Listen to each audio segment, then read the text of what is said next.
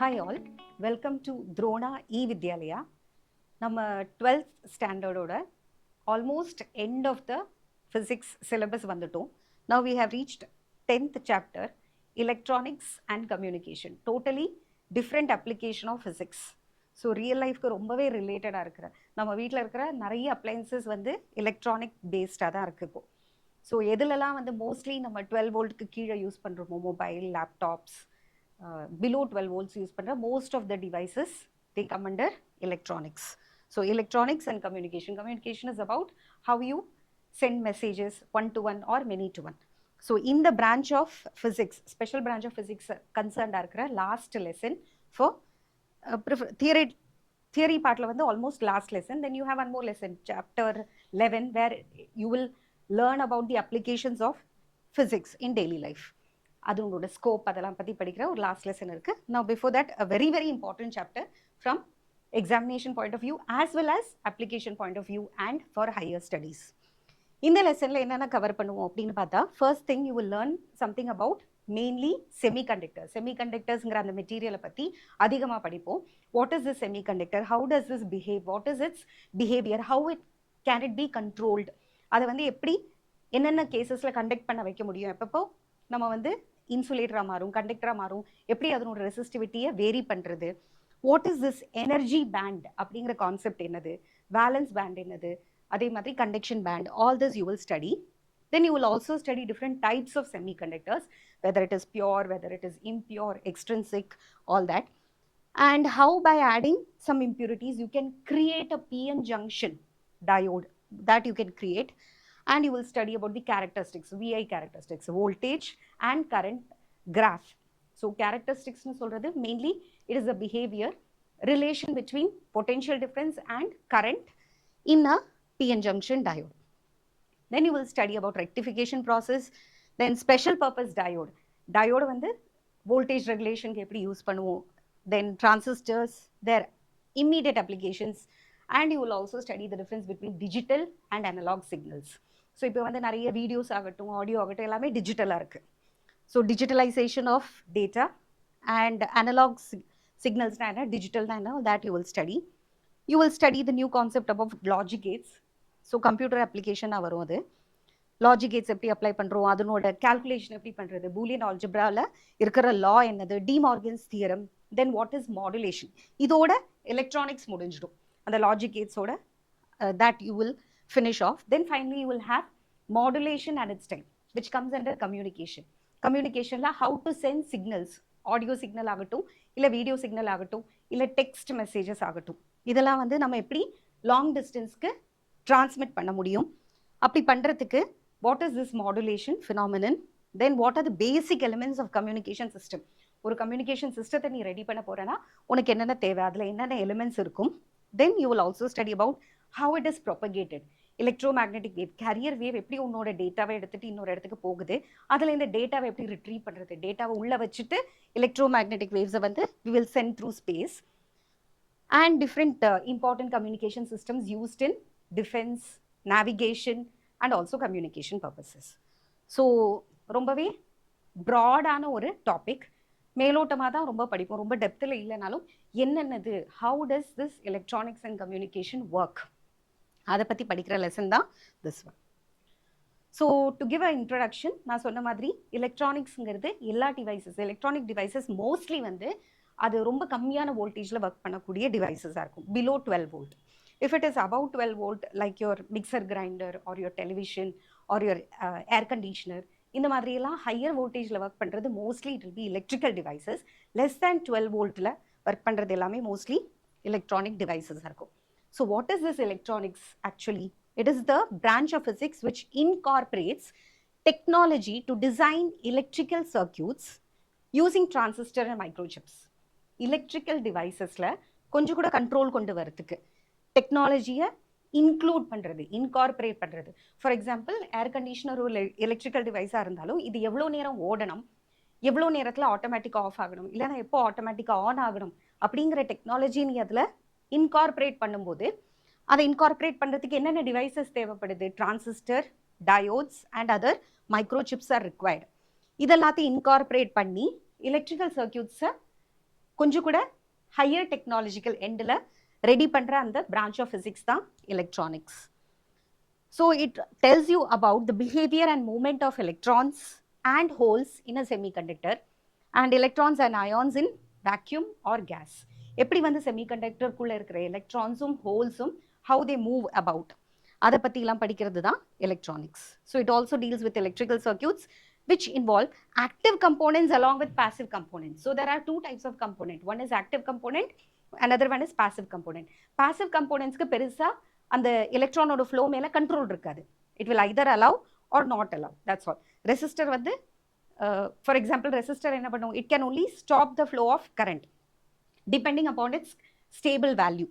So resistor, capacitors, inductors and transformer இது ஒன்றும் பெரிய கண்ட்ரோலை கொடுக்க முடியாது. டெக்னாலஜி இன்கார்பரேட் பண்ண முடியாது, ஒரு டைமிங் கொடுக்க முடியாது, லாஜிக் கொடுக்க முடியாது, ஓகே, மெமரி எல்லாம் இருக்காது அதுக்கு. But active components such as transistor, diodes, IC chips and sensors.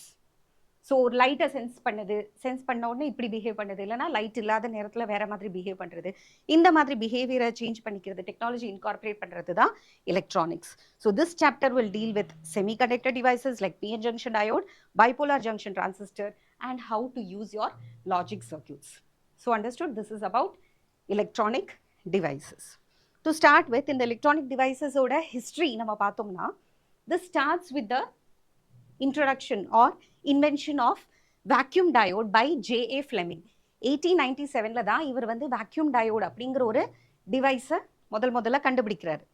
So அதுக்கப்புறம் டயோடுக்கு அப்புறம் there was a vacuum triode that was found by Lee Forest to control electrical signals. அந்த எலக்ட்ரிக்கல் சிக்னல்ஸோட ஃப்ளோ ஆன் ஆகிறது, of ஆகிறது, இந்த மாதிரி electrical சிக்னல்ஸை control பண்ணுறதுக்காக design செய்யப்பட்ட devices தான் vacuum diodes and vacuum triodes.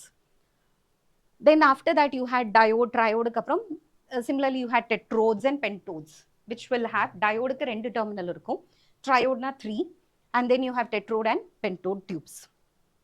அதுக்கப்புறமா இது ஆனால் ஒரே ஒரு பிரச்சனை என்ன இருந்ததுன்னா, இந்த மாதிரி வேக்யூம் டயோட்ஸ்க்கு இந்த டெட்ரோட் இதுக்கெல்லாம் வந்து சைஸ் ரொம்ப பெருசாக இருந்தது.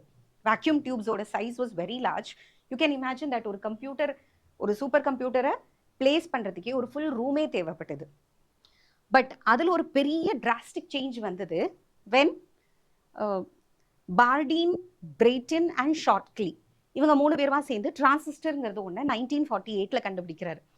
ஸோ அதுக்கு அவங்களுக்கு வந்து 1956ல் நோபல் ப்ரைஸும் கிடைக்கிறது, because that brought a very big revolution in the field of electronics and that gave எல்லாத்தையுமே மினியேச்சர் ஃபார்மில் கொண்டு வர முடிஞ்சது. அவ்வளோ பெரிய ஸ்பேஸ் ஆக்கியபை பண்ணிட்டு இருந்த சர்க்யூட்ஸ் அண்ட் டிவைசஸ் சடனாக it could B condense to very small area. This is what is called as, this is what happened when transistor was invented. The emergence of அதுக்கப்புறமா டிரான்சிஸ்டர் கண்டுபிடிச்சதுக்கப்புறம் ஜெர்மேனியம், சிலிக்கன், செமிகண்டக்டர்ஸை கொஞ்சம் கூட use பண்ணிக்கலாம், utilise பண்ணிக்கலாம்னு தெரிய ஆரம்பிச்சதுக்கப்புறம் இந்த மெட்டீரியல்ஸை use பண்ணி செய்யப்பட்ட transistor it had more popularity because it could be used for different electronic circuits. Then later இதுக்கப்புறம் so first vacuum diodes, triodes, pentodes, அதனோட சைஸ் வந்து ரொம்ப பெருசாக இருந்தது வேக்யூம் டியூப்ஸோட. Then you had this transistor. டிரான்சிஸ்டர்லையும் silicon and germanium transistors were still smaller in size. Finally you have this integrated circuits. Integrated circuitsனா பல்கியாக இருக்கிற கம்போனன்ட்ஸை, அந்த கம்போனண்ட்டை செய்கிற ஒவ்வொரு ஃபங்க்ஷனையும் ஒரே சிப்பில், ஒரே செமிகண்டக்டர் சிப்பில் யூ கேன் இன்கார்பரேட். ஒரு ரெசிஸ்டன்ஸ், கெப்பாசிட்டன்ஸ் இல்லைனா இண்டக்டர் பண்ணக்கூடிய அந்த பர்பஸ், அந்த ஃபங்க்ஷனை ஒரே சிப்பில், ஒரே மைக்ரோ சிப்பில் இன்கார்பரேட் பண்ணுற அந்த டெக்னாலஜி தான் இன்டகிரேட்டட் சிப். இன்டகிரேட்டட்னா என்ன? எல்லாத்தையும் ஒன்றா பண்ணுறது. நம்ம வந்து இப்போ 10th முடிச்சுட்டேன், 10th அப்புறம் 12th முடிக்கிறேன், அதுக்கு ஒரு பிரேக் எடுத்து வேற எங்கேயாவது ஜாயின் பண்ணுறேன்னு வச்சுக்கலாம். 10th வரை ஒரு ஸ்கூலில் படிக்கிறேன், அப்போ 12th அப்புறம் 12th வரைக்கும் 1 and 2 +1 +2 இன்னொரு ஸ்கூலில் படிக்கிறேன். அப்புறம் என்ன பண்ணுறேன்? 3 years graduation. Okay, 3 years or 4 years of graduation. Then finally you want to go for 2 years of post graduation. இது எல்லாமே பிரேக்கோட வருது, தனித்தனி செக்மெண்ட்டாக வருது. ஸோ 10th வரைக்கும் படிக்கிறது ஒரு higher, you will say that higher grade. Okay, then secondary school, primary முடிச்சதுக்கப்புறம் secondary முடிச்சதுக்கப்புறம் higher செகண்டரிக்கு அப்புறம் என்ன வருது? Graduation, then post graduation. இதெல்லாத்தையும் இன்டகிரேட் பண்ணி ஒரே ஸ்ட்ரெச்சில் நம்ம பண்ணோம்னா it is called as integrated syllabus. Integrated கோர்ஸ்னு சொல்லுவோம். நீ எங்கேயுமே பிரேக் எடுக்காமல் என்ன பண்ணுற, ஃபுல் ஃப்ளோலேயே அந்த எஜுகேஷனை முடிக்கிறது தான் இன்டகிரேட்டட் கோர்ஸ். அதே தான் இங்கேயும் பண்ணுறோம். தனித்தனி செக்மெண்ட்டாக யூஸ் பண்ணாமல் எல்லாத்தையும் இன்டகிரேட் பண்ணி ஒரே சர்க்கியூட்டில் யூஸ் பண்ணுற டெக்னாலஜி தான் IC chips, integrated circuits. So இதனால என்ன ஆகுதுன்னா, ஒரே சிங்கிள் சிப்பில் அவ்வளோ ஸ்மால் சைஸாகவும் காஸ்ட் எஃபெக்டிவாகவும் நம்மளால் ரெடி பண்ண முடியுது. And there is something called as very large scale integration. Very large scale இன்டகிரேஷனாக பெரிய பெரிய கம்போனன்ட்ஸ் எல்லாத்தையும் பண்ணுறது. இதனோட மேனுஃபேக்சரும் லார்ஜ் ஸ்கேலில் நடக்கும். ஒரு சிப் 2 சிப்பெல்லாம் பண்ண மாட்டோம், லட்சக்கணக்கில் சிப்ஸை ஒரே ஸ்ட்ரெச்சில். when you manufacture, the cost becomes very effective. So ஒரு சிப்பில் இருக்கிற ஒரு ரெசிஸ்டன்ஸ், ஒரு இண்டக்டர், ஒரு கெப்பாசிட்டன்ஸை நீ சேஞ்ச் பண்ணிட்டு இருக்க வேண்டாம். அவ்வளோ டிவைசஸ் கிரியேட் பண்ணுறதுக்கு டைரெக்டாக ஐசி சிப்ஸ் ரெடி பண்ணிட்டு ஏதாவது ப்ராப்ளம் இருந்ததுன்னா சிப்பையே ரீப்ளேஸ் பண்ணலாம். Because it is very cost effective. You will get a chip for, if it is a very basic chip, you will get for even 10 to 15 rupees.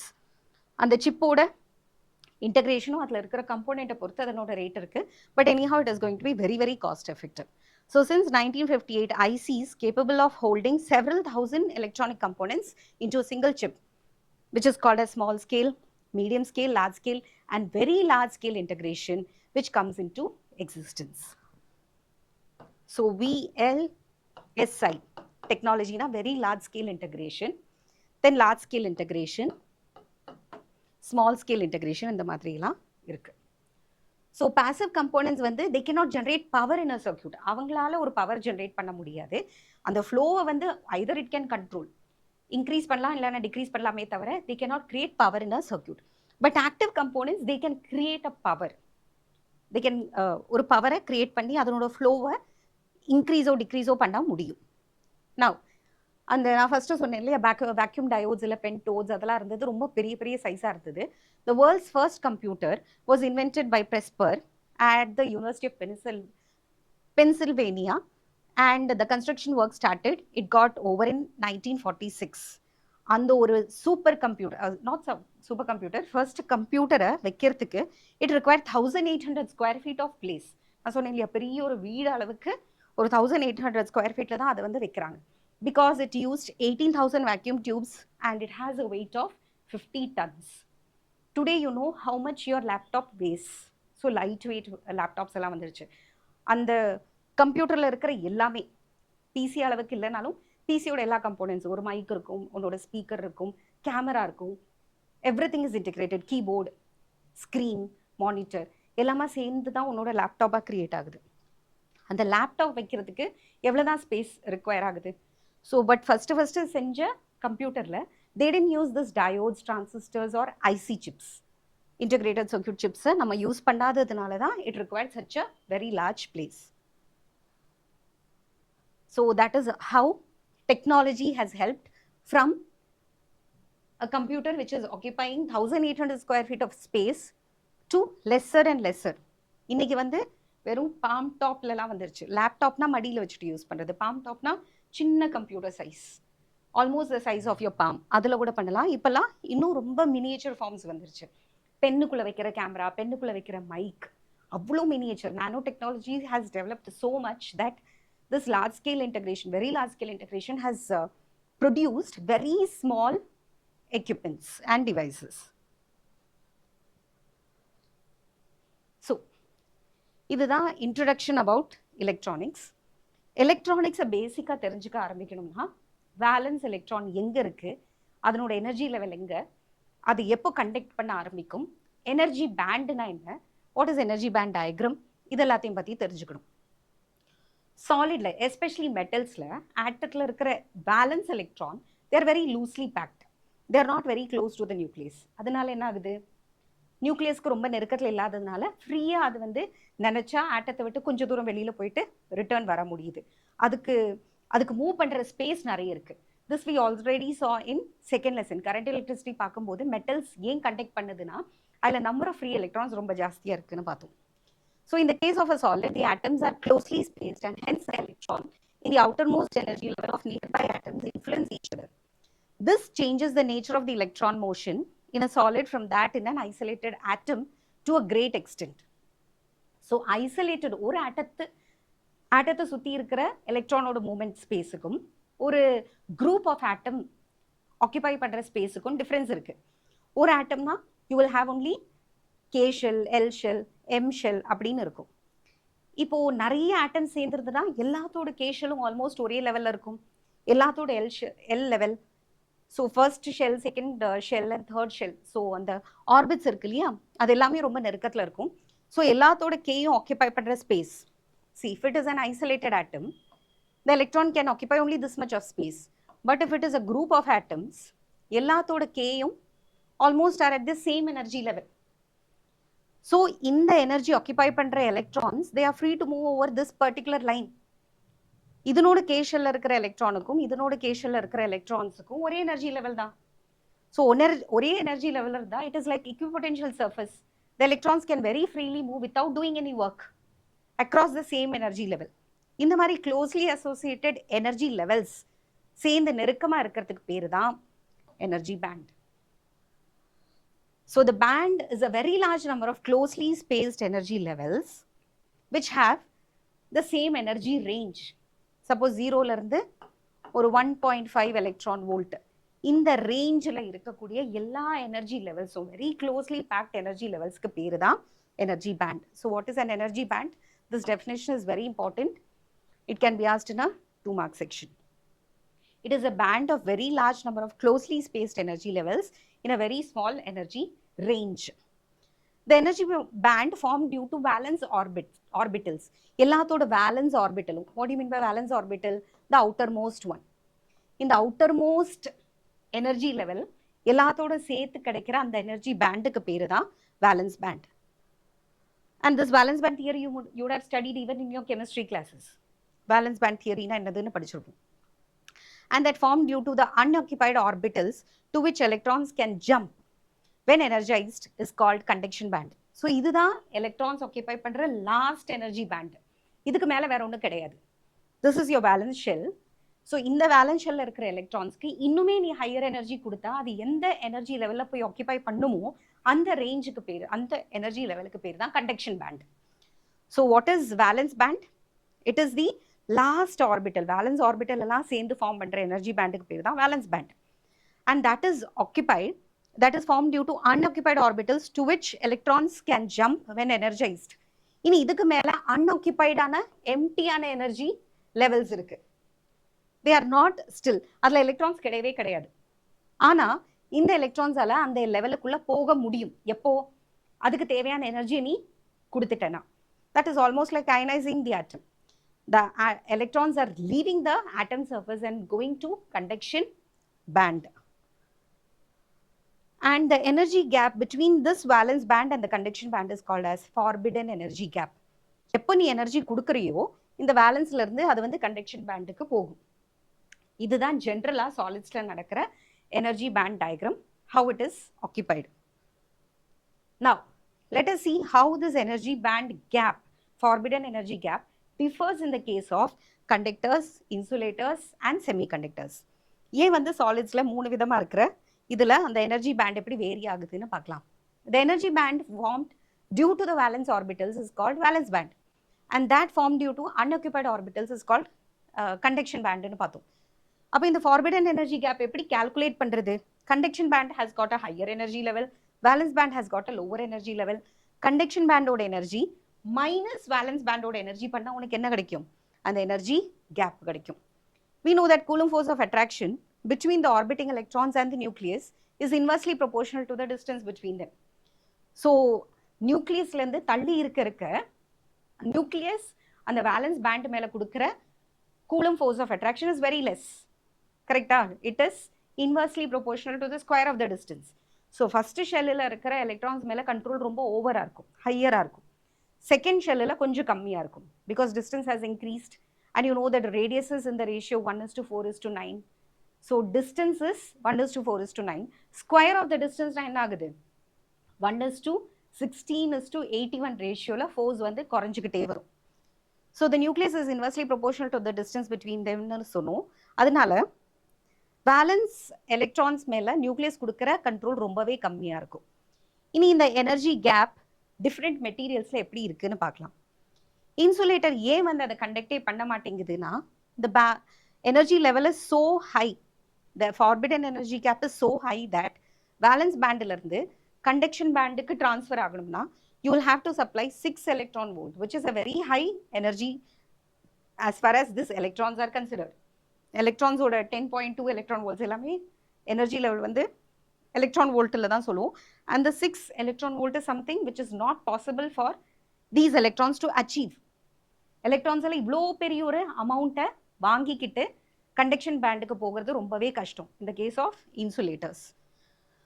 ஆனால் இந்த அதாவது insulator இந்த valence பேண்ட்ல இந்த electron conduction பேண்டுக்கு போச்சுன்னா அந்த சப்ஸ்டன்ஸை நீ கரண்ட்ல கொடுத்தனா கரண்ட் அதில் ஃப்ளோ ஆக ஆரம்பிக்கும். அதுதான் அதனோட லாஜிக்.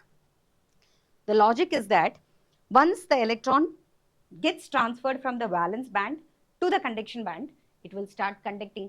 அந்த பொருள்ல கரண்ட் ஃப்ளோ ஆக ஆரம்பிக்கும். அப்போ அது எப்போ வேலன்ஸ் பேண்ட்லேருந்து கண்டக்ஷன் பேண்டுக்கு ஜம்ப் ஆகும்? அதுக்கு தேவையான எனர்ஜியை நீ கொடுக்கும்போது.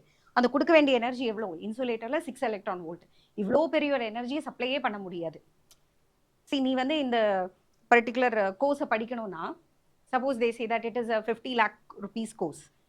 உன்னோட பட்ஜெட் வந்து ரொம்ப, நான் வந்து இயர்லி ஒரு 2 lakhs 3 lakhs தான் கட்ட முடியும்னா this gap is so large that you can not afford. இல்லையா? படிப்பு மட்டும் இல்லை, வேற ஏதாவது ஆகட்டும், ஏதாவது ஒரு மெட்டீரியல் நீ வாங்கணும்னு நினைக்கிறேன். ஸோ நம்ம அஃபோர்டபுள் ரேஞ்சில் இருக்கிறத தான் நம்ம பார்ப்போம். இதில் வந்து இந்த எலக்ட்ரான்ஸால இந்த 6 எலக்ட்ரான் வோல்ட்டை எக்ஸ்டர்னலாக யாராவது கொடுத்து அதை வாங்கிக்கிட்டு இந்த எலக்ட்ரானுக்கு வந்து வேலன்ஸ் பேண்ட்லேருந்து கண்டக்ஷன் பேண்ட் போகிறதுங்கிறது it is almost like impossible. Because this much of energy can not be supplied in any form. ஹீட்டாகவும் கொடுக்க முடியாது, லைட்டாகவும் கொடுக்க முடியாது. லைட்டால் மேக்ஸிமம் எவ்வளோ கொடுக்க முடியும்?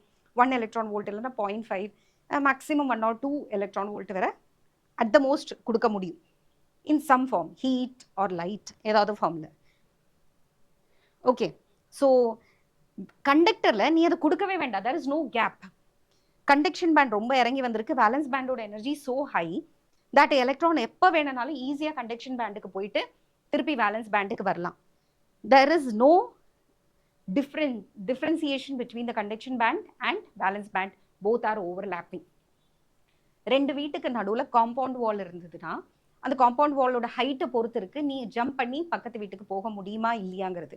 Your access. ஓகே, ஸோ அந்த காம்பவுண்ட் வாலோட ஹைட்டு ரொம்ப சின்ன சின்ன தரையாக இருந்ததுன்னா நம்ம தாண்டி போயிடலாம். அந்த கேப் இருக்கு இல்லையா, அந்த பேரியர், அதை தான் இங்கே நம்ம அந்த ஃபார்பிடன் எனர்ஜி கேப்னு சொல்கிறோம். If it is too high you cannot jump. இதனோட ஹைட் அது மாதிரி தான். இந்த எனர்ஜி லெவலுங்கிறது ரொம்ப ஹைட்டு மாதிரி. இது வந்து ரெண்டு வீட்டுக்கும் நடுவில் பவுண்டரியே இல்லை. ரெண்டு வீடு இருக்குது ஆனால் காம்பவுண்ட் வாலே இல்லை. So access is very easy. நீ எப்போ வேணால் அந்த வீட்டுக்கு போகலாம், அந்த வீட்டிலேருந்து ரிட்டர்ன் இந்த பக்கம் வரலாம். ஸோ ரெண்டு வீடு தனித்தனியாக. If you imagine this valence band to be one area where the electrons are occupied and conduction band to be another, there is no gap between them at all. It is already overlapping. காமனா area இருக்கு, ரெண்டு வீட்டுக்கும் காமனா ஒரு area. So there is no bifurcation. Bifurcation தான் என்னது? இந்த வீட்டோட பவுண்டரி அந்த வீட்டோட பவுண்டரின்னு எதுவுமே கிடையாது. You have free access. இங்கே வந்து இருக்கு, பட் இந்த அளவுக்கு ஹையா இல்லை. இது என்ன மெட்டீரியல்? செமிகண்டக்டர். ஸோ மெட்டீரியல்ஸை மொத்தத்தில் மூணாக டிவைட் பண்ணலாம்: இன்சுலேட்டர், கண்டக்டர்ஸ் அண்ட் செமிகண்டக்டர்ஸ். இன்சுலேட்டரில் the forbidden energy gap is so large, எலக்ட்ரான்ஸால் கண்டக்ஷன் பேண்டுக்கு போகவே முடியாது. என்னதான் ஹை கரண்ட் கொடுத்தாலும் ஒரு மரக்கட்டை இல்லைன்னா ஒரு கிளாஸ் இல்லைன்னா ஒரு பிளாஸ்டிக் ஒருபோதும் கண்டக்டே பண்ணாது. எதை? கரண்ட்டை. Because this gap is so high. ஆனால் மெட்டல்ஸை வயரில் கொடுத்த உடனே, ப்ளக் பாயிண்டில் போட்ட உடனே கண்டக்ஷன் ஸ்டார்ட் ஆகுது. செமி கண்டக்டர்ஸ்க்கு நீ இந்த அளவுக்கு ஹை எனர்ஜி கொடுத்தனா செமிகண்டக்டர் என்ன ஆக ஆரம்பிக்கும்? It will behave like a conductor. அந்த எனர்ஜி நீ கொடுக்காத வரைக்கும், த ஃபார்பிடன் எனர்ஜி கேப் கொடுக்காத வரைக்கும் it will behave like a insulator. So this is about the 3 types of material based on valence band, conduction band, forbidden energy gap. How will you define insulators, conductors and semiconductors? So இவ்வளோ நேரம் சொன்னதோட summary இவ்வளோதான். Solids are classified into 3: insulators, conductors or metals and semiconductors. இதுதான் energy band diagram வச்சு நம்ம explain பண்ணினோம். The energy band structure of insulators is shown. Valence band and conduction band is separated by a very large energy. The forbidden energy gap is almost 6 electron volt. The gap is very large that electrons from the valence band cannot move into conduction band even on application of very strong electric field or increasing the temperature, heat light எப்படி கொடுத்தாலுமே possible கிடையாது. அதனால இந்த materials are called as insulator. இதனோட resistivity 10 ஓட very high positive values like 10 power 11, 10 power 19, 10 power 20 ohm meters இருக்கும். Second material is conductor. இதில் வந்து ரெண்டுமே ஓவர்லாப் ஆகுது. So free electrons are available in the conduction band. It is possible even at low temperatures. அந்த எலக்ட்ரான்ஸ்க்கு பெருசாக நீ எந்த எனர்ஜியுமே சப்ளை பண்ண வேண்டாம். எனர்ஜி சப்ளை பண்ணாமே என்ன ஆகுது? They are able to conduct. The application of electric field provides sufficient energy to the electrons to drift in a particular direction to constitute a current. நீ அதையும் தாண்டி ஒரு சின்ன பொட்டன்ஷியல் டிஃபரன்ஸ் கொடுக்கறதுக்குள்ள it will direct the electrons. எந்த டைரக்ஷனில் போகணுங்கிற ஒரு டைரக்ஷனை ஃப்ளோ அது வந்து கொடுக்கும். ஸோ பாசிட்டிவ் டெர்மினல் கனெக்ட் பண்ணியிருக்கேன்னா எல்லா எலக்ட்ரான்ஸும் பாசிட்டிவ் டெர்மினல் பக்கம் இட் வில் பி அட்ராக்டட். நெகட்டிவ்ல இருந்து electrons will be repelled. So நீ கொடுக்குற அந்த பொட்டன்ஷியல் டிஃபரன்ஸ் தான் அதில் ஒரு கரண்ட்டையே கான்ஸ்டிடியூட் பண்ணுது. இதனோட ரெசிஸ்டிவிட்டி வேல்யூஸ் இந்த நெகட்டிவ் பவர் 10 பவர் -2லேருந்து 10 power -8 which is a very very low value. அந்த அளவுக்கு கம்மியான ரெசிஸ்டிவிட்டி தான் இந்த மெட்டீரியல்ஸ்க்கு இருக்கும். The next one is semiconductors. Electrons in the valence band are bound. Electrons cannot move at all. இப்போ செமிகண்டக்டரில் என்ன ஆகுதுன்னா அந்த forbidden energy கேப்பை தாண்ட முடியறது இல்லை எலக்ட்ரான்ஸால். So it is like they are stuck to the valence band and they are not able to move to the conduction band. Conduction bandக்கு போகணும்னா நீ தேவையான அளவுக்கு எனர்ஜி ஏதாவது ஒரு ஃபார்மில் கொடுக்கணும். ஹீட்லேயோ லைட்லேயோ இல்லைனா எலக்ட்ரிக் ஃபீல்டு ப்ரொவைட் பண்ணிட்டோ எப்படியாவது you have to supply the energy. So செமிகண்டக்டர்ஸ்க்கு என்ன ஆகுதுன்னா they have a negative temperature coefficient of ரெசிஸ்டிவிட்டின்னு சொல்கிறோம். நம்ம சொன்னோம் செகண்ட் லெசனில் நம்ம பார்த்தோம் டெம்பரேச்சர் கோஎஃபிஷியன்ட்ங்கிற கான்செப்டை வந்து நம்ம செகண்ட் லெசனில் படிச்சிருந்தோம் கரண்ட் எலக்ட்ரிசிட்டி. அதில் வந்து என்ன சொன்னோன்னா ரொம்ப நேரத்துக்கு கரண்ட் ஃப்ளோ ஆச்சுன்னா அதனோட ரெசிஸ்டன்ஸ் தானாகவே டெம்பரேச்சருக்கு ஏற்ற மாதிரி இன்க்ரீஸ் ஆக ஆரம்பிக்கும். ஒரு பொருள் வந்து ரொம்ப ஹாட்டான உடனே அதனோட ரெசிஸ்டன்ஸ் ஆட்டோமேட்டிக்காக இன்க்ரீஸ் ஆகுது. Resistivity and resistance is temperature depend அப்படின்னு பார்த்தோம். தட் இஸ் சூடாக ஆக கண்டக்டர் கண்டக்ட் பண்ணுறது குறைஞ்சிடும். அதில் ஃப்ளோ ஆகிற கரண்ட் குறைஞ்சிக்கிட்டே வரும். அது ப்ராப்பராக ஒர்க் ஆகாது. சில நேரம் ஓவர் ஹீட் ஆச்சுன்னா மோட்டரே நின்று போயிடும். மோட்டரில் அந்த ஃப்ளோ இருக்காது, கரண்ட் ஃப்ளோ. அதனால என்ன ஆகாது, அந்த டர்பைனோ அந்த மோட்டர் வந்து சுத்தவே சுத்தாது. ஃபேனுமே ரொம்ப ஓவர் ஹீட் ஆச்சு கொஞ்சம் நேரம் ஆறட்டும் அதுக்கப்புறம் அதை திருப்பி ரன் பண்ணலான்னெல்லாம் சொல்லுவோம். கிரைண்டரும் ஓட ஓட என்ன ஆகிடும், ரொம்ப ஹீட் ஆகிடும். அதனோட ஸ்பீடு குறைஞ்சிக்கிட்டே வரும், அந்த ஃப்ளோ வந்து குறைஞ்சிக்கிட்டே வரும். Which means it has got a positive temperature coefficient of resistivity. Temperature increase ஆச்சுன்னா ரெசிஸ்டிவிட்டியும் சேர்ந்து இன்க்ரீஸ் ஆகும். ஆனால் செமிகண்டக்டர்ஸில் நேர ரிவர்ஸ். நீ எவ்வளோக்கு எவ்வளோ சூடு பண்ணுறியோ அதுக்கு நிறைய எனர்ஜி கிடைச்சிட்டு அந்த வேலன்ஸ் பேண்ட்லேருந்து கண்டக்ஷன் பேண்டுக்கு நடுவில் இருக்கிற அந்த ஃபார்பிடன் எனர்ஜி கேப் இருக்கு இல்லையா, அந்த எனர்ஜி இதுக்கு ஹீட்டோட ஃபார்மில் கிடைக்குது. Heat energy is a form of incoming energy. அதை யூஸ் பண்ணி அது என்ன பண்ணும், வேலன்ஸ் பேண்ட்லேருந்து கண்டக்ஷன் பேண்டுக்கு ஜம்ப் பண்ண அந்த எலக்ட்ரான்ஸை ரொம்பவே ஹெல்ப் பண்ணும்.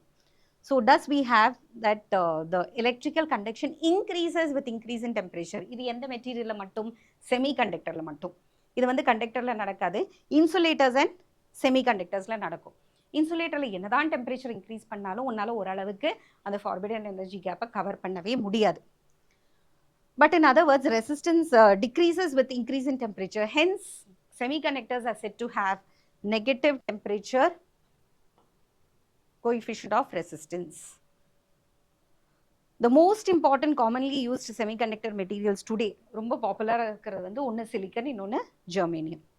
The values of forbidden energy gap, அதாவது சிலிக்கனை நீ மெட்டீரியலாக யூஸ் பண்ணனா அந்த forbidden energy gap is only 1.1 electron volt. ஜெர்மேனியம்னா இன்னுமே கம்மி, 0.7 electron volt தான். Now semiconductor with no conducting charge carriers, எலக்ட்ரான்ஸோ ஃப்ரீ எலக்ட்ரான்ஸோ அயான்ஸோ இல்லாத ஒரு மெட்டீரியல் செமிகண்டக்டரை தான் நம்ம pure semiconductor or intrinsic semiconductor அப்படின்னு சொல்கிறோம். What is intrinsic semiconductor? It is a semiconductor it is pure form with no impurity. இதில் இம்ப்யூரிட்டியே கிடையாது, ஃப்ரீ எலக்ட்ரான்ஸ் ஃப்ரீ அயான்ஸ் எதுவுமே இதில் வந்து இல்லை. ஸோ இதனோட கண்டக்ஷன் வந்து ரொம்ப கம்மியாக இருக்கும், ரெசிஸ்டிவிட்டி கொஞ்சம் ஜாஸ்தியாக தான் இருக்கும். ஸோ என்னென்ன பார்த்தோம் பார்க்கலாம் ஒரு வாட்டி.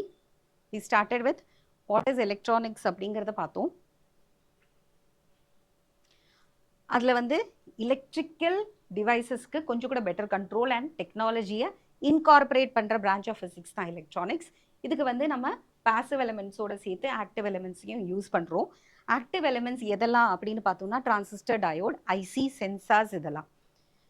பாசிவ் கம்போனன்ட்ஸ் எதெல்லாம்னு பார்த்தா resistors, inductors, capacitors and transformers. நான் டிஃபரன்சியேஷன் பார்த்தோம்னா ஆக்டிவ் கம்போனன்ட்ஸ் வந்து it will produce power. passive components cannot produce power in a circuit. Then இதனோட evolution பார்த்தோம்.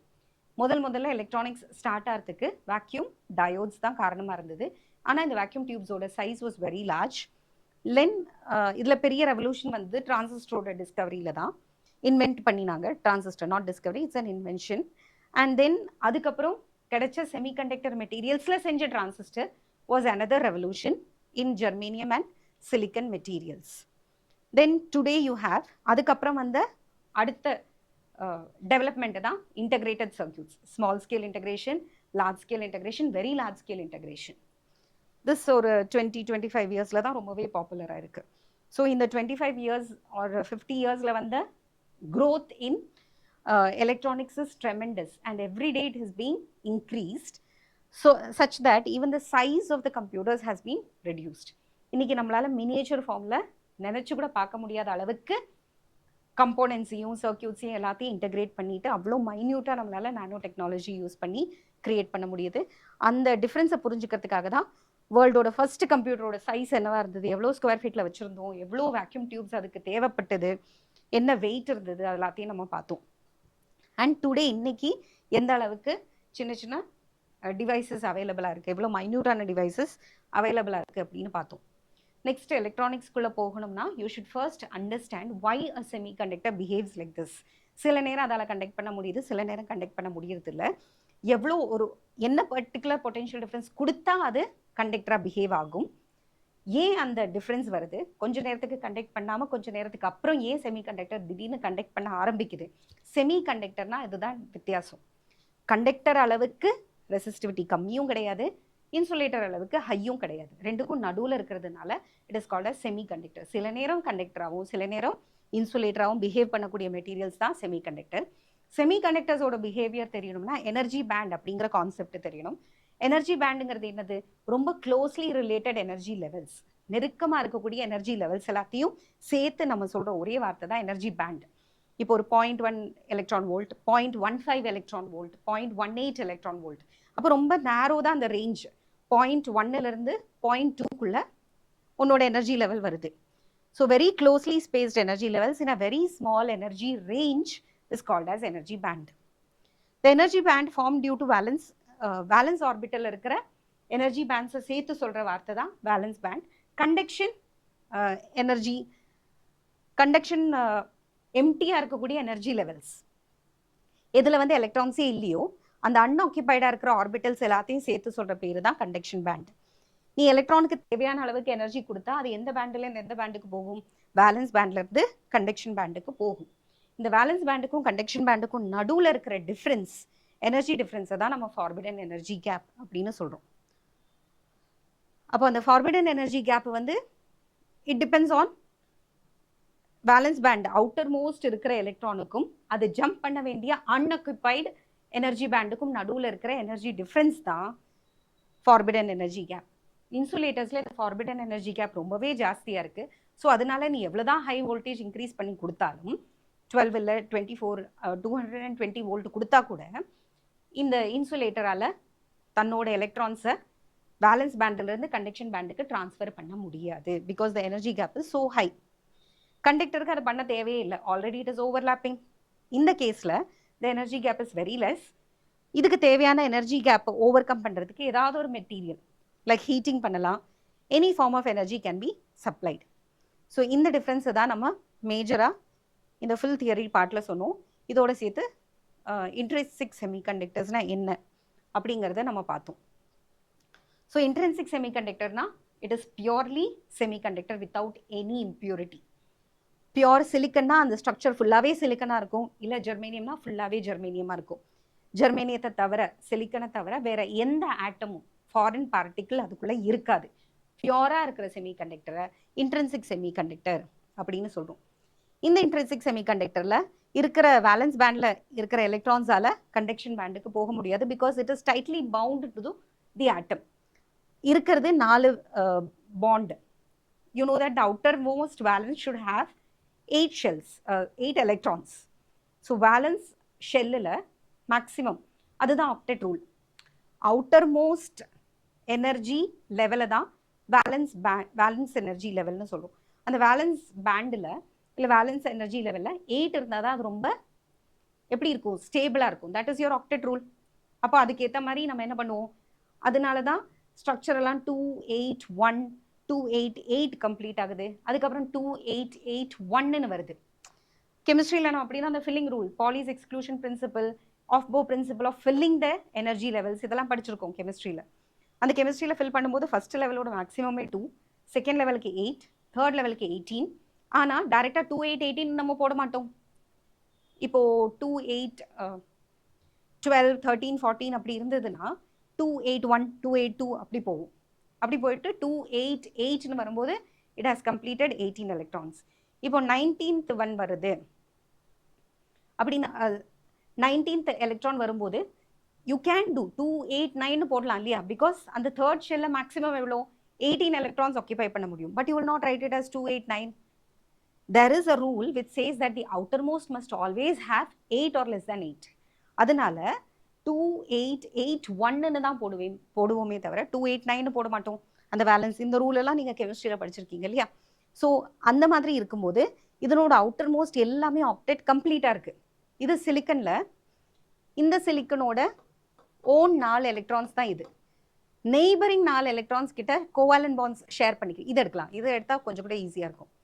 ஸோ இதனோட 4 எலக்ட்ரான் எதுன்னு கேட்டா இதை சுத்தி இருக்கிற 4. இதுக்கு இன்னொரு 4 எலக்ட்ரான் தேவை, அப்பதான் ஆக்டெட்டை கம்ப்ளீட் பண்ண முடியும். அது 1 electron each from 4 different silicon atoms நீ எடுத்துப்பேன். ஸோ இங்க சென்டர்ல இருக்கிற சிலிக்கனுக்கு மேல இருக்கிற ஒரு சிலிக்கன் ஆட்டம் ஒரு எலக்ட்ரானை ஷேர் பண்ணும், டொனேட் பண்ணாது, ஷேர் பண்ணும். லெஃப்ட்ல ஒன்று, ரைட்ல ஒன்று, அப் அண்ட் டவுன். அப்படி 4 சிலிக்கன் வந்து என்ன பண்ணும், தங்கிட்ட இருக்கிற டிஃப்ரெண்டான 4 எலக்ட்ரான்ஸை இதோட ஷேரிங் பண்ணும். ஷேரிங் பண்ற பாண்டுக்கு என்ன பேரு, கோவாலன்ட் பாண்ட்ஸ்னு பேரு. So they are tetravalent atoms. எல்லாத்துக்கிட்டையும் 4 எலக்ட்ரான்ஸ் இருக்கு, இன்னும் 4 எலக்ட்ரான்ஸ் வேணும். and this is how this 4 covalent bonds are formed. now ஒருவேளை ஏதாவது ஒரு கண்டிஷன்ல ஏதாவது ஒரு பாண்ட் பிரேக் ஆச்சுன்னா, பாண்ட் பிரேக் ஆன இடத்துல என்ன வரும், there will be a vacancy of electron. அந்த எலக்ட்ரான் வந்து இந்த பாண்டுக்குள்ள இல்லாம ஃப்ரீயா சுத்திட்டு இருக்கும். அப்படி ஃப்ரீயா சுத்தினா அந்த எலக்ட்ரான் இருக்க வேண்டிய இடத்துல ஒரு வேகன்சி கிரியேட் ஆகும். அந்த கிரியேட் ஆகிற வேகன்சிக்கு பேரு தான் ஹோல். ஸோ ஒருவேளை உன்னோட கோவாலன்ட் பாண்ட் பிரேக் ஆச்சுன்னா you will have charge carriers. 2 விதமான சார்ஜ் கேரியர்ஸ் இருக்கு. Vacancy of electron is called as holes, and அந்த பாண்டில் இந்த உடஞ்சு ஃப்ரீயா சுத்திட்டு இருக்கிற electrons is your free electrons. So free எலக்ட்ரான்ஸாலேயும் மூவ் பண்ண முடியும், ஹோலாலேயும் மொபிலிட்டி கிரியேட் பண்ண முடியும். ஹோல் எப்படி மூவ் ஆகும், இந்த ஹோல் ஒரு வேகன்சி இருக்கிறதுனால பக்கத்துல இருக்கிற எலக்ட்ரான் அது என்ன பண்ணும், தம் பக்கம் இழுத்துக்க ட்ரை பண்ணும். Whole is nothing but it is equivalent to a positive charge. அந்த பாசிட்டிவ் சார்ஜ் பக்கத்துல இருக்கிற எலக்ட்ரானை அட்ராக்ட் பண்ணும், அட்ராக்ட் பண்ணி தம் பக்கம் இழுத்துக்கிறதுக்கு ட்ரை பண்ணும். அப்படி பண்ணும்போது இந்த எலக்ட்ரான் ஒருவேளை it is strong enough to attract the neighbouring எலக்ட்ரான்னா இந்த எலக்ட்ரான் ஜம்ப் ஆகி இந்த இடத்துக்கு வரும். ஸோ இந்த இடத்துல என்ன கிரியேட் ஆகும், புதுசா ஒரு ஹோல் கிரியேட் ஆகும். இது சாட்டிஸ்ஃபை ஆச்சு, ஆனா இங்க ஒரு ஹோல் கிரியேட் ஆகும்.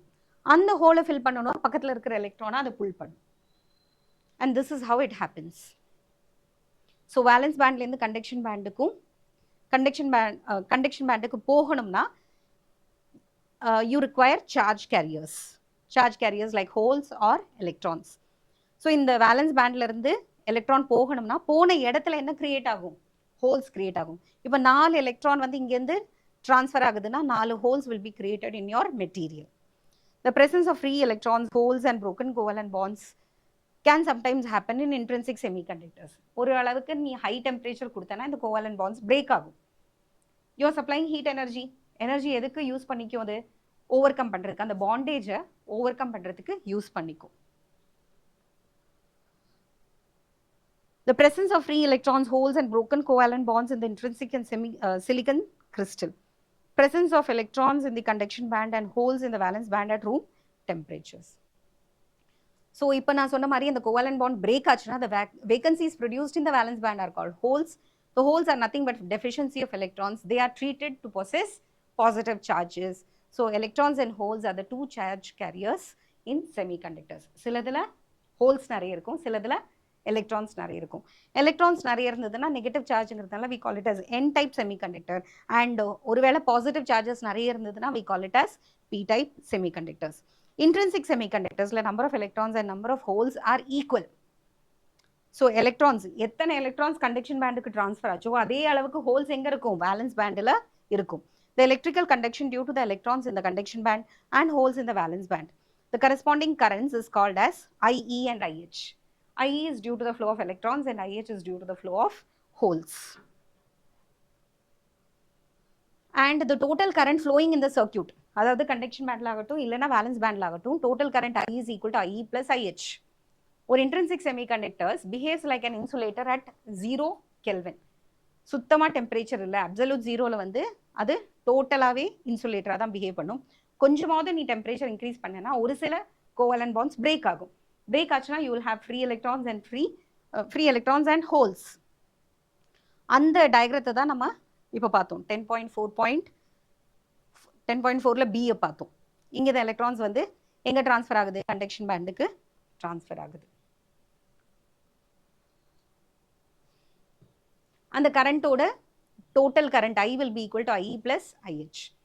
So intrinsic semiconductorல carrier concentration is the number of electrons in the conduction band or number of holes in the valence band. இவ்வளோ நேரம் நம்ம பார்த்தது intrinsic semiconductor. Intrinsic semiconductor, it is satisfied in itself. அதுக்கு electrons எக்ஸஸும் இல்லை, ஹோல்ஸும் excess இல்லை. Number of electrons number of ஹோல்ஸும் சேமாக தான் இருக்குது. எதுவுமே எக்ஸஸாக இல்லை. எத்தனை எலக்ட்ரான் இருக்கோ அதே அளவுக்கு ஹோல் இருக்குது. ஸோ ரீகம்பைன் ஆச்சுன்னா திருப்பி total energy will be 0. Total charge will be 0. It will be neutral. The carrier concentration in an intrinsic semiconductor is not sufficient to develop efficient electronic devices. So அதை increase பண்ணணும். அந்த அளவுக்கு charge carriers இல்லை. ஒரு 4 electron போச்சுன்னா 4 holes இங்கே create ஆச்சு. அவ்வளோ மைன்யூட்டாக very less population of electron ஹோல்ஸை வச்சு நீ ஃப்ளோவாக கிரியேட்டே பண்ண முடியாது. அப்போ உனக்கு நிறைய ஹோல்ஸ் நிறைய எலக்ட்ரான்ஸ் தேவை. அப்படி நிறைய ஹோல்ஸ் அண்ட் நிறைய எலக்ட்ரான்ஸ் கிரியேட் பண்ணுறதுக்காக நீ செய்யற ஒரு ப்ராசஸ்க்கு பேர் தான் டோப்பிங். ஸோ எனக்கு நான் இருக்கிறத வச்சு சாட்டிஸ்ஃபைடாக இருக்கேன், என்னை சுற்றி 4 4 8 எலக்ட்ரான் இருக்குது, எனக்கு யாரும் தேவையும் இல்லை, நான் யாருக்கு கடனும் கொடுக்க தேவையில்லை, கடன் வாங்கவும் தேவையில்லைன்னு சாட்டிஸ்ஃபைடாக இருக்கிற ஒரு சுச்சுவேஷனை தான் நம்ம வந்து இன்ட்ரின்சிக் செமிகண்டக்டரில் பார்க்குறோம். இந்த மாதிரி இருக்கிற இடத்துல ஒரு தேவையை கிரியேட் பண்ணுறதுக்காக அந்த சிலிக்கனை எடுத்துட்டு எலக்ட்ரானை ரொம்ப விரும்பக்கூடிய ட்ரைவேலண்ட் இம்ப்யூரிட்டி இல்லைன்னா எலக்ட்ரான்ஸை கொடுக்கக்கூடிய பென்டாவேலண்ட் இம்ப்யூரிட்டி நம்ம ஆட் பண்ணுவோம். ட்ரைவேலண்ட் வந்து எப்படா எலக்ட்ரான் கிடைக்கும்னு வெயிட் பண்ணிட்டு இருக்கிற ஒரு சப்ஸ்டன்ஸ். ட்ரைவேலண்ட்னா 3 இருக்குது, 4வது எலக்ட்ரானுக்காக அதை ட்ரை பண்ணிட்டு இருக்கோம். பென்டாவேலண்ட்னா 4 + 1, 4 கோவேலண்ட் பாண்ட்ஸ் ஈஸியாக ஃபார்ம் பண்ணிடும், ஒரு எலக்ட்ரான் மட்டும் தனியாக சுற்றிட்டு இருக்கும். ஸோ இந்த மாதிரி 2 விதமான இம்ப்யூரிட்டி இருக்குது. சிலிக்கனோ ஜெர்மேனியத்தையோ எடுத்துட்டு அதனோட இடத்துல இன்னொரு இம்ப்யூரிட்டி ஆட்டத்தை நம்ம போட போகிறோம். அந்த நம்ம போடுற இம்ப்யூரிட்டி ஆட்டத்துக்கு பேரு தான் டோபெண்ட். இந்த மாதிரி இம்ப்யூரிட்டி கலக்கிற அந்த ப்ராசஸ்க்கு பேரு தான் டோப்பிங். நீ கலக்கிற இம்ப்யூரிட்டி தான் டோபெண்ட். அந்த டோபெண்ட் எப்படி போடுவோம் அப்படின்னு பார்த்தா, it is added in parts per million. 10⁶ atoms of சிலிக்கனுக்கு ஒரு 100 இம்ப்யூரிட்டி தான் ஆட் பண்ணுவேன். பார்ட்ஸ் பர் மில்லியன் அந்த அளவுக்கு தான் ஆட் பண்ணுவோம். அதாவது கிட்டத்தட்ட ஒரு ஜார் தண்ணியில் ஒரு 1/2 ஸ்பூன் சர்க்கரை இல்லைன்னா ஒரு 1/4 ஸ்பூன் உப்பு போடுற அளவுக்கு தான். ஸோ அவ்வளோ பெரிய ஜார்ஜ் அதில் ஒன்றும் பெருசாக தெரிய போகிறதில்ல. அவ்வளோ பார்ட்ஸ் பர் மில்லியன் அவ்வளோ கம்மியாக போட்டு கூட அதனோட கேரக்டரிஸ்டிக்கை நம்மளால மாற்ற முடியும். ஸோ அந்த பேசிஸ் ஆஃப் நீ என்ன டைப் ஆஃப் இம்ப்யூரிட்டி ஆட் பண்ணியிருக்க அப்படிங்கிறத பொறுத்து உனக்கு கிடைக்கிற எக்ஸ்ட்ரின்சிக் செமிகண்டக்டர் 2 விதத்தில் இருக்கும். ஒன்று வந்து N டைப் செமிகண்டக்டர், இன்னொன்று வந்து P டைப் செமிகண்டக்டர். ஸோ முதல்ல N டைப் செமிகண்டக்டர் என்னதுன்னு பார்க்கலாம். N டைப் செமிகண்டக்டர் அப்படின்னா நெகட்டிவ் செமிகண்டக்டர்ஸ். உனக்கு சார்ஜ் வந்து நெகட்டிவாக இருக்கும். ஸோ நெகட்டிவ் செமிகண்டக்டர் அப்படின்னா நீ வந்து அதை என்ன ஆட் பண்ணியிருப்ப, எக்ஸஸாக எலக்ட்ரான் இருக்கக்கூடிய பென்டாவேலண்ட் இம்ப்யூரிட்டி ஆட் பண்ணியிருப்ப. வேலன்சி 5 இருக்கிற குரூப். பீரியாடிக் டேபிளில் 5th குரூப்பில் வரக்கூடிய elements like phosphorus, arsenic, antimony இந்த மாதிரிலாம். The dopant has 5 valence electrons while the silicon atom has only 4 valence electrons. Next, P-type semiconductor. P-type semiconductor என்ன ஆகும், trivalent impurity தான் நம்ம ஆட் பண்ணுறோம். 3rd குரூப்பில் இருக்கக்கூடிய elements like boron, aluminium, gallium, இதுக்கெல்லாம் 3 எலக்ட்ரான் இருக்குது. நாலாவதா ஒன்று கிடைச்சதுன்னா they can complete the octet. So they are in need of electrons. இது வந்து 4 tetravalent 4 covalent bonds ஃபார்ம் பண்ணி ஒரு எலக்ட்ரான் எக்ஸஸாக இருக்கு. இதில் எலக்ட்ரான் எக்ஸஸாக இருக்கு, இதில் எலக்ட்ரான்ஸ் வாண்டடாக இருக்கு, டெஃபிஷியன்சி இருக்கு, which means it has got a positive hole in it. So 3 covalent bonds form பண்ணிடும், நாலாவதுக்காக ஒரு எலக்ட்ரானுக்கு வெயிட் பண்ணிட்டு இருக்கும். So it is like having a positive charge, and this positive charge is called as hole. The energy level of the loosely attached fifth electron from the dopant is found just below the conduction band H, and it is called the donor energy level. So இந்த conduction பேண்ட்லேருந்து நீ donate பண்ணியிருக்க electron எந்த லெவலுக்கு? Conduction பேண்டுக்கு. இதிலிருந்து மேலே போன electrons அதெல்லாம் donate பண்ணியிருக்கோம். அதனால அந்த எலக்ட்ரான்ஸ் இதுலேருந்து ஃப்ரீயாக இப்போ புதுசாக வந்த எலக்ட்ரான்ஸ் எல்லாம் எப்படா கண்டக்ஷன் பேண்டுக்குள்ளே ஏறலாம் அப்படின்னு பார்க்கறதுக்காக ஒரு டோனர் எனர்ஜி லெவல் ஃபார்ம் பண்ணும் கண்டக்ஷன் பேண்டுக்கு ரொம்ப பக்கத்துலேயே. இதெல்லாம் இங்கே இவ்வளோ நேரம் இங்கே இருந்த எலக்ட்ரான்ஸ் ஆக்கும் இப்போ ரெடியாக இங்கே போயிருக்கு. ஸோ விச் மீன்ஸ் இப்போ அதனோட எனர்ஜி ஃபார்பிடன் எனர்ஜி கேப் ரொம்பவே கம்மி. இவ்வளோ பெரிய ஃபார்பிடன் எனர்ஜி கேப் இருந்த இடத்துல இப்போ எலக்ட்ரான்ஸ் ரொம்ப நெருக்கமாக போயாச்சு, எங்கள் கண்டக்ஷன் பேண்டுக்கு ரொம்ப நெருக்கமாக போயாச்சு. இனி கொஞ்சம் எனர்ஜி நீ கொடுத்தா போகிறோம், it will directly enter into the conduction band. So room temperature la இந்த electrons can easily move to the conduction band with the absorption of thermal energy. Room temperature கொஞ்சம் increase ஆகிறதுக்குள்ள இந்த electrons சீக்கிரமா வாங்கி எதுக்குள்ள enter ஆக முடியும்? conduction band குள்ள increase ஆக முடியும். So முதல்ல இங்க இருந்து இங்க jump பண்றதை விட now it is easier because they have formed a layer just below the conduction band. They are donor energy level. இந்த electrons எல்லாம் நம்ம donate பண்ணியிருக்கோம். By what? By including என்ன impurity add பண்ணோம்? pentavalent impurity add பண்ணோம். So pentavalent impurity add பண்ணோம்னா you got n type semiconductor. அதுல form பண்ண எனர்ஜி லெவலுக்கு பேரு donor energy level. இப்போ trivalent add பண்ணியிருந்தோம்னா it becomes a p type semiconductor which is an acceptor impurity. எப்படா electron கிடைக்கும்னு வாங்குறதுக்கு ரெடியா இருக்கு. இந்த எலக்ட்ரான்ஸ் வந்து எலக்ட்ரான்ஸை இழுத்துட்டு போறதுக்கு ரெடியா இருக்கிற இந்த எனர்ஜி லெவலுக்கு அக்செப்டர் எனர்ஜி லெவல்னு பேரு. அந்த acceptor energy level is a part of conduction band. அங்கேருந்து அந்த லெவல் வந்து இந்த அளவுக்கு இறங்கி வந்திருக்கு. இங்கேருந்து எப்படா ஒரு எலக்ட்ரானை கிடைக்கும் இல்லை ஒரு ஹோலை கிடைக்கும் அப்படிங்க அந்த ஹோல்ஸ் எல்லாம் இந்த இடத்துல ஃபார்ம் ஆகும், எலக்ட்ரான்ஸை ஈஸியாக இழுத்துக்கும். ஸோ இந்த ரெண்டுக்கும் நடுவில் இருக்கிற கேப்பை தான் நம்ம வந்து கம்மி பண்ணுறோம்.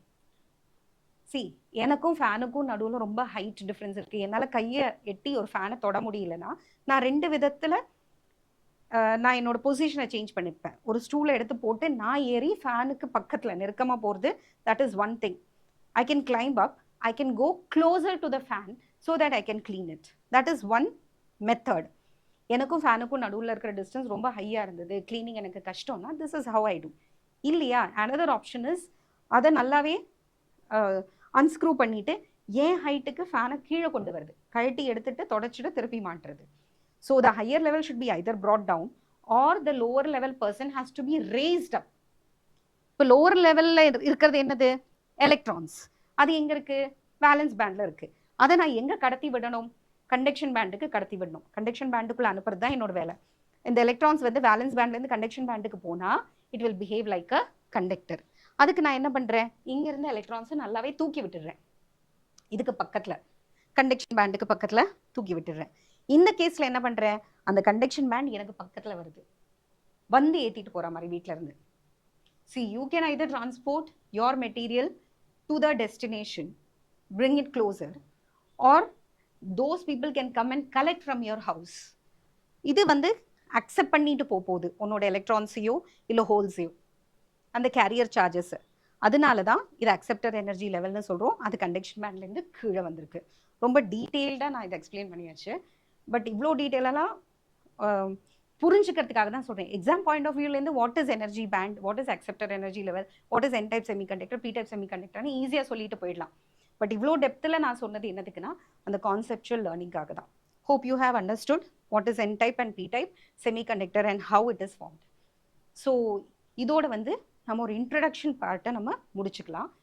இதுக்கு மேலே டீட்டெயிலாக போவேன். இனிமேல் நான் வந்து என் டைப் பி டைப்னு சொல்லும்போதே மைண்டில் வந்து என் டைப்பில் இருக்கிற மெஜாரிட்டி கேரியர்ஸ் யார், மைனாரிட்டி கேரியர்ஸ் யாருங்கிறது ஆட்டோமேட்டிக்காக தெரிஞ்சிருக்கணும்.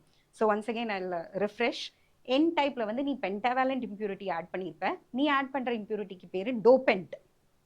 ரெண்டு விதமான டோபெண்ட் இருக்கு, pentavalent dopant and trivalent dopant. Pentavalent டோபெண்ட்ல வந்து 5 எலக்ட்ரான்ஸ் இருக்கும். நமக்கு பாண்டிங்க்கு 4 போதும். Because silicon or germanium was it belongs to the carbon family which are all tetravalent. நீ எடுத்த சிலிக்கனுக்கு 4 பாண்டு இருந்தது. இப்போ நீ போடுற பென்டாவேலண்ட் கிட்ட 5 எலக்ட்ரான்ஸ் இருக்கு. அது 4 எலக்ட்ரான்ஸ் பாண்டுக்கு கொடுத்துட்டு அதையும் தாண்டி ஒரு எலக்ட்ரான் எக்ஸ்ட்ராவா இருக்கும். அந்த எலக்ட்ரான் எக்ஸ்ட்ராவா இருக்கிறதுனால இப்படி கிடைக்கிற செமிகண்டக்டரை என் டைப் செமிகண்டக்டர் அப்படின்னு சொல்றோம். இதே வந்து சிலிக்கனை எடுத்துட்டு, சிலிக்கன் ஒரு ஜெர்மேனியம் எடுத்துட்டு you are transferring a trivalent impurity into it. Trivalent impurity கிட்ட 3 எலக்ட்ரான் தான் இருக்கு. ஏற்கனவே இருந்த சிலிக்கனோ ஜெர்மேனியமோ 4 பாண்டை ஃபார்ம் பண்ணியிருந்தது. ஆனா இப்போ இருக்கிற ட்ரைவேலண்ட் கிட்ட 3 தான் இருக்கு. 3 கோவேலண்ட் பாண்ட்ஸ் ஃபார்ம் ஆகும். ஒரு கோவேலண்ட் பாண்ட் ஃபார்ம் ஆக முடியாம பேரிங் நடக்காம ஒரே ஒரு எலக்ட்ரானும் ஒரு ஹோலும், ஒரு வேகன்சி ஆஃப் எலக்ட்ரானும் இருக்கும். அந்த வேகன்சி ஆஃப் எலக்ட்ரானை தான் ஹோல்னு சொல்றோம். So I hope you have understood what is N type, P type, N type semiconductor, P type semiconductor, intrinsic semiconductor, extrinsic semiconductor, and what is majority carriers, minority carriers, what is acceptor energy level, what is donor energy level, and all. So with that we finish off the introduction part. இதை refresh பண்ணிட்டு தான் நம்ம next வந்து PN junction டயோடுங்கிற first டிவைஸ்க்குள்ளேயே போவோம். So this is how the learning process is. இதில் நம்ம மெயினாக 3 விதமான மெட்டீரியல் படித்தோம், கண்டக்டர்ஸ், இன்சுலேட்டர்ஸ் அண்ட் செமிகண்டக்டர்ஸ். செமிகண்டக்டர்ஸோட கண்டக்டிவிட்டி இன்க்ரீஸ் பண்ணுறதுக்கு நம்ம பண்ணுற ப்ராசஸ் தான் டோப்பிங். டோப்பிங்கில் நீ ஆட் பண்ணுற இம்பியூரிட்டி தான் டோபெண்ட். டோபெண்ட் ஆட் பண்ண உடனே intrinsic semiconductor will change into extrinsic semiconductor. நீ ஆட் பண்ணுற டோபெண்ட் 2 விதம், trivalent and pentavalent. Trivalent add பண்ணேன்னா பி டைப் செமிகண்டக்டரும், பென்டாவேலண்ட் ஆட் பண்ணேன்னா என் டைப் செமிகண்டக்டரும் கிடைக்கும். என் டைப்ல majority carriers are holes, N டைப்ல வந்து electrons but still there are some holes. P டைப்ல majority is holes but still there are some electrons in it. So previous கிளாஸ்ல நம்ம எலக்ட்ரானிக்ஸோட இன்ட்ரடக்ஷன் பார்த்தோம். எலக்ட்ரானிக்ஸுங்கிறது it deals with devices which use very low voltages. Electrical அப்ளையன்சஸ்க்கும் electronic அப்ளையன்சஸ்க்கும் என்ன வித்தியாசம்னா மெயினாக வோல்டேஜ் கன்சம்ஷனில் வர டிஃப்ரென்சஸ். அண்ட் இதில் வந்து அதிகமான ஆக்டிவ் கம்போனன்ட்ஸ் இருக்கும். ஆக்டிவ் கம்போனன்ட்ஸ், பாசிவ் கம்போனன்ட்ஸ், இந்த டிஃப்ரென்ஸ் எல்லாம் ப்ரீவியஸ் கிளாஸில் பார்த்தோம். இருந்தாலும் இன்னொரு வாட்டி அதை ரீகேப் பண்ணிவிட்டு we will go to junction diode. PN junction diode எப்படி கிரியேட் பண்ணணும், அதனோட யூசஸ் என்ன, அது எப்படி ஃபங்க்ஷன் ஆகுது, அது எப்படி பயஸ் பண்ணுறது, அதெல்லாம் இன்னைக்கு கிளாஸில் பார்ப்போம். ஸோ லாஸ்ட் கிளாஸில் நம்ம என்ன பார்த்தோம்னா we saw about electronics. Electronics வந்து இன்னைக்கு நம்ம டெய்லி லைஃப்பில் எங்கெங்கே யூஸ் ஆகுது, அதனோட எவல்யூஷன் நம்ம பார்த்தோம். ஸோ ஃபர்ஸ்ட் வந்து vacuum diodes, they use to ஆக்கியூபை a large space. அதுக்கப்புறமா வந்து டிவைசஸ் எல்லாமே அதனோட சைஸை ரொம்ப கம்மி பண்ணிட்டு இன்னைக்கு எலக்ட்ரானிக்ஸோட size has become very less. Electronics are those devices which use very less voltage, less than 12, preferably less than 12 voltage, and they are made up of both active components as well as passive components. Active components ஆல ஒரு சர்க்யூட்ல பவரை generate பண்ண முடியும், passive components ஆல முடியாது. passive components க்கு example வந்து resistors and capacitors. active components க்கு examples are diodes and transistors. Then we studied what is energy band diagram for solids. energy band diagramனா என்னது அப்படிங்கறத பார்த்தோம் நம்ம. what is energy band diagram? what is an energy band? closely related energy levels which are ரொம்ப நெருக்கமா இருக்கிற, very close, the band of very large number of closely spaced energy levels is called as energy band. அது எந்த energy லெவலால made, it is made of which type of energy லெவல்ங்கிறத பொறுத்து அந்த energy பேண்டை ரெண்டா நம்ம கன்சிடர் பண்ணலாம். வேலன்ஸ் எலக்ட்ரான்ஸ் இருக்கிற எனர்ஜி லெவலா இருந்தா அந்த எனர்ஜி பேண்டை நம்ம வேலன்ஸ் பேண்டுன்னு சொல்லுவோம். once the electron enters into conduction, it starts flowing, conduct பண்ற அந்த ரீஜன்ல the energy band formed due to the valence orbitals is called as valence band, and that formed due to unoccupied orbitals to which the electrons can jump when it comes into conduction. when energy கொடுத்ததுக்கு அப்புறம் higher energy levels தான் conduction band, இருக்கிற existing energy level தான் valence band.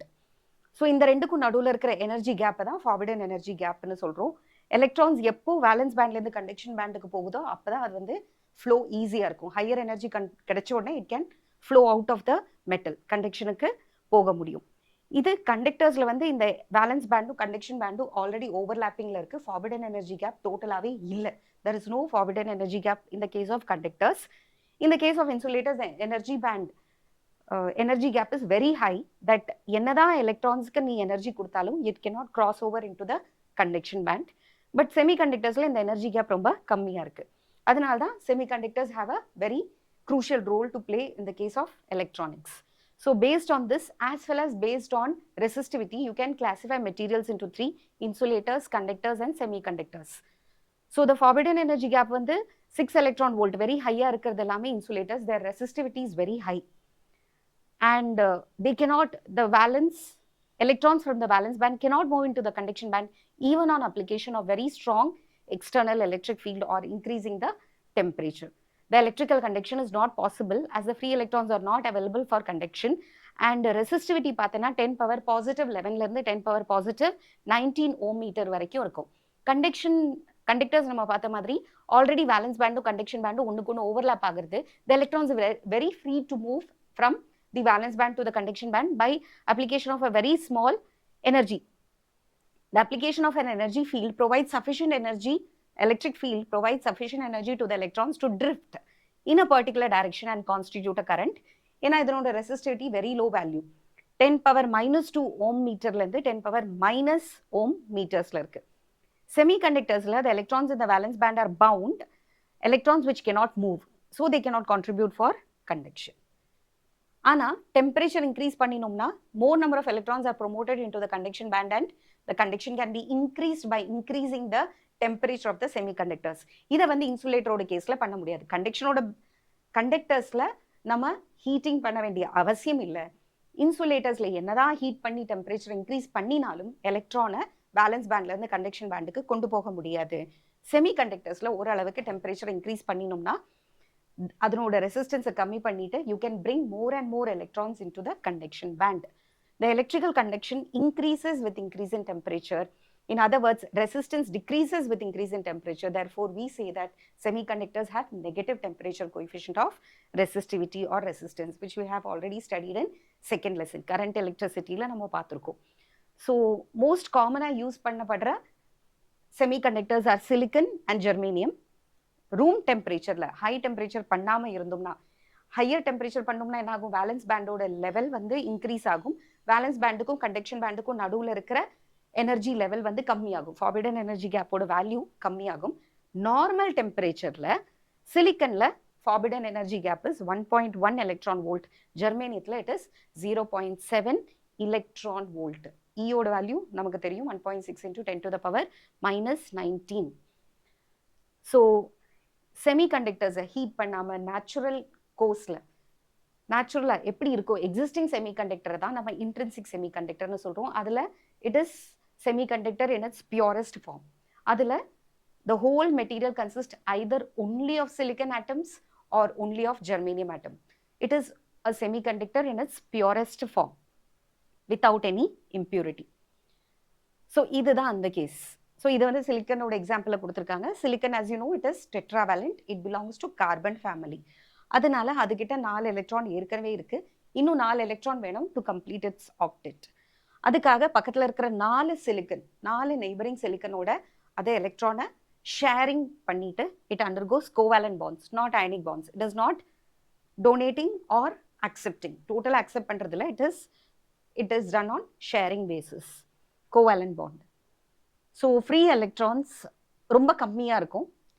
If Ed all ஏதாவது ஒரு bond break ஆச்சுன்னா மட்டும்தான் free electron வரும். அந்த ஃப்ரீ எலக்ட்ரான் இருக்கிற இந்த மெட்டீரியலில் there is a hole which is created. அந்த எலக்ட்ரான் எங்கேருந்து ஃப்ரீ ஆச்சோ, எங்கேருந்து எஸ்கேப் ஆச்சோ அந்த இடத்துல you will have a vacancy of electron and that is called as a hole. A broken covalent bond creates an electron as well as a hole. So two-dimensional crystal latticeல சிலிக்கனோட electrons mostly they are in the valence band, conduction bandல எதுவும் இருக்காது. In case இந்த covalent bond break ஆச்சுன்னா இந்த break ஆன இடத்துல எல்லாம் என்ன create ஆகும், vacancy of electron. இந்த vacancy of electron is what is called as hole and free இருக்கிற electrons they'll be able to enter into the conduction band either by application of high temperature or by various other reasons. So presence of electrons in the conduction band and hole at room temperature ரொம்ப கம்மியாக தான் conduction bandல இருக்கும் in case the covalent bond is broken. So the vacancy is produced in the valence band are called as holes. As the holes are deficiency of electron, they are treated to possess positive charges. So hence electrons and holes are the two charge carriers in semiconductors. Metals வந்து free electrons மட்டும்தான் இருக்கு. ஆனா இதுல வந்து ரெண்டு விதமான charge carriers இருக்கு. They can be either holes which are said to be positively charged and electrons which are said to be negatively charged. In intrinsic semiconductor, the number of electrons in the conduction band is equal to the number of holes in the valence band. So the electrical conduction due to the electrons in the conduction band and holes in the valence band. இது ரெண்டுனால current generate ஆகும். Valence bandல flow of current is due to the flow of holes, positively charged holes. Conduction bandla it is due to electrons. The current generated by electron is written as I suffix E. And IH, which is the current due to the flow of holes. So the total current is the sum of electron current and hole current in a semiconductor. An intrinsic semiconductor behaves like an insulator at absolute zero. 0 Kelvin temperature சுத்தமா ஜீரோவா இருந்ததுன்னா இந்த bonds break ஆகிறதுக்கு சான்ஸே இல்லை. So you do not have free electrons and holes. They behave like insulators. But slowly when the temperature is increased, the number of covalent bonds which are broken increases. The number of free electrons and holes which are the charge carrier increases. அப்படி increase ஆன diagram தான் 10.4ல B நம்ம பார்த்தோம். Okay, 10.4 A diagramங்கிறது என்னது? அந்த free electrons இல்லாத case. இங்க வந்து ஃப்ரீ எலக்ட்ரான்ஸ் கிரியேட் ஆகிற கேஸை தான் நம்ம பார்த்தோம். The intrinsic carrier concentration is the number of electrons in the conduction band or the number of holes in the valence band. இதை தான் அதனோட என்னன்னு சொல்றோம்? கண்டக்டிவிட்டின்னு சொல்றோம். The intrinsic carrier concentration. Carrierனா என்னது? Charge carrier. Charge carrierோட concentration, number of charge carriers per unit volume அப்படின்னு சொல்லலாம். அந்த concentration is the number of electrons in the conduction band or which is equal to the number of holes in the valence band. இது வந்து temperature increase பண்ணும்போது covalent bonds break பண்றது. வேற ஏதாவது method இருக்கா to increase the number of charge carriers in semiconductors? அப்படின்னு பார்க்கும்போது there is a process which is called as doping. The process of adding impurities to the intrinsic semiconductor, pure semiconductorல the number of silicon which are having covalent bonds மட்டும்தான் இருக்கு. Very rarely does the covalent bond break. So எங்கேயாவது ஒரு deficiency of electron இல்லைன்னா ஒரு excess of எலக்ட்ரானை create பண்ணுறதுக்காக ஒரு சில சிலிக்கன் ஆட்டத்தை நம்ம எடுத்துட்டு it has to be replaced with some other atom which can be either a trivalent atom or a pentavalent atom. நம்ம இந்த மாதிரி சிலிக்கனை எடுத்து அந்த இடத்துல ரீப்ளேஸ் பண்ணுற புது ஆட்டத்துக்கு இம்பியூரிட்டின்னு பேர். பியோர் கண்டக்டர், பியோர் செமிகண்டக்டரில் it is made up of only silicon or germanium. So அந்த இடத்துல நம்ம என்ன பண்ண போறோம்? இப்போ சிலிக்கனை எடுத்துட்டு ஜெர்மேனியத்தை எடுத்துட்டு அந்த இடத்துல you going to insert some other atom. அந்த ஆட்டம் ட்ரைவேலண்டோ பென்டாவேலண்டோ இருக்கும் which does not belong to the intrinsic semiconductor. அந்த மாதிரி ஆட் பண்ற இம்பியூரிட்டிக்கு தான் டோபென்ட்னு பேரு. இந்த மாதிரி ஆட் பண்ற ப்ராசஸ்க்கு டோப்பிங்னு பேரு, ஆட் பண்ற மெட்டீரியலுக்கு dopant. It increases the concentration of charge carriers. இப்படி செய்யறதுனால அதுல இருக்கிற நம்பர் ஆஃப் எலக்ட்ரான்ஸ் அண்ட் ஹோல்ஸை உன்னால நல்லாவே இன்க்ரீஸ் பண்ண முடியும். either electrons or holes ஏதாவது ஒன்று. and in turn you can also increase the conductivity of the semiconductor. so the impurity atoms are called as dopant. and அதை எப்படி ஆட் பண்ணுவோம்னா மில்லியன் சிலிக்கன் ஆட்டத்துக்கு ஒரு 1 million 10^6 சிலிக்கன் ஆட்டம்ஸ் இருக்கிற இடத்துல என்ன பண்ணுவோம்? ஒரு 10 இல்லைன்னா 100 300 400 parts per million. okay, so roughly you have 100 parts per million of impurity inside the semiconductor. On the basis of the impurity that you have added, நம்ம என்ன impurity ஆட் பண்ணியிருக்கோங்கிறத பொறுத்து அந்த extrinsic semiconductor ரெண்டா பிரிச்சுக்கலாம். N type semiconductor, P type semiconductor. So முதல்ல N type semiconductor என்னதுன்னு பார்க்கலாம். N type semiconductor is obtained by doping a pure silicon or germanium crystal with a pentavalent impurity. Pentavalent impurityனா எதுலெல்லாம் valence electrons 5 இருக்கும். group 1 periodic table நமக்கு தெரியும். group 1ல வந்து outer most shellல 1 இருக்கும். for example sodium 11 281 இதுதான் electronic configuration. hydrogen having 1 இருக்கிறதே ஒரே ஒரு shell தான், அதுலயும் 1 தான் இருக்கு. next sodium 11, then you have potassium 19 which is 2881. so outermost shellல ஒரே ஒரு electron இருக்கு. So that is group 1. Group 2ல outermost valenceல 2 இருக்கும். Group 3, group 4, group 5. So group 5 ல இருக்கக்கூடிய pentavalent atoms whose valence is 5, like nitrogen அந்த குரூப்ல. But nitrogen being a gas, you cannot add it as an impurity. நமக்கு solid இருக்கிற materials வேணும். For example, phosphorus, maybe. So such as phosphorus, arsenic and antimony. Group 5 of the periodic table இருந்து நம்ம choose பண்ணி நம்ம இதோட merge ஆகிற மாதிரி எதை வந்து இதுல மிக்ஸ் பண்ண முடியுமோ எல்லாத்தையும் பண்ண முடியாது. Nitrogen is also pentavalent, but you cannot go for nitrogen because it is a gas. It cannot replace a solid material. So சிலிக்கனை ரீப்ளேஸ் பண்ண முடியற மாதிரி அதில் மர்ஜ் பண்ண முடியற மாதிரி மெட்டீரியல்ஸை நம்ம சூஸ் பண்ணுவோம். அந்த மாதிரி மெட்டீரியல்ஸ் தான் 5th குரூப்ல இருக்கிற ஃபாஸ்பரஸ், ஆர்சனிக் அண்ட் ஆன்டிமனி. இது எல்லாத்துக்குமே valence electron, valence outermost ஷெல்லில் வந்து 5 எலக்ட்ரான்ஸ் இருக்கு. ஸோ என்ன ஆகுங்கிறது ஸ்ட்ரக்சரில் பார்க்கலாம். இதை தவிர இன்னொரு பாசிபிலிட்டியும் இருக்கு. So it should be either less than 4 or greater than 4. 4 விட 1 கம்மி, இல்லைனா 4 விட 1 ஜாஸ்தி. அப்படி இருக்கிற எலிமெண்ட்ஸை தான் நம்ம டோபென்ட்டா யூஸ் பண்ண போகிறோம், இம்ப்யூரிட்டியாக யூஸ் பண்ண போகிறோம். ஸோ ஃபர்ஸ்ட் கேஸில் பென்டாவேலண்ட் யூஸ் பண்ணியாச்சு. இதெல்லாம் ஃபாஸ்பரஸ், ஆர்சனிக், ஆன்டிமனி எல்லாத்தையுமே சொல்லிட்டோம். whichever is possible to be added in a silicon crystal. So in the p-type semiconductor, you are adding a trivalent impurity whose valence shell contains 3 electrons. For example, 2,5, 2,3. Total 5 atomic number இருக்கிற boron. Okay. So boron, aluminium, gallium, indium, இதுக்கெல்லாம் outermost shellல 3 electron தான் இருக்கு. So these are elements which are called as trivalent elements. They form group 3 of periodic table. The dopant which is 3 valence electrons and form 3 covalent bonds with 3 silicon atom. அப்போ இன்னொரு bond incomplete இருக்கும். ஏற்கனவே silicon form பண்ணியிருந்த 4 covalent பாண்டில் 3 மட்டும்தான் இப்போ புதுசாக வந்திருக்கிற ட்ரைவேலண்ட் இம்ப்யூரிட்டி சாட்டிஸ்ஃபை பண்ணும். அப்போ 4வது பாண்ட் இன்கம்ப்ளீட்டாக இருக்கு.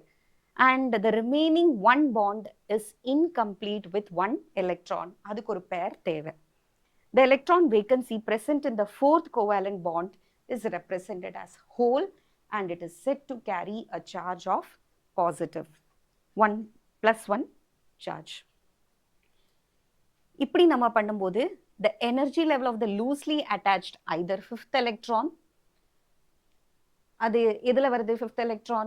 n-type material. n-type மெட்டீரியல்ல எக்ஸஸா இப்போ என்ன இருக்கு? ஒரு எலக்ட்ரான் எக்ஸஸா இருக்கு. நம்ம என்ன ஆட் பண்ணியிருக்கோம்? பென்டாவேலண்ட் இம்ப்யூரிட்டி ஆட் பண்ணியிருக்கோம். அதுல இருக்கிற 4 எலக்ட்ரான் 4 கோவேலண்ட் பாண்ட்ஸ் ஃபார்ம் பண்ணியிருக்கோம்.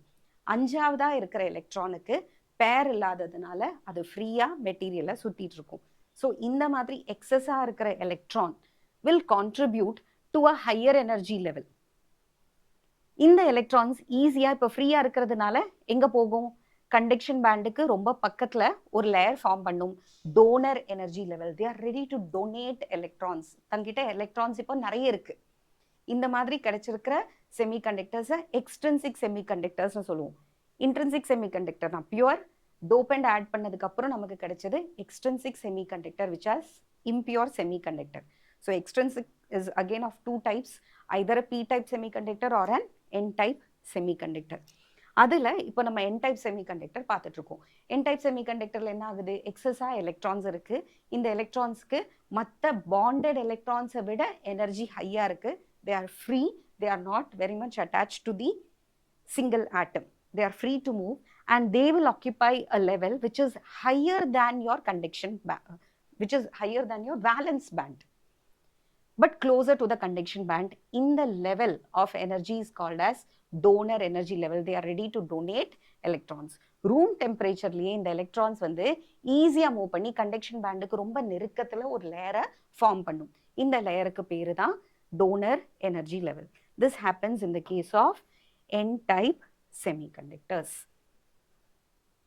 Next, p-type semiconductorல என்ன ஆகுதுன்னு பார்க்கலாம். To complete a covalent bond, to make complete covalent bonds with 4 neighboring atoms, the dopant is in need of 1 more electron.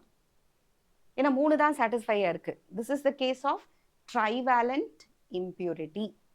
These dopants can accept electrons from the neighboring atoms. Therefore, this impurity is called as acceptor impurity. The energy level of the hole created by each impurity atom is just above the valence band and is called the acceptor energy level. அது எலக்ட்ரானை எப்படா கிடைக்கும், எப்பதான் நம்ம எலக்ட்ரானை accept பண்ணிக்கலாம்னு இருக்கிறதுனால இந்த எனர்ஜி லெவலுக்கு அக்செப்டர் எனர்ஜி லெவல்னு பேரு. இந்த ஹோல்ஸ் எல்லாம் they will form a layer just above the valence band and they are ready to accept electrons. So thermally generated electrons in the conduction band that you can see heat-னால higher energy கிடைச்ச electrons எல்லாம் அங்க போயிடும். And the holes generated by the dopants are in the valence band.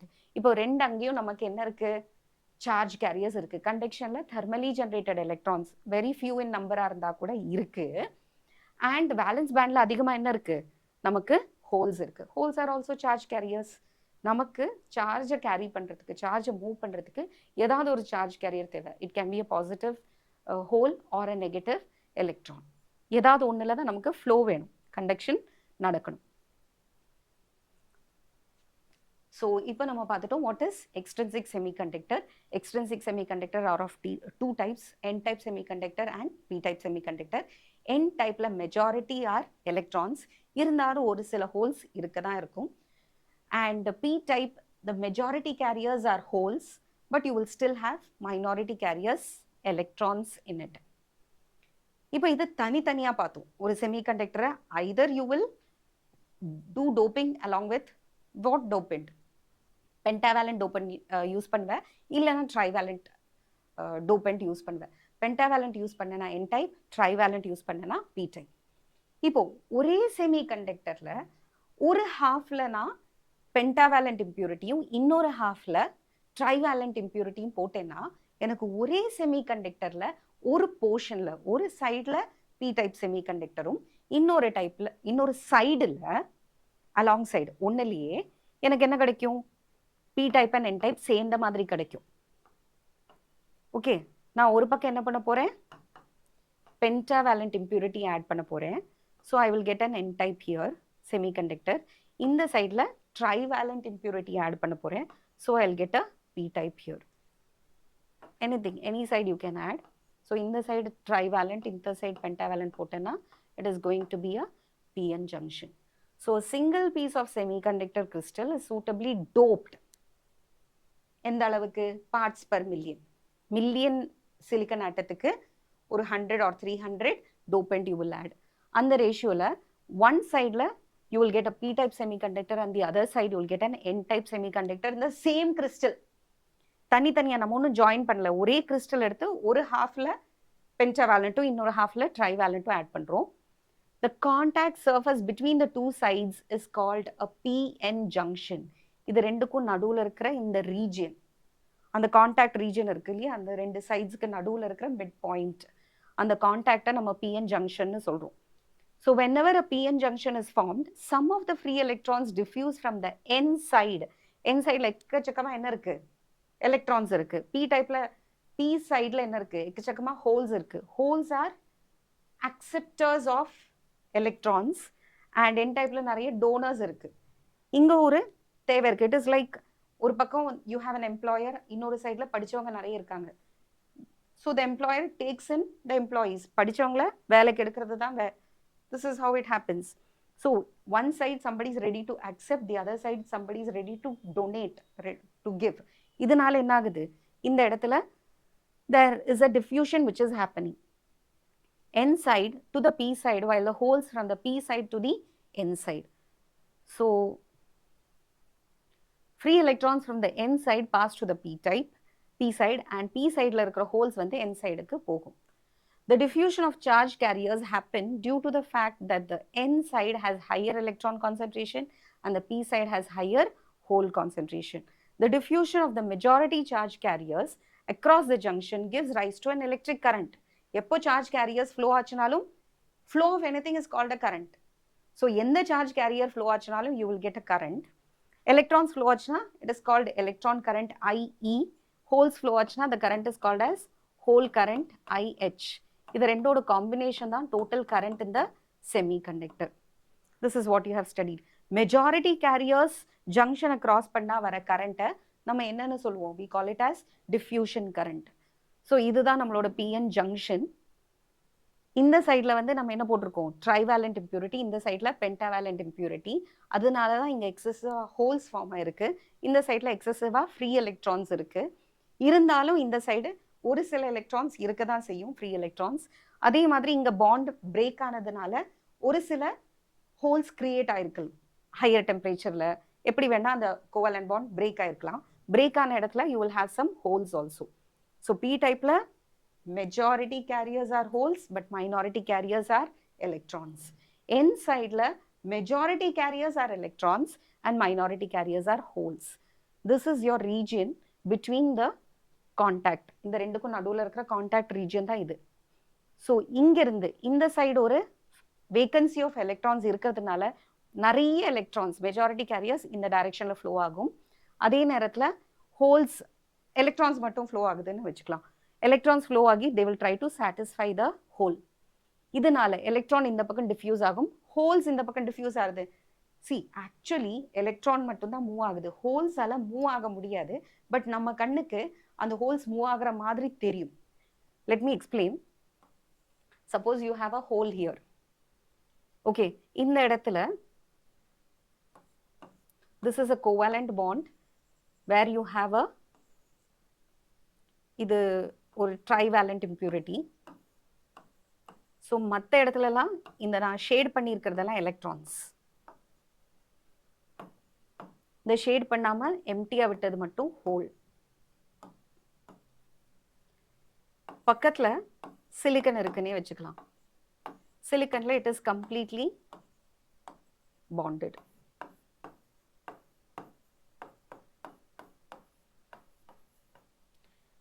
So இந்த எலக்ட்ரானால இந்த ஹோலால் என்ன பண்ண முடியும், இந்த பாண்டை பிரேக் பண்ணி இந்த இடத்துல இருக்கிற எலக்ட்ரானை தன் பக்கம் இழுத்துக்க முடியும். இல்லை இந்த சைடு இருக்கிறதா கூட இருக்கலாம். இங்கேருந்து எடுக்கிறது எலக்ட்ரான் இந்த பக்கத்துலேருந்து இந்த பக்கம் எடுக்கலாம், இல்லைன்னா இந்த எலக்ட்ரான் எடுக்கலாம். ஸோ இந்த எலக்ட்ரான் இந்த பக்கம் ஜம்ப் ஆன உடனே இந்த பக்கம் என்ன இருக்கும், அந்த ஹோல் இப்போ இந்த பக்கம் வந்துடும் இல்லையா. Now this will become a whole. இங்கேருந்து தான் எலக்ட்ரான் இங்கே ஜம்ப் ஆயிருக்கு, இது கம்ப்ளீட் ஆகிடும். பட் அந்த ஹோல் வந்து இந்த பக்கம் டிரான்ஸ்ஃபர் ஆகுறது. ஸோ ஆக்சுவல் ஃப்ளோங்கிறது எலக்ட்ரான்ஸ் தான், பட் நம்ம கண்ணுக்கு ஹோல்ஸ் ஆப்போசிட் டைரக்ஷனில் மூவ் ஆகிற மாதிரி தெரியும். ஓகே, ஒவ்வொரு எம்டி இருக்கிற இடத்துலையும் when you have some vacancies and you're placing the marble, ஏதாவது ஒரு மார்பிளோ இந்த மாதிரி ஒரு சில கேம்ஸ் கூட இருக்கு, isn't it? ஸோ இந்த மாதிரி நிறைய வேகன்சி இருக்கு. இதில் இங்கே ஒரு மார்பிள் இருக்கு. இந்த மார்பிளை நீ இந்த பக்கம் டிரான்ஸ்ஃபர் பண்ணுறேன்னா now what will happen, this area will become a hole, here you will have the marble. மீதி எல்லாம் வேகண்டா இருக்கும். இந்த மார்பிளை இந்த பக்கம் டிரான்ஸ்ஃபர் பண்ணனா, isn't it? This is how it happens. So இந்த மார்பிளை ஒவ்வொரு வேகன்சியில் நீ டிரான்ஸ்ஃபர் பண்ண ஹோல் ஆப்போசிட் சைடுக்கு மூவ் ஆன மாதிரி நம்ம கண்ணுக்கு தெரியும். or you will have a feel that the holes are drifting to the other side. So இந்த மெஜாரிட்டி கேரியர்ஸோட ஃப்ளோனால அந்த ஃப்ளோவால் கிடைக்கிற கரண்ட்டுக்கு பேர் தான் என்னது, diffusion current. Diffusion current is due to the flow of majority carriers. அதே நேரத்தில் என்ன நடக்கும், இங்கே இருக்கிற எலக்ட்ரான்ஸை இங்கே இருக்கிற மைன்யூட்டாக இருக்கிற மைனாரிட்டி கேரியர்ஸாக இருக்கிற ஹோல்ஸும் இங்கே இருக்கிற எலக்ட்ரான்ஸை அட்ராக்ட் பண்ணும். ஸோ மைனாரிட்டி கேரியர்ஸும் மெஜாரிட்டி கேரியர்ஸோட ஆப்போசிட் டைரக்ஷனில் ஃப்ளோ ஆகும். Electrons are flowing from the N type to the P type, giving rise to a current called as diffusion current. And the diffusion current oda direction is opposite to the direction of flow of electrons. இங்கேயும் அதே மாதிரி என்ன நடக்கும், minority கேரியர்ஸும் drift ஆகும். Minority carriers are called as electron from the P side drift to the N side and holes from the N side drift to the P side. This also gives rise to a current which is again opposite to the direction of flow of electrons. This current is called as drift current. So green color represents your free electron and the white color represents a hole. This is the direction of electric field. நான் இங்கே ஒரு electric field create ஆகுது.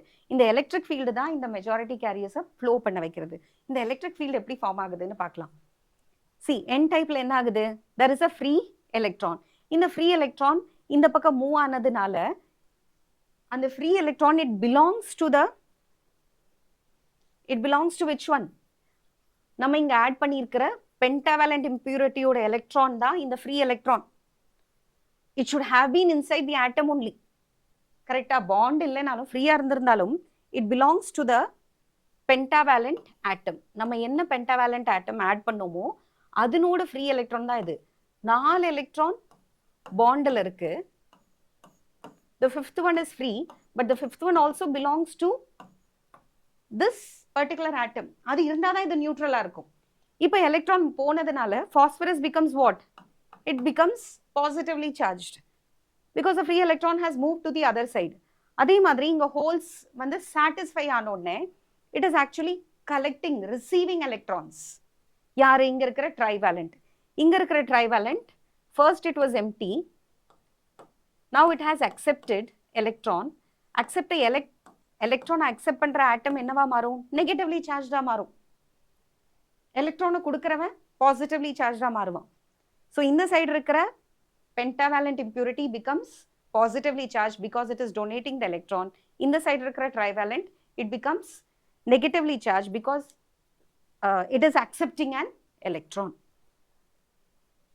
When an electron leaves from the n side, the pentavalent atom in the n side becomes positive ion. The free electron migrating from the p side recombines with the hole present in a trivalent atom near the junction, and the trivalent atom becomes negative ion. Since such ions are bonded to the neighboring atoms, இந்த negative அயானாலையும் positive அயானாலையும் தன்னோட இடத்தை விட்டு நகரவே முடியாது. They are bonded to the place in the crystal. அந்த crystal latticeல they are bonded, so they are unable to move, and the diffusion process continues. A layer of positive ions is formed. Positive ions and negative ions are created on both sides of the junction. This thin layer of positive ions and negative ions, which is free from charge carriers, is called depletion layer. இந்த லேயருக்கு ரெண்டு சைடில் என்ன இருக்கு? ஒரு side ஃபுல்லாக positive layer, இன்னொரு side ஃபுல்லாக நெகட்டிவ் லேயர் இருக்கு. இந்த ரீஜனில் உனக்கு ஹோல்ஸும் இல்லை, ஃப்ரீ எலக்ட்ரான்ஸும் கிடையாது. இந்த இடத்துல என்னாச்சு? ரீகாம்பினேஷன் நடந்துருச்சு. ஸோ இங்கே இருக்கிற எலக்ட்ரான்ஸ் இந்த பக்கம் மூவ் ஆச்சு, இங்கே இருக்கிற ஹோல்ஸ் இந்த பக்கம் டிஃப்யூஸ் ஆச்சு. ஆஸ் அ ரிசல்ட் இந்த ரீஜனில் you neither have free holes or free electrons. This region where you do not have any free holes or electrons is called as depletion region. The electric field which is set up due to the positively charged layers in the n side la positively charged. n side la yaar irukanga? 5 valency pentavalent ah irukra atoms. Now they are positively charged because they have donated electrons to the p side. p side la yaar adha vaangikiradhukku ready ah irukanga? Trivalent impurity. The trivalent impurity is ready to get the electron, and they have formed a negatively charged ion which is existing on the p side of the depletion layer. So this electric field makes the electrons in the p side drift into the n side and the holes in the n side to the p side. This is what makes the minority charge carriers to move. So first வந்து majority carriers மட்டும் தான் move ஆகிறது. அதனால வர கரண்ட்டுக்கு diffusion கரண்ட்னு பேரு. இந்த diffusion கரண்ட்னால n சைடுல positively charged ionsum, p sideல negatively charged ionsum create ஆகுது on both sides of the depletion layer. Depletion layer is a layer where you do not have any free holes or electrons, and in the layer of positive and negative ions creates an electric field. This electric field pulls the electrons, which are the minority carriers, from the p side to the n side where holes are drifted towards the opposite side. Holes போயிடும். Holes in the n side into the p side. The current due to this motion of the minority charge carriers is called as drift current. The diffusion current and drift current flow in opposite direction. Though drift current is very less than diffusion current, initially equilibrium reach ஆகும்போது at a particular time, with each electron or hole diffusing across the strength of the electric field increases, thereby increasing the drift current till the two current becomes equal. Hence, at equilibrium, there is no net electric current across the junction of a PN junction diode. So இதுதான் அந்த ஜங்ஷன்ல நடக்கிற processes. So ஒரு சைடில் majority careers, ஒரு சைடில் majority careers electron, ஒரு சைடில் majority careers holes. இதனோட ஃப்ளோவை we call it as diffusion current. This gives rise to positive ions and negative ions which creates a electric field. முதல்ல மெஜாரிட்டி கேரியர்ஸ் மூவ் ஆகும், ரெண்டு சைடும் ions create ஆகும். Ions எல்லாம் ஒரு லேயராக ஃபார்ம் பண்ணும் எங்க டிப்ளீஷன் லேயருக்கு ஓரத்தில். அந்த இடத்துல ஒரு எலக்ட்ரிக் ஃபீல்டு கிரியேட் ஆகும். இந்த எலக்ட்ரிக் ஃபீல்ட் மீதி இருக்கிற மைனாரிட்டி கேரியர்ஸையும் புல் பண்ண ஆரம்பிக்கும். அதனால ஆப்போசிட் டைரக்ஷனில் ஒரு கரண்ட் வரும், which is drift current. Although initially drift current கம்மியாக இருந்தாலும் இந்த எலக்ட்ரிக் ஃபீல்டு வந்து இன்னுமே அதை கொஞ்சம் கொஞ்சமாக இன்க்ரீஸ் பண்ணி ஒரு பாயிண்ட்ல ஈக்குவலிபிரியத்தில் ட்ரிஃப்ட் கரண்ட்டும் டிஃப்யூஷன் கரண்ட்டும் ஈக்குவல் ஆகி there is no current flowing in the PN junction. இதை தனியாக எக்ஸாம் பாயிண்ட் ஆஃப் வியூவில் கேட்கலனாலும் மைனாரிட்டி கேரியர்ஸ் மெஜாரிட்டி கேரியர்ஸோட மூமெண்ட் புரிஞ்சாதான் நமக்கு ரெக்டிஃபிகேஷன் இல்லைன்னா மற்ற ஃபார்வர்ட் பயஸில் என்ன நடக்குது ரிவைஸ் பயஸில் என்ன நடக்குதுங்கிறதெல்லாம் நமக்கு புரியும். ஸோ இந்த மாதிரி ஒரு ரீஜன் இருக்கா, இந்த ரீஜனில் எதுவுமே கிடையாது, ஃப்ரீ சார்ஜ் கேரியர்ஸே கிடையாது, எலக்ட்ரான்ஸும் கிடையாது, ஹோல்ஸும் கிடையாது. இந்த இடத்துல ஓரத்தில் என்ன மட்டும் இருக்குது, ஒரு சைடில் பாசிட்டிவ் சார்ஜஸ், இன்னொரு சைடில் நெகட்டிவ் சார்ஜஸ் இருக்குது, negative ions and positive ions. And this is giving rice to an electric field. இந்த எலக்ட்ரிக் ஃபீல்ட்னா ஒரு எலக்ட்ரிக் பொட்டென்ஷியல் இருக்கும், ஃபர்ஸ்ட் லெசனில் படிச்சிருக்கோம். E is equal to minus dV by dx. Wherever there is an electric field, there will be an electric potential also. The movement of the charge carriers across the junction takes place only to a certain point, beyond which the depletion layer acts as a barrier. கொஞ்சம் ரீஜனை மட்டும்தான் உன்னால இந்த recombination நடக்க முடியும், அதுக்கப்புறம் இந்த recombination எதுவும் நடக்காது. This is due to the fact that the immobile ions on both sides establish an electric potential difference. முதல்ல மெஜாரிட்டி கேரியர்ஸ் ஃப்ளோ ஆச்சுனாலும் அதுக்கப்புறம் அந்த எலக்ட்ரிக் ஃபீல்டு அதனோட ஃப்ளோவை தடுத்துடும், ஒரு பேரியராக தடுத்துடும். இனிஷியலில் இருக்கிற கரண்ட்டை டிஃப்யூஷன் கரண்ட்டை கம்மி பண்ணும், ட்ரிஃப்ட் கரண்ட்டை இன்க்ரீஸ் பண்ணும், ஈக்குவலிபிரியத்தில் ரெண்டும் ஈக்குவல் ஆகிடும். Finally there is no current flowing across the junction. The difference in potential across the depletion layer is called as barrier potential.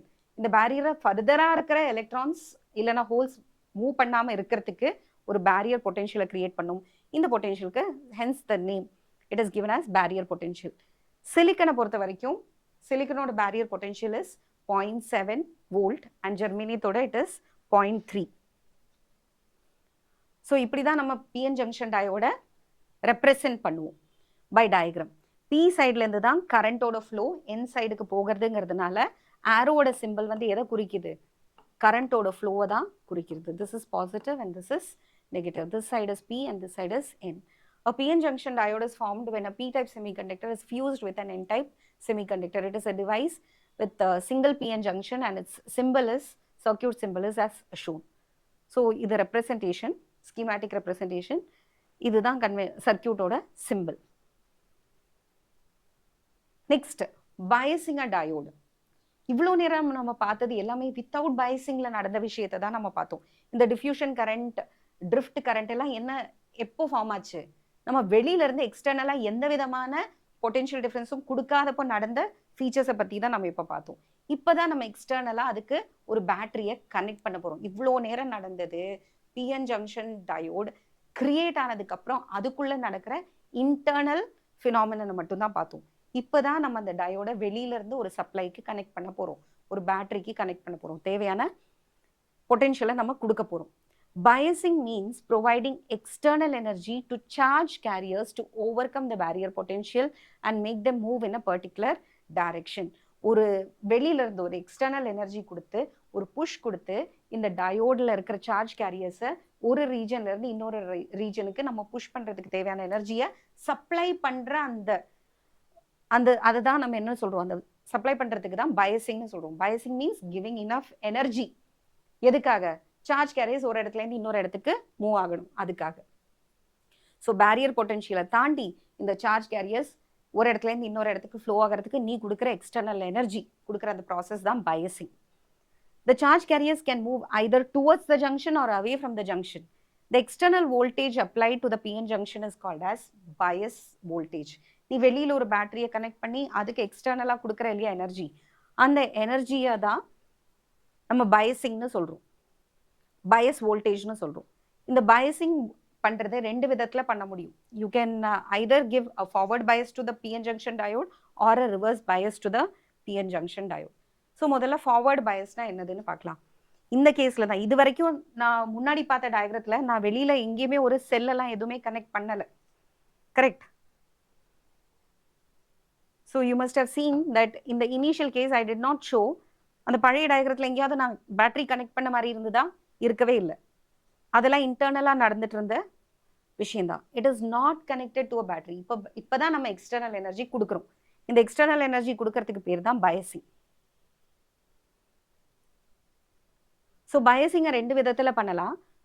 நம்ம எக்ஸ்டர்னலாக கொடுத்துருக்கிற பேட்டரியோட பாசிட்டிவை பி ஜங்ஷனுக்கும் நெகட்டிவை என் ஜங்ஷனுக்கும் கனெக்ட் பண்ணலாம். If the positive terminal of the external voltage source is connected to the P side and the negative terminal to the N side, it is called forward bias. The application of a forward bias potential pushes the electrons in the N side. N side la irukra electrons alla indha pakkam poganum, and the holes alla indha pakkam varanum. Appo dhaan unakku diffusion current innume higher agum.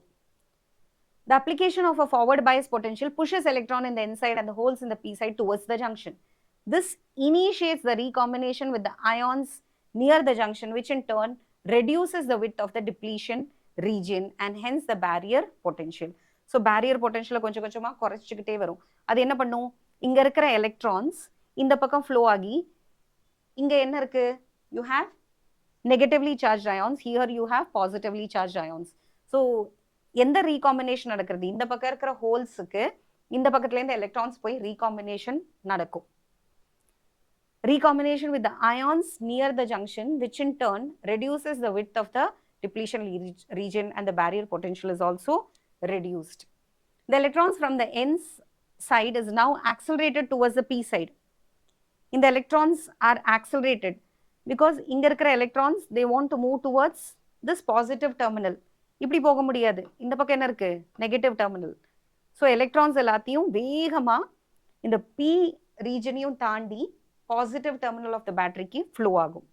அதே மாதிரி holes இந்த regionல இருந்து N regionையும் தாண்டி negative of the terminal க்கு move ஆகும். The electrons from the N side is now accelerated towards the P side as it experienced a reduced barrier potential. In addition, the accelerated electrons experience a strong attraction by the positive potential applied to the P side. The result is the movement of electrons from the N side to the P side. Similarly, holes from the P side towards the N side. When applied voltage is increased, the width of the depletion layer is still further reduced. This results in large number of electrons passing through the junction. So, நீ voltage variable voltage கொடுத்து கொஞ்சம் கொஞ்சமா அந்த voltage increase பண்ண பண்ண barrier potential ஓட value குறைஞ்சிக்கிட்டே வரும். Finally, you will get a exponential rise in current. High amount of electrons will travel from the N region to the P region, and similarly holes will travel from the P region to the N region, giving rise to an exponential rise in current. Very large value. Reverse bias la enna nadakradhunu paakalam. Reverse bias la reverse la kudukurom. Reverse la kudukurona P type P region negative terminal of the battery kum N region positive side of the battery kum kudukurom. Indha madri. So இந்த electrons வந்து barrier potential crossover பண்ணாம டைரக்டா இந்த டைரக்ஷன்ல it will start flowing. இங்கேயும் holes will try to move towards the negative terminal. So உனக்கு depletion layer increase ஆயிட்டே வரும். Almost it will start behaving like a insulator. Previous regionல previous caseல என்னாச்சு?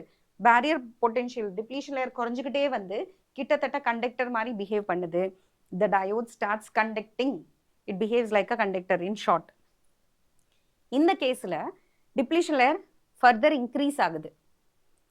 As the positive terminal is connected to the N type and the electrons in the N side are attracted towards the positive terminal, holes in the P side are attracted to the negative terminal of the battery.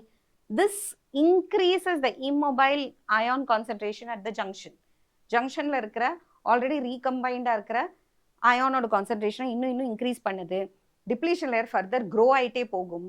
கடைசியில மொத்த டயோடுமே ஒரு insulator மாதிரி behave பண்ண ஆரம்பிக்கும். The majority charge carriers from both sides experience a great potential barrier to cross the junction. Majority carriers ஆல junction cross பண்ணவே முடியாது. ஆனா minority carriers ஆல பண்ண முடியும். Minority carriersக்கு ஒரு சின்ன minority carrier increase ஆகும். So this reduces the diffusion current tremendously. இருந்தாலும் a small current flows across the junction due to the minority charge carriers. Majority charge carriers இந்த மாதிரி flow ஆகும்.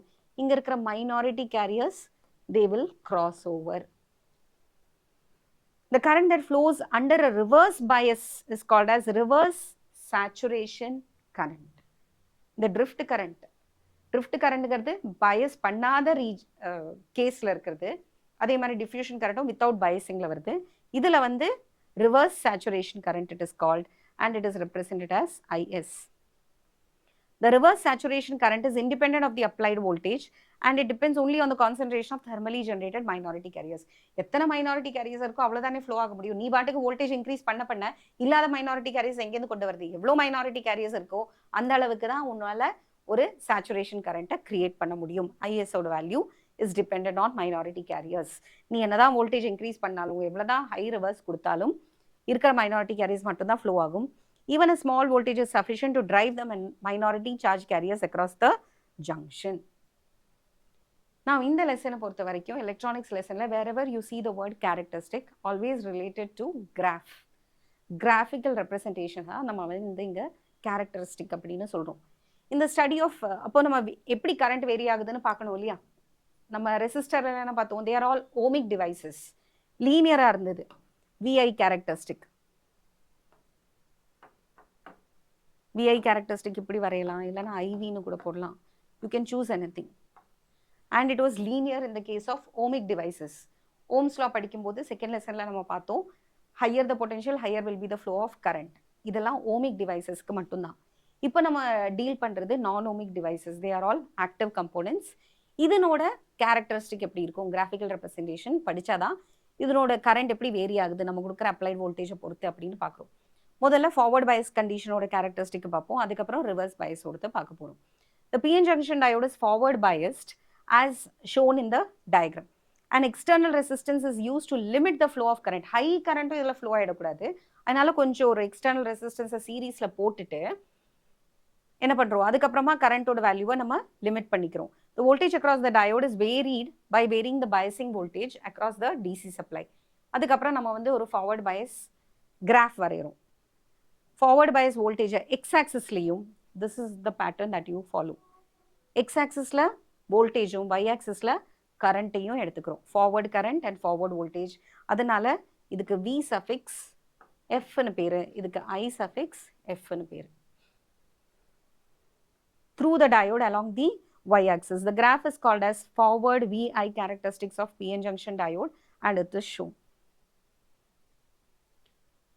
ஸோ இந்த ரெசிஸ்டன்ஸ் எதுக்காக? இந்த டயோடில் ஹை கரண்ட் ஃப்ளோ ஆகிடக்கூடாதுங்கிறதுக்காக இங்கே இருக்கிற பொட்டென்ஷியலை கொஞ்சம் இந்த ரெசிஸ்டன்ஸில் ட்ராப் பண்ண வைப்போம். எவ்வளோ அலவுடான கரண்ட்டை மட்டும்தான் இந்த டயோடுக்கு போகிற மாதிரி பண்ணுவோம். இது ஃபார்வர்ட் பயஸ்ங்கிறதுனால இந்த triangle shows P region. It is to be connected with the positive of the variable cell and the சின்ன line represents negative. That is to be connected to the negative. And then voltmeter oda positive and negative, milliammeter oda positive and negative. This is the forward bias case, IF, and this is VF. VF எதில் measure பண்ணுவோம்? Voltல measure பண்ணுவோம். This you will get in milliammeter. Milliampere, this is milliammeter, this is an instrument, this is the unit. நம்ம என்னதான் வோல்டேஜை ஜீரோலேருந்து கொஞ்சம் கொஞ்சமாக increase பண்ண ஆரம்பித்தாலும் ஒரு பாயிண்ட்டுக்கு அப்புறம் தான் இந்த கண்டக்ஷன் ஸ்டார்ட் ஆகுது. அது வரைக்கும் நமக்கு கரண்ட் ஜீரோவாகவே இருக்கு. நீ வோல்டேஜ் கொடுத்துமே கரண்ட் ஜீரோ. இது வந்து ஓமிக் டிவைசஸ்ல நடக்காது. Ohmic devices which obey the moment you start giving a potential you get a current. Potential increase பண்ண ஜீரோலேருந்து கொடுத்த உடனே ஸ்டார்ட் ஆகிடும். that was the case in ohmic devices. இங்கே வந்து இது நான் ஓமிக், கொஞ்ச நேரத்துக்கு கரண்டே வராது, அதுக்கப்புறமும் எக்ஸ்போனென்ஷியலாக இருக்குது, லீனியராக இல்லை, exponential growth of current happens. எந்த பாயிண்ட்டுக்கு அப்புறம் அந்த டயோடு கரண்ட்டை கண்டக்ட் பண்ண ஆரம்பிக்குதோ அந்த வோல்டேஜுக்கு பேர் தான் ஃபார்வர்டு பயஸ் ஆர் நீ வோல்டேஜ். ஏன்னா முட்டி மாதிரி இருக்குது. தலைகீழா பார்த்தோம்னா இந்த கிராஃப் எப்படி பார்த்தோம்னா it looks like your knee when you are sitting on a chair. So அதனால நீ வோல்டேஜ் அப்படின்னு பேர் அதுக்கு. இந்த கிராஃப்லேருந்து நம்ம படிக்கக்கூடிய இந்த ஃபார்வர்ட் கேரக்டரிஸ்டிக்லேருந்து நம்ம புரிஞ்சுக்கிற 4 விஷயம் என்னென்னதுன்னு பார்க்கலாம். ரூம் டெம்பரேச்சரில் என்னதான் பொட்டென்ஷியல் டிஃப்ரென்ஸை நம்ம கொடுத்தாலும் அந்த பேரியர் பொட்டென்ஷியலை கவர் பண்ணாமல், அதாவது இது நான் எடுத்திருக்கிறது ஒருவேளை சிலிக்கன் டயோடாக இருந்திருந்தா எனக்கு இந்த கிராஃபை போடும்போதே எனக்கு ஒரு அசம்ஷன் இருக்கும். Before hand it self I can tell that இந்த வோல்ட் கிட்டத்தட்ட 0.7க்கு பக்கத்தில் இருக்கும். 0.65 கூட இருக்கலாம், இல்லை 0.75 கூட இருக்கலாம். 7க்கு நியர் அபவுட்டாக இருக்கும். கண்டிப்பாக 0.7க்கு நியர் அபவுட்டாக இருக்கும். Because barrier potential for silicon is 0.7. அதே மாதிரி நான் எடுத்திருக்கிறது ஜெர்மேனியம் டயோடாக இருந்தால் இதனோட value it will B near about 0.3. So 0.29 கூட இருக்கலாம், இல்லை 0.31 கூட இருக்கலாம். அந்த 0.3 தாண்டினதுக்கு அப்புறம் தான் எனக்கு என்ன ஆகும், மோஸ்ட் ப்ராபப்ளி 0.29 கூட வரதுக்கு வாய்ப்பே இல்லை, 0.31 இருந்து தான் அது ஸ்டார்ட் ஆகும்.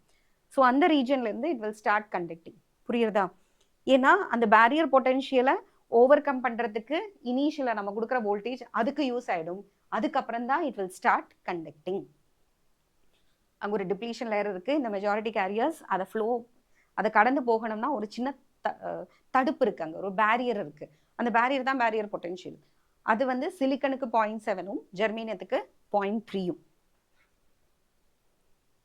So at room temperature, a potential difference equal to the barrier potential is required before a reasonable forward current starts flowing through the diode.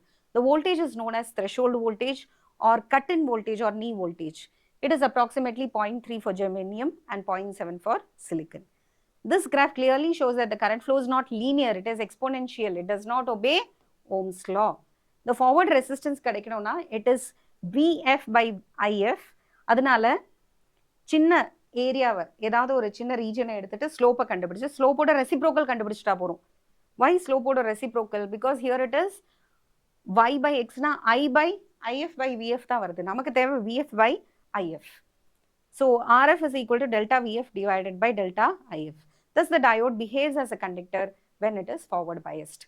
So 4 விஷயம் நம்ம புரிஞ்சுக்கிறோம். What are the 4 inferences? First thing, அந்த barrier potential தாண்டாம silicon diode 0.7 அப்புறம் தான் conduct பண்ண ஆரம்பிக்கும், germanium 0.3 அப்புறம் தான் கண்டக்ட் பண்ண ஆரம்பிக்கும். ரெண்டாவது, அதுக்கப்புறம் கூட கரண்டோட growth வந்து லீனியரா கிடையாது. It does not obey Ohm's law. It is a non-ohmic device. Third one, forward resistance இந்த கிராஃப்ல இருந்து கண்டுபிடிக்கலாம், and by finding reciprocal of the slope. And fourth thing, it behaves like a conductor, pure conductor. It starts flowing. However, if the applied voltage is increased beyond a rated value, it will produce an extremely large current which may destroy the junction due to overheating. This is called as breakdown of the diode, and the voltage at which the diode breaks down is called as breakdown voltage. It is safe to operate a diode between the threshold voltage and the breakdown voltage. So, ஒரு லெவலுக்கு மேலே அந்த 0.7 தாண்டி இது ஃபார்வர்டாக இருந்தாலும் சரி, ரிவர்ஸாக இருந்தாலும் சரி, ஃபார்வர்ட் கண்டிஷன்லையும் சரி, ரிவர்ஸ் கண்டிஷன்லையும் சரி, எலக்ட்ரானிக்ஸ் எப்படி நம்ம சொன்னோம், வெரி லோ வோல்டேஜஸில் ஹேண்டில் பண்ணுற டிவைசஸ் தான் இதெல்லாமே. ஸோ இங்கே வந்து நம்ம யூஸ் பண்ணும்போது அந்த த்ரெஷோல்டு வோல்டேஜுக்கும் பிரேக் டவுன் வோல்டேஜுக்கும் வித்தின் த த்ரெஷோல்டு வோல்டேஜ் தான் நம்ம யூஸ் பண்ணணும். த்ரெஷோல்டு வோல்டேஜ்ங்கிறது நீ வோல்டேஜ் ஸ்டார்ட் ஆகுது, பிரேக் டவுன் வோல்டேஜ் வந்து அதோட பிஎன் ஜங்ஷன் டோட்டலி டிஸ்ட்ராய் ஆகிற வோல்டேஜ். அந்த அளவுக்கு போகாமல் த்ரெஷோல்ட்லேருந்து பிரேக் டவுனுக்குள்ளே தான் நம்ம வந்து இதை யூஸ் பண்ணணும். ஸோ என்ன பார்த்தோம், ஃபார்வர்ட் பயஸ் பண்ணின கேரக்டரிஸ்டிக்கை பார்த்தோம். நெக்ஸ்ட் பார்க்க போகிறது ரிவர்ஸ் பயஸ் கேரக்டரிஸ்டிக். இதில் என்ன பண்ண போகிறோம்னா, நம்ம ரிவர்ஸ் பயஸ் பண்ண போகிறோம். That is P junction, P region will be connected to the negative of the battery and N region will be connected to the positive of the battery. In the reverse case, the P is connected to negative and N is connected to positive. இங்கேயும் நம்ம graph வரைய போகிறோம். Reverse bias வோல்டேஜில் the current across the junction is called the reverse characteristic of PN junction diode.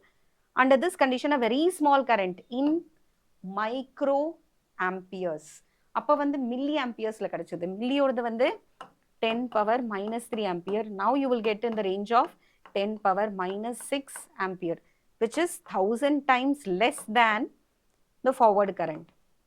So reverse current is 1/1000 times the forward current. It is shown under this bias a very small current mu A flows across the junction. This is due to the flow of minority charge carriers and is called as leakage current or reverse saturation current. This reverse saturation current does not depend upon the voltage setup up to a certain voltage known as breakdown voltage. Breakdown க்கு அப்புறம் தான் இந்த reverse வந்து சடனா increase ஆக ஆரம்பிக்கும். அது வரைக்கும் வெரி லோ கரண்ட் தான் இந்த டிவைஸ் வழியா போகும். ஆனா ரொம்ப அதிகமான ரிவர்ஸ் வோல்டேஜ் நீ கொடுக்க ஆரம்பிச்சிட்டேன்னா சடன்லி என்ன ஆகும், it will enter into a breakdown region. சடனா கரண்ட் வந்து ஹையா எக்ஸ்போனென்ஷியலா இன்க்ரீஸ் ஆகும். ஸோ முன்னாடி பார்த்த டயக்ரத்துக்கும் இதுக்கும் என்ன வித்தியாசம், டயோட மட்டும் தான் நீ ரிவர்ஸ் பண்ணணும். இங்க the triangle represents P type and it is connected to positive. So இப்போ என்ன பண்ணுவோம், அதை மட்டும் நீ மாத்தினா போறோம், மற்றதெல்லாம் அப்படியே தான் இருக்கு. The ammeter is connected in series, voltmeter is connected in parallel. இதெல்லாம் இம்பார்ட்டண்டா நோட் பண்ண வேண்டிய விஷயம். எதுக்கு சீரீஸ், எதுக்கு parallel? Positive of the battery should be connected to positive of the voltmeter, and positive of the voltmeter should be connected to negative of the ammeter because it is in series. Diode மட்டும் reverse பண்ணிக்கணும். PN junction மாத்திட்டேனா biasing reverse ஆச்சு. So this is a variable voltage. An ideal diode acts like a conductor when it is forward biased and acts like an insulator when it is reverse biased. So ideal diode forward resistance should be 0. கொடுத்த வோல்டேஜுக்கு உண்டான கரண்ட்டை ஃபுல்லாகவே அது conduct பண்ணணும். And barrier potential is considered negligible. Reverse கேஸில் resistance should be very high or infinity, very low current should flow through the system. So forward and reverse ரெண்டையுமே சேர்ந்து ஒரே கிராஃபில் போட்டால் it will look like this. ஃபார்வர்டில் கேர்ஃபுல்லாக note பண்ணிக்கோ, ஃபார்வர்டில் milli ஆம்ப்ஸில் தான் போடணும். இது ரெண்டுமே ஃபார்வர்ட் நெகட்டிவ் ரெண்டுமே வோல்ட்டில் தான் வரும். One is positive, the other one is negative. Reverse current நெகட்டிவ்ல போடு, வேல்யூ ரொம்ப சின்னது, மைக்ரோ ஆம்ப்ஸ்ல வரும். ஸோ டயோட் ஃபார்வர்ட் பயஸ் கண்டிஷன்ல கண்டக்டர் மாதிரியும் ரிவர்ஸ் பயஸ் கண்டிஷன்ல இன்சுலேட்டர் மாதிரியும் பிஹேவ் பண்றது. In short, it will conduct in the forward Paes condition and it will not conduct in the reverse Paes condition. இந்த பர்டிகுலர் ப்ராப்பர்ட்டியை யூஸ் பண்ணி நம்மளால என்ன பண்ண முடியும்? You can create a device which can convert AC voltage, alternating current or alternating voltage into DC voltage, direct current or direct voltage. So alternating voltage na enna?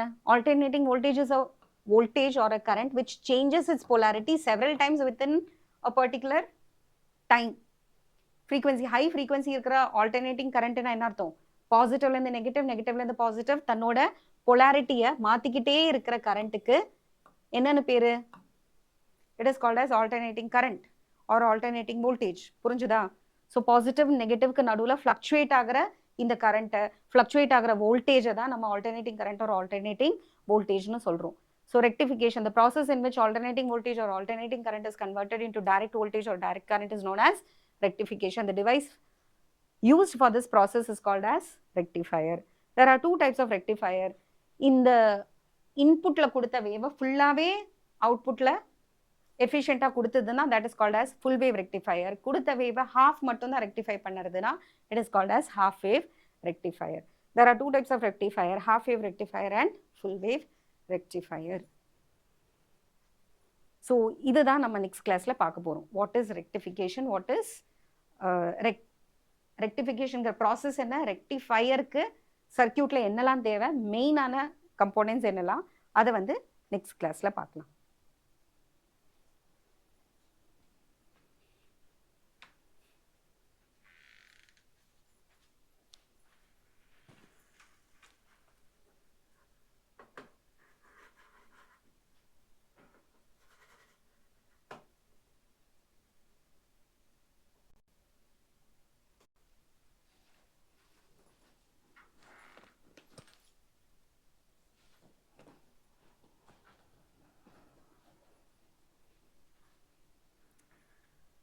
So இப்போ நம்ம பார்க்க போகிறது டயோடோட ரியல் லைஃப்பில் இருக்கிற அப்ளிகேஷன், டெய்லி லைஃப்பில் இருக்கிற application.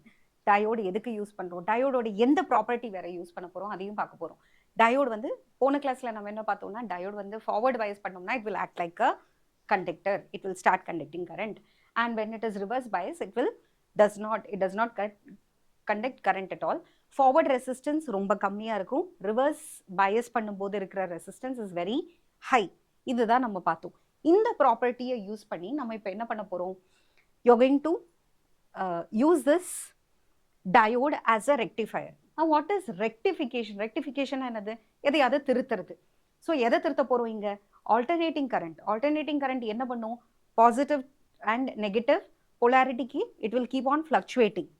ஒரே சைக்கிளில் அது பாசிட்டிவ் பொட்டென்ஷியல்லேருந்து நெகட்டிவ் பொட்டென்ஷியலுக்கு வரும், திருப்பி பாசிட்டிவ் அண்ட் நெகட்டிவ் பொட்டென்ஷியல் வரும். So that is how and alternating current is, isn't it? Alternating current ஓட ஸ்ட்ரக்சரே அப்படி தான் இருக்கும்.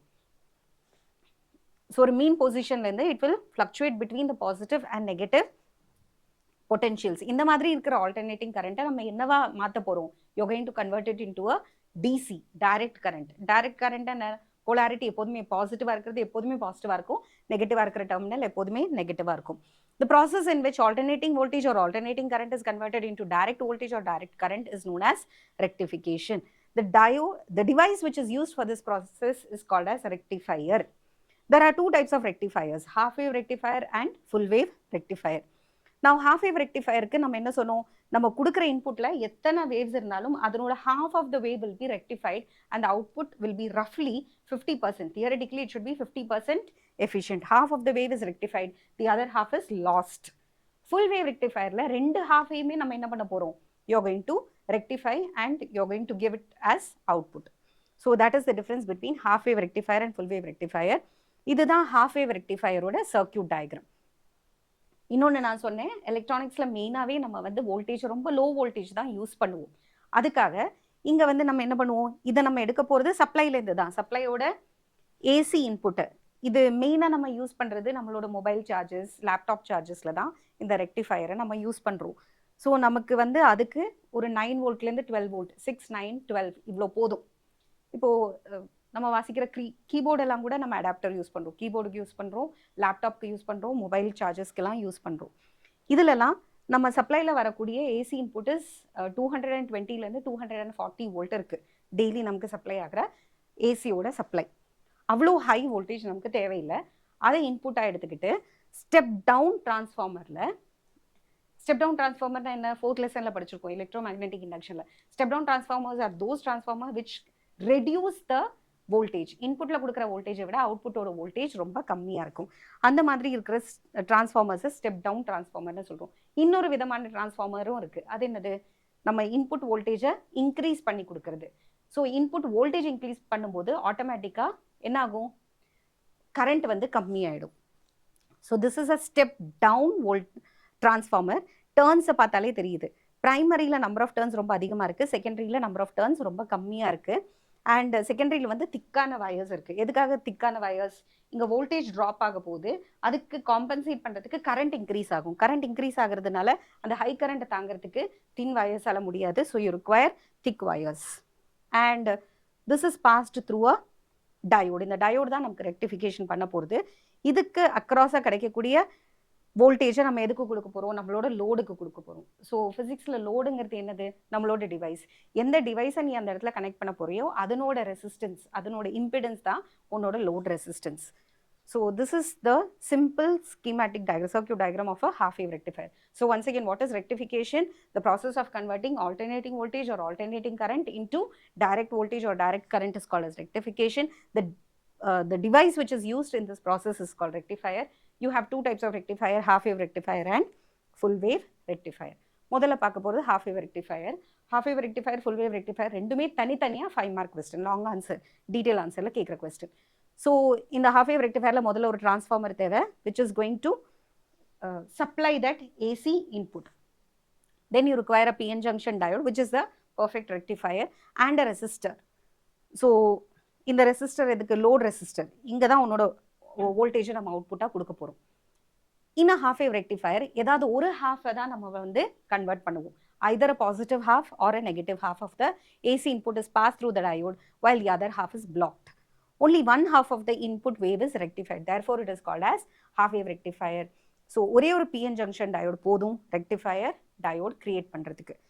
ஸோ இதில் பாசிட்டிவ் ஹாஃப் சைக்கிளில் என்ன நடக்கிறதுன்னு பார்க்கலாம். பாசிட்டிவ் ஹாஃப் சைக்கிள்னா என்ன அர்த்தம், இந்த இடம், this region is going to be positive and this region is going to be negative. So positive half cycle, now the P junction is connected to the positive terminal and N is connected to the negative terminal. So this diode is forward biased, correct? So first positive half cycle, when the positive half cycle of the AC input signal is given through the circuit, the terminal A becomes positive with respect to B. The diode is forward biased and it starts conducting, it behaves like a conductor. The current flows through the load resistor and the AC voltage developed across the RL constitutes the output voltage and the waveform is given. Negative half cycle enna agum? This region will become, A will become negative and B will become positive. So in the case la enna agum? The diode is reverse biased. First case la it was, this region was negative. Okay. So when the negative half cycle of the AC input passes through the circuit, then A is negative and B is positive, So under this condition, the diode is reverse bias. It behaves like an insulator. It does not conduct. No current passes through the load resistance. The reverse saturation current is very negligible. நீ உடனே கேட்கலாம் reverse current flow ஆகும் இல்லையா, minority carriers இருக்கேன்னு. அதனோட current is only in micros. அது இந்த டிவைஸ்ல போனா கூட பெருசா ஒரு பெரிய இம்பாக்டை கிரியேட் பண்ணாது. Since there is no voltage across the RL, the negative half cycle of AC supply is suppressed at the output. So இதுதான் உன்னோட இன்புட். இன்புட்டோட பாசிட்டிவ் ஹாஃப் சைக்கிளில் diode is forward biased, you get an output.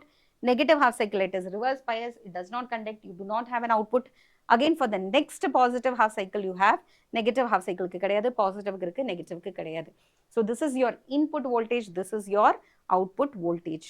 So இதெல்லாத்தையும் சேர்த்து வரையறதுக்கு you get 5 marks. என்னென்ன portion mark செப்பரேஷனே இப்படி தான். First rectification, half wave rectifier கேட்டாலும் சரி, ஃபுல் வேவ் ரெக்டிஃபயர் கேட்டாலும் சரி, you should start with what is rectification, whether they ask R not, it is mandatory.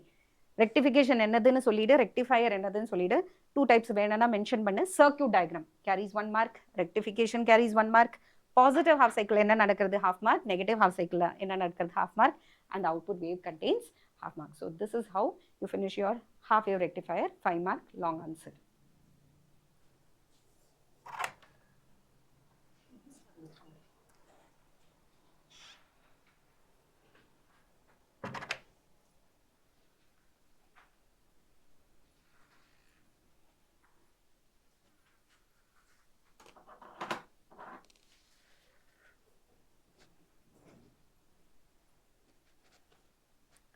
So இப்போ வரைக்கும் நம்ம பார்த்தது ஹாஃப் வேவ் ரெக்டிஃபயர். இன்னொரு விதமான ரெக்டிஃபயர் இருக்குது, அது என்னதுன்னு சொன்னோம், full wave rectifier. As the name suggest, so இதில் இன்னொரு போர்ஷன் நம்ம எழுத வேண்டியதை மென்ஷன் பண்ணணும். தியரட்டிக்கலி 50% சொன்னாலும் 50% வராது, ஒன்லி 40.6% வரும். So the output of the half wave rectifier is not a steady DC voltage but a pulsating wave. பல்சேட்டிங்னா என்ன அர்த்தம், அப் அண்ட் டவுன் மூவ் ஆகுறது. ப்ராப்பரான டிசினா எப்படி இருக்கும் சொல்லு, இந்த கிராஃப் வந்து இப்படி இருக்கும், this is your pure DC. ஆனால் இந்த டிசி வந்து அப்படி கிடையாது.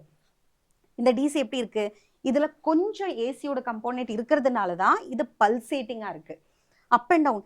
டிசியும் ஏசிக்கும் என்ன வித்தியாசம்னு சொல்ல, see it is increasing from 0 going to maximum again coming to 0. So it is pulsating of course, but it is not AC because it has never gone to the negative half. பாசிட்டிவ்க்கும் மேக்ஸிமத்துக்கும் நடுவில் தான் fluctuate ஆகுதே தவிர நெகட்டிவ்க்கு வராததுனால இதை நம்ம என்னன்னு சொல்கிறோம், இதை வந்து half wave rectifier the output is a pulsating DC. ப்ராப்பரான டிசி இந்த இப்படி இருக்கணும். அப்படி இருக்கிற அதை இன்னுமே அதை இருக்கிற ஏசி கம்போனன்ஸை ரெடியூஸ் பண்ணுறதுக்கு சில ஃபில்டர்ஸ்னு யூஸ் பண்ணுவோம். ஆர்சி ஃபில்டர்ஸ் இருக்குது, இண்டக்டர் பியோர் எல் ஃபில்டர்ஸ் இருக்குது. யூ நோ தட் என்ன பேசிஸில் யூஸ் பண்ணுறோம்னா, capacitors block DC but allows AC. அதே மாதிரி inductors will allow AC current to flow through it, it will allow DC current to flow through it but it will block AC. இப்படியெல்லாம் நம்ம வந்து 4th லெசனில் electromagnetic induction alternating current லெசனில் படிச்சிருக்கோம். அந்த மாதிரி அந்த பேசிஸில் you can use some filters and you can regulate this voltage also ஸ்டெடியாக. The output of the half wave rectifier is not a steady DC voltage but it is a pulsating wave. This pulsating voltage cannot be used for electronic equipments. Okay, ஏன்னா இதில் வந்து இப்படி fluctuate ஆகிட்டே இருக்கும், dim and bright ஆகிட்டு இருக்கிற மாதிரி. மேக்ஸிமத்துக்கு போகுது, 0க்கு வருது, திரும்பி மேக்ஸிமம் போகிறது 0க்கு வருது. Although it is not going to negative, it is not going to harm the equipment, but still it cannot be used for electronic equipments. இதோட சேர்த்து என்ன தேவைப்படுது, ரியல் லைஃப்பில் யூஸ் பண்ணும்போது ஒரு ஃபில்டர் சர்க்யூட்டும் எக்ஸ்ட்ராவாக தேவைப்படும். நமக்கு வந்து ரெக்டிஃபயர் மட்டும் தான் காமிச்சு கொடுத்தோம். இந்த அவுட்புட்டில் நம்ம என்ன கொடுக்கல, ஃபில்டர் சர்க்யூட்ஸ் கொடுக்கல. புரிஞ்சுதா? அப்போ ப்ராப்பராக வாங்குற நல்ல அடாப்டரில் அந்த ஃபில்டர் சர்க்யூட்டும் சேர்ந்துருக்கும். இதனோட எஃபிஷியன்சி அப்படிங்கிறது 50% தியரட்டிக்கலாக இருந்தாலும் it is only 40.6. The next 5 mark is full wave rectifier. The positive and negative half cycle of the AC input signal are rectified in the circuit and therefore it is called as full wave rectifier. The circuit is shown in the diagram. It consists of 2 PN junction diodes. So D1 D2 னு 2 diodes இருக்கும். இதில் ஸ்பெஷலாக ஒரு விதமான transformer நம்ம use பண்ணுறோம் which is called as center trap transformer. This is also definitely step down தான். ஆனால் இதில் 3 டெர்மினல்ஸ் இருக்குது, MNC. ஸோ ஒன்று பாசிட்டிவாக இருந்து ஒன்று நெகட்டிவாக இருந்தால் ஒன்று வந்து கிரவுண்டடாக இருக்கும் at 0. So that the current always flows between the positive terminal and the 0 கிரவுண்டுக்கு நடுவில் ஃப்ளோ ஆகிற மாதிரி தான் கரண்ட்டை நம்ம டிசைன் பண்ணியிருப்போம். இந்த மாதிரி இருக்கிற டிரான்ஸ்ஃபார்மரை தான் நம்ம சென்டர் டேப் டிரான்ஸ்ஃபார்மர்னு சொல்கிறோம். The positive and negative half cycle of the AC input are rectified in the circuit, and hence it is called as full wave rectifier. The circuit is as shown. It consists of 2 PN junction diodes, ஒரு center tap transformer, அதுக்கப்புறம் ஒரு load resistor RL. The center is usually taken as ground or zero voltage, and that is your reference point. With the help of the center tap transformer, each diode rectifies 1/2 of the total secondary voltage. So, இதனோட secondary voltage என்ன பண்ணும், rectify பண்ணி கொடுக்கும். Positive half cycle என்ன நடக்கிறது, negative half cycle என்ன நடக்கிறது பார்க்கலாம். இதுலேயும் first full wave rectifier question எக்ஸாமுக்கு கேட்டாலும் முதல்ல ரெக்டிஃபிகேஷன் என்னதுன்னு மென்ஷன் பண்ணிவிடு, ரெக்டிஃபயர்னா என்னதுன்னு சொல்லிவிடு, சர்க்யூட் டயக்ராம் போடு, அண்ட் என்னென்ன யூஸ் பண்ணுறோங்கிறத மென்ஷன் பண்ணு. சென்டர் டேப் டிரான்ஸ்ஃபார்மர் தான் யூஸ் பண்ணுறோம் அப்படிங்கிறத மென்ஷன் பண்ணு. D1, D2, RL, A point, B இதெல்லாத்தையும் மென்ஷன் பண்ணு. பாசிட்டிவ் ஹாஃப் சைக்கிள் என்ன நடக்கிறதுன்னு பார்க்கலாம். இந்த positive half cycle of the AC input passes through the circuit. Terminal M is positive and C is at 0 potential, N is at negative potential. This forward biases diode D1 and reverse biases D2. Hence, being forward biased, diode D1 conducts and current flows along the path MDAB C1. D1 varna actually. So, positive half cycle, let us see. This is positive and this is negative. So, this is reverse biased, this is forward biased. Current always flows from positive to the ground. M, D1, A, RL nu venna potukalam, B, and then finally enters C. This is positive half cycle current oda flow. So, current is flowing in the downward direction. Correct arka? Next, negative half cycle paakalam. Negative half cycle the circuit N becomes positive and C is again at 0 potential, M is at negative potential. Current positive la the 0 pogadu, positive la the ground ku pora mari dhaan design பண்ணிருக்கு. This forward biases diode D2 and reverse biases D1. D1 conduct பண்ணாது, D2 வந்து conduct பண்ணும். Okay, இப்போ நம்ம பார்க்க போறது negative half cycle. Negative half cycle என்ன நடக்கும்? This is positively charged, this is grounded, this is negative. இங்கிருந்து current flow ஆகும். This is forward biased. A வழியா வந்து RL வழியா இறங்கி B இருந்து C குள்ள கரண்டோட ஃப்ளோ போகும். இப்போவும் கரண்டோட டைரக்ஷன் RL எந்த டைரக்ஷன்ல இருக்கு? From A to B. Positive half சைக்கிள்லையும் A இருந்து B க்கு போச்சு. இப்போ நெகட்டிவ் ஹாஃப் சைக்கிள் இருந்தும் A இருந்து B க்கு தான் போகுது. ஸோ பாசிட்டிவ் ஹாஃப் சைக்கிள்லையும் சரி, நெகட்டிவ் ஹாஃப் சைக்கிள்லையும் சரி, என்ன நடக்குது? Direction in the load resistance is, direction of current in the load resistance is same. During positive and negative half cycle of the input signal, the current flows through the load in the same direction. The output signal corresponding to the input signal is shown. Though both half cycles are rectified, because both the half cycles are rectified, it is still pulsating in nature. இங்கேயும் நம்ம filters use பண்ணணும். Efficiency 100% சொல்லலாம் theoretically, but it is not. It is double of the half wave rectifier. 40.6 oda double is 81.2%. The efficiency of full wave rectifier is twice that of a half wave rectifier, and it is only 81.2, though not 100%, because of the power losses in the winding, transformer roadla, diode la, load resistance la, எங்கெங்கேயோ நமக்கு energy losses வருது. Joules heating நால, eddy current நால, டிரான்ஸ்ஃபார்மரில் hysteresis லாஸ்னால, டயோடில் வரக்கூடிய leakage கரண்ட்னால, எல்லாத்தினாலையும் வருது. இதுலேயும் மறக்காமல் என்ன போடணும்? இன்புட் வேவ் அண்ட் அவுட்புட் வேவோட கிராஃபிக்கல் ரெப்ரஸன்டேஷனும் சேர்த்து போட்டால் தான் you will get 5 marks. So இது யாரோட அவுட்புட்? D1 பாசிட்டிவ்லி ஃபார்வர்ட் பயஸ்டாக இருந்தது. இது D2ஓட அவுட்புட், இது D1ஓடது, இது D2ஓடது. Although it is still pulsating. So இன்னொரு விஷயம், கிராஃபை இப்படி தான் பக்கத்தில் கண்டிப்பாக போட்டாக்கணும். இன்புட் கிராஃபையும் அவுட்புட் கிராஃபையும் இப்படி பக்கத்தில் நெருக்கமாக வச்சு தான் போட்டாகணும். இது ஒரு பேஜில் அது ஒரு பேஜில் வரையவே கூடாது. It has to B compared, and இந்த டாட்டட் லைன்ஸ் போடுறது ரொம்ப சேஃப். இதனோட 0 இதனோட 0 கோயின்சைட் ஆகணும். இதனோட பாசிட்டிவ் ஹாஃப் சைக்கிளில் ஒரு பாசிட்டிவ் ஹாஃப் சைக்கிள் அவுட்புட் வரணும். இதனோட நெகட்டிவ் ஹாஃப் சைக்கிள்லையும் ஒரு பாசிட்டிவ் ஹாஃப் சைக்கிள் அவுட்புட்டாக வரணும். All these are important things which you have to note when you are writing this long answer. 5 mark எழுதுறது ரொம்பவே கேர்ஃபுல்லாக எழுதணும். So, center tap எதுக்காக பண்றோம்னா, this is a facility to tap at halfway point in the secondary windings. This helps to measure the induced voltage from one end of the secondary to the center point. So, center point tap ground பண்ணிட்டோம்னா voltage across will be divided into 2 halves. இன்னொன்று அந்த 240 இருக்கு இல்லையா, அந்த 240 120 120 split பண்ணிக்கிட்டு அந்த 120 மட்டும் நீ ரெக்டிஃபை பண்ணினா போதும்.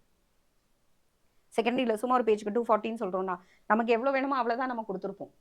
ஸோ நமக்கு 9 வேணும்னா செகண்டரியில் 18 வரா மாதிரி பண்ணியிருப்போம். 9 வோல்ட் 2 ஹாஃப்லேயும் வரா மாதிரி தான் டிசைன் பண்ணியிருப்போம்.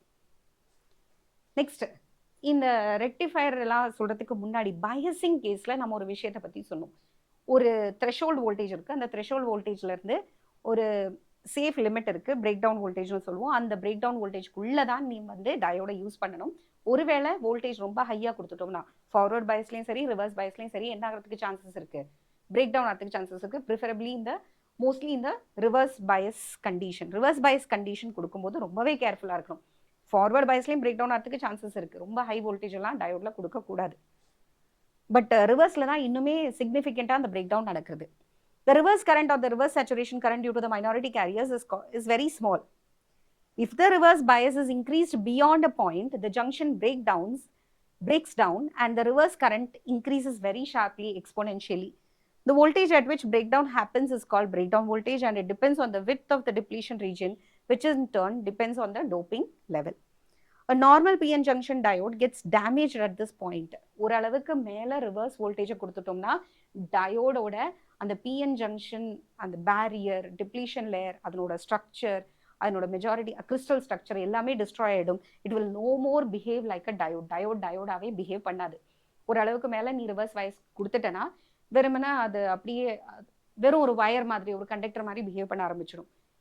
தடுத்த ஒரு அளவுக்கு மேலே அதால் அந்த it cannot provide enough resistance. As a result, it will allow all the current to flow through it. When a high current flows through the diode, it is damaged forever. A normal PN junction diode gets damaged at this point, specially designed. Ana breakdown region la use பண்றதுக்குன்னு சில diodes இருக்கு.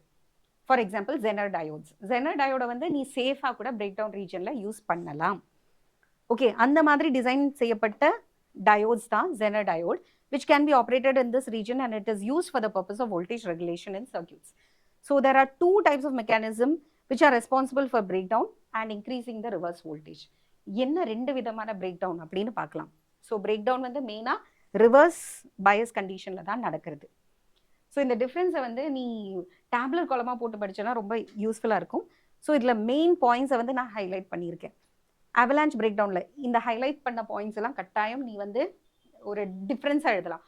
Most of the cases எனக்கு தெரிஞ்சு avalanche breakdown தனியாவோ இல்லைனா Zener breakdown தனியாவோ கேட்ட question பேப்பர்ஸ்லாம் ரொம்ப கம்மி. Most of the cases what they do is differentiate between avalanche breakdown and Zener breakdown அப்படி தான் கேட்டிருக்காங்க. ஸோ இந்த பக்கம் ஒரு காலம் போட்டு avalanche breakdownோட பாயிண்ட்ஸும் ஒரு பக்கம் Zener டயோடோட பாயிண்ட்ஸும் எழுதுறது ரொம்ப நல்லது. avalanche breakdown எந்த விதமான டயோட்ல நடக்கிறதுன்னு பார்த்தா லைட்லி டோப்டு ஜங்ஷன்ஸாக இருக்கும். டோப்பிங்கோட லெவல் ரொம்ப கம்மியாக இருக்கும். டோப்பிங் ரொம்ப கம்மியாக இருக்கிறதுனால டிப்ளீஷன் லேயர் வந்து ரொம்ப வைடாக இருக்கும். வைடாக இருந்தாலும் ஸ்ட்ராங்காக இருக்காது. ஓகே, ஸோ அந்த ரிவர்ஸ் பயஸில் வந்து மைனாரிட்டி கேரியர்ஸ் ரொம்ப ஃபாஸ்ட்டாக ஆக்சலரேட் ஆகும். பார்க்க தான் ஆள் பெருசாக இருக்கானே டிப்ளீஷன் லேயர் தவிர அதனோட எலக்ட்ரிக் ஃபீல்டோட வேல்யூ பெருசாக ஸ்ட்ராங்காக இருக்காது. ரிவர்ஸ் பயஸ் கொடுத்த உடனே மைனாரிட்டி சார்ஜ் கேரியர்ஸ் இந்த வைடான டிப்ளீஷன் லேயரை தாண்டி வேகமாக போக ஆரம்பிக்கும். Because they are accelerated. Now it is reverse bias, that is forward bias for minority. மெஜாரிட்டிக்கு தான் அது ரிவர்ஸ் பயஸ், மைனாரிட்டிக்கு அது ஃபார்வர்ட் பயஸ். ஸோ அது வேகமாக ஆக்சலரேட் ஆகி ஒரு அளவுக்கு மேலே என்னோட கைனடிக் எனர்ஜி சீக்கிரமாக இன்க்ரீஸ் ஆக ஆரம்பிக்கும். போகிற வழியில் கண்ணை மூடி தெரியாமல் போகிற வழியில் இருக்கிற கோவாலன்ட் பாண்ட்ஸ் எல்லாம் உடச்சிக்கிட்டே போகும். போயிட்டு இருக்கிற மைனாரிட்டி கேரியர்ஸ் வழியில் பார்க்குற அத்தனை கோவாலன்ட் பாண்ட்ஸையும் பிரேக் பண்ணுறதுனால அதுக்குள்ளே திருப்பியும் நிறைய மைனாரிட்டி கேரியர்ஸ் கிரியேட் ஆகும். எலக்ட்ரான் ஹோல் பேராக தானே கிரியேட் ஆகுது. ஸோ பாண்ட்ஸை பிரேக் பண்ணும்போது அந்த it will start creating more and more charge carriers. These charge carriers, minority charge carriers, collide, are accelerated by reverse voltage and their kinetic energy increases. These charge carriers collide with semiconductor atoms while they are passing through the depletion layer.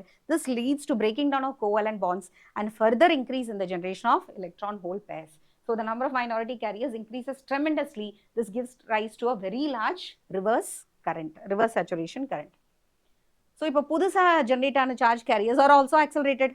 First ஒரு 5 பேர் ஓடிட்டு இருக்காங்கன்னா இந்த 5 பேர் 5 பாண்டை உடைச்சு இப்போ 10 பேராக போயிட்டு இருக்காங்க. இந்த 10 பேர் என்ன பண்ணுவாங்க, 10 பாண்டை உடைச்சிட்டு 10 20 இப்போ ஃப்ளோ ஆக ஆரம்பிக்கும் ஜியோமெட்ரிக் ப்ரோக்ரெஷனில். ஸோ ரொம்பவே நான் லீனியராக எக்ஸ்போனென்ஷியலாக கரண்ட் வந்து இன்க்ரீஸ் ஆக ஆரம்பிக்கும். more collisions and further production of charge carriers. This cumulative process, 5 10 ஆகிறது 10 20 ஆகிறது 20 40 ஆகிற இந்த cumulative process தான் நம்ம avalanche-னு சொல்றோம். Something which is uncontrollably large number of charge carriers across the junction. This causes the diode current to rise abruptly and the breakdown takes place. This is called as avalanche breakdown. The correct meaning of avalanche அப்படிங்கிறது யாராவது ஒரு 5 பேர் சேர்ந்து அந்த process increase பண்ணிட்டு அவலான்ச்ங்கிறது ஒரு சின்ன snow பால் உருண்டு மலையிலேருந்து கீழே வரும்போது it gathers more and more snow and finally when it reaches the bottom of the mountain it becomes a very big snowball. இந்த மாதிரி அதை அவலான்ச் பல மடங்கு வரவன் இன்னும் நிறைய பேரை ஒரு ஒரு பெரிய ஒரு கலவரம் உருவாகிற மாதிரி. என்ன கன்ஃபியூஷன், 10 பேர் வந்து இன்னொரு 20 பேரை டிஸ்டர்ப் பண்றது, அது 30 பேரா சேர்ந்து அடுத்த 30 பேரை டிஸ்டர்ப் பண்றது. So very large number of confusion or கயாஸை கிரியேட் பண்ற அந்த ப்ராசஸ் தான் ஆக்சுவலி நம்ம அவலான்ச்னு சொல்லுவோம். ஸோ லேண்ட்ஸ்லைடு ஒரேடியா அப்படியே சரிவு வருது, அதை தான் அவலான்ச்னு சொல்லுவோம். அந்த அளவுக்கு பெரிய ஒரு பிரேக் டவுன் தான் நடக்கிறது. ரெண்டாவது பிரேக் டவுனை நம்ம ஜெனர் பிரேக் டவுன் அப்படின்னு சொல்றோம். இந்த பிரேக் டவுன்ல என்ன நடக்கிறதுனா டயோடு வந்து ரொம்ப ஹெவிலி டோப்டா இருக்கும். அங்க வந்து லைட்லி டோப்டா இருந்தது, அதனால டிப்ளீஷன் ரீஜன் ரொம்ப வைடா இருந்தது. ஓகே, இங்க வந்து இட் இஸ் ஹெவிலி டோப்ட், அதனால டிப்ளீஷன் லேயர் ரொம்ப நேரோவா இருக்கும். நேரோவா இருக்குன்னா 10⁻⁻6 மீட்டர்ஸ் மைக்ரோல தான் இருக்கும். ஆனா இந்த ஜங்ஷனோட ஸ்ட்ரென்த் எலக்ட்ரிக் ஃபீல்டு வந்து ரொம்ப ஸ்ட்ராங்கா இருக்கும். when the reverse voltage across this junction is increased to the breakdown limit, a very strong electric field of the order 3 × 10⁻7 volt per meter is set up across the narrow layer. This electric field is strong enough to break or rupture the covalent bond in the lattice and thereby generating electron hole pairs. This effect is called as Zener effect. So உட்கார்ந்த இடத்துல இருந்து அந்த electric field என்ன பண்ணும், ரெண்டு சைட்லும் இருக்கிற covalent பாண்ட்ஸை உடைக்க ஆரம்பிக்கும். இந்த கோவாலண்ட் பாண்ட்ஸ் பிரேக் ஆகி இன்னுமே அதிகமான minority carriers will be created. அந்த கேஸ்ல அவலான்ச் கேஸ்ல running or moving highly high வெலாசிட்டியில ஹை கைனெட்டிக் எனர்ஜியில மூவ் ஆகிட்டு இருக்கிற electrons or charge carriers holes, அதுதான் என்ன ஆயிட்டு இருந்தது, மற்ற கோவாலண்ட் பாண்ட்ஸோட கொலைட் ஆகி ஆட்டம்ஸோட கொலைட் ஆகி கோவாலண்ட் பாண்ட்ஸை பிரேக் பண்ணிட்டு இருந்தது. இந்த இடத்துல இருந்து இருக்கிற நேரோ depletion layer which has a strong electric field of the range 3 × 10⁻7 volt per meter இருக்கிற இடத்துல இருந்தே பக்கத்துல இருக்கிற கோவாலண்ட் பாண்ட்ஸை ரப்சர் பண்ண ஆரம்பிக்கும். அதனால லாட்டிஸ்ல நிறைய எலக்ட்ரான் ஹோல் பேர் கிரியேட் ஆகும். இந்த எஃபெக்ட்டுக்கு பேரு ஜெனர் எஃபெக்ட். எலக்ட்ரிக் ஃபீல்டு வந்து கோவாலண்ட் பாண்டை பிரேக் பண்ற இந்த ப்ராசஸ் தான் ஜெனர் எஃபெக்ட்னு சொல்றோம். ஸோ இந்த இடத்துல என்ன ஆகுதுன்னா, கொஞ்சமா நீ ரிவர்ஸ் வோல்டேஜ் இன்க்ரீஸ் பண்றதுக்குள்ள large number of charge carriers move across the junction through the thin depletion layer. This process gives rise to a large amount of reverse current or breakdown current, and this breakdown is called as Zener breakdown. So next class la enna paapomna, நம்ம Zener diode specially designed diode nu paathom இல்லையா. So இன்னைக்கு நம்ம எதுல start பண்ணோம், என்ன பார்த்தோம், once again a small recap. நம்ம இன்னைக்கு மெயினா பார்க்க ஆரம்பிச்சது ஃபர்ஸ்ட் இனிஷியலோட ரீகேப் பார்த்தோம். Today we started with rectification. Rectification is the process of converting alternating voltage or alternating current into direct voltage or direct current. This process is called rectification. The device is called as rectifier. அதனால ரெண்டு விதமான rectifier இருக்கு, half wave rectifier and full wave rectifier. half wave rectifierல இன்புட்ல கொடுக்கிற வேவோட half of the 50% தான் நமக்கு அவுட்புட்ல கிடைக்கும். ஏதாவது ஒரு half தான் நம்மளால அந்த டயோடால ரெக்டிஃபை பண்ண முடியும், ரெண்டையும் பண்ண முடியாது. either the positive half or the negative half. So other half is blocked, அதனால இதுக்கு ஹாஃப் வேவ் ரெக்டிஃபயர்னு பேரு. இதுல ஒரே ஒரு டயோடு போதும். பாசிட்டிவ் ஹாஃப் சைக்கிள்ல சர்க்யூட் டயக்ராம் ப்ரீவியஸ்லி நம்ம பார்த்தோம். பாசிட்டிவ் ஹாஃப் சைக்கிள்ல A is positive, B is negative. Negative half சைக்கிள்ல A is negative, B is positive. Positive half சைக்கிள்ல diode is positively charged, it starts conducting, it behaves like a conductor, the current flows, there is a voltage across RL. The output voltage VO is given and you get an output voltage. Negative half cycle A is negative, B is positive, so the diode is reverse bias, current flow ஆகாது, RL output வராது. இதுதான் input, இதுதான் output. Although the output is DC, purely DC, but it is a pulsating DC. இதை real life purposesக்கு use பண்ணும்போது, ப்ரோட்டோடைப்பாக பண்ணும்போது இப்படி explain பண்ணலாம். But ரியலாக வந்து நீ உன்னோட மொபைலுக்கோ லேப்டாப்க்கோ கொடுக்கறதுக்கு முன்னாடி பல்சேட்டிங் வேவை வந்து ஸ்டெடி வேவாக மாற்றிட்டு தான் கொடுக்கணும். அதுக்கு சில ஃபில்டர்ஸ் தேவை, RC filters and LC filters. So the output of the half wave rectifier is steady DC, but it is pulsating. அதை கிளியர் பண்ணுறதுக்கு ஃபில்டர் சர்க்யூட்ஸ் தேவை. இதனோட எஃபிஷியன்சி கண்டிப்பாக மென்ஷன் பண்ணணும் 40.6%. அதுக்கப்புறம் நம்ம பார்த்த 5 மார்க் வந்து full wave rectifier. What is a full wave rectifier? The positive and negative half, ரெண்டு ஹாஃப் சைக்கிளையும் ரெக்டிஃபை பண்ணி கொடுக்குற இந்த சர்க்யூட்டுக்கு பேர் full wave rectifier. The circuit diagram is as shown. இதில் ரெண்டு டயோடு இருக்கு, D1 D2. ஸ்பெஷலாக இருக்கிறது வந்து centre tap transformer and you have a load resistor. Centre tap டிரான்ஸ்ஃபார்மரோட ஸ்பெஷாலிட்டி என்னன்னா, ஒரு சைடு பாசிட்டிவ் ஹாஃப் சைக்கிளில் ஒன்று வந்து பாசிட்டிவ், இன்னொன்று நெகட்டிவ். ஆனால் சென்டரில் வந்து it will be grounded or zero or reference potential. With the help of a center tap transformer, each diode rectifies one half of the total secondary voltage. Positive half cycle என்ன நடக்கும், negative half cycle என்ன நடக்கும்னு பார்க்கலாம். Positive half cycle AC input வந்து pass ஆகும், M வந்து பாசிட்டிவா இருக்கும், C வந்து zero potential, N is negative. என்னக்கு என்னங்கிற ரீஜனுக்கு போகவே போறதில்லை. D1 is positively forward biased, M D1 A B C, that is the direction of current. Negative half cycle N is positive and M is negative. So M தான் positive negative ரெண்டையுமே நம்ம mention பண்ணுறோம். So N பாசிட்டிவ்ங்கிறதுனால Nலேருந்து flow ஆகி D2 is forward biased, D2 conducts, D1 does not conduct, it behaves like an insulator.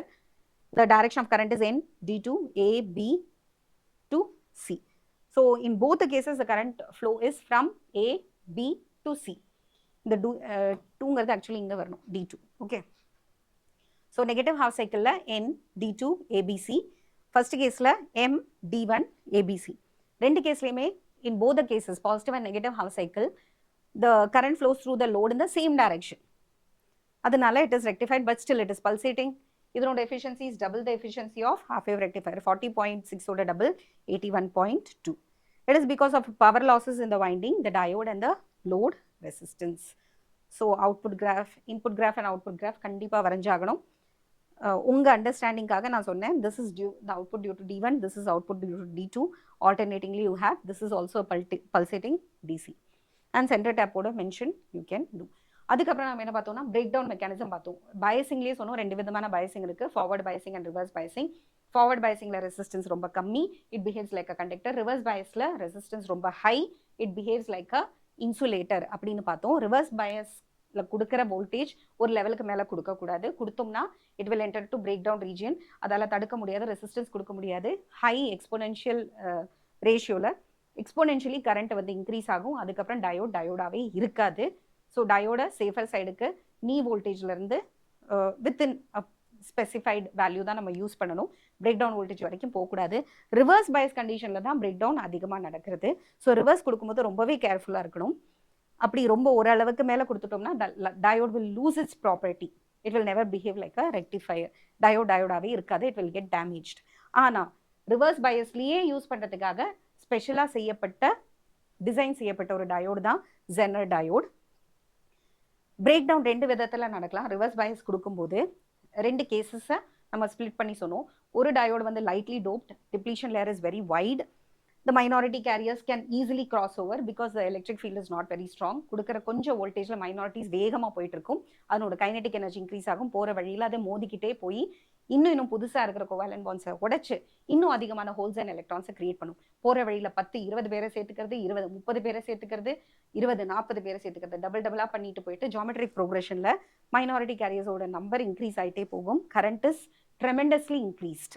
இந்த பிரேக் டவுனை avalanche பிரேக் டவுன்னு சொல்கிறோம். ஸோ ஒரு avalanche uncontrollably large number increase ஆகுது. செகண்ட் கேஸ் வந்து ஜெனர் டயோட். இதில் வந்து it is very heavily doped, depletion layer ரொம்ப நேரோவாக இருக்குது. அதனோட திக்னஸ் வந்து 10⁻⁻6 மீட்டர் மைக்ரோமீட்டரில் தான் இருக்கும். பட் எலக்ட்ரிக் ஃபீல்டோட ஸ்ட்ரென்த் ரொம்ப அதிகம்.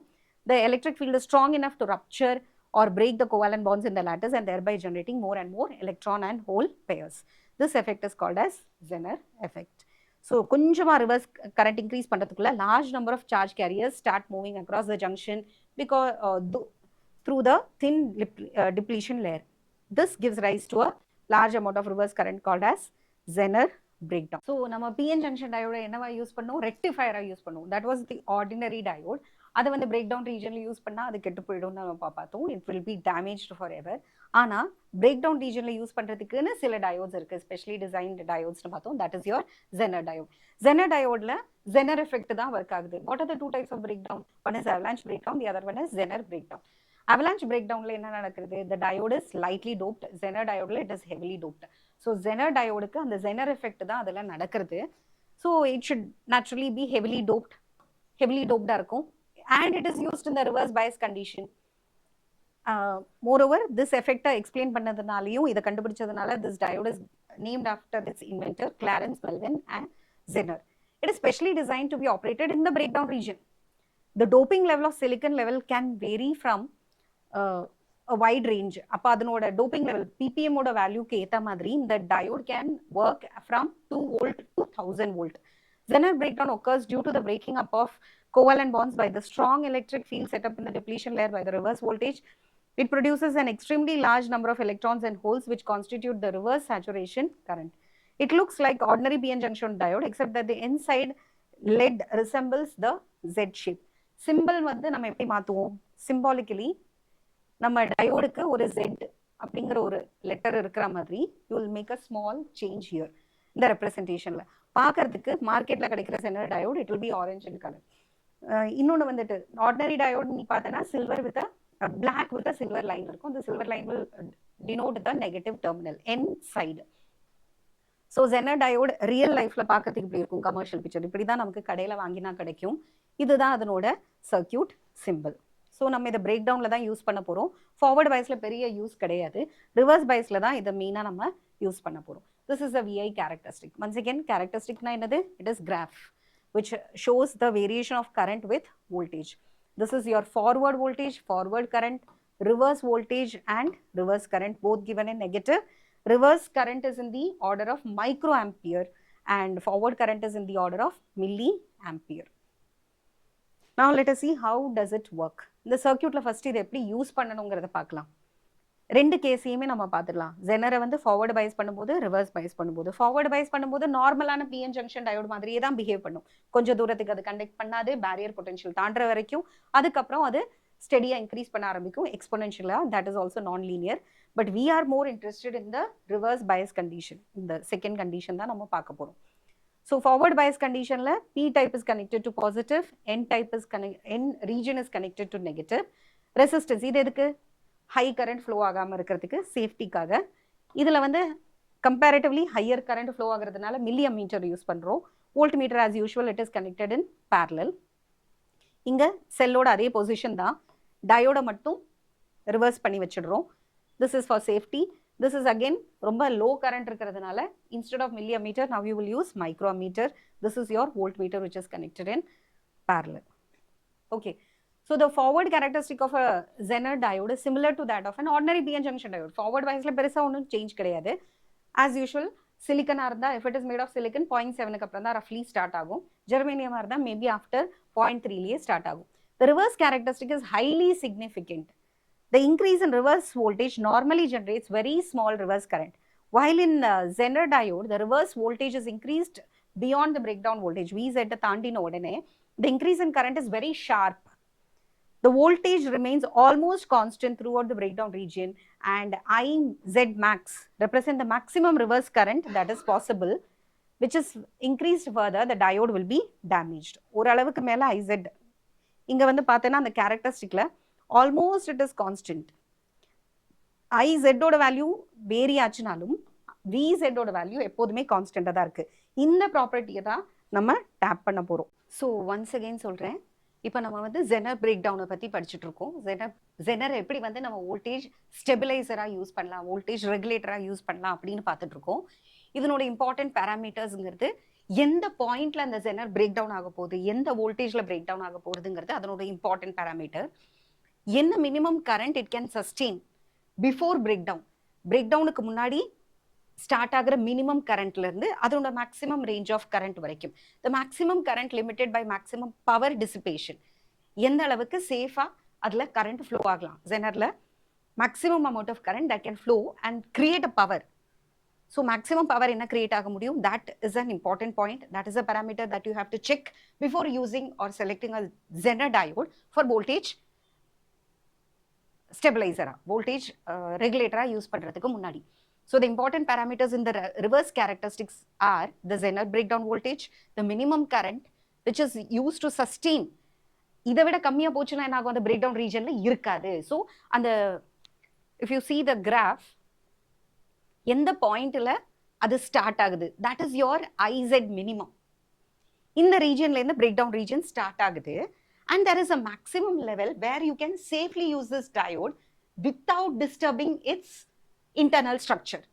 ஒருவேளை அது அப்படியே டிஸ்டர்ப்ட் ஆயிடுதுன்னா it will no longer behave like a Zener diode. So இந்த ரீஜன்ல கான்ஸ்டன்டா ஒரு Zener வோல்டேஜ் இருக்கு.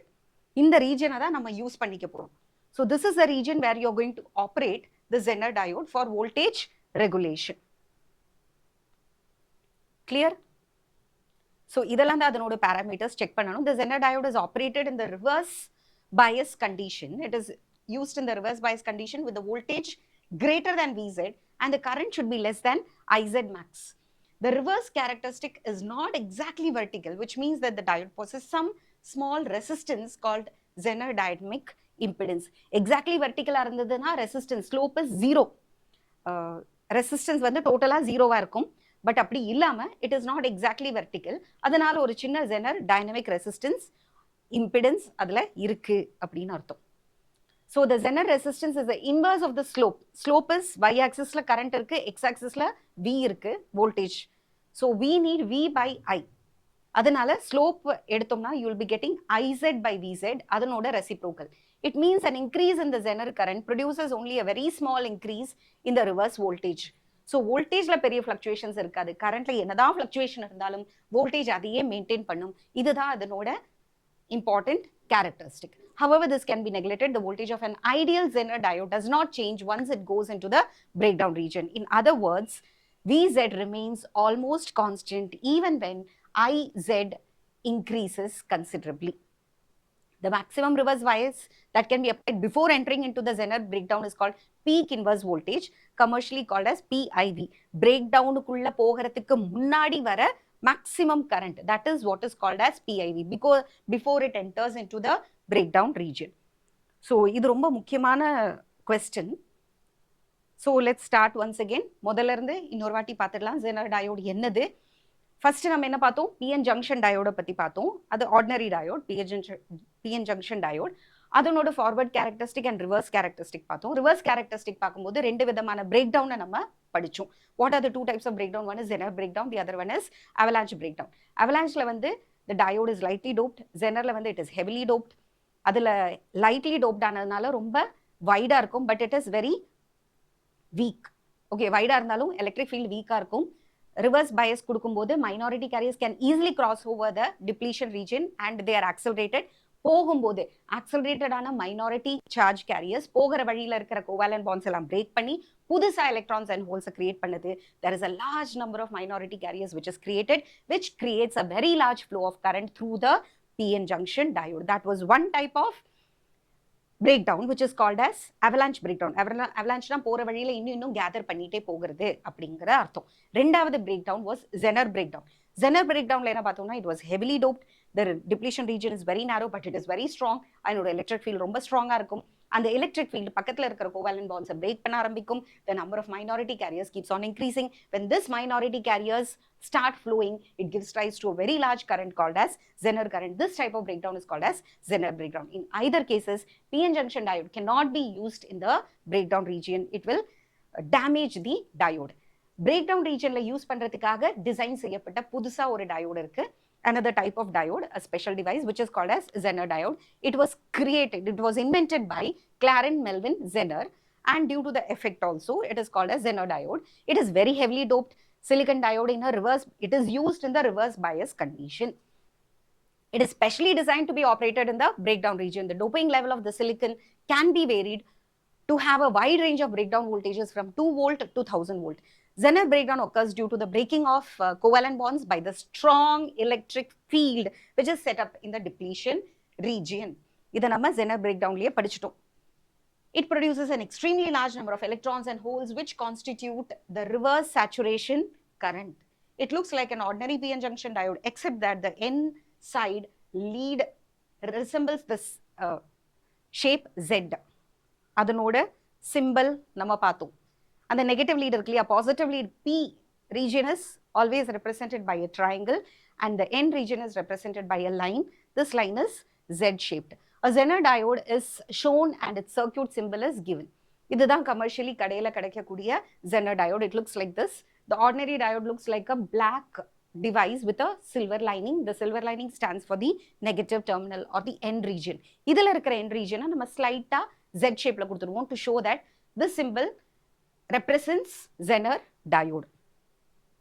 The VI characteristics of a Zener diode. திரும்ப சொல்லியிருக்கேன் characteristicனா graph, VI graph with I along the y axis and X along V along the X axis. V ல வந்து right side ல V forward which is positive and VR which is negative. மேல போறது forward current which is in milliamperes and downward where a reverse current is in microamperes, it is negative. This one represents very much similar to your PN junction diode, ordinary PN junction diode mari. We are interested in the reverse characteristic of a Zener diode. In the region pathana, before entering, it is having a particular value which is called as PIV, peak inverse voltage. Adha sonne. In the IZ minimum, it starts entering into the breakdown region. Adu edu varaikkum safe use pannalam, IZ max varaikkum use pannalam. In the region la, although it is not perfectly vertical, it is to somewhat extent, it is having a same value of VZ. Voltage does not change even when the current changes. இதுதான் இதனோட speciality. So இந்த மாதிரி ஒரு சர்க்கியூட்ல வீட்டில் இருக்கிற சர்க்கியூட்ல நம்ம இதை எங்கே யூஸ் பண்ண போகிறோம்? You're going to use it in a region where you need a constant voltage. புரிஞ்சுதா? ஸோ கான்ஸ்டன்ட் வோல்டேஜில் என்ன பண்ண போகிறோம்? நம்ம இங்கே ஒரு சப்ளை இருக்கு. இது வந்து எந்த supply? It is not an AC supply, it is a DC supply. புரிஞ்சுதா? ரெக்டிஃபயரோட அவுட்புட்டை தான் நம்ம வோல்டேஜ் ஸ்டெபிலைஸ் பண்ண போகிறோம். We are not directly connecting it to the AC circuit. AC inputக்கு நம்ம கொடுக்கறது இல்லை. Remember that. Rectifier circuitல என்ன பண்ணினோம்? டைரக்டா AC circuitல கொடுத்தோம்.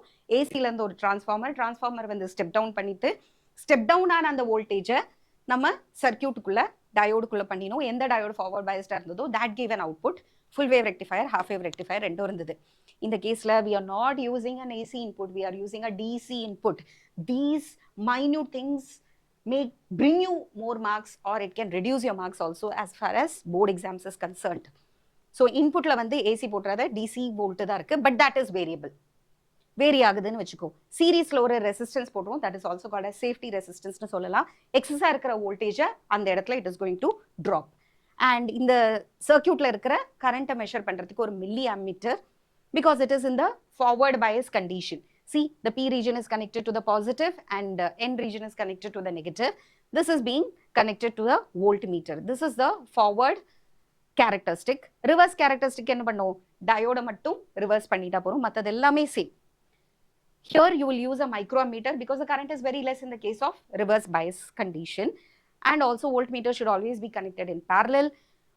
Ammeter should be connected in series. The forward characteristic of a Zener diode is similar to that of an ordinary PN junction diode. It starts conducting approximately around 0.7 volt. However, the reverse characteristic is highly significant in Zener diode. The increase in reverse voltage normally generates a very small reverse current. When the Zener reverse voltage is increased to the breakdown value, the increase in current is very sharp. Light initial stages la VZ negative voltage கொடுக்கும்போது பெரிய current இருக்காது. ஆனா once it reaches the value VZ, the increase in current is tremendous. சடனா ஒரு break down ஆகுது. அம்மீட்டரை பார்க்கும்போது reading சடனா ஒரு ஹைக்கு வருது. அதுல the increase in current is very sharp. ஸ்லைட்டா இன்க்ரீஸ் பண்றதுக்குள்ள ஒரு 0.1 வோல்ட் இன்க்ரீஸ் பண்றதுக்குள்ள ஆம்பியரோட வேல்யூ 5ல இருந்து சடனா 15, 20, 25 எது வரைக்கும் போகிறது, அந்த மேக்ஸிமம் இருக்கோ ரேட்டட் இருக்கோ அதுக்குள்ள it will reach. The voltage remains almost constant throughout the breakdown region. IZ max represents the maximum reverse current. If the reverse current is increased further, the diode will be damaged for safety reasons, you know. So parameters நம்ம கத்துக்க வேண்டியது என்னது? VZ கத்துக்கணும், IZ கத்துக்கணும், maximum current எவ்வளோ அதில் pass பண்ணலாங்கிறதையும் கத்துக்கணும், தெரிஞ்சுக்கணும். So VZ current should be less than IZ max. So because it is not perfectly vertical, it has got a small dynamic resistance or impedance. The maximum reverse bias that can be applied before entering into the Zener region or breakdown region is called as peak inverse voltage. So இது inverse இதெல்லாமே பார்த்துட்டோம். இந்த Zener diode real lifeல எங்கெங்க apply பண்றோம் அப்படிங்கறத பார்த்துடலாம். So it is used as a voltage regulator. It is used for calibrating voltage to provide fixed reference voltage in a network for biasing and to protect for any gadget against damage from accidental application of excessive voltage. மொத்தத்துல பார்த்தனா எல்லாத்துலயுமே காமனா என்ன வருது? Your voltage is going to be constant. Voltage கான்ஸ்டன்டா வச்சுக்கிறது, voltage calibrate பண்றது, voltage measure பண்றது, excessive voltageல இருந்து protect பண்றது, reference fixed voltage maintain பண்றது. So it is mainly used as a voltage regulator. எதை எழுதினாலும் voltage related ஆதான், it is going to give a constant output. Now let us see the main purpose of using a Zener diode. So நிறைய வீட்டில் வந்து voltage stabilizer. Current fluctuations வந்தாலும், current fluctuations will affect the input voltage definitely. So currentல வர fluctuations voltage affect பண்ணாம உன்னோட டிவைஸை காப்பாத்துறது தான் ஸ்டெபிளைசரோட வேலை. அந்த ஸ்டெபிளைசர்ங்கிறது நம்ம காமன் வேர்டா சொல்றது.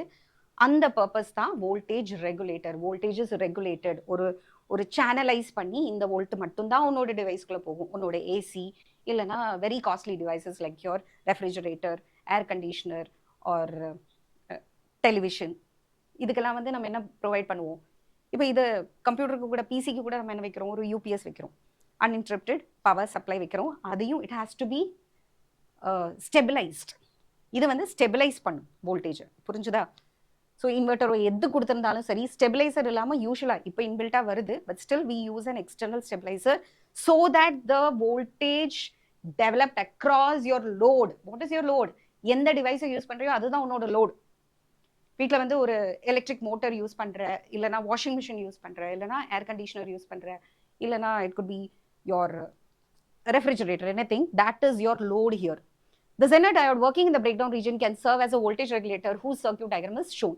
A series resistance RS can be called as safety resistance or series la potirukom. It is used to limit the Zener current to avoid any damage to the diode. First diode inga kaapathanum. Inda diode edha kaapatha podhu? Unoda device kaapatha podhu. Unoda device da load la across vara voltage da VO. Input la kudukra voltage da VI. adu edu vadiya flow agum? RS வழியா flow ஆகும். இங்க வர generate ஆகிற current தான் I. அந்த ஐங்கிற current இந்த ஜங்ஷனுக்கு வந்தோடனே ரெண்டா பிரியுது. ஒரு கரண்ட் வந்து IL, இன்னொரு கரண்ட் வந்து IZ. ILங்கிறது வந்து லோடுக்கு போகிற கரண்ட், IZ வந்து ஜெனருக்கு போகிற current. This resistance also plays a important role in voltage regulation. The fluctuating DC input voltage is applied to the circuit and constant output voltage VO is taken across the load, which is connected in parallel to the Zener diode. So VI parallel to VZ, parallel to RL. RL ke across ikkra voltage da VO. RS ke across you have a potential drop, which is I into RS. The current I is going to split into two components, IL and IZ. Suppose case 1, voltage அதிகமாகுதுன்னு பார்க்கலாம். High voltage வந்தது வீட்டுக்குள்ள, அந்த இன்புட்ல வருதுன்னா, if the input DC voltage is increased, then the Zener current increases, thereby increasing the current through RS. The voltage drop across RS is also increased. Voltage increase ஆகுது, VI increase ஆகுது, I increase ஆகுது, IRS, the voltage across RS is also increased. The increased current flows through the diode without affecting IL. So அங்க என்ன இருந்தது? You had the current splitting into two, IL and IZ. So இந்த ரெண்டு கம்போனன்ட்ல எந்த component increase ஆயிடும்? IZங்கிற component increase ஆயிடும். IL தேவையான அதே அளவை மெயின்டைன் பண்ணும். Across the diode is nearly constant even though the reverse bias current through the diode increases. So இதுல என்ன நடக்கும்? IZ இன்க்ரீஸ் ஆச்சு, பட் அது இப்போ எந்த ரீஜன்ல இருக்கு? It is working in the break region. Break ரீஜனோட ஸ்பெஷாலிட்டி என்ன? கரண்ட் என்னதான் ஒரு 5ல இருந்து 55 ஆம்ப் வரைக்கும் இருந்தாலும் voltage will be VZ. So என்னதான் கரண்ட் ஜாஸ்தியானாலும் சரி கம்மியானாலும் சரி வோல்டேஜோட வேல்யூ VZ தான் இருக்கும். இதே VZ தான் VOக்கு வரும், because both are parallel. In parallel connection, the potential drop is constant. So whatever potential drop you have across the Zener diode, the same will be applied across the load VO. The increase in input voltage is dropped across RS and hence it is called as dropping resistance. Because of the parallel connection, the voltage across RL is also equal to Zener breakdown voltage, which is taken as constant output VO. So RL ல இருக்கிறதும் அதே தான், VZ ல இருக்கிற அதே output தான் RL க்கு VO ஆ வரப்போகுது. Now second case, first caseல என்னாச்சு? voltage increase ஆச்சு. high voltageலயும் தேவையான அளவுக்கு வோல்டேஜ் தான் எதுக்கு போறது, டிவைஸுக்கு போறது. Device is also called as load. Load is RL, represented as RL in your circuit.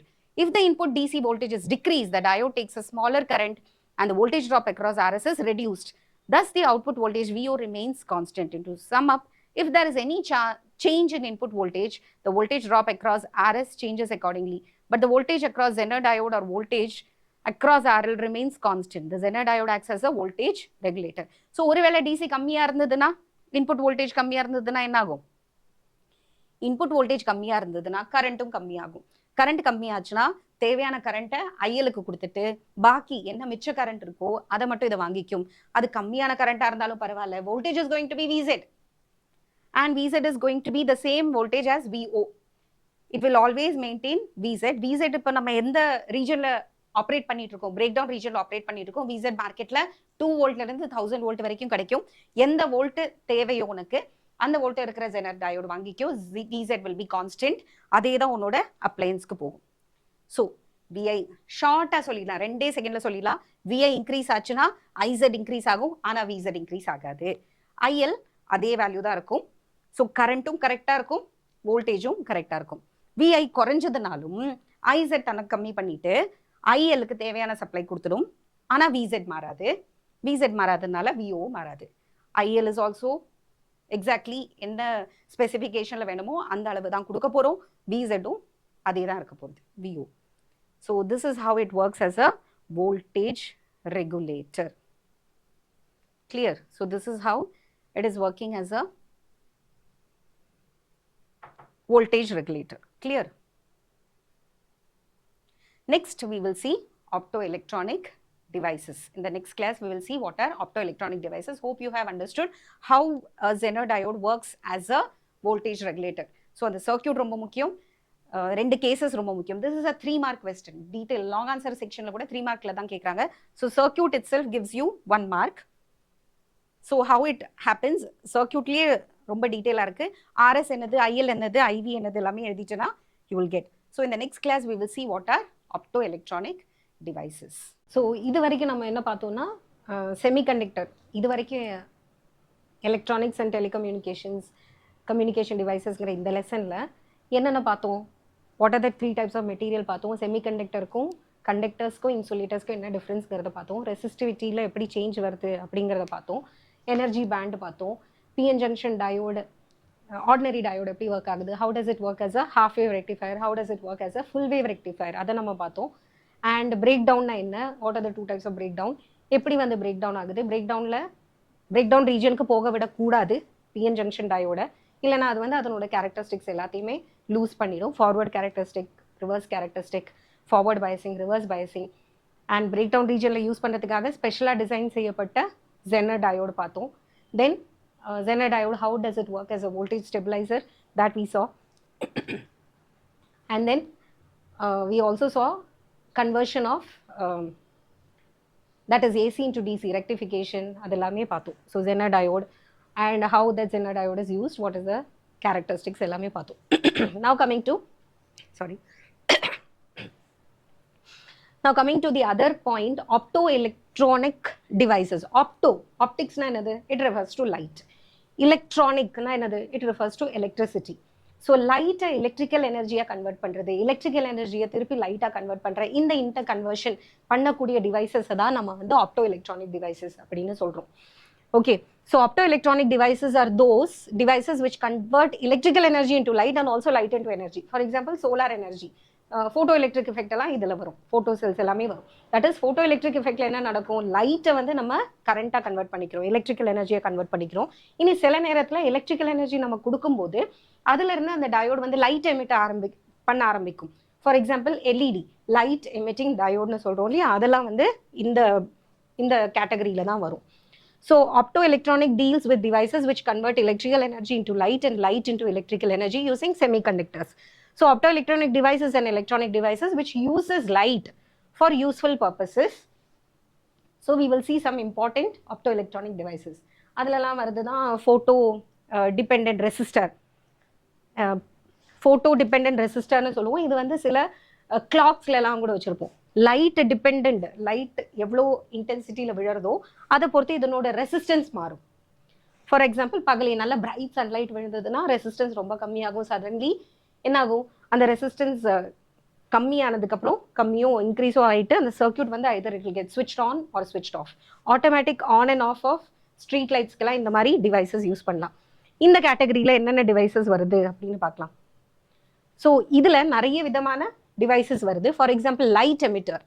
இதில் என்ன ஆகும்னா, நீ வந்து ஒரு எலக்ட்ரிக்கல் எனர்ஜி சப்ளை பண்ணுவேன், ஃபார்வர்ட் பயஸ் கொடுக்கும்போது அந்த டிவைஸ் வந்து லைட்டை எமிட் பண்ணும். ரெண்டாவது வந்து லைட் எமிட்டிங் டயோடு. இது வந்து செமிகண்டக்டர் டயோட ஃபார்வர்ட் பயஸ் பண்ணும்போது கரண்ட் ஃப்ளோ ஆச்சுன்னா அதுலேருந்து லைட் எமிட் ஆக ஆரம்பிக்கும். ஸோ லைட் எமிட் பண்ணக்கூடிய ஆப்டிக் எலக்ட்ரானிக் டிவைசஸில் எல்இடி, லேசர் டயோட் அதெல்லாம் இருக்குது. இந்த ரெண்டு வந்து லைட்டை ப்ரொடியூஸ் பண்ணும். So it produces focused coherent beam of light when stimulated emission. Second வந்து லைட்டை டிடெக்ட் பண்ணுற லைட் சென்சார்ஸ் இருக்குது.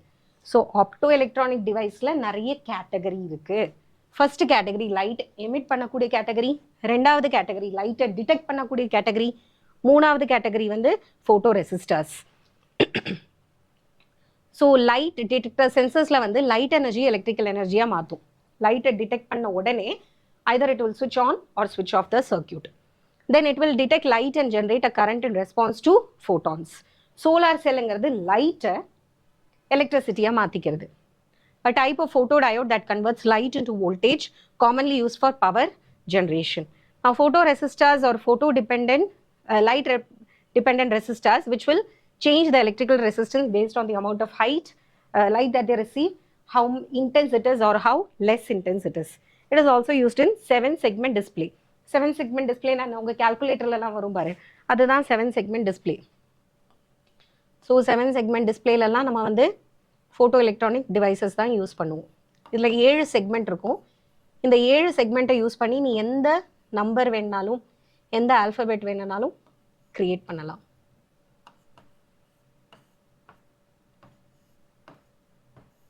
So this is your 7 segment 1, 2, 3, 4, 5, 6, 7.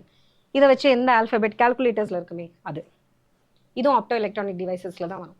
இதில் first type of opto electronic devices நம்ம பார்க்க போகிறோம். That is your LED, light emitting diode. The full form is LED, light emitting diode. It is a PN junction diode தான். இது ordinary PN junction diode. ஆனால் it will emit visible or invisible light. Visible lightனா ரெட்ல இருந்து violet region வரைக்கும் இருக்கிற கலராக இருந்தால் நம்ம கண்ணுக்கு தெரியும். ஒருவேளை லைட்டை வயலட்டை விட கம்மியாவோ ரெட்டை விட அதிகமாகவோ இருந்தால் நம்ம கண்ணுக்கு தெரியாது.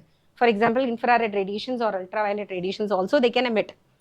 ஸோ எப்போதுமே விசிபிள் லைட்டாக தான் இருக்கணுங்கிறது இல்லை. If it is in the visible region it will apply as a color or otherwise it will give out as infrared radiations or ultraviolet radiations. That is also used for sensors. LED is a PN junction diode which emits visible or invisible light when it is forward biased. Since electrical energy is converted into light energy, the process is also called as electroluminescence. Electricity is converted into light. Luminescence means light. The circuit symbol of LEDs as shown. The direction of arrows indicate that light is emitted from the diode. So diode la light veli pakkama poradhanaala it is called as LED, light emitting diode. எந்த ரீஜன்ல இருந்து light emit ஆகும்னா இந்த நடுவில் இருக்கிற PN ஜங்ஷன்ல இருந்து தான் ஆகும், provided it is forward biased. You know that P டைப்ல என்ன இருக்கு, மெஜாரிட்டி கேரியர்ஸ் ஹோல்ஸ் இருக்கு. N டைப்ல என்ன இருக்கு, எலக்ட்ரான்ஸ் இருக்கு. இதை ஃபார்வர்ட் பயஸ் பண்ணும்போது இங்க இருக்கிற ஹோல்ஸ் வந்து கிராஸ் ஓவர் பண்ணும், இங்க இருக்கிற electrons also the cross over into the P region. இது ரெண்டுமா சேர்ந்து என்ன ஆகும், ரீகாம்பினேஷன் நடக்கும். ஹோலுக்கு வந்து ஒரு எலக்ட்ரான் தேவை, எலக்ட்ரான் இந்த சைட்ல N டைப்ல வந்து XII எலக்ட்ரான்ஸ் இருக்கு. இந்த எலக்ட்ரான்ஸ் எல்லாம் போயிட்டு அந்த டெஃபிஷியன்சி ஆஃப் எலக்ட்ரான் இருக்கிற ஹோலோட கம்பைன் ஆகும்போது energy will be radiated. Hole form ஆகிறதுக்கு ஒரு எனர்ஜி இருந்தது, ஃப்ரீ எலக்ட்ரான்ஸ் கிட்ட ஒரு எனர்ஜி இருக்கு. இது ரெண்டுமா ரீகாம்பினேஷன் ஆனோடனே லைட் எனர்ஜி கிடைக்கும். அந்த எனர்ஜி ரேடியேட்டிவ் எனர்ஜியா நான் ரேடியேட்டிவ் எனர்ஜியாங்கிறத பொறுத்து நமக்கு லைட் இல்லைன்னா சம் அதர் ரேடியேஷன் கிடைக்கும். ஸோ இங்கே தான் வந்து இந்த பேண்ட் இருக்கு, வேலன்ஸ் பேண்டிலேருந்து கண்டக்ஷன் பேண்டுக்கு there will be transition. So இந்த electrons எல்லாம் இதோட recombine ஆகும்போது energy கிடைக்கும். அந்த energy will come out in the form of light. When the PN junction is forward biased, the conduction band electrons இந்த சைடில் N சைடில் valence band holes on the P side diffuse. diffuse என்ன அர்த்தம், ஒன்றுக்கு ஒன்று cross over பண்ணி போகிறது. ஒரு சைட்லேருந்து இன்னொரு சைடுக்கு diffuse ஆகும். when they cross the junction they become excessive minority carriers, electrons in the P side and holes in the N side. this minority carrier recombine with oppositely charged majority carriers, and the electrons in the conduction band recombine with the holes in the valence band. In the recombination மொத்தத்துல holes and electrons ஓட recombination தான் எனர்ஜியை create பண்றது. So what word will you write? You will write this particular word. இந்த word ரொம்ப முக்கியம். recombination நடக்கிறதுனால தான் எனர்ஜி ரிலீஸ் ஆகுது. அந்த எனர்ஜி ஒன்று ரேடியேட்டிவாக இருக்கலாம், இல்லைன்னா நான் ரேடியேட்டிவாக இருக்கலாம். நான் ரேடியேட்டிவ்னா வேறு ஏதாவது heat or infrared radiation, ultraviolet ரேடியேஷனாக இருக்கலாம். The color of the light is determined by the energy band gap. Therefore, LEDs are available in a wide range. நிறைய கலர்ஸில் நமக்கு அவைலபிளாக இருக்குது. For example blue colour, silicon carbide use பண்ணி தான் இந்த செமிகண்டக்டர் பண்ணுறேன்னா you will get a blue colour. Aluminium gallium ஃபாஸ்ஃபைடுனா க்ரீன் கிடைக்கும். கேலியம் ஆர்சனிக் ஃபாஸ்ஃபைடாக இருந்தால் ரெட்டு கிடைக்கும். இப்போ வந்து ஒயிட் கலரில் கிடைக்கிற இதுதான் ரொம்ப காமனாக இருக்குது. Gallium indium nitride, that is also available, which gives you white color light. இதுதான் எல்இடி. நம்ம மார்க்கெட்டில் பார்த்துருப்பேன் இல்லையா, நிறைய எல்இடி இருக்குது, ரெட் கலரில், க்ரீன் கலரில், whichever color you want, it is available in the market. Depending upon the material that you are using, எந்த செமிகண்டக்டர் அந்த சப்ஸ்ட்ரேட்டில் யூஸ் பண்ணுறேங்கிறத பொறுத்து எந்த கலர் வேணால் மார்க்கெட்டில் கிடைக்கும். The light emitting diodes are used in indicator lamps. இது எங்கெல்லாம் பார்த்துருப்பேன் நீ? ரிமோட் கண்ட்ரோலில் பார்த்துருப்பேன், அப்புறமா இண்டிகேட்டர்ஸில் பார்த்துருப்பேன், அட்வர்டைசிங் பண்ணுற இடத்துல, ஃப்ரண்ட் பேனலில், சயின்டிஃபிக் லேபரேட்டரியில், 7 செக்மெண்ட் டிஸ்பிளேல, டிராஃபிக் சிக்னல்ஸில், emergency light, remote control of television, air conditioner எல்லாத்துலேயும், இது எல்லாத்துலேயும் நம்ம வந்து எல்இடிஸ் யூஸ் பண்ணுறோம். ஸோ நெக்ஸ்ட் வந்து ஃபோட்டோ டயோடு. எல்இடிங்கிறது அவ்வளோதான். எல்இடி என்ன பார்த்தோம்? ஒரு சாதாரண ஆர்டினரி டயோடு தான். அந்த ஜங்ஷனுக்கு நடுவில் வந்து ரீகாம்பினேஷன் நடக்கும்போது கிராஸ் ஓவர் நடக்கும். கிராஸ் ஓவர் நடந்துட்டு minority carriers and majority carriers they will cross over and diffuse ஆகும்போது they will recombine, the electrons will recombine with the hole and finally you will get some energy. Photodiodes என்னதுன்னு பார்க்கலாம். Photodiodes-னா இந்த PN junction diode நடுவில் அந்த ஜங்ஷனில் light வந்து fall ஆகும், light வந்து இன்சிடென்ட் ஆகும். that will be converted into electricity. It is exactly the reverse of LED. நீ கரண்ட் கொடுத்த, ஃபார்வர்டு பைஸ் பண்ண, உனக்கு லைட் கிடைச்சது, you passed electricity and you got light. இதில் நேர ரிவர்ஸ். அப்படியே சூரிய ஒளி இல்லைன்னா some other radiation will fall on this photodiode. அந்த லைட்டை வந்து அது எனர்ஜியாக, எலக்ட்ரிக்கல் எனர்ஜியாக கன்வெர்ட் பண்ணி கொடுக்கும். A PN junction diode which converts an optical signal into electrical signal is known as photodiode. Thus, the operation of photodiode is exactly inverse to that of a LED. Photodiode works in reverse bias condition. Its circuit symbol is shown in the diagram. The direction of arrows show that the light is incident on the photodiode. The device consists of a PN junction diode made of a photosensitive material, carefully safe inside a plastic case, and it has a small transparent window. And the window வழியா தான் light உள்ள விழும். So இதில் arrow எப்படி வருது? It is following on the diode. எல்இடியில் எப்படி பார்த்தோம்? The arrow was outward. இதில் டிரான்ஸ்பரண்ட் விண்டோ இருக்குது, இது வழியாக லைட் விழும். லைட் விழுந்தோடனே it will be converted into electricity. புரிஞ்சுதா? So this is an example of when a photon of sufficient energy. இதை நம்ம ஏற்கனவே ஃபோட்டோ எலக்ட்ரிக் எஃபெக்ட்ங்கிற பேரில் 8th லெசனில் நம்ம பார்த்துருக்கோம். So when a photon of sufficient energy having H nu strikes the depletion layer, some of the valence band electrons are elevated into the conduction band and in turn holes are developed in the valence band. இங்கே electrons எங்கேருந்து போகுது? Valence பேண்ட்லேருந்து conduction பேண்டுக்கு போகுது. அதனால holes வந்து develop ஆகுது. This creates electron hole pairs. The amount of electron hole pairs generated depends on the intensity. So நிறைய highly intensity, high ஸ்ட்ராங்கான லைட் விழுந்ததுன்னா நிறைய எலக்ட்ரான் ஹோல்ஸ் பேர் ஃபார்ம் ஆகும். இல்லை கம்மியான இன்டென்சிட்டியில் லைட்டாக இருந்தால் the number of electrons and holes will be less. So the electrons and holes are swept across the PN junction by the electric field created by the reverse voltage. இது forward bias கேஸ்ல இல்ல, reverse bias ஆகிற மாதிரி ஆகுது. The electrons and holes which are swept across the PN junction by the electric field creates a reverse voltage before recombination happens. The holes move towards the P side. Okay, இங்க வந்து என்ன ஆகுது? நிறைய electron hole pair create ஆகுது. Create ஆன electron whole பேர் எல்லாம் electric ஃபீல்டுக்கு என்னது? ஆப்போசிட். எலக்ட்ரிக் ஃபீல்டு எதை தடுக்கிறது? What is that electric field? Electric field is a barrier potential against the flow of majority carriers, which is forward bias for minority carriers. இப்போ minority கேரியர்ஸை பொறுத்த வரைக்கும் அந்த எலக்ட்ரிக் ஃபீல்டு வந்து என்னது? அந்த எலக்ட்ரிக் ஃபீல்டு என்ன பண்ணும்? பி சைடில் ஒரு பாசிட்டிவ் சார்ஜ் ஃபார்ம் ஆகும், என் சைடில் ஒரு நெகட்டிவ் சார்ஜ் ஃபார்ம் ஆகும், நெகட்டிவ் எலக்ட்ரான்ஸ் ஃபார்ம் ஆகும். இது வந்து என்ன பண்ணும்? It will further slow down the movement of holes and electrons. Okay, depletion layer அப்படிங்கிறது ஒரு சைடில் பாசிட்டிவ் அயான்ஸ் ஃபார்ம் ஆகும், இன்னொரு சைடில் நெகட்டிவ் அயான்ஸ் ஃபார்ம் ஆகும். இந்த இடத்துல வந்து எலக்ட்ரான்ஸ் இருக்கு, இந்த எலக்ட்ரான்ஸ் இதை தாண்டி போக முடியாது. அதே மாதிரி இங்க இருக்கிற ஹோல்ஸ் இந்த பாசிட்டிவ் சார்ஜை தாண்டி போக முடியாது, that will repel. But this positive charge will attract what?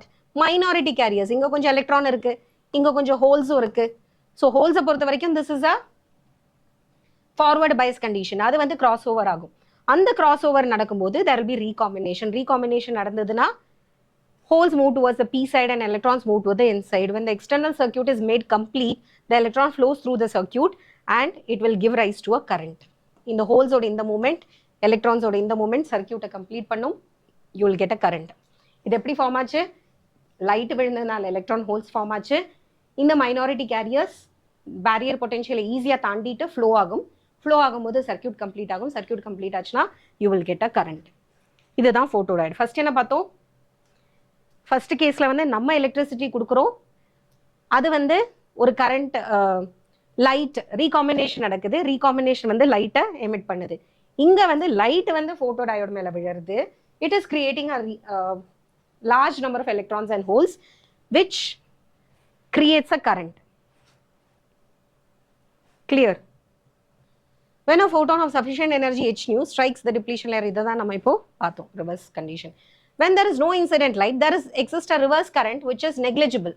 This reverse current in the absence of any light is called dark current, and this is due to thermally generated minority carriers. Light இல்லைனாலும் ஒரு சின்ன current வரும், that is due to thermally generated electrons and holes. Light விழும்போது அதிகமானது வரும். இது எந்தெந்த இடத்துல இந்த ஃபோட்டோ டயோடை யூஸ் பண்ணலாம்? லைட் வந்து அதில் விழுந்த உடனே நமக்கு அந்த அலாரம் அடிக்கணும். அலாரம் சிஸ்டத்தில், பர்க்லர் அலாரம் சிஸ்டத்தில் பண்ணலாம். பேங்கோட லாக்கர்ஸில் என்ன பண்ணியிருப்பாங்கன்னா, ஒரு லைட் வந்து எப்போதுமே அந்த ஃபோட்டோ டயோட் மேலே விழற மாதிரி வச்சுருப்பாங்க. எப்போது நீ டோர் ஓப்பன் பண்ணும்போதோ க்ளோஸ் பண்ணும்போதோ சடனாக அந்த டிஸ்டர்பன்ஸை கிரியேட் பண்ணும்போது அந்த லைட்டோட பாத் வந்து பிரேக் ஆகுறது. பிரேக் ஆன உடனே light will not follow on the photo diode. Photo diode மேலே விழலைன்னா என்ன ஆகிடும்? அந்த கரண்டோட difference will create an alarm. It can count the number of items on the conveyor belt. ஒரு photodiode வச்சிட்டு, suppose you have a photodiode and a photosensor here. So இந்த light ஓட sourceல இருந்து இந்த photodiodeல வந்து விழருது light. This is your source. இப்போ இந்த sourceல விழுந்துட்டு இருக்கிற வரைக்கும் there will be a current here. இனி ஒவ்வொரு வாட்டியும் ஒவ்வொரு packet, suppose chips packet 20 packet விழுந்தா நான் அப்படியே அதை ஆட்டோமேட்டிக்காக ஒரு பெட்டி போட்டு அதை பேக் பண்ணி எடுக்கணும் அப்படின்னு இருந்ததுன்னா என்ன பண்ண முடியும் என்னால்? ஒவ்வொரு பேக்கெட்டும் இந்த வாட்டி கிராஸ் பண்ணும்போது ஐ கேன் கவுண்ட் 20 பேக்கெட்ஸ் ஆச்சா, ஒவ்வொரு வாட்டி இது பிரேக் ஆகும். அப்படி 20 டைம்ஸ் பிரேக் ஆச்சுன்னா 20 பேக்கெட்ஸ் வந்தாச்சுன்னு அர்த்தம். I can pack. கன்வேயர் பெல்ட்டில், கன்வேயர் பெல்ட்னா என்னது? இந்த ஏர்போர்ட்லலாம் லக்கேஜ் பார்த்துருப்பா இல்லையா, that is your conveyor belt. அந்த கன்வேயர் பெல்ட் பாட்டுக்கு மூவ் பண்ணிகிட்டே இருக்கும். பிஸ்கெட்ஸ் பண்ணுற ஃபேக்ட்ரியில், பேக்கிங் ஃபேக்ட்ரியில் எல்லாத்துலேயுமே நம்ம வந்து பார்க்கலாம். நெக்ஸ்ட் ஃபோட்டோ கண்டக்டரில் யூஸ் பண்ணுவோம், காம்பேக்ட் டிஸ்கில் யூஸ் பண்ணுவோம், ஸ்மோக் டிடெக்டர்ஸில் யூஸ் பண்ணுவோம், மெடிக்கல் அப்ளிகேஷன்ஸ், கம்ப்யூட்டரைஸ் டோமோகிராஃபி. டோமோகிராஃபினா ஸ்டொமக்கோட இன்டர்னல் ஆர்கன்ஸ் எல்லாம் ஸ்டடி பண்ணுறதுக்கு. ஸ்மோக் டிடெக்டரில் ஒரு லைட் சோர்ஸ் வந்து எப்போதுமே அந்த அது மேலே ஃபோட்டோ டயோட் மேலே விழும். எங்கேயாவது அது பிரேக் ஆச்சுன்னா ஸ்மோக் பார்ட்டிகல்ஸ் வந்து அந்த லைட்டை ஸ்கேட்டர் பண்ணினா திடீர்னு அந்த அலாரம் ட்ரிகர் ஆகும் and it will give out. Burglar எல்லாம் அதே மாதிரி தான். இன்ஃப்ராரெட் ரேடியேஷன்ஸ் அதுக்கு நடுவில் பிரேக் ஆச்சுன்னா திடீர்னு அது அலாரம் கொடுக்க ஆரம்பிக்கும். சோலார் செல்ஸில் எங்கே யூஸ் பண்ணுறோம்? we will directly convert sunlight into electricity. Street லைட்டில் ஃபோட்டோ சென்சர்ஸாக யூஸ் பண்ணலாம். பகலாச்சு 6 மணி 6:30 மணி ஆச்சு, நல்ல இன்டென்சிட்டியில் லைட் வந்தாச்சுன்னா ஸ்ட்ரீட் லைட் ஆட்டோமேட்டிக்காக ஆஃப் ஆகிடும். நைட் வந்து ஒரு 6-6:30 மேலே நல்லா டார்க் ஆனோடனே லைட்டோட இன்டென்சிட்டி கம்மியானோடனே ஆட்டோமேட்டிக்காக ஸ்ட்ரீட் லைட்டாக ஆன் பண்ணுற மாதிரி. So it becomes on at dusk and off at dawn. CD and DVD players you can even write the data encoded in the pits and lands by using the reflection of a laser beam. இனி solar cell first என்ன பார்த்தோம்? LED பார்த்தோம். Second one வந்து photo cell பார்த்தோம். Third one வந்து solar cell. as the name shows, டைரக்டாக solar எனர்ஜியை வாங்கிட்டு எலக்ட்ரிசிட்டியாக கன்வெர்ட் பண்ணுறது தான். A solar cell is also known as a photovoltaic cell. It works on the principle of photovoltaic effect. PN junction diode என்ன ஆகும்? Solar cell வந்து solar ரேடியேஷனை வாங்கிட்டு இந்த சோலார் ரேடியேஷனோட எனர்ஜி வந்து எலக்ட்ரான் ஹோல் பேர்ஸை கிரியேட் பண்ணும்.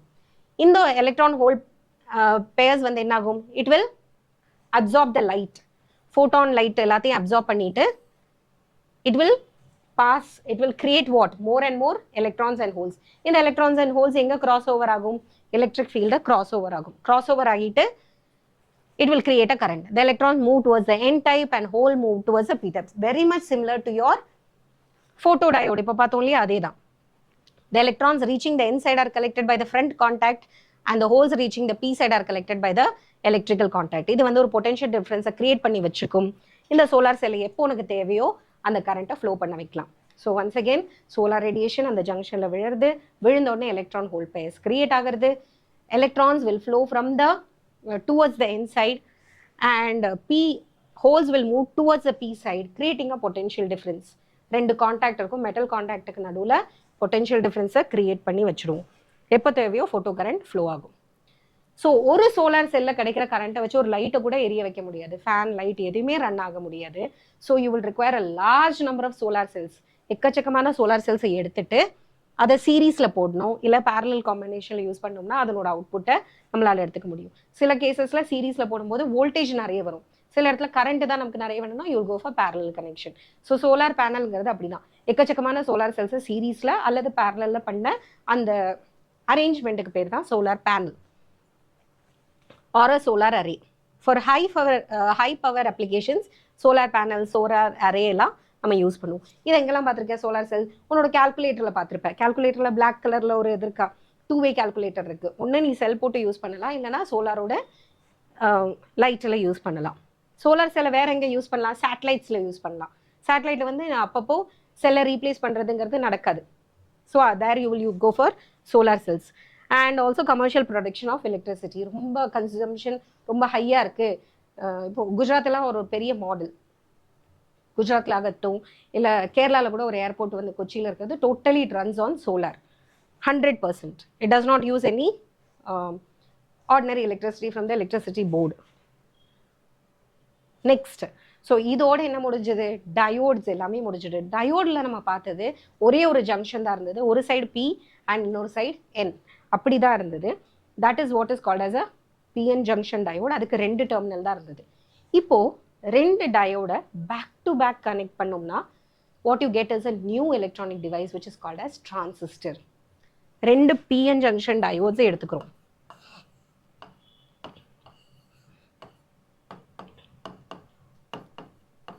ரெண்டு பிஎன் ஜங்ஷன் டயோட back to back connect பண்ணுறது.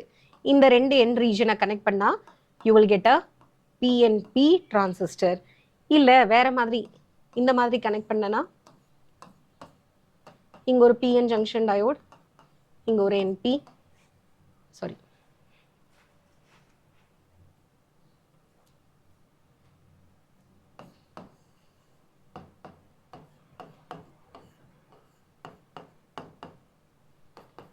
இங்கே உனக்கு கிடைக்கிறது என்பிஎன் அப்படிங்கிற டிரான்சிஸ்டர் கிடைக்குது. ஸோ இதை வந்து தான் நம்ம பைபோலார் ஜங்ஷன்னு சொல்கிறோம். இங்கே ஒரு பொலாரிட்டி இருக்குது, இங்கே ஒரு பொலாரிட்டி இருக்குது. பைபோலார். பைபோலார்னா இந்த பக்கம் ஒரு ஜங்ஷன், இந்த பக்கம் ஒரு junction. Bipolar junction transistor is also called as BJT or your ordinary transistor. So இது வரைக்கும் நம்ம பார்த்தது diode. Diode can be used as a rectifier, it can be used as a voltage stabilizer, and PN junction diode can be made to emit light also. Optoelectronic devices லயும் நம்ம LED தான் பார்த்தோம். Light emit பண்ற devices, light sense பண்ற devices, light வந்து electricity convert பண்ற photodiodes, solar cells, everything we saw. So next நம்ம பார்க்க போறது transistor. Okay, in the next class we will see what is a transistor, and the transistor எப்படி பண்ணணும், என்னென்ன junctions இருக்கு, emit, what are the different parts, emitter, base, collector, 3 parts இருக்கும்.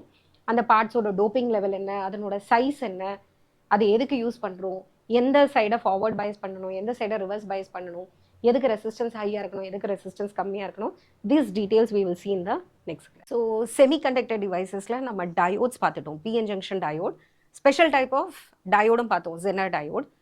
And diode பார்க்கும்போது அதனோட கேரக்டரிஸ்டிக்ஸ் பார்த்தோம். கேரக்டரிஸ்டிக்ஸ்னா கிராஃப் இஸ் ஃபார்வர்ட் கேரக்டரிஸ்டிக், அப்புறமா ரிவர்ஸ் கேரக்டரிஸ்டிக். பயசிங் வச்சு நம்ம பார்த்தோம். You know what is biasing, அதுக்கு ப்ராப்பரான இஎம்எஃப் கொடுக்கறது, பொட்டென்ஷியலை சப்ளை பண்ணுறது தான் biasing. Forward biasing is when the P type semiconductor is connected to the positive of the battery and n type is connected to the negative of the battery. That was forward bias. Forward biasல எப்படி அது work ஆகுது, கொஞ்ச நேரத்துக்கு work ஆகாது, என்னதான் high potential நம்ம potential increase பண்ணாலும் current flow ஆகாது, it will not start conducting till a particular barrier potential is overcome. அதெல்லாத்தையும் நம்ம பார்த்தோம். And then Zener diode எப்படி வந்து breakdown regionல யூஸ் ஆகுது, எப்படி அதை voltage stabilizer நம்ம யூஸ் பண்ணுறோம், voltage regulator இதெல்லாத்தையும் நம்ம பார்த்தோம். Okay, so next topic வந்து optoelectronic devices. This is the direct relationship between mostly light radiation. Light இருக்கலாம், visible or invisible. Infrared radiations இருக்கலாம், ultraviolet radiations இருக்கலாம், visible regionல இருக்கிற லைட்டோ இல்லாத லைட்டோ. Optics is something which is related to light. Light electricity மாத்துறது, electricity திருப்பி light மாத்துறது. இந்த ரெண்டு இன்டர்கன்வர்ஷன் பண்ணக்கூடிய டிவைசஸ் தான் நம்ம வந்து ஆப்டோஎலக்ட்ரானிக் டிவைசஸ் அப்படின்னு சொல்கிறோம். ஸோ என்னவா இருக்கலாம், இதில் ரெண்டு விதமான டிவைசஸும் நம்ம பார்க்க போகிறோம். ஒன்று லைட் பட்ட உடனே லைட் ரேடியேஷனை எலக்ட்ரிசிட்டியாக மாற்றி கொடுக்குறது, அந்த ஒன்று டைரெக்டாக எலக்ட்ரிக் கரண்ட்டாக மாற்றி கொடுக்கலாம், இல்லைனா எலக்ட்ரிக் பொட்டென்ஷியலாக ஸ்டோர் பண்ணிக்கலாம், இல்லைனா ரெசிஸ்டன்ஸோட வேரியேஷனாக யூஸ் பண்ணிவிட்டு சர்க்கியூட்டை ஆன் அண்ட் ஆஃப் ஆக்கிறதுக்கு ஹெல்ப் பண்ணக்கூடிய டிவைசஸாக இருக்கலாம். So that is optoelectronic devices. Optoelectronic devices deals with devices which convert electrical energy into light and light into electrical energy using semiconductors. இதே இந்த லெசன்ல வருதுன்னா செமிகண்டக்டர்ஸால தான் இந்த கண்ட்ரோலை கொண்டு வர முடியும். லைட்டை வந்து அங்கே ஃபோட்டோ எலக்ட்ரிக் எஃபெக்ட்ல நம்ம பார்த்தது பியோர் மெட்டல்ஸ் வந்து எலக்ட்ரான்ஸை எமிட் பண்ணுற மாதிரி, இங்கே நம்ம ஏன் இதில் யூஸ் பண்ணுறோம்னா செமிகண்டக்டர் டிவைசஸோட டிப்ளீஷன் லேயர் இருக்கு இல்லையா, பிஎன் ஜங்ஷன் டயோடோட அந்த ரீஜியனில் லைட்டு பட்டோன்னே வர திஸ் இஸ் த பேஸ் வர எலக்ட்ரிசிட்டி தான் இது. So it is not, you cannot call it directly as photoelectric effect. Photoelectric effect applies only to metals. But இதில் வந்து லைட்டை கன்வெர்ட் பண்ணுறோம் using semiconductors. Optoelectronic devices and electronic devices which uses light for useful application. We will discuss some important optoelectronic devices, mainly light emitting diodes. LED ரொம்ப பாப்புலராக இருக்குது இப்போது, எல்லாத்துலேயுமே நம்ம எல்இடி தான் யூஸ் பண்ணுறோம். ஏன்னா எல்இடி வந்து பவர் கன்சம்ஷன் ரொம்ப கம்மியாக கொடுக்கறது. நம்ம யூஸ்வலாக யூஸ் பண்ணுற பல்ப்ஸோ இல்லைனா டிஸ்சார்ஜ் டியூப்ஸோ, நம்மளோட டியூப்லைட் இன்கேண்டசன்ட் பல்பை விட டியூப்ஸ் வந்து ரொம்ப எஃபிஷியண்ட்டாக இருந்தது. அதனால நம்ம சிஎஃப்எல்லுக்கு போனோம். டியூப்லைட்ஸ்னா சிஎஃப்எல்னு சொல்லுவோம், காம்பேக்ட் ஃப்ளூரசன்ட் லேம்ப்ஸ். அது வந்து ஃபோல்டடாக இருந்திருக்கும், பார்க்குறீங்க இல்லையா, இப்போல்லாம் வருது சிஎஃப்எல்லாக இருந்தது. இப்போ சிஎஃப்எல்லை விட பல மடங்கு எஃபிஷியண்ட்டாக இருக்குது light emitting diode, because that takes voltage less than 12 volt. அவ்வளோ கம்மி வோல்ட்டில் உனக்கு லைட் கொடுக்கறது வித்தவுட் மச் ஹீட்டிங் எஃபெக்ட். ஹீட்டாக வேஸ்ட் ஆகாமல் full energy is being converted in to light. For these basic reasons, today we go for LED. Then you have photodiodes, which will differ or change the resistance according to the intensity of the light that is falling on it. அதுதான் உன்னோட photodiode. Then you have the basic solar cells.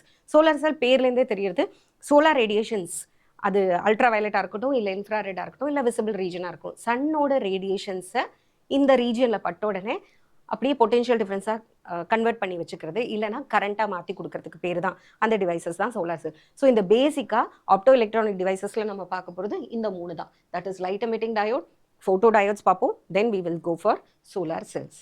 Now to start with, இப்போ நான் சொன்ன அந்த introduction தான் இதில் மெயினாக இருக்குது. இந்த ஆப்டோ எலக்ட்ரானிக் டிவைசஸையும் நம்ம கேட்டகரைஸ் பண்ண முடியும். That is like light emitters, எதெல்லாம் லைட்டை எமிட் பண்ண போகிறதோ அதுவா டிவைட் பண்ணிக்கலாம். ஃபார் எக்ஸாம்பிள் லைட் எமிட்டிங் டயோட்னு சொன்னேன் இல்லையா, அதே மாதிரி லேசர் டயோடுன்னு ஒன்று இருக்குது. இதுலேருந்து வருது ரொம்ப ஸ்ட்ராங்கான பவர்ஃபுல்லான லேசர் பீம்ஸாக இருக்கும். இதுலேருந்து வருது ஆர்டினரி லைட். ஆர்டினரி லைட்டுக்கும் லேசர் பீமுக்கும் என்ன வித்தியாசம்னா, லேசர் பீம் வந்து ரொம்ப இன்டென்ஸாக இருக்கும், ரொம்ப பேரலல் பீம் ஆஃப் லைட்டாக இருக்கும், and they are stronger and it is amplified. லைட்டை வந்து ஆம்பிளிஃபை பண்ணதான் light amplification by stimulated emission of radiation. அதுதான் full form of laser. So laser means light is actually amplified and it is intensified and it will be highly parallel. ரொம்ப ஸ்ட்ராங்காக இருக்கும். சாதாரணமாக light scatter ஆகி disburse ஆகிற மாதிரி laser ஆகாது. அதனால தான் லேசரை யூஸ் பண்ணி நம்ம சர்ஜரி எல்லாம் கூட பண்ணுறோம். ஸோ அந்த மாதிரி லேசர்ஸை கூட நம்மளால் செமிகண்டக்டர் டிவைசஸ் வச்சு கால்குலேட் பண்ண முடியும். So light emitting diodes or semiconductor diodes that emit light when a current flows through them. Laser diodes produce a very focused, coherent beam of light through the stimulated emission. Next category வந்து optoelectronic devicesலேயே ரெண்டாவது category வந்து light detectors. Radiations detect பண்ணும். That is, they can also be called as sensors. they will convert light energy into electrical energy. Light பட்டா சர்க்கியூட்டை complete பண்ணுறது, இல்லைன்னா சர்க்கியூட்டை break பண்ணுறது, இந்த மாதிரி இன்டர் கன்வர்ஷன் நடத்தக்கூடிய டிவைசஸ் தான் light detectors or sensors.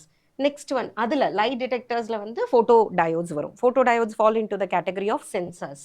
They detect light and then generate a current in response to the photons.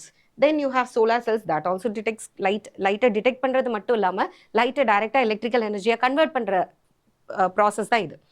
So light emitters இருக்கு, லைட் டிடெக்டர்ஸ் இருக்கு ஆர் சென்சார்ஸ் இருக்கு. Photo diode, Solarz, photo resistor, இதெல்லாமே வந்து நமக்கு எதில் வரும்? சென்சார்ஸ்ல வரும். So a type of photodiode that converts light directly into either voltage and it is commonly used for power generation. Photoresistorங்கிறது லைட் டிபெண்டன்ட் ரெசிஸ்டராக இருக்கும். லைட்டோட இன்டென்சிட்டிக்கு ஏற்ற மாதிரி ரெசிஸ்டன்ஸை இன்க்ரீஸும் பண்ணலாம், டிக்ரீஸும் பண்ணலாம். So resistance increase and degrees ஆச்சுன்னா ஆட்டோமேட்டிக்காக சிஸ்டத்தில் ஃப்ளோ ஆகிற கரண்ட்டோட வேல்யூ மாறும். கரண்ட்டோட வேல்யூ மாறினா ஒன்று சர்க்கியூட் ஆன் ஆகும், இல்லைனா ஆஃப் ஆகும், இல்லை டிம் ஆகலாம், பிரைட் ஆகலாம். டிஃப்ரெண்ட் இன்டென்சிட்டி கூட நம்ம கொடுக்க முடியும். கம்மியான கரண்ட், அதிகமான கரண்ட் சென்சர் வச்சு யூஸ் பண்ணிட்டு கரண்ட்டோட அமௌண்ட்டை நம்மளால் மாற்றிக்க முடியும். They can change their electrical resistance based on the amount of light they receive. Resistance is high in the dark.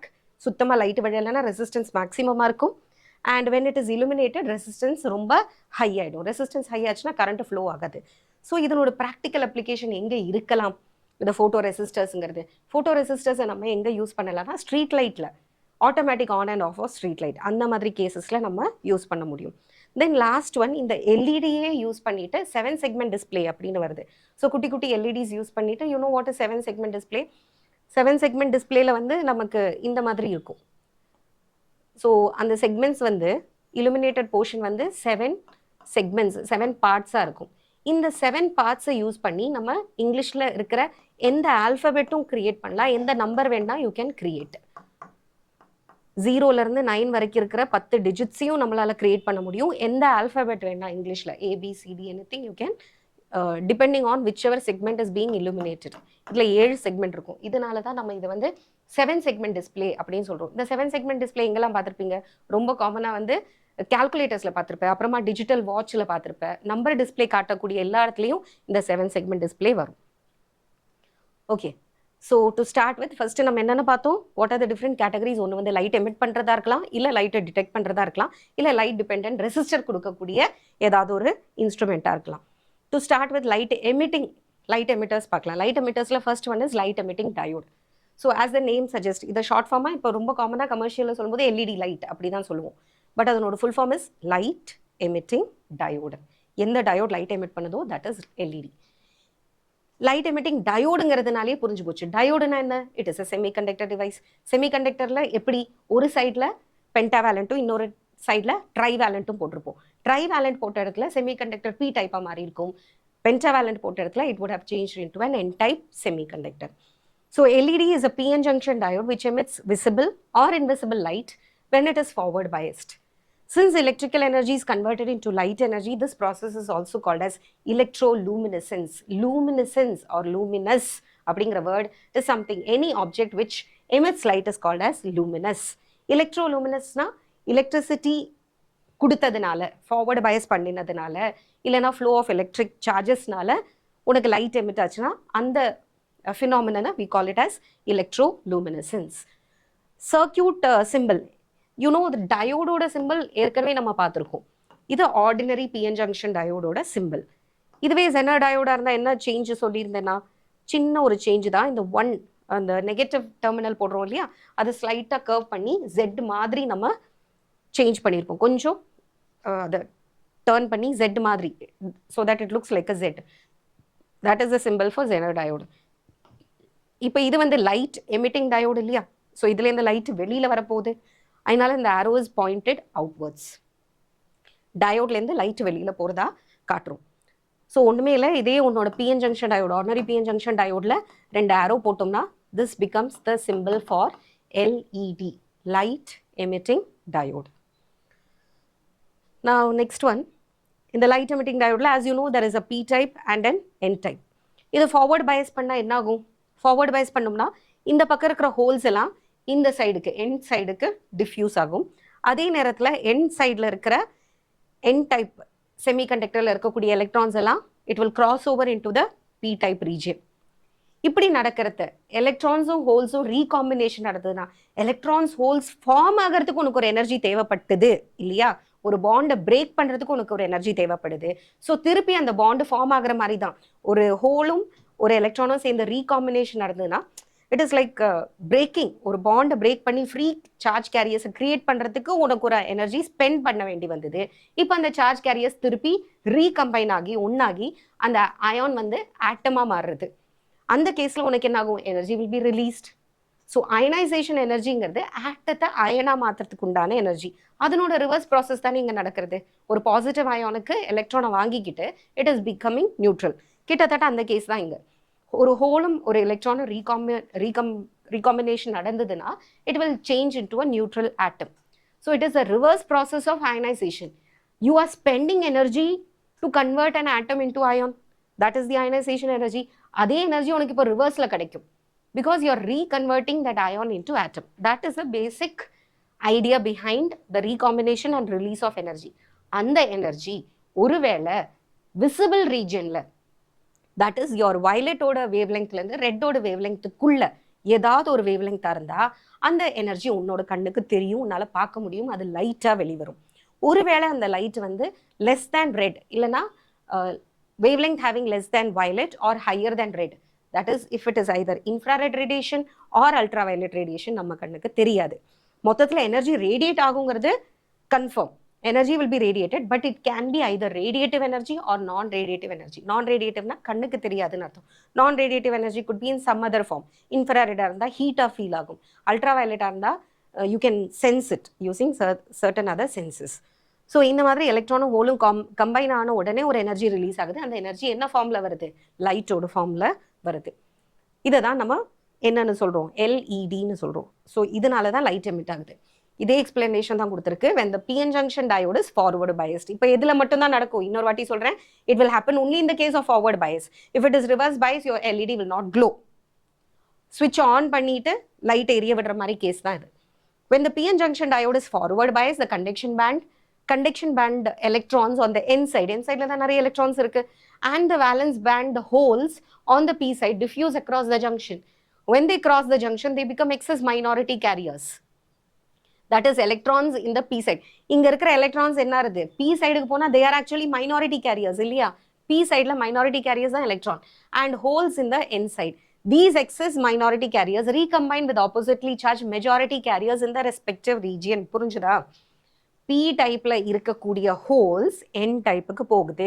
என் டைப்ல ஹோல்ஸ் என்னது, they are minority carriers.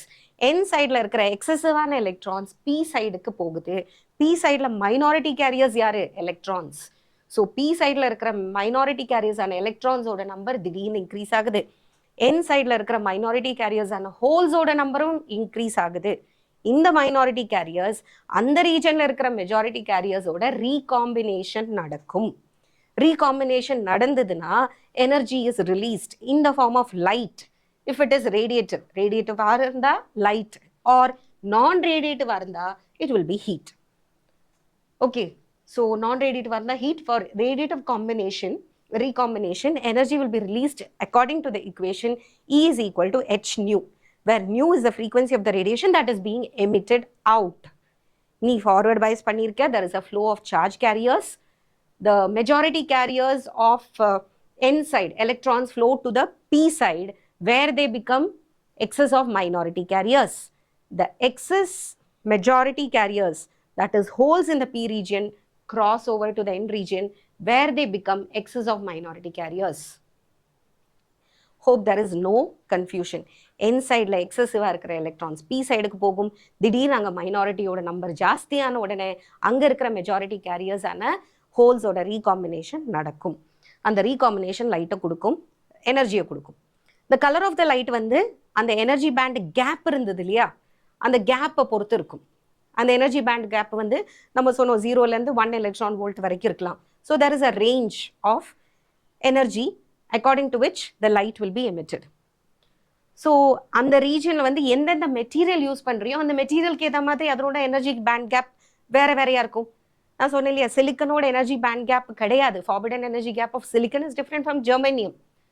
And silicon ஜெர்மேனியத்தை இன்னுமே நீ வந்து வேற ஏதாவது அதனோட ஒரு காம்பவுண்டா யூஸ் பண்ற, டைரக்டா சிலிக்கனா யூஸ் பண்ணாம silicon carbide or silicon phosphide, gallium phosphide, germanium இந்த மாதிரி எல்லாம் யூஸ் பண்றத indium, gallium, all these are different semiconductors. So இதை வந்து வேற காம்பினேஷன் நீ யூஸ் பண்றது அந்த எனர்ஜி பேண்ட் கேப்போட வேல்யூ மாறும். அந்த வேல்யூ மாறினா என்ன ஆகும்? அந்த வேல்யூக்கு ஏற்ற மாதிரி தான் ஹெச் நியூ வரும், which means the frequency will change. Frequency change பண்ணினா ஆட்டோமேட்டிக்கா வேவ் லெங்த் மாறும். வேவ் லெங்த் மாறினா the color of the light changes. இதுதான் பேசிக் லாஜிக்.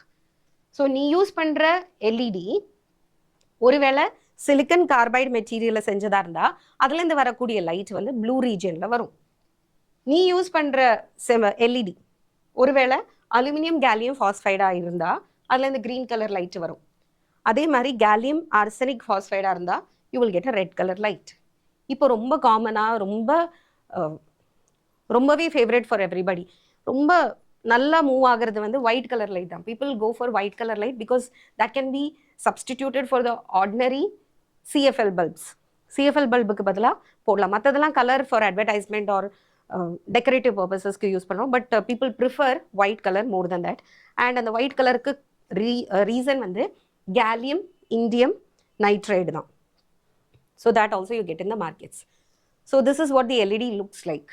எல்இடி நீ பார்த்துருப்பேன், எல்இடிலையும் ஒரு லீடை வச்சுதான் ஒரு பாசிட்டிவ் லீடு இருக்கும், ஒரு நெகட்டிவ் லீடு இருக்கும். இதை வந்து நீ கரெக்டாக ஃபார்வர்டு பயஸ் பண்ணினா செல்லுக்குன்னா அது வந்து க்ளோ ஆகும்.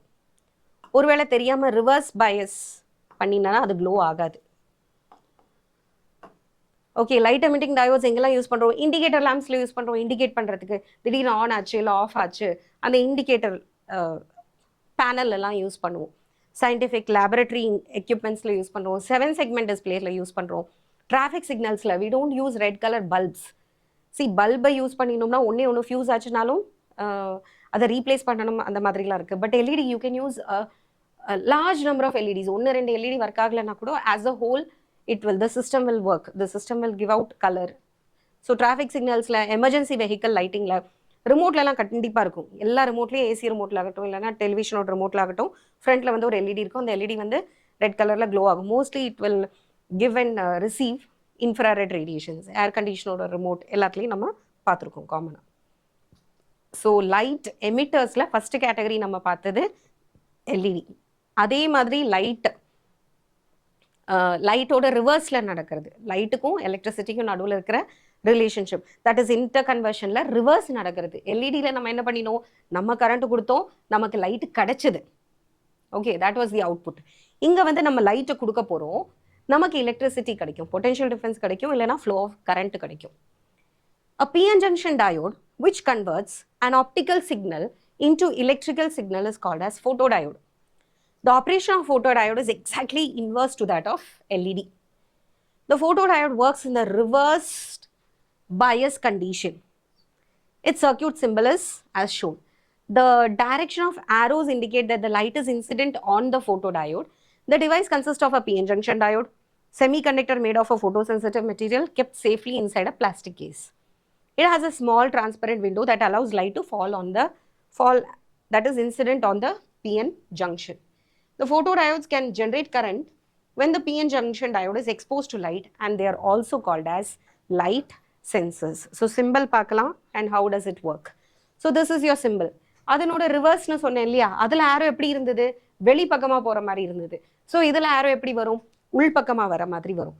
So light is incident on the diode and you are getting a electric signal or a current. So பார்க்கறதுக்கு இப்படி தான் இருக்கும். மார்க்கெட்டில் கிடைக்கக்கூடிய ஃபோட்டோ டயோடு இப்படி தான் இருக்கும். இதுக்கு மேலே ஒரு டிரான்ஸ்பரண்ட் கவரிங் இருக்குது. இந்த கவரிங்கில் லைட்டு விழுந்ததுன்னா you will get an output electrical signal, voltage உனக்கு கிடைக்கும்.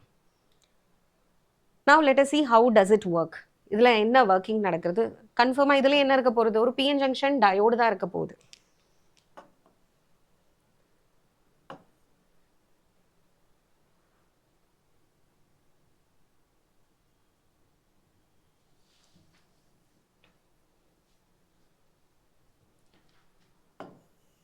So here also you have a PN junction diode. இந்த இடத்துல தான் உனக்கு லைட் வந்து it is going to fall on the material, semiconductor. let us assume that அந்த விழக்கூடிய photon energy, it is h nu. It strikes the depletion region of the diode. Some of the valence band electrons are elevated into the conduction band. So ஒரு semiconductor conduct பண்ணணும்னா valence பேண்ட்ல இருக்கக்கூடிய electrons எந்த பேண்டுக்கு transfer ஆகணும்? Conduction பேண்டுக்கு போகணும். அதுக்கு நம்ம என்னெல்லாம் பார்த்தோம்? டோப்பிங் பண்ணி பார்த்தோம், ஹீட் பண்ணலாம். Increasing the temperature is also one method of increasing the conduction because semiconductors have a negative temperature coefficient of ரெசிஸ்டிவிட்டின்னு நம்ம படிச்சிருக்கோம்.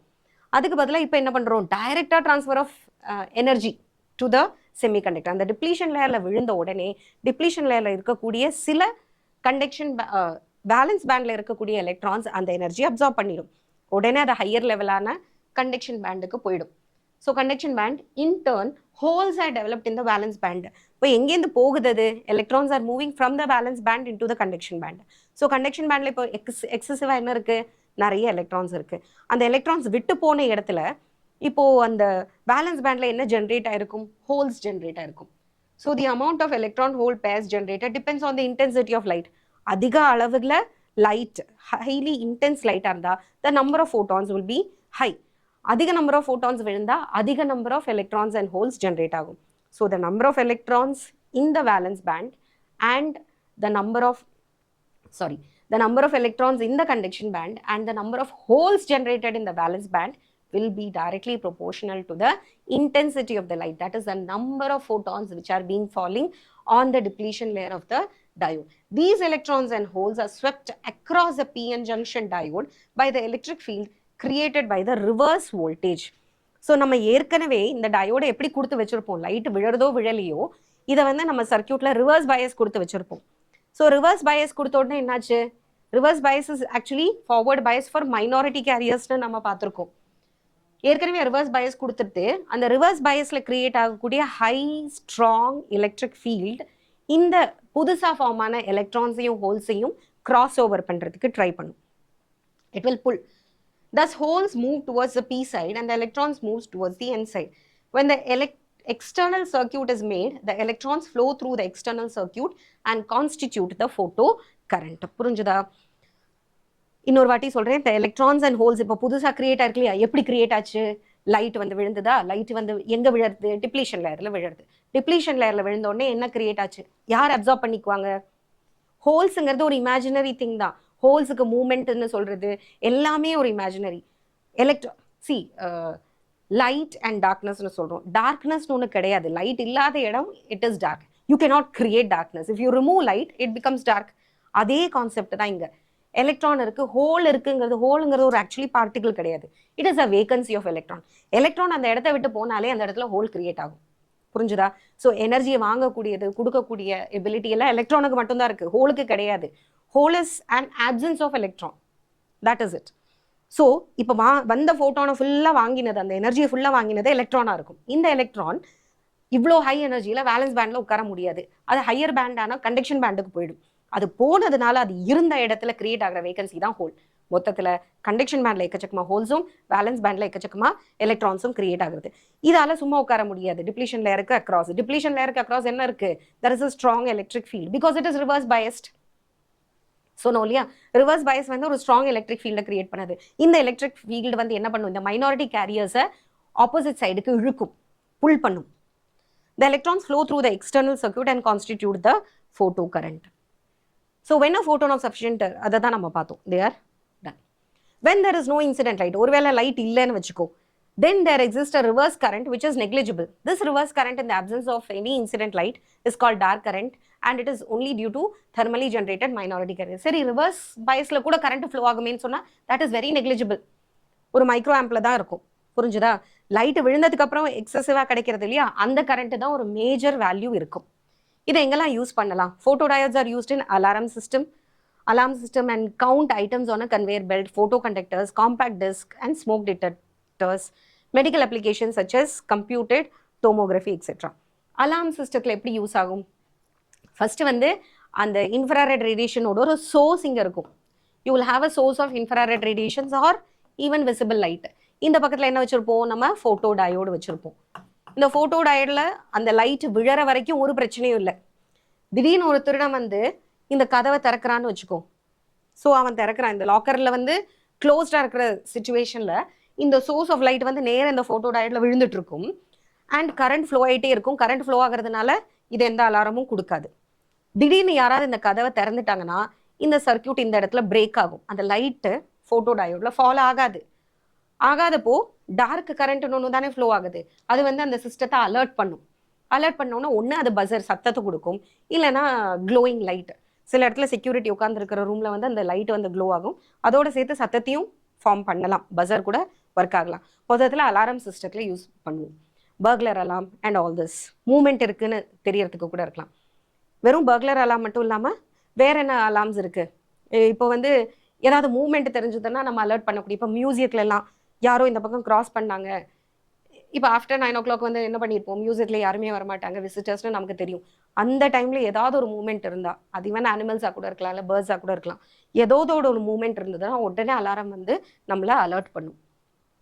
நெக்ஸ்ட் இதே மாதிரி வேற எதில் யூஸ் பண்ணலாம்? கன்வேயர் பெல்ட்டில் சப்போஸ் நீ வந்து ஒரு 20 பேக்கெட்ஸ் சிப்ஸ் 20 பேக்கெட்டை நான் ஒரு கார்ட்போர்டில் ஒரு கார்ட்டனை போட்டு அப்படி இப்படியே பேக் பண்ணணும். ஆட்டோமேட்டட் சிஸ்டத்தில் பண்ணுறேன். நம்ம மேனுவலாகவும் பண்ணலாம். 20 கவர்ஸ் எடுத்து போட்டு ஒவ்வொரு வாட்டி சீல் பண்ணலாம். இல்லை ஃபுல்லி ஆட்டோமேட்டட் சிஸ்டமாக இருந்தால் இது வந்து என்ன பண்ணும், ஒவ்வொரு வாட்டி அந்த சிப்ஸ் பேக்கெட் இந்த கிராஸ் ஓவர் பண்ணுறது அது கவுண்ட் பண்ணிகிட்டே இருக்கும். ஓகே, ஒரு பேக்கெட் போச்சு, 2 பேக்கெட் போச்சு, 3 பேக்கெட் போச்சு அப்படின்னு அது கவுண்ட் பண்ணிகிட்டே இருக்கும். அப்படி 25 வாட்டி அது போச்சுன்னா 25 கவர் போனதா கணக்கு. அந்த 25 கவரையும் சேர்த்து ஒரு கார்ட்டனில் போட்டு அதை சீல் பண்ணி வச்சிடும். ஸோ நமக்கு ஒரு கார்டன் பேக் ஆச்சு. அதில் யூஸ் பண்ணலாம். கவுண்டர்ஸ்னால் வேறு எது? கரன்சி கவுண்டரில் கூட பண்ணலாம். கரன்சி கவுண்டரில் கூட எவ்வளோ ஃபாஸ்ட்டாக அந்த நோட்ஸ் மூவ் ஆகிற நேரத்தில் இத்தனை நோட்ஸ் இருந்தது. It can give you count of the items. Conveyor பெல்ட்லேயும் கொடுக்கலாம் அண்ட் ஈவன் கவுண்டராக கூட யூஸ் பண்ணலாம். அண்ட் ஃபோட்டோ கண்டக்டர்ஸ், நான் சொன்னேன் இல்லையா, லைட்டு விழுந்தால் மட்டும் கண்டக்ட் பண்ண ஆரம்பிக்கும். ஸோ ஃபோட்டோ கண்டக்டர்ஸில் யூஸ் பண்ணலாம். காம்பேக்ட் டிஸ்கில், ஸ்மோக் டிடெக்டர்ஸில் அதெல்லாம் யூஸ் பண்ண முடியும். ஸோ ஸ்மோக் டிடெக்டர்ஸில் எப்படி ஒர்க் ஆகுதுன்னு பார்க்கலாம். ஒரு லைட் சோர்ஸ் வந்து எப்போ பார்த்தாலும் ஒரு பீம் வந்து ப்ராஜெக்ட் ஆகிட்டே இருக்கும். ஒருவேளை அந்த ஸ்மோக் பார்ட்டிகல் வந்து ஒப்பேக் இல்லையா? ஸோ ஸ்மோக் பார்ட்டிகல்ஸ் வந்து எப்படின்னா அது ஒப்பேக்காக இருக்கும். அந்த ஒப்பேக்காக இருக்கக்கூடிய அந்த ஸ்மோக் மெட்டீரியல் திடீர்னு இந்த லைட்டுக்கும் சோர்ஸ் ஆஃப் லைட்டுக்கும் உன்னோட இன்ஃப்ராரெட் சென்சாருக்கும் நடுவில் வந்ததுன்னா அது பிரேக் ஆகும். It will trigger. So smoke வந்து இதை அடைச்சிடுத்துனா உடனே அது வந்து அலாரத்தை கொடுக்கும்.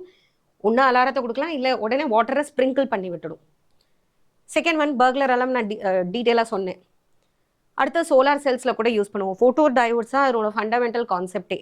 லைட்டு விழுந்த உடனே it is being converted into electricity flow. Street லைட்ஸில் யூஸ் பண்ணலாம். நேச்சுரல் லைட் வந்த உடனே காலையில் நல்லா 6 o'clock இல்லை 7 o'clock நல்லா பிரைட் சன்லைட் வந்துடுத்து, you need not go and call the person, போய் அந்த ஸ்ட்ரீட் லைட் ஆஃப் பண்ணுங்கன்னு நம்ம சொல்ல வேண்டாம். இந்த சென்சாரை நியரில் ஃபிக்ஸ் பண்ணியிருந்தேன்னா ஆட்டோமேட்டிக்காக இவ்வளோ பிரைட்டான சன்லைட் வந்ததுக்கப்புறம் ஆட்டோமேட்டிக்காக அது வந்து அந்த ஸ்ட்ரீட் லைட்டை ஆஃப் பண்ணிடும். அதே மாதிரி நைட்டு ஒரு 6 இல்லை 7க்கு அப்புறம் நல்லா டார்க் ஆகுதுன்னா ஆட்டோமேட்டிக்காக அதை ஆன் பண்ணி விட்டுரும். ஸோ லைட்டோட இன்டென்சிட்டிக்கு ஏற்ற மாதிரி அதை ஆன் அண்ட் ஆஃப் ஆட்டோமேட்டிக்காக பண்ணி கொடுக்குறது.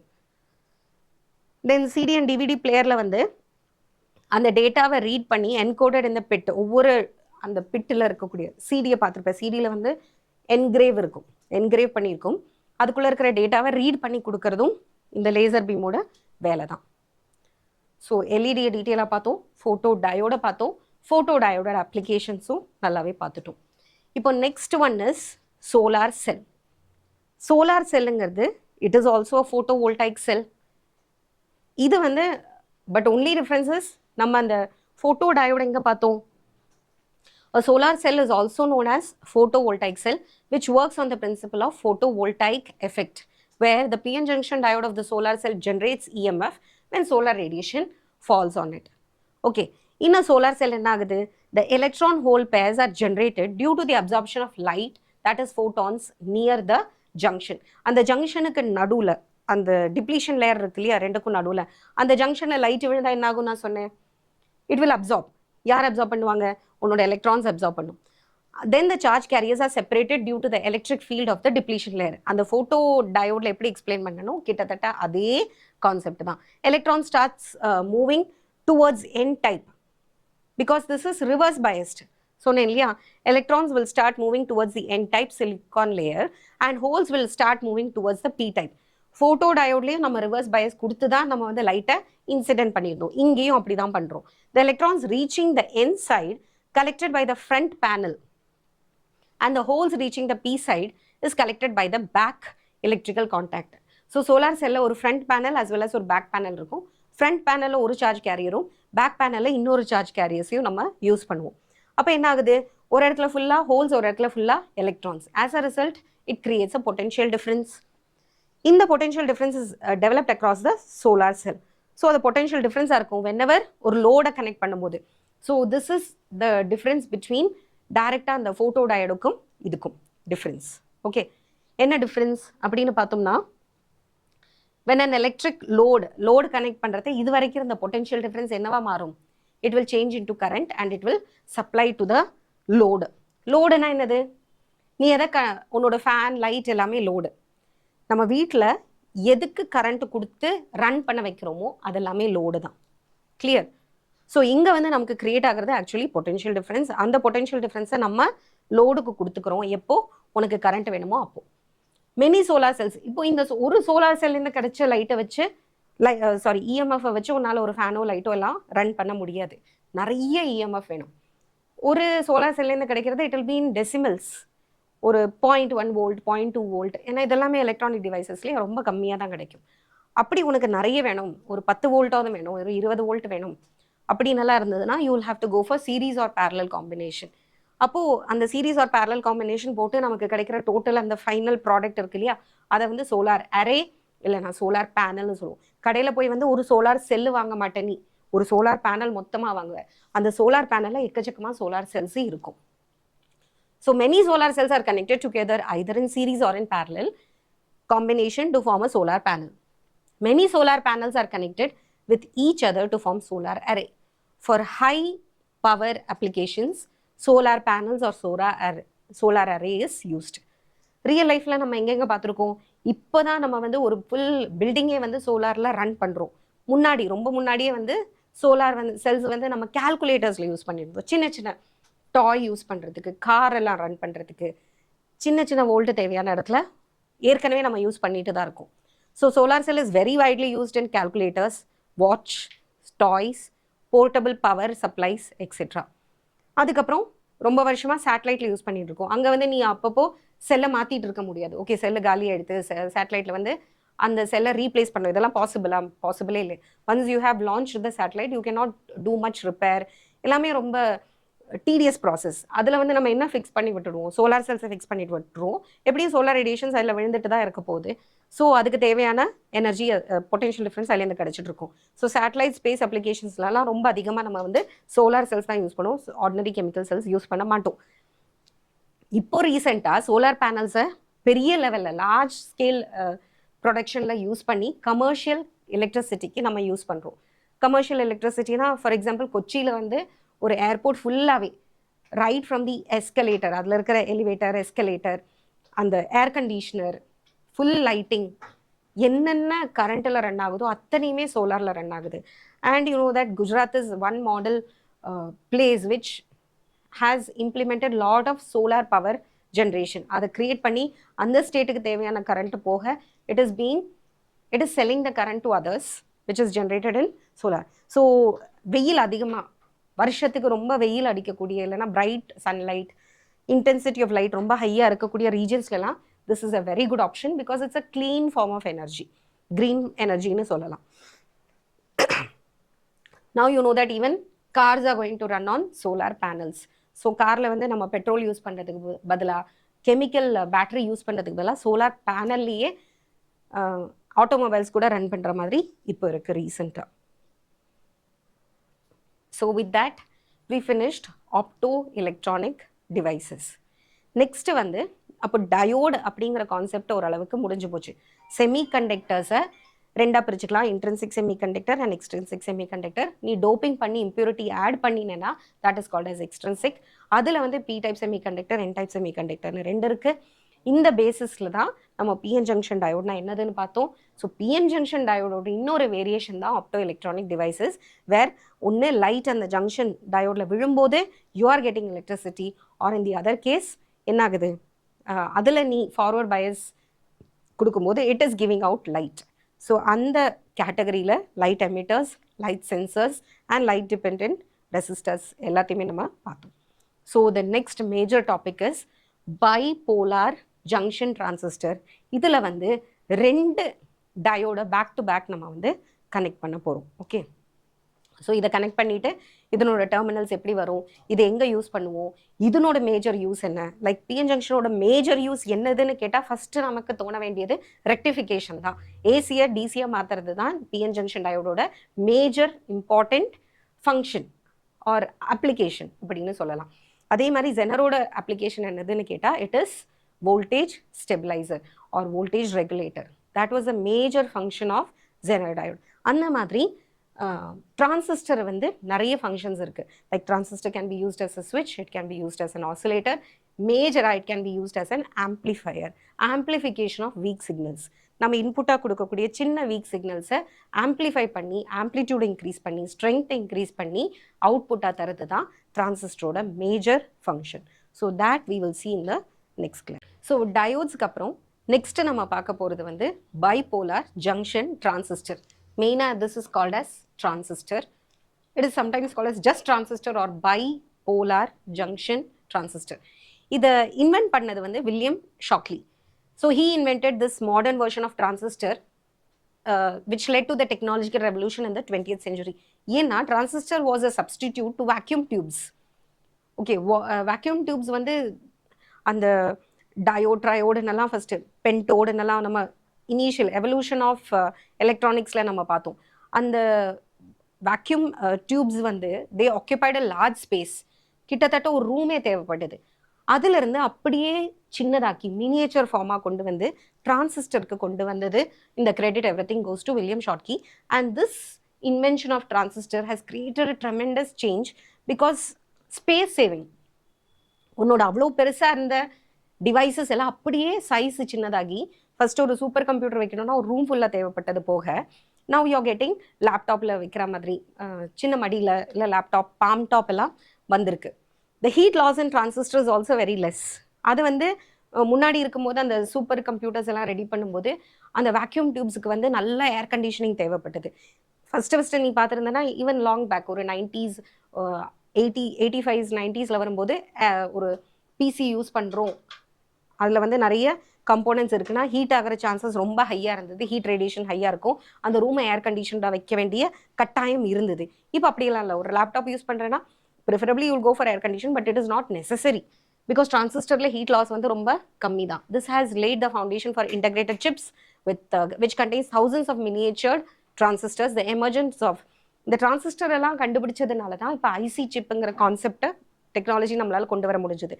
ஒரே செமிகண்டக்டர்ல வந்து உனக்கு தேவையான resistor, transistor, diode, inductor, capacitor என்ன கம்போனன்ட் வேணா நீ அதுக்குள்ள இன்டகிரேட் பண்ண முடியும். அந்த டெக்னாலஜி தான் இன்டகிரேட்டட் சிப் IC அப்படின்னு சொல்கிறோம். ஸோ அதெல்லாம் it is possible and it is fastly growing because of this transistor.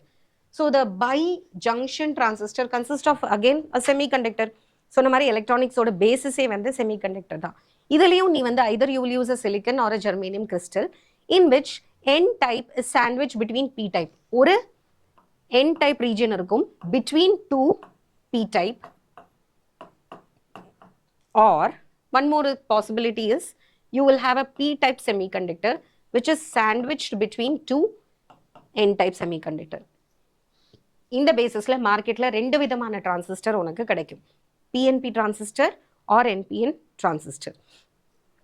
So the bijunction transistor consists of a semiconductor, silicon or germanium crystal, in which an N-type is sandwiched between two P-types. Then you will get a PNP transistor. Or a P-type sandwich between two N-type where you will get a NPN transistor. To protect it against moisture, it is sealed inside a metal or plastic case. இதில் தண்ணி பற்றக்கூடாது இல்லையா, அதுக்காக இருந்தாலும் அதை தாண்டியும் it doesn't mean it is waterproof, but still to provide it from moisture you will give a covering of plastic or metal coating. So மொத்தத்தில் நமக்கு இப்போ 3 regions கிடைச்சது. NPN இருந்தாலும் சரி, PNP இருந்தாலும் சரி, you are having 3 regions in a transistor. The whole thing can be taken as a substrate. ஃபுல்லாகவே ஒரே செமிகண்டக்டர் தான். அதில் ஒரு சைடு N, ஒரு சைடு P டைப்பாக இருக்குது, இன்னொரு சைடு என்ன இருக்குது. இல்லைனா first side can be P type, then you have an N type and again a P type. The three regions formed are called as emitter, base and collector, which are provided with terminals or ohmic contacts labeled as E, B and C. So you have three regions. The first region is called as the emitter region. As the name suggests, அதுதான் உனக்கு charge கேரியர்ஸை emit பண்ண போகுது, supply பண்ண போகுது. அது எங்கே போய் reach ஆகணும்? As the name suggest, collector தான் அதை வாங்க போகுது. எது வழியாக போகுது? பேஸ் வழியாக போகுது. ஸோ எமிட்டர், பேஸ், கலெக்டர் அப்படின்னு 3 ரீஜன் இருக்குது. The BJT has 2 PN junction, 2 depletion layer across. One will be across the emitter base junction. The other one will be between base and collector junction. So அதனால JEB, junction between emitter and base எடுத்துக்கலாம், junction between collector and baseum எடுத்துக்கலாம். The circuit symbol carries an arrowhead at the emitter lead pointing from P to N, indicating the direction of conventional current. பொதுவாக current எந்த டைரக்ஷன்லேருந்து எந்த டைரக்ஷனுக்கு flow ஆகும்? Positive ஜங்ஷன்லேருந்து negative ஜங்ஷனுக்கு flow ஆகும். அதனால இதை சிம்பாலிக்காக நீ represent பண்ணும்போது NPN டிரான்சிஸ்டராக இருந்தால் இதில் எது எமிட்டர் எது கலெக்டர்னு தெரியறதுக்காக எமிட்டருக்கு மட்டும் நம்ம ஒரு ஆரோ ஹெட் போடுவோம். அந்த ஆரோட டைரக்ஷன் கூட it will always be from P to the N region. So இதை பார்த்தோன்னே நமக்கு தெரியுது this should be P region, ஏன்னா கரண்ட் இதுலேருந்து தான் அதுக்கு போகுது, இது N, ஸோ இதுவும் N. இதை வச்சே நம்மள சொல்லிட முடியும் this is an NPN transistor. அடுத்தது பாரு, emitter is a P junction, collector is also P junction and the base is an N junction. So இங்கேயும் நம்ம ஆரோ வந்து எதுக்கு மட்டும்தான் போடுவோம்? எமிட்டருக்கு மட்டும்தான் ஆரோ போடுவோம். அந்த ஆரோ எந்த பக்கத்துலேருந்து எந்த பக்கம் வர மாதிரி இருக்கு? P சைட்லேருந்து N சைடுக்கு வரணும். So this is a P region, this is an N region and this is again a P region. So இதை பார்த்தோன்னே நம்மளால சொல்லிட முடியும் this is a PNP transistor. So the three regions formed are called as emitter, base and collector, which are provided with terminals or ohmic contacts. Ohmic contacts na இங்கேருந்து நீ செல்லை connect பண்ண முடியும், இங்கேயும் செல்லை கனெக்ட் பண்ண முடியும். செல்லை கனெக்ட் பண்ணுறதுக்கு 2 ஓமிக் கான்டாக்ட்ஸ் அதில் கடையிலே வச்சு கொடுத்துருப்பான். ஸோ அந்த செமிகண்டக்டரில் 3 காலு, 3 லீட்ஸ், 3 டெர்மினல்ஸ் இருக்கும். இதுக்கு 2 PN junction, 2 depletion layer and the junctions are called as emitter base junction and the other junction is called as collector base junction. Arrowhead will give you the details of which side is the emitter and whether it is a NPN transistor or a PNP transistor. Now emitter அப்படிங்கிற அந்த லீடோட details பார்க்கலாம். The main function of the emitter is to supply majority charge carriers to the collector region through the base region. So emitter, as the name suggests, emitter is going to emit something or it is going to radiate something. என்ன கொடுக்க போகுது? Charge கேரியர்ஸை கொடுக்க போகுது. அதை யார் வாங்கிக்க போகிறாங்க? Collector is going to collect it. Emitter கொடுக்கறது ஃபுல்லாக கலெக்டர் வாங்கிக்க போகிறது. அது எது வழியாக போக போகுது? Through which it is going to pass through the base region. So emitter is more heavily doped than the other 2 regions. The circuit symbol carries an arrowhead at the emitter lead pointing from the P junction or P region to the N region, indicating the direction of conventional current. That is the details about emitter. And emitter or doping in level enna pathumna, it is heavily doped. This is one major point. அது simple point எல்லாம் கிடையாது. எமிட்டருங்கிற ரீஜனை doping level ரொம்ப ஜாஸ்தியாக இருக்கணும். Doping level எதில் measure பண்ணுவோம் சொல்லு? It is measured in ppm, parts per million. So parts per மில்லியனில் போட்டேன்னா எமிட்டரோட டோப்பிங் லெவல் வந்து கண்டிப்பாக ரொம்ப ஹையாக இருக்கணும், ஹெவியாக இருக்கணும். நடுவில் ஒரு தின் ரீஜன் இருந்ததா, அதுதான் base. Base is very thin, மைக்ரோமீட்டர்ஸில் தான் இருக்கும் and very lightly doped.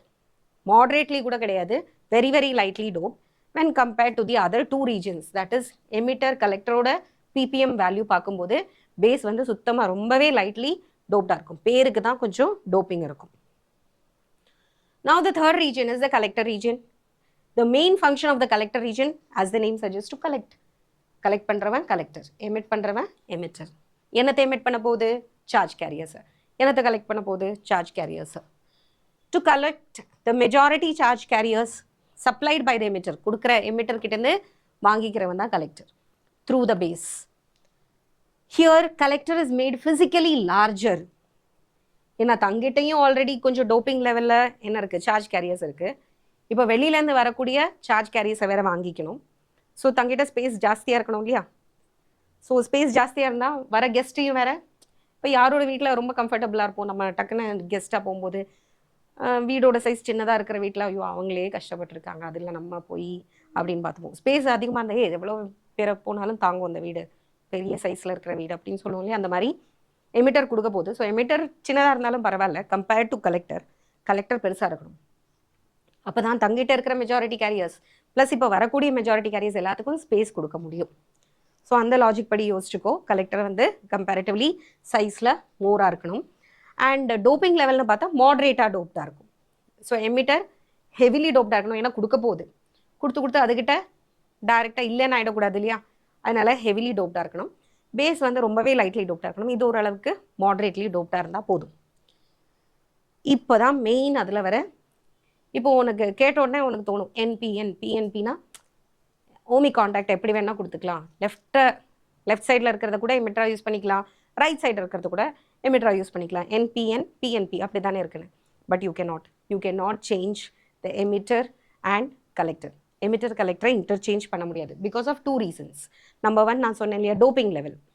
Emitter heavily doped, கலெக்டரை எமிட்டரை யூஸ் பண்ணேன்னா இது மாட்ரேட்லி டோப்டு தான், அதனால் அந்த அளவுக்கு சார்ஜ் சப்ளை பண்ண முடியாது. செகண்ட் ரீசன், எமிட்டரோட சைஸுக்கு எமிட்டால் அந்த அளவுக்கு சார்ஜ் கேரியர்ஸை கலெக்ட் பண்ணிக்கவும் முடியாது. So because of the differing size and the amount of doping, the emitter and collector cannot be interchanged. இது நல்ல சான்ஸ் இருக்கிற ஒரு கொஸ்டின். 2 மார்க்ஸில் ரீசனாக கேட்கலாம். எதனால் எமிட்டர் கலெக்டரை நீ இன்டர்சேஞ்ச் பண்ண முடியாது? ரெண்டும் என்பிஎன் தானே, பிஎன்பி தானே, what is the problem in interchanging அப்படின்னு கேட்டாங்கன்னா, no, because of 2 reasons. One is the level of doping, second one the size of the substrate. So எப்படி நம்ம டயோட பயஸ் பண்ணமோ அதே மாதிரி டிரான்சிஸ்டரையும் பயஸ் தான் பண்ண போகிறோம். இங்கே ஒரே ஒரு அடிஷ்னல் ஃபீச்சர் என்னென்னா, அங்கே ஒரே ஒரு ஜங்ஷன் தான் இருந்து ஒரே ஒரு ஜங்ஷனை தான் நம்ம பயஸ் பண்ணுவோம். இங்கே எத்தனை ஜங்ஷன் இருக்குது? 2 ஜங்ஷன் இருக்குது. ஒரு ஜங்ஷனை இன்புட் ஜங்ஷன் சொல்லலாம், இன்னொரு ஜங்ஷனை அவுட்புட் ஜங்ஷன் சொல்லலாம். 2 ஜங்ஷனையும் நீ பயஸ் பண்ணி ஆகணும், அப்போ தான் டிரான்சிஸ்டர் ஒர்க் ஆகும். Okay, the application of suitable DC voltage across the transistor terminals is called biasing. பயஸிங்கிற கான்செப்ட் சேம் தான். அங்கேயும் நம்ம என்ன கொடுத்தோம், அதுக்கு தேவையான டிசி வோல்டேஜை சப்ளை பண்ணுறது தான் பயஸிங்னு சொன்னோம். ஒரு டயோடு ஒர்க் ஆகிறதுக்காக the correct amount of voltage that you supply to a diode for its proper functioning is called as biasing. அதே தான் இங்கேயும். Application of suitable DC voltage across the transistor terminal is called biasing. The transistor biasing is done differently for different uses because இந்த டிரான்சிஸ்டரை வந்து நம்ம எப்படியெல்லாம் use பண்ண முடியும்? ஆசிலேட்டராக யூஸ் பண்ண முடியும், ஆம்ப்ளிஃபையராக யூஸ் பண்ண முடியும், ஸ்விட்சாக யூஸ் பண்ண முடியும். ஸோ டிரான்சிஸ்டருக்கு நிறைய அப்ளிகேஷன்ஸ் இருக்குது. அதனோட அப்ளிகேஷன்ஸ்க்கு ஏற்ற மாதிரி நம்ம அதனோட ரீஜன்ஸை வேறு வேறு விதத்தில் பயஸிங் பண்ணுவோம்.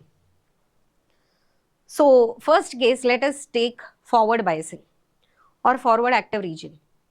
In this region, forward active region na transistor usually amplifier use பண்ற அந்த மெத்தட் தான் forward active region அப்படின்னு சொல்றோம். இதுல emitter based junction forward bias பண்ணி விட்டுருவோம் and collector based junction ரெண்டுலயும் காமனா என்ன வருது பாரு, காமனா பேஸ் வருது. ஸோ ஏதாவது ஒன்று நம்ம காமனா எடுத்து தான் ஆகணும். You should have either a common emitter or a common base or a common collector because இருக்கிறது 3 டெர்மினல். ஆனால் இன்புட்டுக்கு உனக்கு 2 டெர்மினல் தேவை, அவுட்புட்டுக்கும் 2 டெர்மினல் தேவை. அதனால ஒரு ரீஜனை தட் இஸ் எமிட்டர் பேஸ் ஜங்ஷனை ஃபார்வர்ட் பயஸ் பண்ணி விட்டுடுவேன் அண்ட் கலெக்டர் பேஸ் ஜங்ஷனை ரிவர்ஸ் பயஸ் பண்ணிடுவேன். You know very well that forward பயஸில் அது நல்லபடியாக கண்டக்ட் பண்ண ஆரம்பிக்கும், கண்டக்டராக பிஹேவ் பண்ணும். ரிவர்ஸ் பயஸ் கண்டிஷனில் அது இன்சுலேட்டராக ஆக்ட் பண்ணும். கரண்ட் ரொம்ப கம்மியாக இருக்கும், ஃப்ளோ ஆகாது, ரெசிஸ்டன்ஸ் ரொம்ப ஹையாக இருக்கும். ஸோ இங்கே ரெசிஸ்டன்ஸ் அப்படின்னு சொல்கிறத விட we are going to use a term called as impedance. So இந்த ஃபார்வர்ட் பயஸ் கண்டிஷனில் ஃபார்வர்ட் இன்புட் இம்பிடன்ஸ் வந்து ரொம்ப கம்மியாக இருக்கும். output impedance will be very high because it is reverse biased. So இப்படி நம்ம பண்ணும்போது transistor comes into the active mode of operation. In this mode, the transistor functions as an amplifier. So forward active regionல நீ use பண்ண வைக்கலாம். Second இன்னொரு possibility இருக்கு. இங்க emitter base junction collector base junction ரெண்டையுமே நம்ம ஒருவேளை ஃபார்வர்ட் பைஸ்ல போடுறோம்னு வச்சுக்கோ. அப்போ என்ன ஆகும்? The transistor has a very large flow of currents across both the junction. In this mode, the transistor is used as a closed switch. Closed switchனா என்ன அர்த்தம்? ரெண்டு ரீஜனையும் நம்ம ஃபார்வர்ட் பைஸ் பண்றோம்.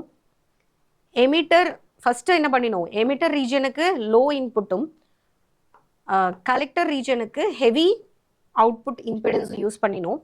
So it worked as an amplifier.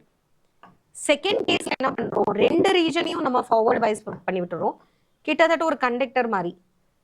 Open closed switch. What do you mean by closed switch? Closed switch is called as on condition. Open switchனா இந்த மாதிரி contact இல்லாம high resistance. closed switchனா கான்டாக்ட்ல இருக்கிற switch which is on. This is off condition. So suppose you want to use the transistor into the saturation level, you will forward bias both the region. Emitter base region you forward bias பண்ணி விட்டுடுவ. Base collector region, collector base region அதையும் forward bias பண்ணி விட்டுடுவ. Current வந்து ஈஸியா flow ஆகும் from the emitter to the collector till the end. ஒரு கண்ட்ரோலே இல்லாம flow ஆகும். It will work like a closed switch. மூணாவது கண்டிஷன் இருக்கு. In this, the emitter base junction and the collector base junction are reverse biased. அப்படி பண்ணினா transistor இதுல open switch work ஆகும். Open switch means with no contact, high resistivity. It does not conduct. Open switch, off condition. So இதுல என்ன சொல்லியிருக்குன்னா, in a PNP transistor, base and collector will be negative with respect to emitter, and it is indicated by the middle letter N, whereas base and collector will be positive in a transistor indicated by the middle letter P. So என்ன ஆகுதுன்னா, PNP transistorல flow வந்து எங்கேருந்து இருக்கும்? Flow வந்து the direction of current is always taken as from the positive to the negative. So PNP transistorல emitterல இருந்து தான் charge carriers flow ஆகுது, and the direction of current is also in the same way. So emitterல இருந்து வரக்கூடிய current base வழியாவும் collector வழியாவும் போகும். So எப்போதுமே வந்து positivல இருந்து negative-க்கு தானே current flow ஆகும். So இதுல PNP transistorல IE flows in such a way that IE breaks into two branches. IE will be equal to IB plus IC. புரிஞ்சுதா? அதே மாதிரி NPN இருந்தா என்ன ஆகும்? current வந்து உள்ளுக்குள்ள வர மாதிரி வரும். That is from the base regionல இருந்து emitter regionக்கு, from the P region to the N region வரும். அப்போ என்ன ஆகும்? அந்த base currentடும் emitter currentடும் சேர்ந்து தான் உனக்கு base currentடும் collector currentடும் சேர்ந்து தான் emitter ஃபார்ம் ஆகுது.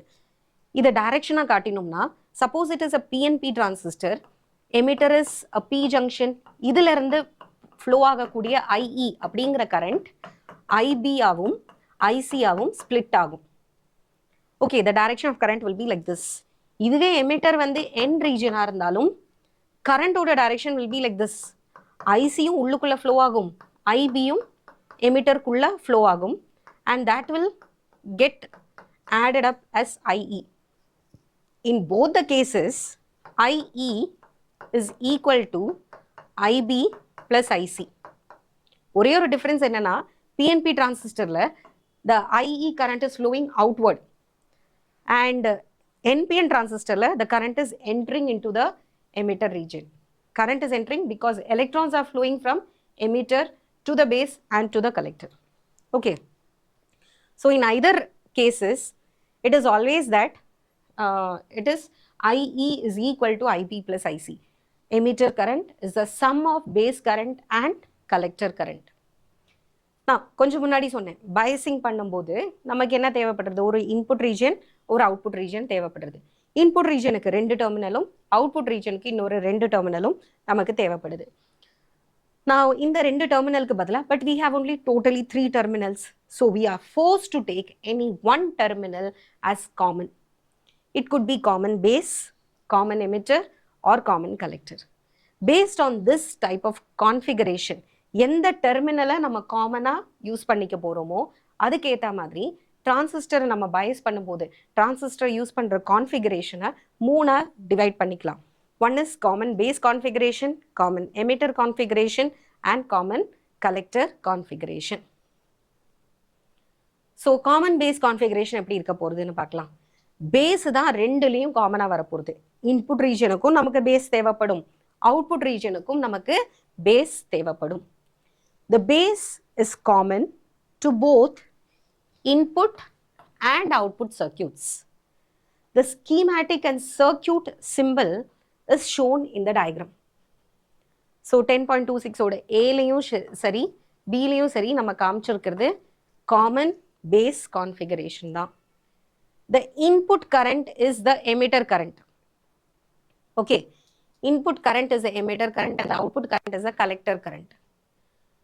ஸோ இது இன்புட் ரீஜன்ங்கிறது, இதை நீ இன்புட் ரீஜன்னு சொல்லிக்கலாம். And this is called as the output region. எது காமனாக இருக்கோ அதை நம்ம ஸ்கிப் பண்ணிடுவோம். மொத்தத்தில் 3 கரண்ட் இருக்குது. ஐஇ இருக்குது, ஐபி இருக்குது, ஐசி இருக்குது. 3 கரண்ட் இருக்குது. இதில் பேஸ் காமன்கிறதுனால நம்ம இன்புட் கரண்ட்டை எமிட்டர் கரண்ட்டாக தான் இன்புட்டை கரண்ட்டாக எடுத்துக்க போகிறோம். அவுட்புட் கரண்ட்டு கலெக்டர் கரண்ட்டாக எடுத்துக்க போகிறோம். Okay, electrons are flowing from the E region to the collector region, but current is flowing from collector to emitter. So IE is named as your input current. IC or the collector current is named as your output current. The input signal is applied between emitter and base and the output is taken between collector and base. Preferably if you have a choice, base, emitter இந்த ரெண்டையும் தான் நம்ம முடிஞ்ச வரைக்கும் என்னவா எடுத்துக்கணும், இன்புட்டாக எடுத்துருக்கணும். அதுலேயும் உனக்கு எமிட்டரா பேஸா அப்படின்னு வந்துடுச்சுன்னா the preference should be given for base. எமிட்டரா கலெக்டரானு கேட்டால் emitter is always input, collector is always output. பேஸா கலெக்டரானு பார்த்தா collector is always output. Emitter base base எல்லாத்துக்குமே ரெடியாக இருக்கும். இன்புட்டுக்கும் ஓகே, எமிட்டர் வந்து எல்லாத்துக்குமே ரெடியாக இருக்கும். இன்புட்டுக்கும் ஓகே, அவுட்புட்டுக்கும் ஓகே. ஸோ காமன் பேஸாக இருந்தால் emitter base will be your input, base collector will be your output. ஒருவேளை அடுத்த கான்ஃபிகரேஷன் பார்க்கலாம் இதை முடிச்சுட்டு. ஸோ இது என்ன கான்ஃபிகரேஷன் நம்ம பார்த்துருக்கோம், this is a common base configuration. இதில் ரொம்ப முக்கியமாக நீ தெரிஞ்சுக்க வேண்டியது input current, input voltage, output current, output voltage. இது ஆட்டோமேட்டிக்காக தெரிஞ்சிடும். இதை ஞாபகம் வச்சுக்கிறதுக்கு ஒரு சின்ன டிப் நான் சொல்லி கொடுத்தது, காமனாக இருக்கிறத விட்டுடுன்னு சொல்லிட்டேன். காமனாக இருக்கிறது பேஸ், பாக்கி ரெண்டு என்ன இருக்குது, emitter collector. So emitter current தான் உன்னோட இன்புட் கரண்ட், கலெக்டர் கரண்ட் தான் உன்னோட அவுட்புட் கரண்ட். இப்போ வோல்டேஜ் சொல்கிறத ஒரு ஆல்ஃபபெட் பத்தாது. The potential you're giving positive negative, இல்லைனா positive with ground, negative with ground, அப்படி 2 டெர்மினலுக்கு நடுவில் தான் நம்ம பொட்டென்ஷியல் டிஃப்ரென்ஸ் அப்ளை பண்ணுவோம். Current is always it follows a single path, single alphabet போதும். ஆனால் வோல்டேஜுக்கு சிங்கிள் ஆல்ஃபபெட் பத்தாது. வோல்டேஜுக்கு 2 டெர்மினல் தேவைப்படுது. ஸோ இங்கே என்ன 2 டெர்மினல்ஸ் இருக்குது, எமிட்டருங்கிற ஒரு டெர்மினல் இருக்குது, பேஸுங்கிற ஒரு டெர்மினல் இருக்குது. அவுட்புட்டில் என்ன 2 டெர்மினல் இருக்குது, பேஸ்னு ஒரு டெர்மினல் இருக்குது, கலெக்டர்னு ஒரு டெர்மினல் இருக்குது. அதனால இந்த பொட்டென்ஷியலை, that is VEB, the potential between emitter and பேஸை வந்து நம்ம என்னன்னு சொல்லுவோம், we call it as input voltage. Output வோல்டேஜுக்கும் 2 ஆல்ஃபபெட்ஸ் தேவைப்படுறது, that will be collector, base, output voltage. So இதை வந்து என்பிஎன் டிரான்சிஸ்டர் இதே மாதிரி பிஎன்பிக்கும் நம்ம பண்ண முடியும். நம்ம ரொம்ப உங்களுக்கு லோடு கொடுக்க வேண்டாங்கிறதுக்காக என்பிஎன் மட்டும்தான் இப்போ இதில் நம்ம சிலபஸில் இருக்குது. ஸோ என்பிஎன்ங்கிறதுனால arrow is always from the P junction to the N junction. இதை பார்க்கும்போதே தெரியுது இது என்பிஎன் டிரான்சிஸ்டர் தான். So current always flows from positive to negative. So arrow இப்படி போட்டுட்டோமா, எமிட்டர் கரண்ட் இப்படி வருமா, இங்கேருந்து என்ன ஃப்ளோ ஆகும், கலெக்டர் கரண்ட் ஃப்ளோ ஆகும், இங்கேருந்து பேஸ் கரண்ட் ஃப்ளோ ஆகும். ரெண்டும் சேர்ந்து தான் எமிட்டர் கரண்ட்டாக ஃப்ளோ ஆகுது. But we name IE as a input and IC as a output. இன்னொரு பாசிபிலிட்டி என்ன இருக்குது, எமிட்டரை காமனாக யூஸ் பண்ணிக்கலாம். எமிட்டர் பேஸ் இன்புட்டுக்கும் யூஸ் பண்ணிக்கலாம், அவுட்புட்டுக்கும் யூஸ் பண்ணிக்கலாம். In this configuration, emitter is common to both input and output. The base current, இப்போ இங்கே என்ன காமன், எமிட்டர், அதை ஸ்கிப் பண்ணிவிடு. பாக்கி 2 என்ன இருக்குது, பேஸ் இருக்குது, கலெக்டர் இருக்குது. பேஸாக கலெக்டரானு சொன்னால் நான் சொன்னேன் உங்ககிட்ட எதை இன்புட்டாக எடுத்துக்கலாம், பேஸை தான் ப்ரிஃபர் பண்ணணும் இன்புட்டுக்கு. Collector should be preferred as output. அதனால இந்த கேஸ்ல IBங்கிற பேஸ் கரண்ட் தான் உன்னோட இன்புட் கரண்டா இருக்கும். IC அப்படிங்கிற கலெக்டர் கரண்ட் தான் உன்னோட அவுட்புட் கரண்டா இருக்கும்.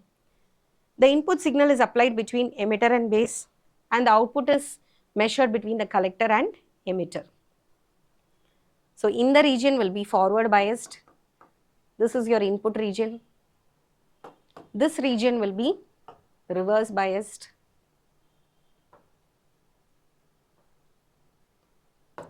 This is your output region.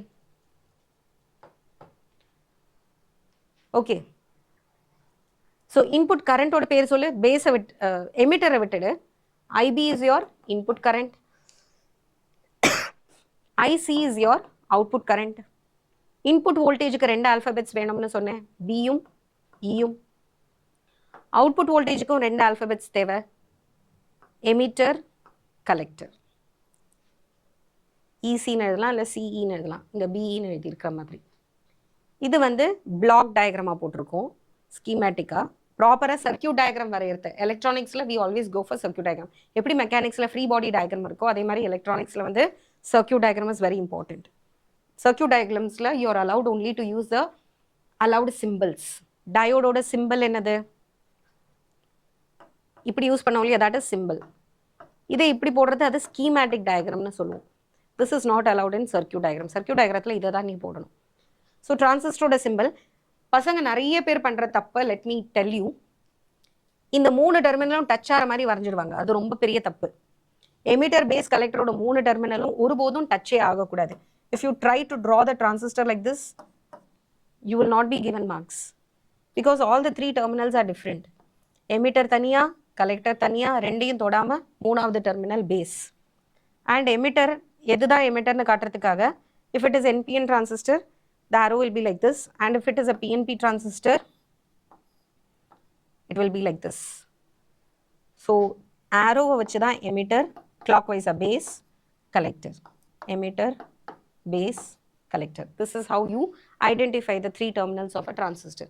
இது என்ன configuration? Common base. Emitter base க்கு நடுவுல input, collector emitter, sorry, this is common emitter. So base emitter க்கு நடுவுல input, emitter collector க்கு நடுவுல output. IB is your input current, IC is your output current, VBE is your input voltage, and VCE is your output voltage.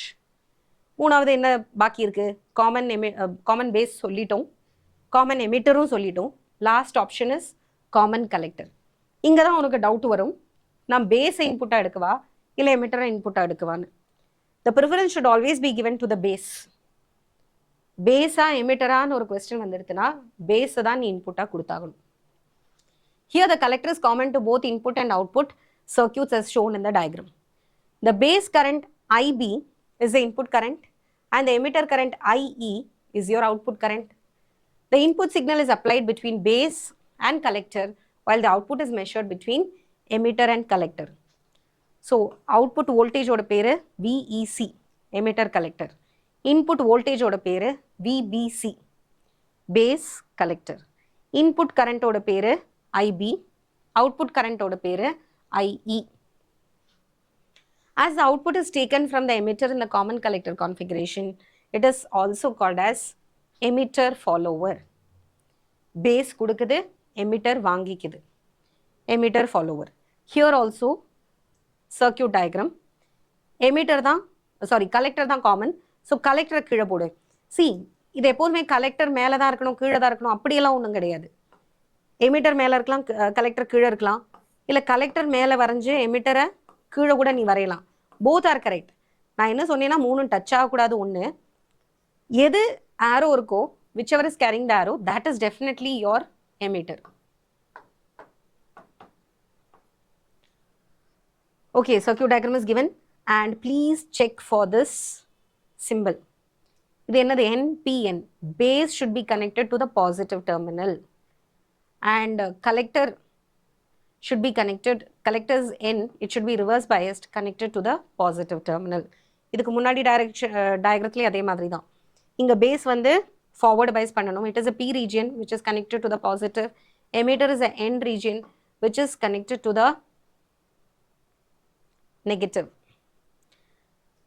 because this is common emitter, so you will give preference to ரெண்டுமே n. அப்போ எதை தான் நான் reverse பயஸ்னு பண்ணுறதுன்னு பார்த்தா collector தானே உன்னோட output. Emitter is common, எமிட்டரோட என்ன நீ கன்சிடர் பண்ண வேண்டாம். கலெக்டரோட என்ன பார்க்கும்போது கலெக்டரோட N should be given to the positive terminal. அதே மாதிரி இங்கே பேஸ் காமன் பேஸ், இது பேஸை கன்சிடர் பண்ணாது. Emitter is n type, collector is also n type. N should be connected to positive reverse bias, n should be connected to negative. இதெல்லாம் minute ஆன details, but it goes a long way to give you marks. So இந்த minute details எல்லாம் பார்த்துட்டு பார்க்க போச்சுன்னா this is a 2 mark question. Any one configuration is a sure question. ஒன்று half yearlyக்கு இல்லைன்னா ரிவிஷனுக்கு இல்லைன்னா போர்டு எக்ஸாமுக்கு கேட்கறதுக்கு. எலக்ட்ரானிக்ஸில் ரொம்ப முக்கியமான ஒரு விஷயம் இது. How the configuration is done. Common emitter ஆகட்டும், common base ஆகட்டும், இல்லை common collector ஆகட்டும், circuit diagram as well as how you have biased the region is something very important in electronics. So என்னெல்லாம் பார்த்துட்டோம்? First common base configuration பார்த்தோம். அதில் input current என்னது, output current என்னது, input voltage என்ன, output voltage என்ன பார்த்தோம். And circuit diagram, schematic diagram and circuit diagram we have seen. Common emitter configurationலையும் input current எது, output current எது, circuit diagram எப்படின்னு பார்த்தோம். Common collectorலையும் input region எது, output region எது, input current எது, output current எது, input voltage எது, output voltage எது, எல்லாமே நம்ம பார்த்தோம். Now transistor action in common base mode. இருக்கிறதுல கொஞ்சம் சிம்பிளாக இருக்குது, நல்லா புரிஞ்சுக்கிறதுக்கு ஈஸியாக இருக்குங்கிறதுனால we are going for the common base, so that you can clearly understand what is forward bias, what is happening in the input region, what is happening in the output region. The operation of an NPN transistor in the common base mode is explained. The current flow in a common base NPN transistor is forward active mode. Forward active mode na enna artham? Input region should be forward biased with the least resistance or least impedance, and output region should be reverse biased with a large impedance. Basically, a BJT can be considered having two PN junction diodes connected back to back. In the forward active bias, the input region, that is your emitter based junction, is forward biased by a DC supply. அது எங்க கொடுக்குறோம், emitter baseக்கு நடுவில் கொடுக்குறோங்கிறதுனால அதோட notation is VEB.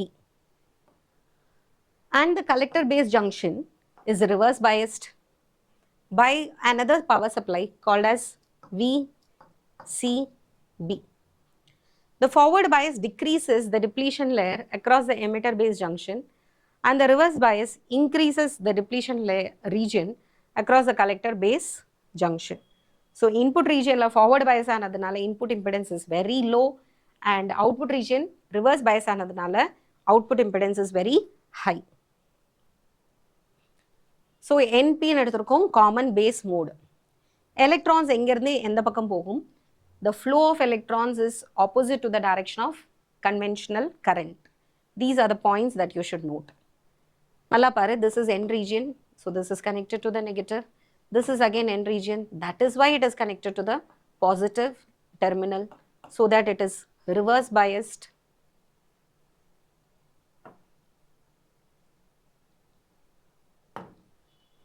And this is forward biased. இதுதான் heavily doped. It is N region. It has the majority charge carriers electrons. Electrons in the forward bias பண்ண உடனே electrons push பண்ணும். இந்த நெகட்டிவ் வந்து தேவையான எனர்ஜி கொடுத்து electrons push பண்ணும். Electrons N regionல இருந்து கலெக்டர் ரீஜனுக்கு போக ஆரம்பிக்கும் through the base. ஆனால் பேஸ் வந்து oppositely charged, oppositely biased, opposite type of semiconductor. N typeல இருந்து P typeக்கு போகிறது. இங்கே வந்து கண்டிப்பாக ஹோல்ஸ் இருக்க போகுது, இங்கேருந்து ஃப்ளோ ஆகிறது எலக்ட்ரான்ஸ். ஆனால் நம்மளோட ஒரு நல்ல காலம் என்னன்னா, இட் இஸ் லைட்லி டோப்ட். அங்கே ஒன்றும் பெரிய நம்பர் ஆஃப் கண்டிப்பாக இங்கேருந்து இங்கே ரீச் ஓடுறது electrons which are flowing from the emitter region to the collector region are going to get trapped by some holes which are in the base region. Luckily, it is not very heavily doped or moderately doped even. It is very lightly doped. ஒரு பேச்சுக்கு சொல்கிறேன், இங்கே இருந்து ஒரு 1000 electrons போகுதுன்னா ஒரு 5 electron வந்து இங்கே ட்ராப் ஆகும், ஒரு 5%. very less percentage is going to get trapped in the base. அது போனாலும் போது பாக்கி எல்லாம் எங்க ரீச் ஆகும், கலெக்டரை ரீச் ஆகும். now கலெக்டருக்கு புல் பண்றதுக்கு இன்னொரு ரீசன் என்னன்னா, this is positively charged இல்லையா, இந்த ரீஜன் இஸ், இந்த புல்லும் சேர்ந்து அந்த எலக்ட்ரான்ஸை இழுக்கும். ஸோ இப்படி தான் எலக்ட்ரான்ஸோட flow காமிச்சிருக்கோம் in an NPN transistor, and this mode is common base mode. So here from this diagram, using Kirchhoff's current rule or junction rule, IE is getting split up into IB and IC. That is responsible for this. Electrons எப்படி flow ஆகுதுன்னு சொல்றோம். So current order direction is IC is like this, IB is also like this. Both will come out as IE.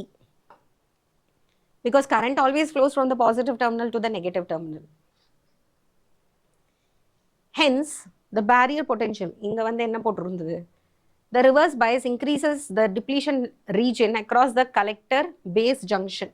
Collector base junction la depletion layer increase pannum. Barrier potential across the emitter base junction is decreased.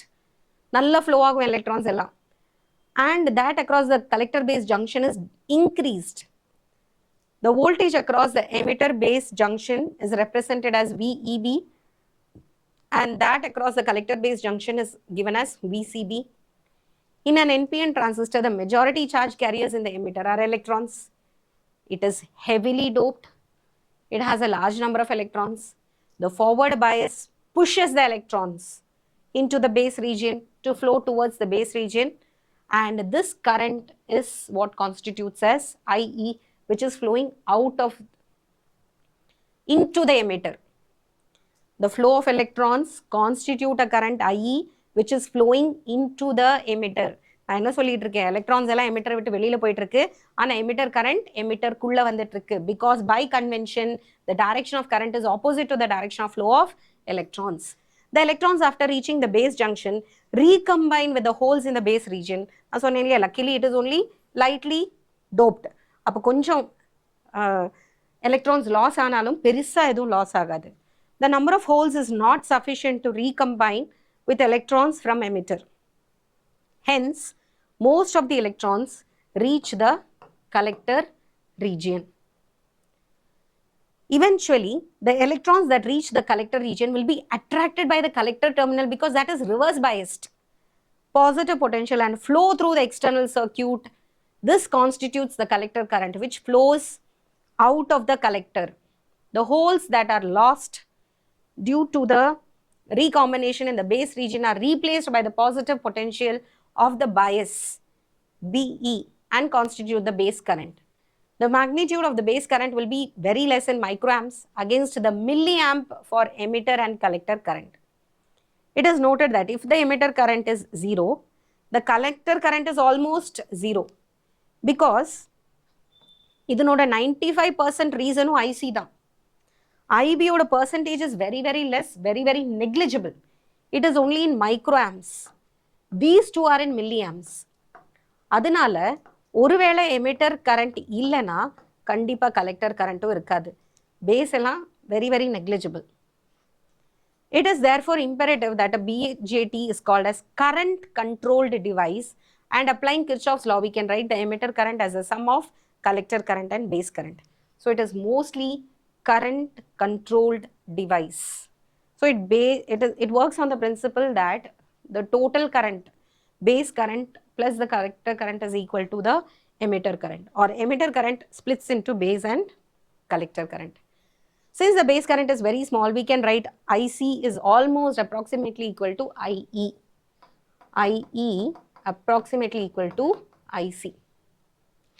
There is another component of collector current due to the thermally generated electrons called reverse saturation current, denoted as ICO, reverse saturation current. This factor is very temperature sensitive, and therefore care must be taken that towards temperature ரொம்ப high ஆகாம பார்த்துக்கணும்.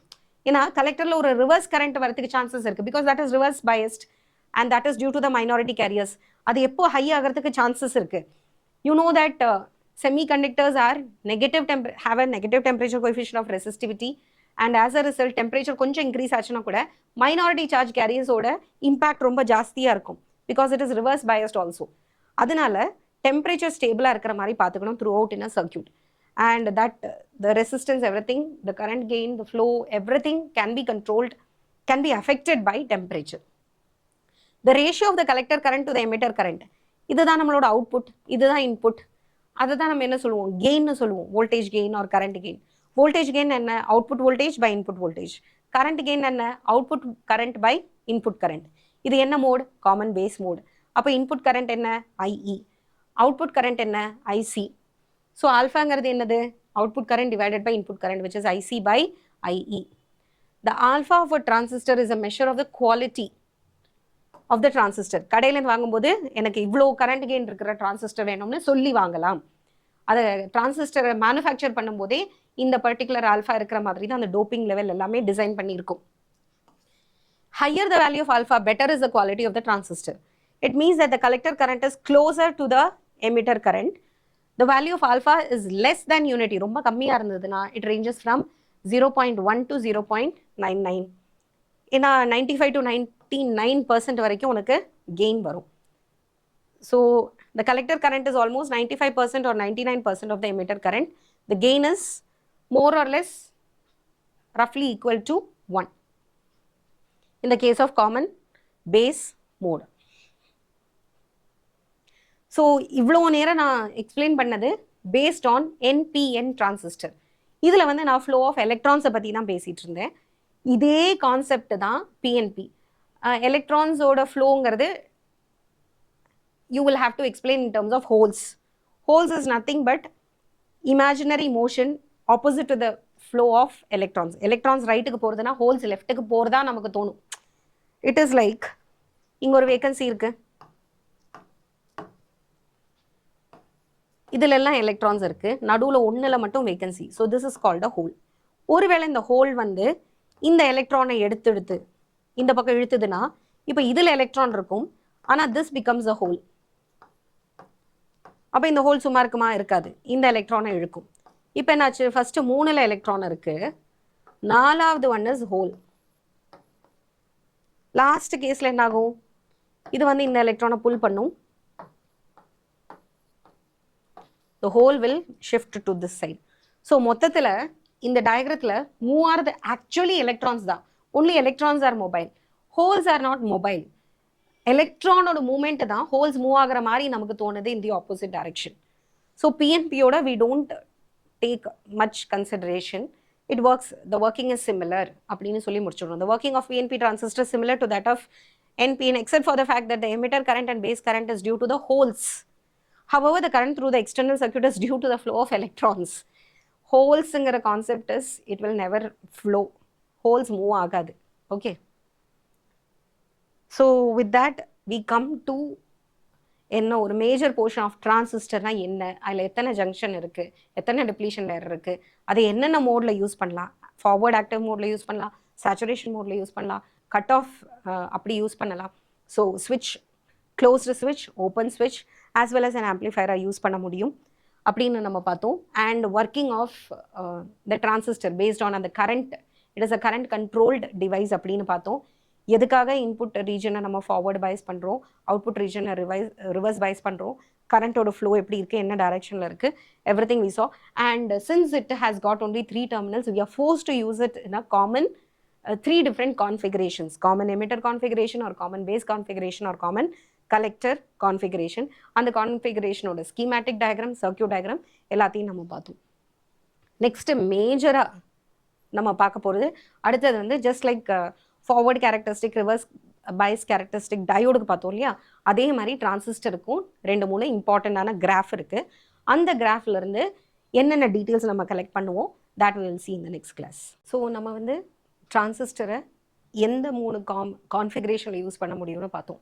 Common base configuration, common emitter configuration or common collector configuration. எதாக இருந்தாலும் பரவாயில்ல, காமனாக வந்து நம்ம அதுக்கு ஒரு characteristics போட முடியும். Characteristics is nothing but graph of the transistor. Okay, static characteristicsனா நம்ம இங்கே சொல்கிறது வந்து ஒரு கிராஃபை பிளாட் பண்ண போகிறோம். இன்புட் ரீஜனுக்கு தனியாக ஒரு கிராஃப், அவுட்புட் ரீஜனுக்கு தனியாக ஒரு கிராஃப், அண்ட் இன்புட் அவுட்புட்டோட கரண்ட்டை ரிலேட் பண்ணுற மாதிரி 3வது கிராஃப்.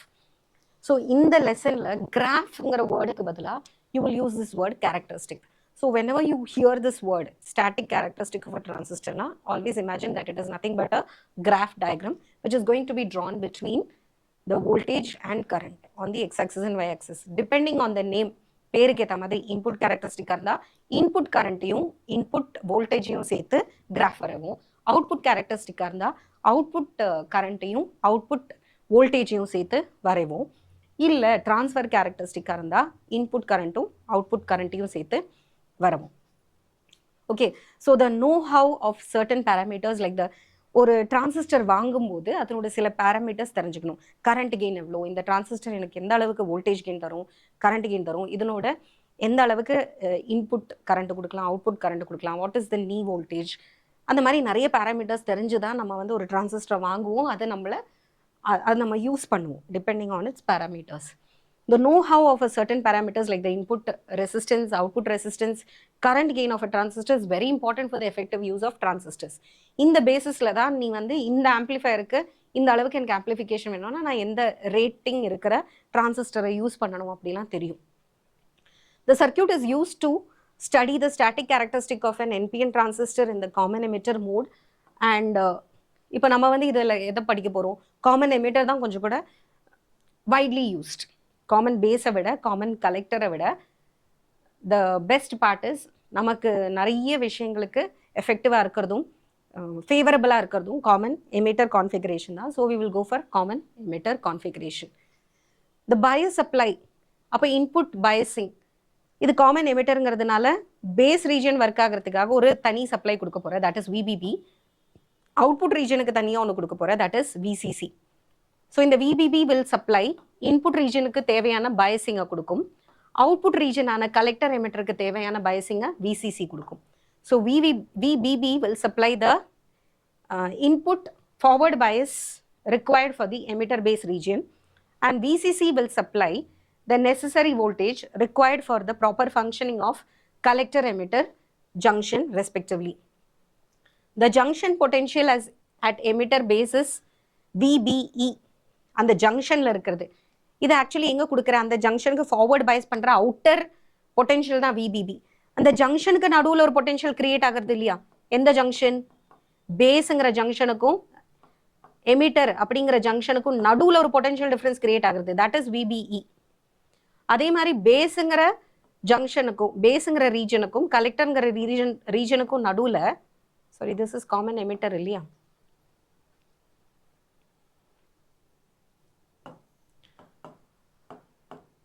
ஸோ இந்த எமிட்டருக்கும் கலெக்டருக்கும் நடுவில் இருக்கிற இந்த ஜங்ஷனில் ஒரு பொட்டென்ஷியல் கிரியேட் ஆக போகிறது, that potential is VCE, this is VBE. So you will use two rheostats R1 and R2 to vary this potential VBB, VCC. ரெண்டும் இன்க்ரீஸும் பண்ணலாம் டிக்ரீஸும் பண்ணலாம். அதுக்கேற்ற மாதிரி இன்க்ரீஸ் அண்ட் டிக்ரீஸ் பண்ணுறதுக்காக ரெண்டு ரியோஸ்டாட் சர்க்கியூட்டில் ஃபஸ்ட் என்னெல்லாம் வேணுங்கிறத நம்ம பார்க்க போகிறோம். என்னெல்லாம் வேணும், இன்புட் சைடுக்கு ஒரு பொட்டென்ஷியல் சப்ளை வேணும், வோல்டேஜ் சப்ளை வேணும், அவுட்புட் சைடுக்கும் ஒரு பொட்டென்ஷியல் சப்ளை வேணும். இந்த பொட்டென்ஷியல்னால ஜங்ஷனில் டெவலப் ஆகிற பொட்டென்ஷியல் தான், பேரியரில் அந்த ஜங்ஷனில் டெவலப் ஆகிற பொட்டென்ஷியல் தான் விபிஇ அண்ட் விசிஇ. அதை தவிர நமக்கு பேஸ் கரண்ட் இருக்குது, கலெக்டர் கரண்ட் இருக்குது. இந்த பேஸ் கரண்ட்டையும் கலெக்டர் கரண்ட்டையும் மெஷர் பண்ணுறதுக்கு ரெண்டு அம்மீட்டர் வேணும். யோசிச்சு பாரு, ரெண்டு ரீஜன் இருக்குது, input region, output region. Input ரீஜனில் ஒரு கரண்ட் வரப்போகுது, இது காமன் எமிட்டர் அப்படிங்கிறதுனால இன்புட் கரண்ட் வந்து பேஸ் கரண்ட் ஐபி. ஓகே, இந்த காமன் எமிட்டருங்கிறதுனால அவுட்புட் கரண்ட்டோட பேர் ஐசி. இனி இன்புட்டில் ஒரு பொட்டென்ஷியல் இருக்க போகுது, இன்புட்டில் இருக்கிற பொட்டென்ஷியல் டிஃப்ரென்ஸ், இன்புட் ரீஜன்கிறது பேஸும் எமிட்டரும். அப்போ இன்புட் பொட்டென்ஷியலுங்கிறது என்னவா இருக்கும், VBE, which is developed across the region between the junction between base and emitter. அதுக்கு கொடுக்குற வோல்டேஜ் சப்ளை பேர் என்னது சொல்லு, விபிபி. அவுட்புட்டுக்கு கொடுக்குற வோல்டேஜ் சப்ளை பேர் என்னது சொல்லு, விசிசி. அதனால ஒரு பொட்டென்ஷியல் டிஃபரன்ஸ் கிரியேட் ஆகுறது, எங்க கிரியேட் ஆகுறது, எமிட்டருக்கும் கலெக்டருக்கும் நடுவில். அதுக்கு என்ன பேர் சொல்லு, விசிஇ, அவுட்புட் கரண்ட். ஸோ ஷார்ட்டா இன்புட் அவுட்புட். இன்புட்ல இருக்கிற கரண்ட் பேர் சொல்லு, இது என்னது, காமன் எமிட்டர். அப்போ எமிட்டரை விட்டுடு. இன்புட் கரண்ட் பேரு ஐபி, அவுட்புட் கரண்டோட பேரு ஐசி, இன்புட் பொட்டென்ஷியலோட பேரு potential developed across the input region is VBE.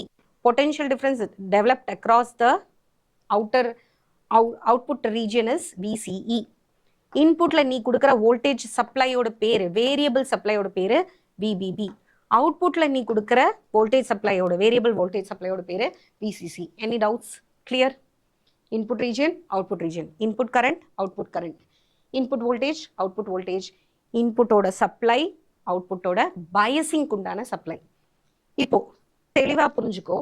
Input கேரக்டரிஸ்டிக்னா இதை ரெண்டு தான் நீ யூஸ் பண்ணுவ. அவுட்புட் கேரக்டரிஸ்டிக்னா இந்த ரெண்டு கேரக்டரிஸ்டிக்கை யூஸ் பண்ணுவேன். ட்ரான்ஸ்ஃபர் கேரக்டரிஸ்டிக்னா இந்த ரெண்டை யூஸ் பண்ணுவேன். மூணு கேரக்டரிஸ்டிக் தான் இருக்கு, மூணு கிராஃப் தான் இருக்கு. So you have input characteristic, output characteristic, transfer characteristic. இதுதான் உன்னோட circuit diagram. This will help you even for your practical examination. Practical எக்ஸாமினேஷனில் மூணு ப்ராக்டிக்கல் இதில் வச்சு வரும். ஒன்று input impedance and current gain, output impedance and current gain, or input impedance and output impedance கண்டுபிடிக்கிற மாதிரி 3 ப்ராக்டிக்கல். ஒரு பேட்சில் 24 பேர் இருக்காங்கன்னா கூட ரஃப்லி இது வந்து ஒரு 6 பேருக்கு வரும். Usually that is how it comes. 6 people usually in a batch will get this experiment, provided your school has this experiment for your board exam. சொன்னது இப்போ தெளிவாக புரிஞ்சிருக்கும். இதுதான் உன்னோட டிரான்சிஸ்டர், இதுதான் இன்புட் ரீஜன், இதுதான் உன்னோட அவுட்புட் ரீஜன், இது மிடில் மாதிரி. This is your common emitter. So பேஸை பயஸ் பண்ணுறதுக்காக VBB, அது வேரியபிளாக இருக்குது, ரியோஸ்டாட் வழியாக கொடுத்துருக்கோம். அவுட்புட் ரீஜனை பயஸ் பண்ணுறதுக்கு தான் VCC, அதுவும் வேரியபிளாக இருக்குது, இங்கே ஒரு ரியோஸ்டாட்டை கனெக்ட் பண்ணியிருக்கோம். இதை பார்த்தாலே தெரியறது this is NPN transistor. Output கரண்ட்டுங்கிறது கலெக்டர் தான் பார்க்கணும். எமிட்டரை விட்டுடு. Emitter NOPU, that doesn't matter for us. Base P-ஆ இருக்கு, so it should be connected to the positive terminal. Collector என்ன இருக்கு, that should also be connected to the positive terminal, because this region it should be reverse biased, this region should be forward biased. இந்த சைடில் ஒரு current இருக்கு, அந்த current ரொம்ப சின்னதாக இருக்கும்னு சொன்னேன். இன்புட்டில் வர current is very very less and it is measured in micro ammeter. அதனால மைக்ரோ அம்மீட்டர் கொடுக்குறோம். Ammeter is always connected in series. Voltmeter is always connected in parallel. இந்த பாசிட்டிவ்க்கு பாசிட்டிவ் டெர்மினல், நெகட்டிவ்க்கு நெகட்டிவ் டெர்மினல். அதே மாதிரி இங்கேயும் parallel-ஆ. இது என்ன மெஷர் பண்ணி கொடுக்க போகிறது உனக்கு? Output potential. அவுட்புட் பொட்டென்ஷியல்னா potential difference between the terminals, junctions of the output. Output என்னலாம்? எமிட்டரும் கலெக்டரும். அதுக்கு நடுவில் இருக்கிற ஜங்ஷனோட பொட்டென்ஷியல் மெஷர் பண்ணி கொடுக்க போகுது. இது உனக்கு இன்புட் ஜங்ஷனில் இருக்கிற பொட்டென்ஷியல் டிஃப்ரென்ஸை மெஷர் பண்ணி கொடுக்க போகிறது. இன்புட் கரண்ட் ரொம்ப சின்னதாக இருக்கிறதுனால microampere, and it should be in series to the voltmeter. So சீரீஸ்னா here positive to positive and negative to this P region. Positive negative அப்படி வரும். இந்த ரீஜன்லேயும் it is in series. So இந்த positive is connected to positive in series connection. So இங்கே micrometer, milliammeter, this will give you your output current, this will give you the measure of input current. Input current is your base. Okay, so எல்லாத்தையும் erase பண்ணிட்டேன். hope you understand which is the input region, output region, input bias எது, output bias எது, inputல ஒரு voltmeter, outputல ஒரு voltmeter. Please go through this. This is very very important circuit diagram. இந்த ஒரு circuit diagramத்தை வச்சு எல்லாத்தையும் எக்ஸ்பிளைன் பண்ண முடியும். இப்போ கேரக்டரிஸ்டிக்கை பார்ப்போம். இன்புட் கேரக்டரிஸ்டிக் வரைய போறேன்னா இதை ரெண்டு சேர்த்துக்கணும். அதில் ஒரு கண்டிஷன் நம்ம கொடுக்க போகிறோம். Output this potential difference should be kept constant. இதை கான்ஸ்டன்ட்டாக வச்சுட்டு இதை ரெண்டுக்கு நடுவில் கிராஃப் பிளாட் பண்ணனா that is called as input characteristic. இனி நெக்ஸ்ட் இந்த ரெண்டு வேல்யூஸ், அதாவது அந்த கிராஃப்ல வந்து IC and VC இதை ரெண்டு சேர்த்து பிளாட் பண்ணுறேன். Keeping IB as constant, then that will give you output characteristic.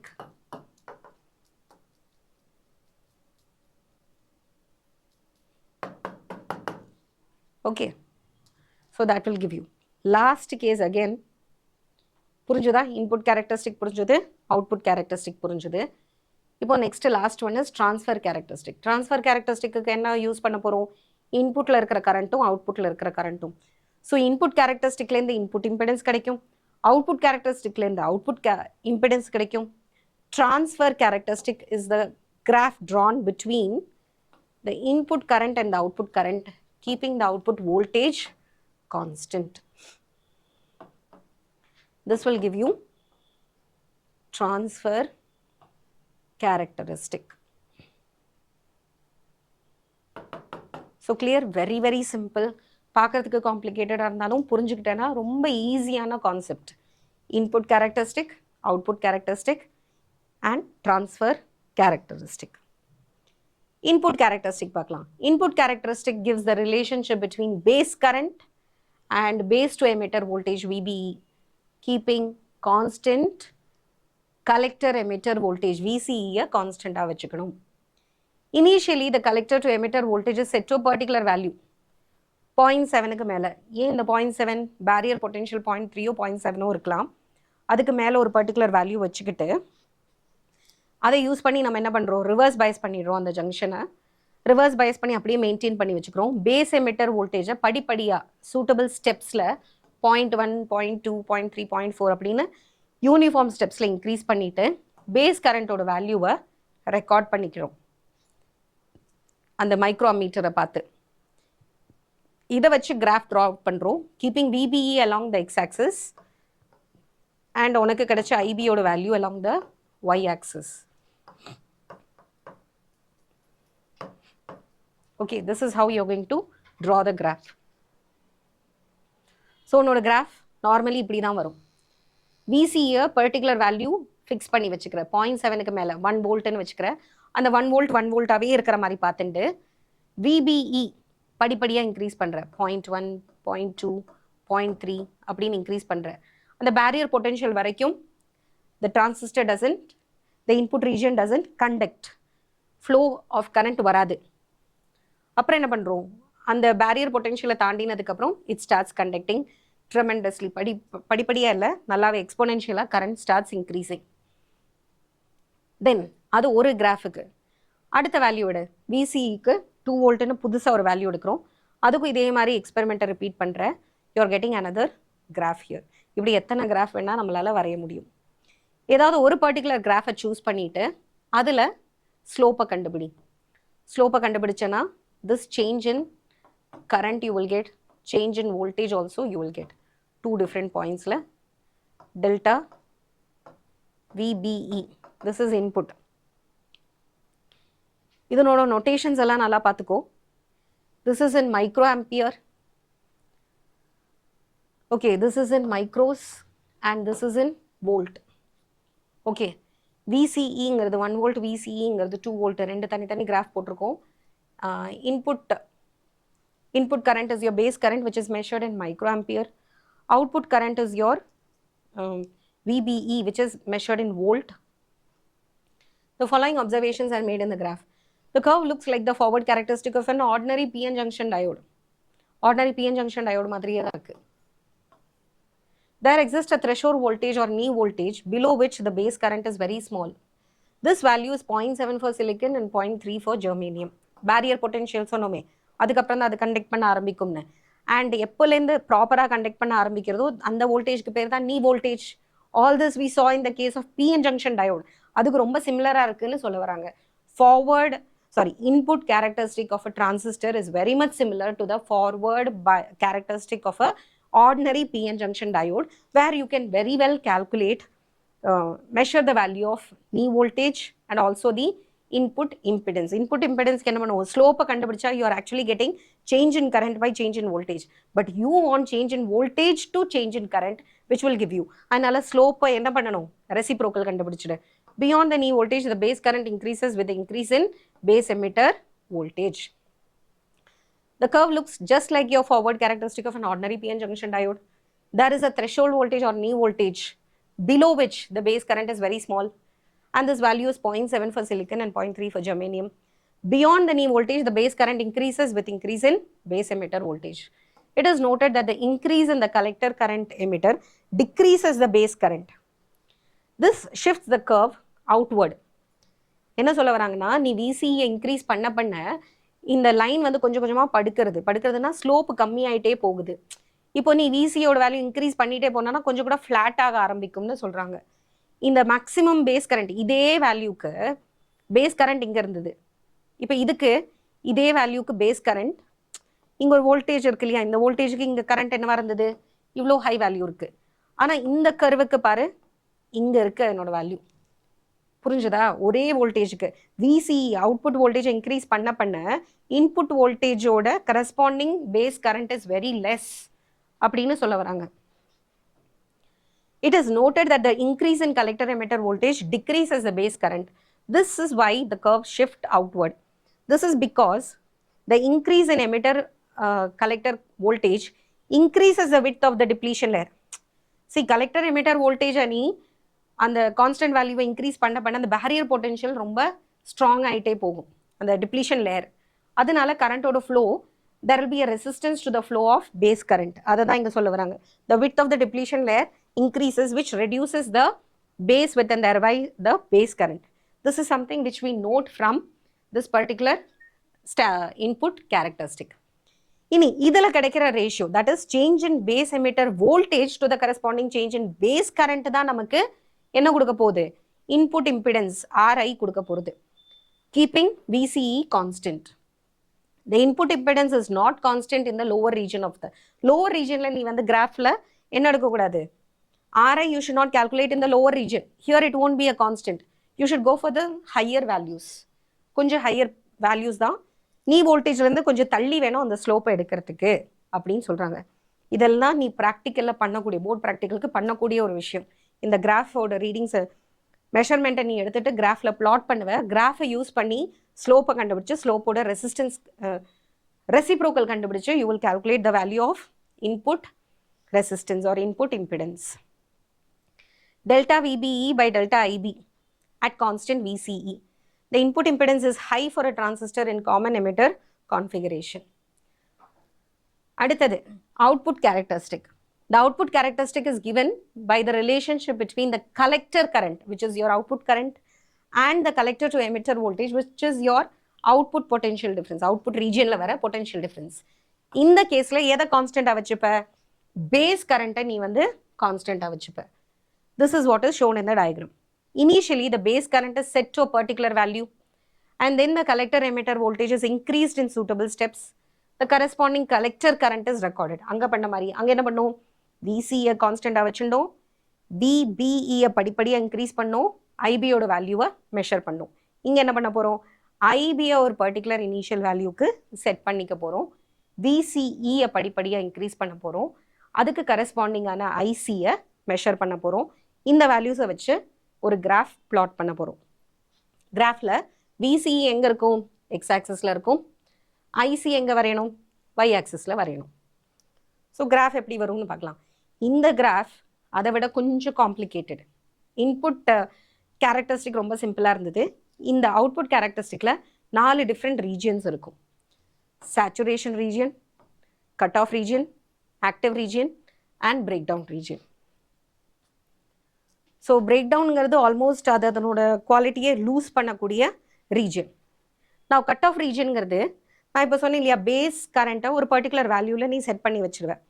Phase current இவ்வளோ தான் அப்படின்னு சொல்லிட்டு அந்த பேஸ் கரண்ட் 0வா இருந்ததுன்னு வை, ஒருவேளை you're setting the base current to 0, அதுக்கு கீழே இருக்கிற இந்த ரீஜியன் இருக்கு இல்லையா, this region in the graph is called as cut off region where the transistor does not work at all.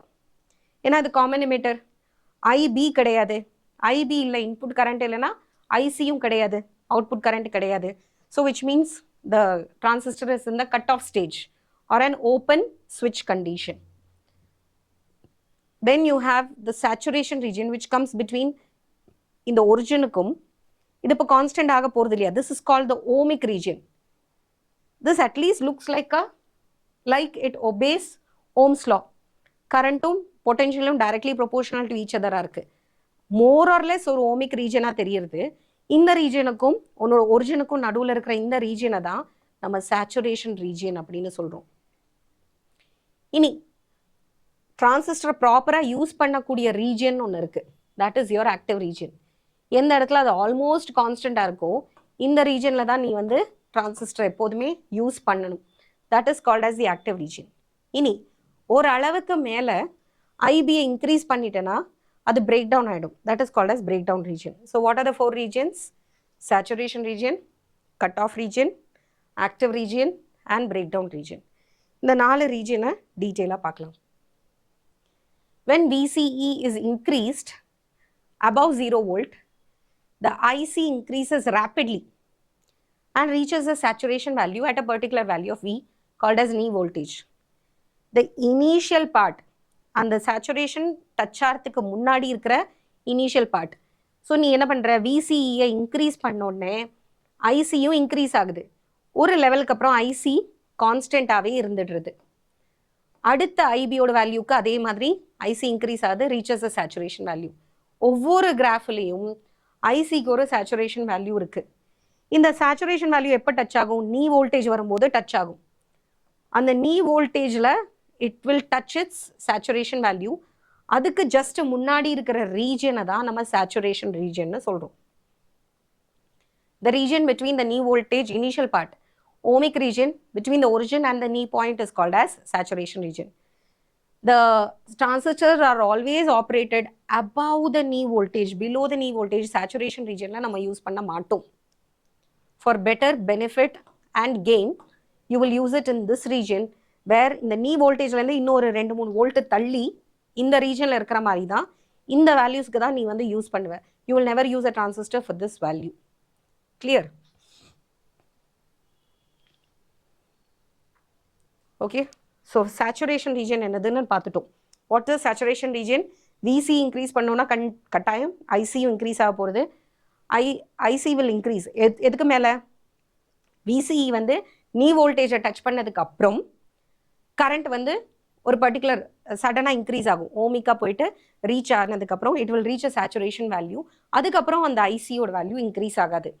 So அந்த இனிஷியல் ஒரிஜின்லேருந்து ஓமிக் ரீஜனுக்கும் அந்த ஒய் ஆக்சிஸ்க்கும் நடுவில் இருக்கிற அந்த ரீஜனை தான் நம்ம சேச்சுரேஷன் ரீஜன் அப்படின்னு சொல்கிறோம். அண்ட் டிரான்சிஸ்டர் எப்போதுமே நம்ம யூஸ் பண்ணும்போது நீ வோல்டேஜுக்கு மேலே தான் யூஸ் பண்ணோம். That is the active region. Ohmic ரீஜனுக்கும் இனிஷியல் பார்ட் அந்த கர்வுக்கும் நடுவில் இருக்கிற ரீஜன் தான் உன்னோட saturation region. Second region is cut off region. ஒரு small collector current exist even after the base current is reduce to 0. இன்புட்டில் நம்ம கரண்ட்டே கொடுக்கல, ஐபிக்கு கரண்ட் கொடுத்தா தான் இன்புட்டில் ஏதாவது கொடுத்தா தான் அவுட்புட்டில் வரும். ஓகே, ஸோ ஏதாவது ஒரு மிஷினில் என்ன பண்ணுவோம், நம்ம இன்புட் கொடுத்தா தானே you will have an output. இங்கே இன்புட்டை நம்ம 0 பண்ணிட்டோம் ஐபி. அப்படி கொடுத்தும் கூட கலெக்டர் வந்து ரிவர்ஸ் பயஸ்டாக, அந்த ரீஜன் வந்து ரிவர்ஸ் பயஸ்டாக இருக்கிறதுனால ஒரு ஸ்மால் கரண்ட் அதில் ஆட்டோமேட்டிக்காக எக்ஸிஸ்ட் ஆகும். This region below that curve for IB is equal to region is called cutoff region because the main current collector current is cut off. Collector current ஓட main source cut off ஆனதுனால, அதாவது like ஒரு river இருக்கு, ரிவரோட தண்ணி ஃபுல்லாக நிறைஞ்சு தான் dam வந்து ஃப்ளோ ஆகுறதுன்னு நினச்சிக்கலாம். அந்த ரிவரோட சோர்ஸையே நீ கட் பண்ணால் கூட அந்த இருக்கிற டேமில் இருக்கிற தண்ணியிலேருந்து கொஞ்சம் அவுட்ஃப்ளோ இருக்குமே தவிர major source has been cut. Collector கரண்ட்டோட remember transistor is a current controlled device. input current க்கு ஏற்ற மாதிரி தான் output current வரும். input source வந்து மெயினாகவே base current because this is common emitter mode. அதனால இங்கே என்ன பண்ணியிருக்கிறோம், பேஸ் கரண்ட் இருந்தால் தான் உனக்கு கலெக்டர் கரண்ட்டே. அந்த மெயினான பேஸ் கரண்ட்டே கட் ஆனதுனால என்ன ஆகுது, கலெக்டர் கரண்ட்டும் ஆல்மோஸ்ட் கம்ஸ் டு அ நில் ஆர் ஆல்மோஸ்ட் நெக்லிஜிபிளாக இருக்குது. அதனால இந்த region where the transistor functions though the base current is 0, that region is called as cutoff region. சரி, ஒன்று சேச்சுரேஷன் ரீஜன் போச்சு, ஒன்று கட் ஆஃப் ரீஜன் போச்சு. எங்கே தான் டிரான்சிஸ்டர் யூஸ் பண்ணுறது? that is where you have the active region.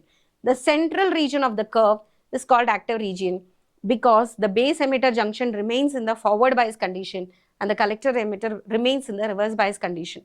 The transistor can be used for voltage gain, current gain, power gain or மொத்தத்தில் amplification.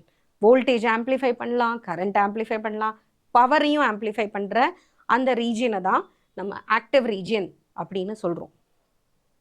Okay, so last break down region என்னது? If the collector emitter voltage is increased beyond the rated value, the collector current increases enormously. VCEக்கு ஒரு particular value இருக்கு. சி VCE increase பண்ண current increase ஆகுது. Saturation region reach ஆனால் கூட slide increase இருக்கு. சேச்சுரேஷனில் தானே இருக்குன்னு நீ சொல்ல முடியாது.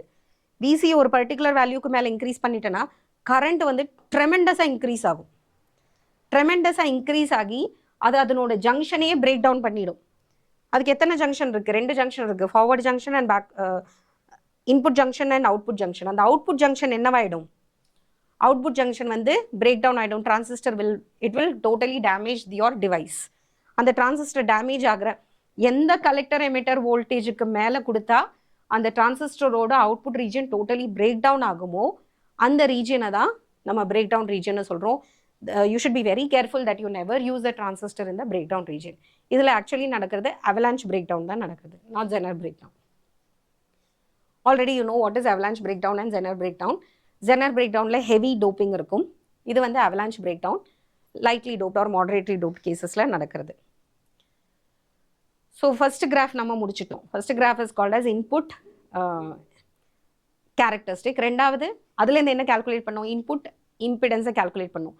இப்போ நம்ம பார்த்தோம் அவுட்புட் கேரக்டரிஸ்டிக்ல 4 ரீஜன் இருக்கு. அந்த ரீஜனை பார்த்தோம். இதுலேருந்து நமக்கு என்ன டேட்டா கிடைக்கும்?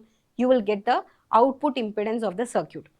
Output impedance is nothing but change in the collector emitter voltage to the change in the corresponding collector current at constant base current. Input base கரண்ட்டை கான்ஸ்டண்டாக வச்சுப்பேன். இங்கேயும் உனக்கு delta VCE by delta IC வேணும். ஆனால் கிராஃப்ல இந்த கிடைக்கிறது delta IC by delta VCE. Reciprocal of the graph கண்டுபிடி. The output impedance for a transistor in common emitter configuration is very low. Output impedance is usually very low in the case of common emitter configuration, input avida. Next, third graph, third major graph or third characteristic is your current transfer characteristic.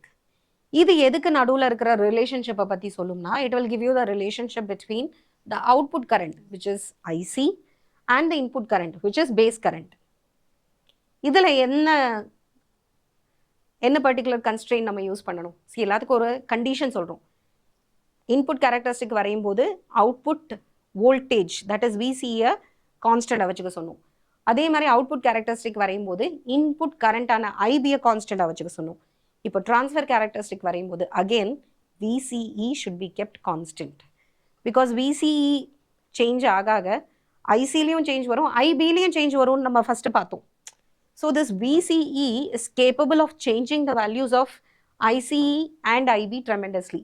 So only if this is kept constant you can calculate the proper parameters of the transistor. So it is seen that ஒரு சின்ன IC flow ஆகும்போது கூட IB 0, input 0 இருந்தால் கூட you will get a small current IC. This current is called as common emitter leakage current.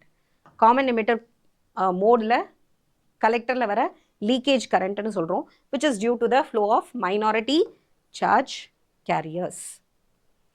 இனி forward current இந்த கிராஃப்லேருந்து என்ன கிடைக்கும்? இந்த கிராஃப்லேருந்து you will get the ratio of the change in collector current that is delta IC to the corresponding change in the base current delta IB, keeping the constant collector emitter voltage as constant, which is called forward current gain or beta. First case la alpha பார்த்தோம். Alpha was IC by IE. That was common base mode. Here it is IC by IB. Okay, because this is in the common emitter mode. This is in the common base configuration mode. So beta is equal to delta IC, change in the collector current, to the corresponding change in the base current, provided you have kept the value of VCE as constant. Usually market la kadikira transistor oda current gain when it is used in the common emitter mode is ranges from 50 to 200 times. நீ இன்புட்ல கொடுக்கிற ஒரு சிக்னலை 50லேருந்து 200 மடங்கு amplify பண்ண முடியும், increase பண்ண முடியும், so much times. suppose for example you are giving 1 micro ampere as input current, it can be converted into 50 milli 50 times, okay. So 50 times lenda 200 times, 100 times, or and which will be measured in milliamperes there. 50 to 500, 50 to 200 times it can be multiplied. This is one important thing which you have to note. The graph never starts from 0. அததான் அங்க சொன்னா IB வந்து 0வா இருந்தா கூட collector கரண்ட்ல ஒரு current flow ஆகும்னு. நிறைய பசங்க சும்மாவே வந்து என்ன பண்ணும், இப்படி 0ல இருந்து பிளாட் பண்ணும். ஆக்சுவலி 0வே வேண்டாம். Even if IB is 0, you will have a small value for IC. That is what they had mentioned there. So these are the minute things which you should note when you are drawing the characteristic for your board exams. இது அப்படி தானே, இது பார்க்கறதுக்கு நம்ம ஒரு first சைட்டில் திடீர்னு நம்ம பார்க்கும்போது சும்மா இதுன்னா ரொம்ப ஈஸி தானே, இங்கே IB போடணும், அங்கே IC போடணும், இங்கே மில்லி ஆம்பியர், இங்கே micro. Never started from 0. Be careful that you start from a particular higher value. So this is your value of beta, which is common emitter modular, and this is current transfer characteristic. Next, alpha beta. What is alpha? Alpha is the current gain in common base mode. What is beta? Beta is the current gain in common emitter mode. So alpha oda formula solla, alpha is equal to IC by IE. Beta oda formula solla, it is IC by IB. இது ரெண்டுக்கும் நடுவில் இருக்கிற ரிலேஷன்ஷிப்பை பார்க்க போகிறேன். So from this, if I write 1 by alpha, it will be IE by IC.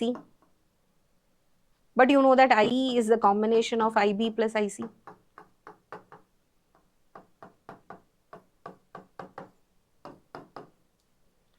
But what is IB by IC? It is 1 by beta.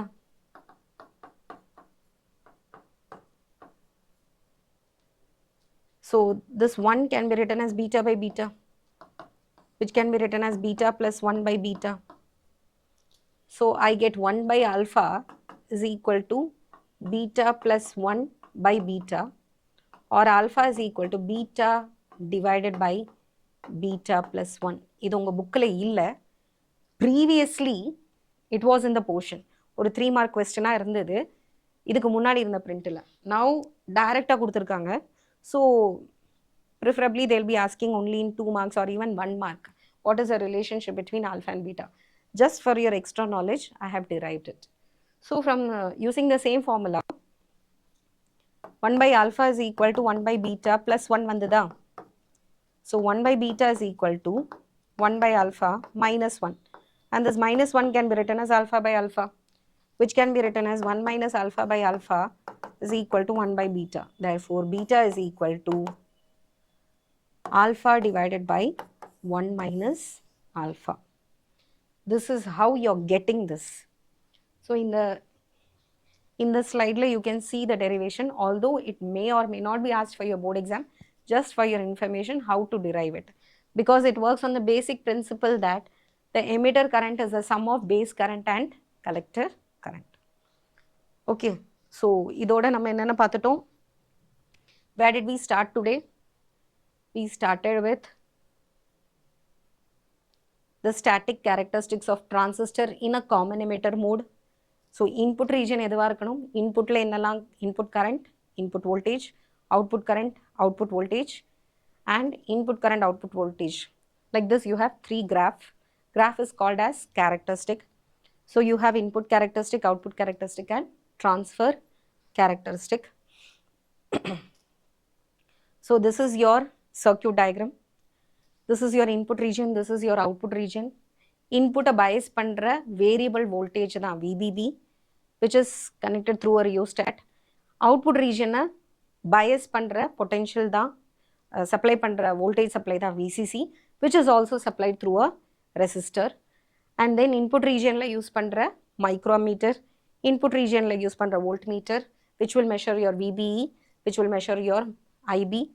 Output region la measure பண்ற milliammeter, which is your IC, and output voltage measure பண்ணக்கூடிய voltmeter, which is VCE. Here there you have a rheostat. Input characteristic எதை ரெண்டுக்கு நடுவில் வரைகிறோம், எதை X ஆக்சிஸில் எடுத்துக்கணும், எதை Y ஆக்சிஸில் எடுத்துக்கணும், எதை கான்ஸ்டண்ட்டாக வச்சுக்கணும். இந்த விசியோட வேல்யூ இன்க்ரீஸ் பண்ணிகிட்டே போனோம்னா what will happen, then the curve looks like the forward characteristic of a ordinary PN junction diode. Knee voltage, you can also calculate the value of input impedance by calculating the reciprocal of the slope, because what we need is delta VBE by delta IB, அதோட reciprocal. Input impedance ரொம்ப ஹையாக இருக்கும் for a transistor in common emitter configuration. Okay, and which means அந்த slope வந்து ரொம்ப ஹையாக இருக்கும்னு அர்த்தம். ஸ்லோப்போட reciprocal, slope is the input impedance is reciprocal of the slope. The output characteristic is given by the relationship between output current and output voltage. எதை X ஆக்சஸில் இருக்கணும், எதை ஒய் ஆக்சஸில் இருக்கணும். இதில் 4 டிஃப்ரெண்ட் ரீஜியன்ஸ் இருக்குது. Saturation region, cut off region, active region and break down region. Then அந்த 4 ரீஜனையும் தனித்தனியாக நம்ம எக்ஸ்பிளைன் பண்ணோம். ஒரு டிரான்சிஸ்டர் எந்த ரீஜனில் யூஸ் பண்ணணும், எந்த ரீஜனில் யூஸ் பண்ணக்கூடாது, கட் ஆஃப் ரீஜன்னா என்ன, சேச்சுரேஷன் ரீஜன்னா என்ன, that we saw in detail. Then இந்த அவுட்புட் கேரக்டரிஸ்டிக்லேருந்து உனக்கு என்ன டேட்டா கிடைக்க போகிறது, output impedance which is comparatively low. So current வந்து ஃப்ளோ ஆகுதுன்னு அர்த்தம். அங்கேருந்து ஹை ரெசிஸ்டன்ஸில் இந்த பக்கம் ஃப்ளோ ஆகுது, current will usually flow, I will flow towards collector, அதை தான் சொல்ல வரும். தென் you have the current transfer characteristic which is a combination of input current and output current which you take as in the x-axis and y-axis. And இதிலிருந்து என்ன கிடைக்கும், forward current gain, output current divided by input current. And note that you should never start the graph from 0 or origin, and why it is, what is the usual value of beta. Then finally we derived the relationship between alpha and beta, where alpha is the current gain in a common base mode and beta is the current gain in common emitter mode. So the collector current is independent of the collector emitter voltage in the active region. Active regionல நீ பார்த்தனா VCE என்னதான் நீ increase பண்ணாலும் அந்த current வந்து ஒரு saturation லெவலுக்கு reach ஆயாச்சு. அதனால தான் இந்த டிரான்சிஸ்டர் எப்போதுமே ஆக்டிவ் ரீஜனில் யூஸ் பண்ணுறோம்னு சொல்கிறோம். VCEயில் ஏதாவது ஃப்ளக்சுவேஷன் வந்தால் கூட கலெக்டர் கரண்ட் மேஜராக வேரி ஆகாது. So that is the reason. So next will be டிரான்சிஸ்டரோட மற்ற ஃபங்க்ஷன்ஸ். இப்போ இது வந்து ஜென்ரலாக கேரக்டரிஸ்டிக் பார்த்தோம். How does the transistor work அதையும் நம்ம பார்த்துட்டோம். Now you will go into function of transistor. எப்படி வந்து டயோட ரெக்டிஃபயராக யூஸ் பண்ணினோமோ, ஜெனர் டயோட வோல்டேஜ் ரெகுலேட்டராக யூஸ் பண்ணணுமோ, அதே மாதிரி டிரான்சிஸ்டரை எப்படியெல்லாம் ஒரு ஆம்ப்ளிஃபயராக யூஸ் பண்ணலாம், எப்படி ஒரு ஸ்விட்சாக யூஸ் பண்ணலாம், எப்படி ஒரு ஆசிலேட்டராக யூஸ் பண்ணலாம் அப்படிங்கிறத will see in the next class. So last கிளாஸில் நம்ம வந்து ஸ்டாட்டிக் கேரக்டரிஸ்டிக்ஸ் ஆஃப் டிரான்சிஸ்டர் பார்த்தோம். என்னென்ன கேரக்டரிஸ்டிக்ஸ் இருந்தது, கேரக்டரிஸ்டிக்ஸ்னால் it is just graphical representation of voltage, input voltage and input current இருந்தால் that is called as input characteristic. If you are going to plot a graph between output voltage and output current, then it is called output characteristic. And if you are going to draw a graph between input current and output current, then it is called as transfer characteristics. So எதுக்காக இந்த கேரக்டரிஸ்டிக்ஸை study பண்ணணும், ஒரு transistor எப்படி work ஆகுது, நான் எவ்வளோ voltage கொடுக்கும்போது எவ்வளோ கரண்ட் வருது, இதெல்லாம் நான் எதுக்கு ஸ்டடி பண்ணணும்னா ஒவ்வொரு டிரான்சிஸ்டரோட பேராமீட்டரை தெரிஞ்சுக்கிறதுக்காக. So what are the different parameters like current gain, அது எவ்வளோ வோல்டேஜ் கெயின் கொடுக்கும், அதனோட எந்தெந்த டெம்பரேச்சரில் ஃப்ளக்சுவேஷன்ஸ் வரதுக்கு சான்சஸ் இருக்குது, இந்த மாதிரி அந்த பேராமீட்டர்ஸ் தெரிஞ்சுக்கிறதுக்காக தான் நம்ம கேரக்டரிஸ்டிக்ஸை ஸ்டடி பண்ணுறோம். Static graph of that we are study. Okay, so அந்த அவுட்புட் கேரக்டரிஸ்டிக்லேருந்து you know what are the 3 regions, that there is a cutoff region, there is a saturation region and there is an active region. Active regionல தான் நம்ம வந்து டிரான்சிஸ்டரை use பண்ணுவோம் ஆம்ப்ளிஃபயராக. And main purpose of a transistor is amplification. So amplify பண்ணதுக்கப்புறம் எந்த இடத்துல எந்த பாயிண்டில் அந்த டிரான்சிஸ்டர் பெஸ்ட்டாக ஒர்க் ஆகும்னு தெரிஞ்சுக்கிறதுக்கு there is a point or there is a value which is called as operating point. The operating point is a point where the transistor can be operated efficiently. A straight line is drawn by joining the points capital A, which is VCC 0. VCC na நம்ம supply பண்ற potential for the proper biasing of the transistor க்கு நம்ம கொடுக்கிற அந்த voltage தான் VCC. So VCC 0ங்கிற point எதுல வரும்? It will be on the x-axis. Similarly, 0, V bar V divided by RC. VCC divided by RC பண்ணனா உனக்கு IC, the current passing through the collector junction. Collector current நமக்கு கிடைக்கும். இந்த ரெண்டு point x-axisல ஒரு point, y-axisல ஒரு பாயிண்ட், இந்த ரெண்டு பாயிண்ட்டை நம்ம ஜாயின் பண்ணோம்னா you will get a line which is called as load line. It is called the DC load line. The DC load line superimposed on the output characteristics of a transistor is used to learn the concept of operating point of a transistor, and it is shown in the next diagram.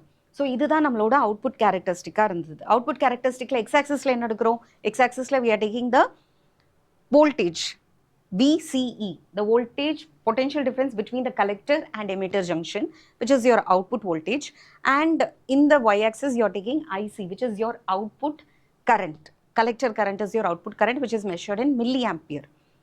இந்த கிராஃபில் எந்த பாயிண்ட்ல, so இதில் நீ பார்த்தனா PQR எல்லாமே active ரீஜனில் தான் இருக்கு. இருந்தாலும் எந்த ஆக்டிவ் ரீஜனில் நான் பெஸ்ட்டாக, எந்த ஐபியில் இந்த டிரான்சிஸ்டர் பெஸ்ட்டாக ஒர்க் ஆகும்னு கண்டுபிடிக்கிறதுக்கு தான் என்ன கண்டுபிடிக்க போகிறேன்? I'm going to find the operating point. அந்த ஆப்ரேட்டிங் பாயிண்ட் எந்த இன்புட் கரண்ட்டுக்கு கரஸ்பாண்ட் ஆகுதோ அந்த இன்புட் கரண்ட்டில் தான் அந்த டிரான்சிஸ்டர் தன்னோட பெஸ்ட் எஃபிஷியன்சியை கொடுக்கும். It will work best in that particular value. So the operating point is a point where the transistor can be operated efficiently. Efficient பண்ணனும்னாலும், for example, IB ஓட value 10, 20, 30, 40 அப்படின்னு change பண்ணும்போது உனக்கு அதனோட saturation current, where it starts, எந்த பாயிண்ட்ல saturate ஆகுது, எல்லா வேல்யூஸும் மாறுது. ஆனால் இந்த டிரான்சிஸ்டர் எனக்கு பெஸ்ட் ரிசல்ட்ஸ் எங்கே கொடுக்கும்னு பார்க்கறதுக்கு ஆப்ரேட்டிங் பாயிண்ட் கண்டுபிடிக்கணும். அந்த ஆப்ரேட்டிங் பாயிண்ட் எந்த விச் கரண்ட்டுக்கு, which input current it corresponds to, அதை நம்ம தெரிஞ்சுக்கணும். தெரிஞ்சதுக்கப்புறம் தான் நம்ம அதில் யூஸ் பண்ண போகிறோம். The operating point is a point where the transistor can be operated efficiently. A straight line drawn by joining the points A, which is VCC, 0, and B, which is 0, V divided by RC, is called the DC load line. The DC load line superimposed on the output characteristics of a transistor is used to learn the concept of operating point of the transistor as shown in the diagram. So the points P, Q, R are called Q points or quiescent points, which determine the operating point of the working point of a transistor. அதாவது load line உன்னோட output கேரக்டரிஸ்டிக்கோட எந்த இடத்துல touch ஆகுதோ, எந்த பாயிண்ட்ல meet ஆகுதோ, intersect ஆகுதோ, அந்த பாயிண்ட்ஸ் எல்லாத்தையும் quiescent பாயிண்ட்னு சொல்லுவோம். அந்த quiescent பாயிண்ட் முடிஞ்ச வரைக்கும் உன்னோட ஸ்டாட்டிக் கேரக்டரிஸ்டிக்கோட மிட் பாயிண்ட்ல வந்ததுன்னா that will be highly efficient. Is chosen at the middle of the DC line and the transistor can efficiently work as an amplifier. The operating point determines the maximum signal that can be obtained without being distorted. For a transistor to work as an open switch, the Q point should be chosen at the cutoff region. இப்போ நீ transistor வந்து open ஸ்விட்சாக work பண்ண போற, open ஸ்விட்ச்னா என்ன, conduct பண்ணாத region. அப்போ transistor எந்த ரீஜனில் இருக்கணும்? இட் ஷுட் பி இந்த cut off region. So cut off ரீஜனில் it will act like an open ஸ்விட்ச். அண்ட் க்ளோஸ் ஸ்விட்சில் வரணும்னா இட் ஷுட் பி இந்த சேச்சுரேஷன் ரீஜன். சரி, நமக்கு ஓப்பன் ஸ்விட்சாகவும் வேண்டாம், க்ளோஸ் டு ஸ்விட்சாகவும் வேண்டாம், you want it as an ஆம்பிளிஃபயர்னா you should use it in the active region. Active ரீஜனில் quiescent பாயிண்ட்ல பெஸ்ட் quiescent பாயிண்ட் நம்ம சூஸ் பண்ணணும். ஸோ இதுக்கு தான் அந்த கேரக்டரிஸ்டிக் யூஸ் ஆகுது. ஸோ இதில் எப்படி லோட் லைன் வரைஞ்சிருக்காங்க? இங்கே வந்து என்னது, லோட் லைனோட எக்ஸ்-ஆக்சிஸில் என்ன பாயிண்ட் இருக்குது சொன்னோம், VCC. இங்கே output voltage will be equal to VCC, which means no current is flowing through the transistor. IC இருந்ததுன்னா அங்கே ஒரு ட்ராப் வந்திருக்கும். VCCங்கிறது என்னது, now VCE is equal to VCC minus ICRC. Okay. So VCE is equal to VCC, நீ கொடுத்தது minus IC into RC. If there is no current flowing, then VCE will be equal to VCC. இந்த point எங்க வரும்? கண்டிப்பா உனக்கு cut off ரீஜன்ல தான் வரும். Because அங்க வந்து என்ன ஃப்ளோ ஆகல, கலெக்டர் கரண்டே இல்லை. ஏன் கலெக்டர் கரண்ட் இல்லை? ஏன்னா பேஸ்லேயே கரண்ட் இல்லையே, இன்புட்லேயே கரண்ட் இல்லாதப்போ அவுட்புட்லேருந்து எங்கேருந்து கரண்ட் வரும்? ஸோ இன்புட் கரண்ட் இல்லாததுனால தான் இந்த ரீஜனை நம்ம கட் ஆஃப் ரீஜன் சொல்கிறோம். Since IB is 0, IC is also 0. Now since IC is 0, VCE is equal to VCC. Now இந்த பாயிண்ட்ங்கிறது என்னது, that is the maximum ICC that can flow through it, which is given by maximum collector current is equal to VCC by RC, resistance of the collector. இந்த ரெண்டு points x-axisல இருக்கிற இந்த point, that is x-axisல அதனோட value is VCC, 0. y-axisல எந்த கோஆர்டினேட்டும் இல்லை. இதில் வந்து x-axis is 0, but y-axis is VCC by RC. இந்த ரெண்டு பாயிண்ட்ஸையும் ஜாயின் பண்ணால் கிடைக்கிற அந்த லைனுக்கு பேர் தான் லோட் லைன். அந்த லோட் லைன் ஒவ்வொரு கேரக்டரிஸ்டிக்கை quiescent பாயிண்ட்ல டச் பண்ணும். For example P is a quiescent point, Q is another quiescent point, R is another quiescent point. So இந்த quiescent பாயிண்ட்டுக்கு கரஸ்பாண்டிங்கான values VCE as well as ICல தான் அது பெஸ்ட்டாக பெர்ஃபார்ம் பண்ணணும்னு அர்த்தம். Okay,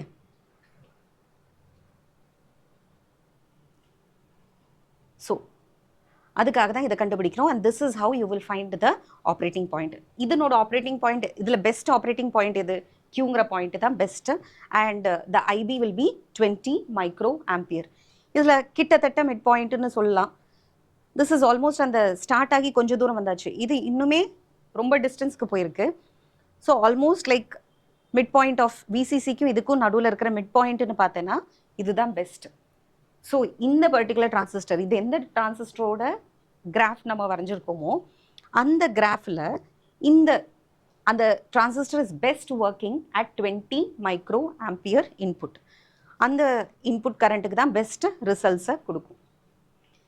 next, transistor as a ஸ்விட்ச். இப்போ தான் நம்ம பார்த்தோம், டிரான்சிஸ்டர் நீ கட் ஆஃப் ரீஜனுக்கு கொண்டு போயிட்டேன்னா it will behave like an open ஸ்விட்ச், there will be no current passing through the transistor. இதே நீ டிரான்சிஸ்டரை சேச்சுரேஷன் ரீஜனுக்கு கொண்டு போயிட்டேன்னா it will behave like a closed ஸ்விட்ச், maximum current flows through the transistor. So maximum current flows through the transistor, it will behave like a closed switch. When no current flows through the transistor, it will behave like a open switch. What do you mean by open switch and closed switch?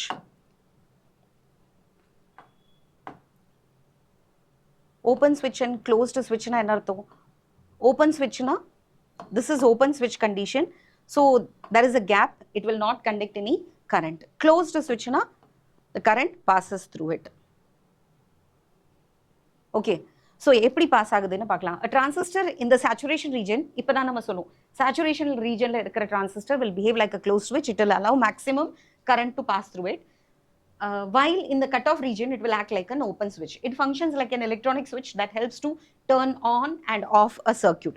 For a given circuit, by small control signal, which keeps the transistor either in saturation region or in cutoff region. So எதை வச்சு நம்ம trigger பண்ண போகிறோம்? நம்ம வந்து ஐபிங்கிற input கரண்ட்டை வச்சு இதை ட்ரிகர் பண்ண போகிறோம். இன்புட் கரண்ட்டோட வேல்யூ பர்டிகுலர் வேல்யூவாக இருந்ததுன்னா the transistor will enter into the cut off region. இல்லை ஐபியோட வேற வேல்யூ நம்ம கொடுத்தோம்னா it will enter into the saturation region. So it is a current controlled device. Transistor is a current control device. So the circuit is given as show.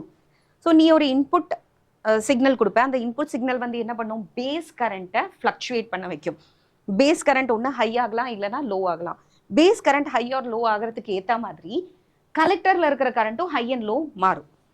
Collector current change ஆச்சுன்னா then VCE will also change, which will change the output. நான் இங்கே பாரு, output voltage அப்படிங்கிறது, this is your output voltage. இந்த output voltage will be equal to this total thing. இன்னும் பர்டிகுலராக சொல்ல போச்சுன்னா this output will be equal to the potential difference between emitter and collector. VCE is your output voltage, and output voltage oda formula is VCC minus IC RC. Case 1 யோசிச்சு பாரு, இங்க ICல RCங்கிற ரெசிஸ்டன்ஸ்ல ICங்கிற ஒரு current flow ஆச்சுன்னா இங்க ஒரு potential drop வரும். அப்புறம் இந்த VCCலேருந்து அந்த பொட்டென்ஷியல் ட்ராப் போக மீதி தான் நமக்கு என்ன கிடைக்கும்? VCEயா கிடைக்கும். சப்போஸ் இதில் கரண்ட்டே இல்லைன்னா இந்த VCC நம்ம என்ன சப்ளை பண்ணியிருக்கோமோ அது ஃபுல்லாகவே உனக்கு அவுட்புட்டில் கிடைக்கும். புரிஞ்சுதா? ஸோ RCங்கிற இந்த ரெசிஸ்டன்ஸில் கரண்ட் ஃப்ளோ ஆகுதா இல்லையாங்கிறது, அந்த கரண்ட் ஃப்ளோ ஆகுதா இல்லையாங்கிறது எதை பொறுத்து இருக்கும்? ஐசியை பொறுத்து இருக்கும். IC in turn is affected by IB. So நம்ம ஆல்ரெடி ஒரு ஐபிங்கிற கரண்ட் ஃப்ளோ ஆகிட்டு இருக்கு. இதில் நம்ம ஒரு சிக்னல் கொடுத்தோம்னா what will happen to the base current? As a result, what will happen to the collector current? And how will the output voltage be affected? இதை தான் நம்ம பார்க்க போகிறோம். So when the input is low, input is low னா இப்போ இங்கே input வந்து ரெண்டு இன்புட்டு தான் இருக்குது. either it is a 5 volt high or it is 0 low. Suppose the input is high, say when the input is low, first கேஸில் low எடுத்துக்கிறோம். when the input is low, that is 0 volt. நம்ம எந்த 5ங்கிற அந்த signal வந்து 0ங்கிற low பாயிண்டில் இருக்குது. அந்த பாயிண்ட்ல தான் நம்ம இன்புட்டா கொடுக்குறோம் அப்படின்னா the base current is 0. The transistor is not properly forward bias. It will function in the cutoff region. Direct எந்த ரீஜனுக்கு போயிடும் because IB is equal to 0. அந்த இதில் நான் காமிச்சு கொடுத்துருந்தேன் உனக்கு கிராஃப்ல IB is equal to 0ங்கிறது இந்த ரீஜனை குறிக்கிறது. This region is where the cutoff region is. So cutoff region kulla enter aidum. As a result, the collector current is also 0 because IB is 0, IC is also 0, and correspondingly the voltage drop across the resistance RC, which is connected to the collector, adaliyum 0. அங்க உனக்கு எந்த potential dropum வரதில்லை. IC RCங்கிற potential drop கிடையாது. Output voltage is very high and that is equal to VCC, where VCC is the voltage that you have applied. It means that no current flows through the transistor and it is said to be in the switched off condition. The transistor acts like a open switch. Suppose second case, input வந்து high பண்ணிட்டேன். Input high பண்ணினானா base current-உம் சேர்ந்து increase ஆகும். When the input voltage is increased, இப்போ நம்ம இன்புட்ல கொடுக்கிறது என்னது voltage. அந்த voltage ஆட்டோமேட்டிக்கா எதை பாதிக்கும்? base current-ஐ பாதிக்கும். First case-ல input voltage was low, second case-ல input voltage is high. When the input voltage is high, the base current is also high because that is properly biased, and in turn it increases the collector current to its maximum. The transistor will move from which region? Cutoff region la konja kuda higher vandu it will enter into the saturation region. This will increase the collector current and it increases the drop across RC. That is IC RC ngra potential drop increase agum. IC RC increase aachna automatically output voltage will decrease because I told you output voltage is nothing but VCC la irundhu IC RC ya subtract பண்ணிடணும். Difference தான் VCC minus ICRC தான் உன்னோட output. It means that the maximum current flows through the transistor and it is said to be switched on. The transistor acts like a closed switch. It is manifested that அப்போ இதுலேருந்து நம்ம என்ன தெரிஞ்சுக்கிட்டோம்? High voltage நான் கொடுத்தோன்னே என்னோட output voltage was low. இதே low voltage கொடுத்தோன்னே நம்ம output voltage was high. It is manifested that a high input to the transistor gives a low output and a low input gives a high output. In addition, we can also say that the output voltage is opposite to the applied input voltage. Therefore, a transistor can be used as an inverter, that is not gate, and in computer logic circuitry. So, இது என்னவா behave பண்ணும்? நம்ம high கொடுத்தா output is low and low input கொடுத்தா output is high. So, logic gates இனிமே தான் வருது. Logic gatesங்கிறது it is digital circuit which has usually two inputs and one output, or not gate condition there is only one input and one output. அந்த மாதிரி கேட்ஸில் not கேட்டோட ஃபங்க்ஷனை தான் இந்த transistor பண்ணுறது. So எலக்ட்ரானிக்ஸில் சொல்ல போனால் இட் பிஹேவ்ஸ் லைக் அ ஸ்விட்ச் and a low voltage produces a high output but the transistor is in the on stage. Okay, next நம்ம பார்க்க போகிறது டிரான்சிஸ்டர் எப்படி ஆம்ப்ளிஃபயராக யூஸ் பண்ணுறது. டிரான்சிஸ்டரோட மெயின் ஃபங்க்ஷனே ஆம்ப்ளிஃபயராக யூஸ் பண்ணுறது தான். ஸோ என்னத்தை ஆம்ப்ளிஃபை பண்ண போகிறது? இன்புட்டில் நீ கொடுக்குற சிக்னலை அப்படியே ஆம்ப்ளிடியூடை இன்க்ரீஸ் பண்ணி அதை ஸ்ட்ரெங்தன் பண்ணி கொஞ்சம் கூட பவர்ஃபுல்லாக கொஞ்சம் கூட ஹை வேல்யூவை இன்க்ரீஸ் பண்ணி மல்டிப்ளை பண்ணி கொடுக்கறது தான் டிரான்சிஸ்டரோட மெயின் ஃபங்க்ஷனே. So transistor functions as an amplifier. A transistor operating in the active region. What are the three regions? Output கேரக்டரிஸ்டிக்கில் நம்ம பார்த்தோம் கட் ஆஃப் ரீஜன் இருந்தது, ஆக்டிவ் ரீஜன் இருந்தது, சேச்சுரேஷன் ரீஜன் இருந்தது. ஸோ ஆக்டிவ் ரீஜனில் ஒர்க் பண்ணினா மட்டும்தான் அது என்னவா பிஹேவ் பண்ணும்? ஆம்ப்ளிஃபயராக ஒர்க் பண்ணும். A transistor operating in the active region has the capability to amplify weak signals. Amplification is the process of increasing the signal strength. That is, you're increasing the amplitude of the signal. Amplitude and a maximum displacement from the equilibrium position. And the amplitude increase pandrom. If a large amplification is required, the transistors are cascaded with coupling elements like if large amplification. ஒரு ஸ்டேஜில் இருக்கிற amplification பத்தலை, நான் first வந்து கொடுத்த சிக்னலை 10 times எனக்கு amplitude increase பண்ணி கொடுத்தது, ஆனால் எனக்கு இது பத்தலை, ஒரு 50 டைம்ஸ் வேணும், இல்லை 60 டைம்ஸ் வேணும், 100 times it has to be ஆம்ப்ளிஃபைட்னா I have to connect it to another stage of amplifier. Okay, so second ஸ்டேஜுக்கு நான் வந்து இதை கனெக்ட் பண்ணணும். ஸோ இப்போ large amplification is required, the transistor are கேஸ்கேடட்னா என்ன? ஒன்றுக்கு அப்புறம் ஒன்று அடுத்தது கனெக்ட் பண்ணி விடுவோம். அதுக்கு நம்ம யூஸ் பண்ணுற இன்ஸ்ட்ருமெண்ட்ஸ் தான் டிவைசஸ் தான் coupling elements like resistor, capacitor, transformers. So இதனோட அவுட்புட்டை அடுத்த டிரான்ஸ்ஃபார்மருக்கு கொடுத்து டிரான்ஸ்ஃபார்மரில் இந்த டிரான்சிஸ்டர் கனெக்ட் பண்ணலாம், இல்லை நடுவில் கப்ளிங்க்கு என்னென்ன யூஸ் பண்ணலாம்? You can use capacitors R even resistors you can use. Here the amplification of an electrical signal is explained with a single stage transistor amplifier which is shown. Single stage indicates that the circuit consists of one transistor with the allied components. An NPN transistor is connected with in the common emitter configuration. So நமக்கு இப்போ படிக்கிறதுக்கு அது NPN இருக்கலாம் இல்லைன்னா PNP transistor, both will work as an amplifier. நம்ம இப்போ படிக்க போகிறது NPN transistor, how does it work as an amplifier? In which mode? Common emitter mode. What are the three modes? Common base, common emitter, common collector. So அந்த பேசிஸில் தான் transistor எப்படி amplify ஆகுது. So ஒவ்வொரு கம்போனண்ட்டோட என்ன பார்த்துட்ருக்கோம், நம்ம வந்து ஃபங்க்ஷன் பார்த்துட்ருக்கோம். R1, R2, RE இந்த 3 ரெசிஸ்டன்ஸ் இருந்தால் தான் ப்ராப்பரான பயசிங் அதுக்கு கிடைக்கும்.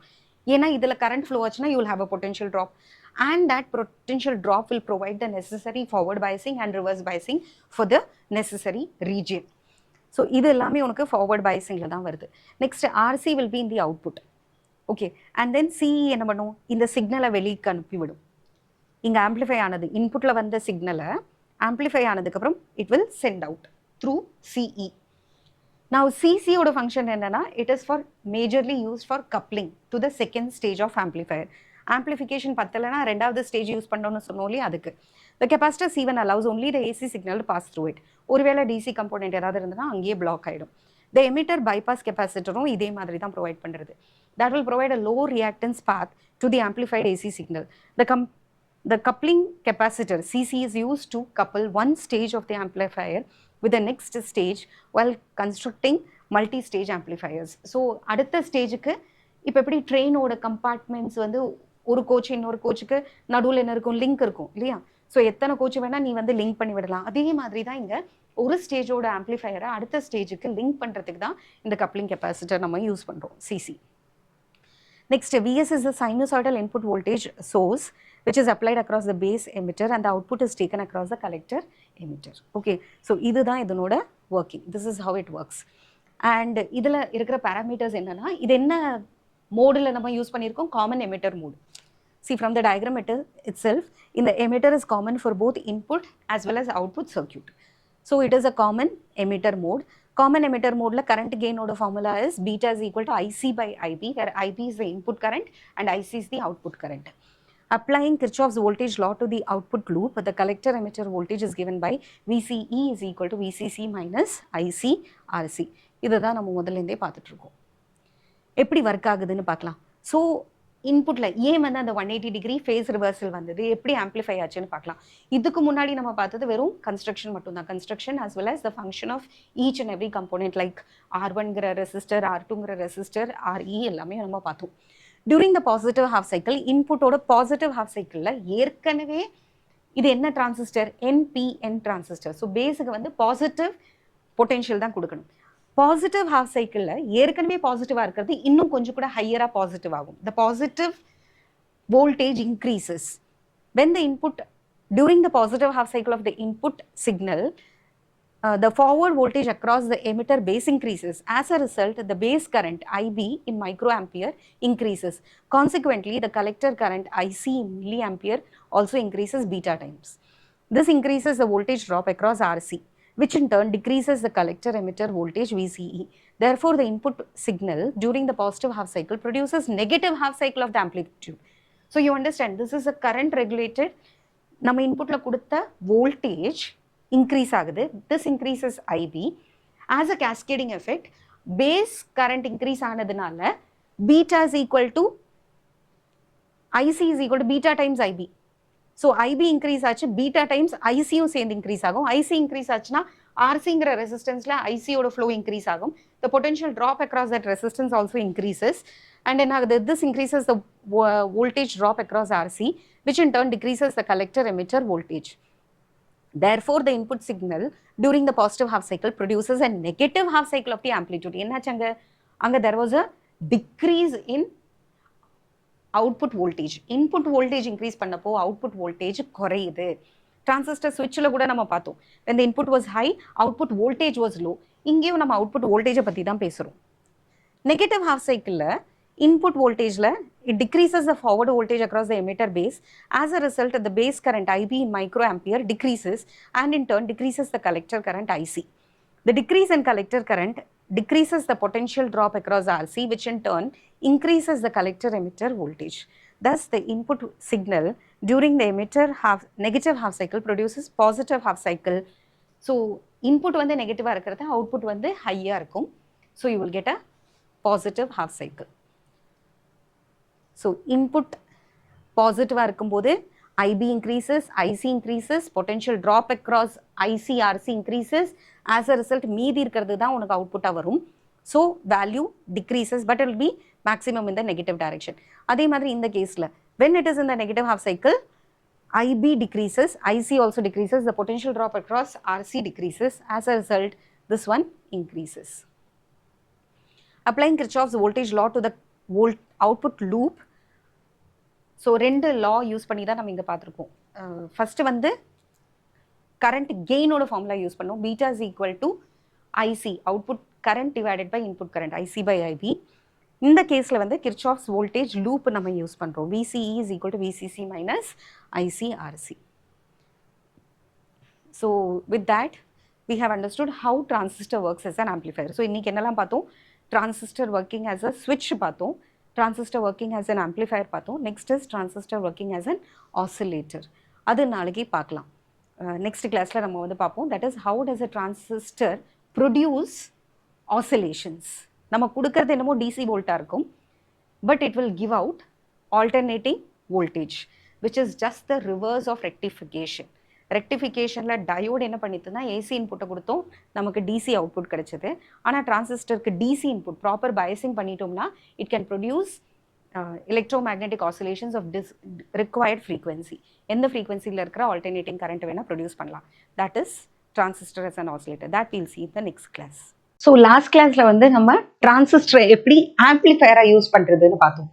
நம்ம ஏதாவது ஒரு சின்ன சிக்னல் கொடுப்போம், அந்த சின்ன சிக்னல் எந்த கான்ஃபிகரேஷனில் வேணால் யூஸ் பண்ணலாம். That is, there are 3 configurations for transistor being used as an amplifier.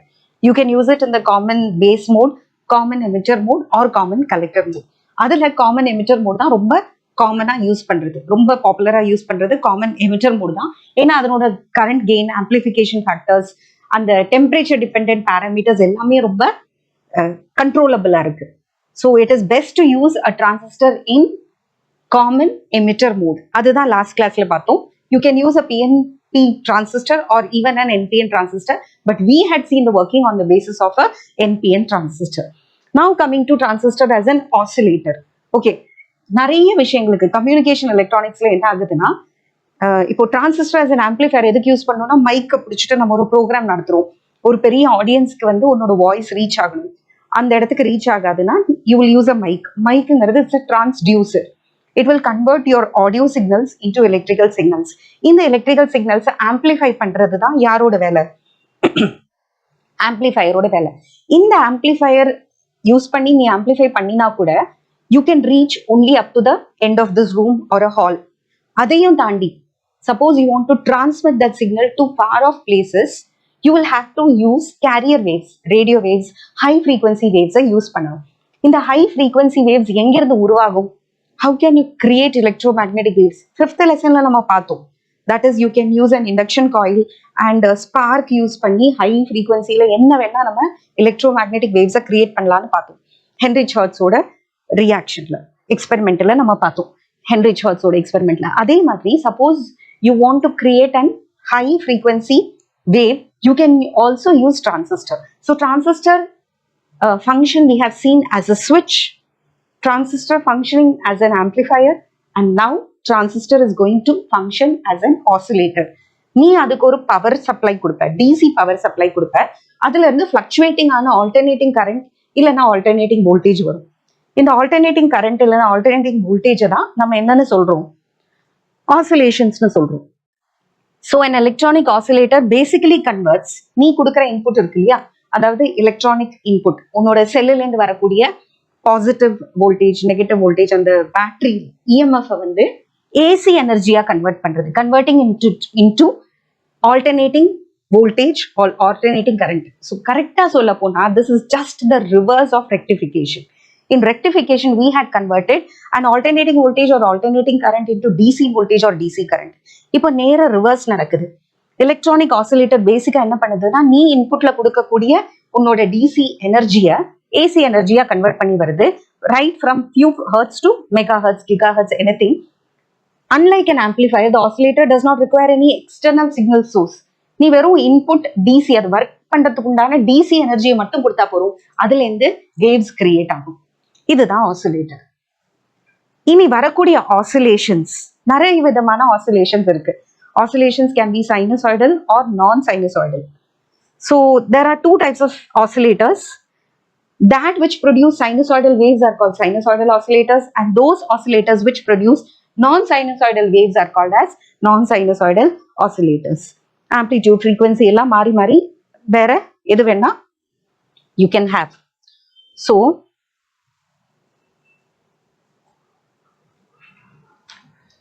இந்த மாதிரி என்ன ஆசிலேஷன்ஸ் வேணா கிரியேட் பண்ணலாம்.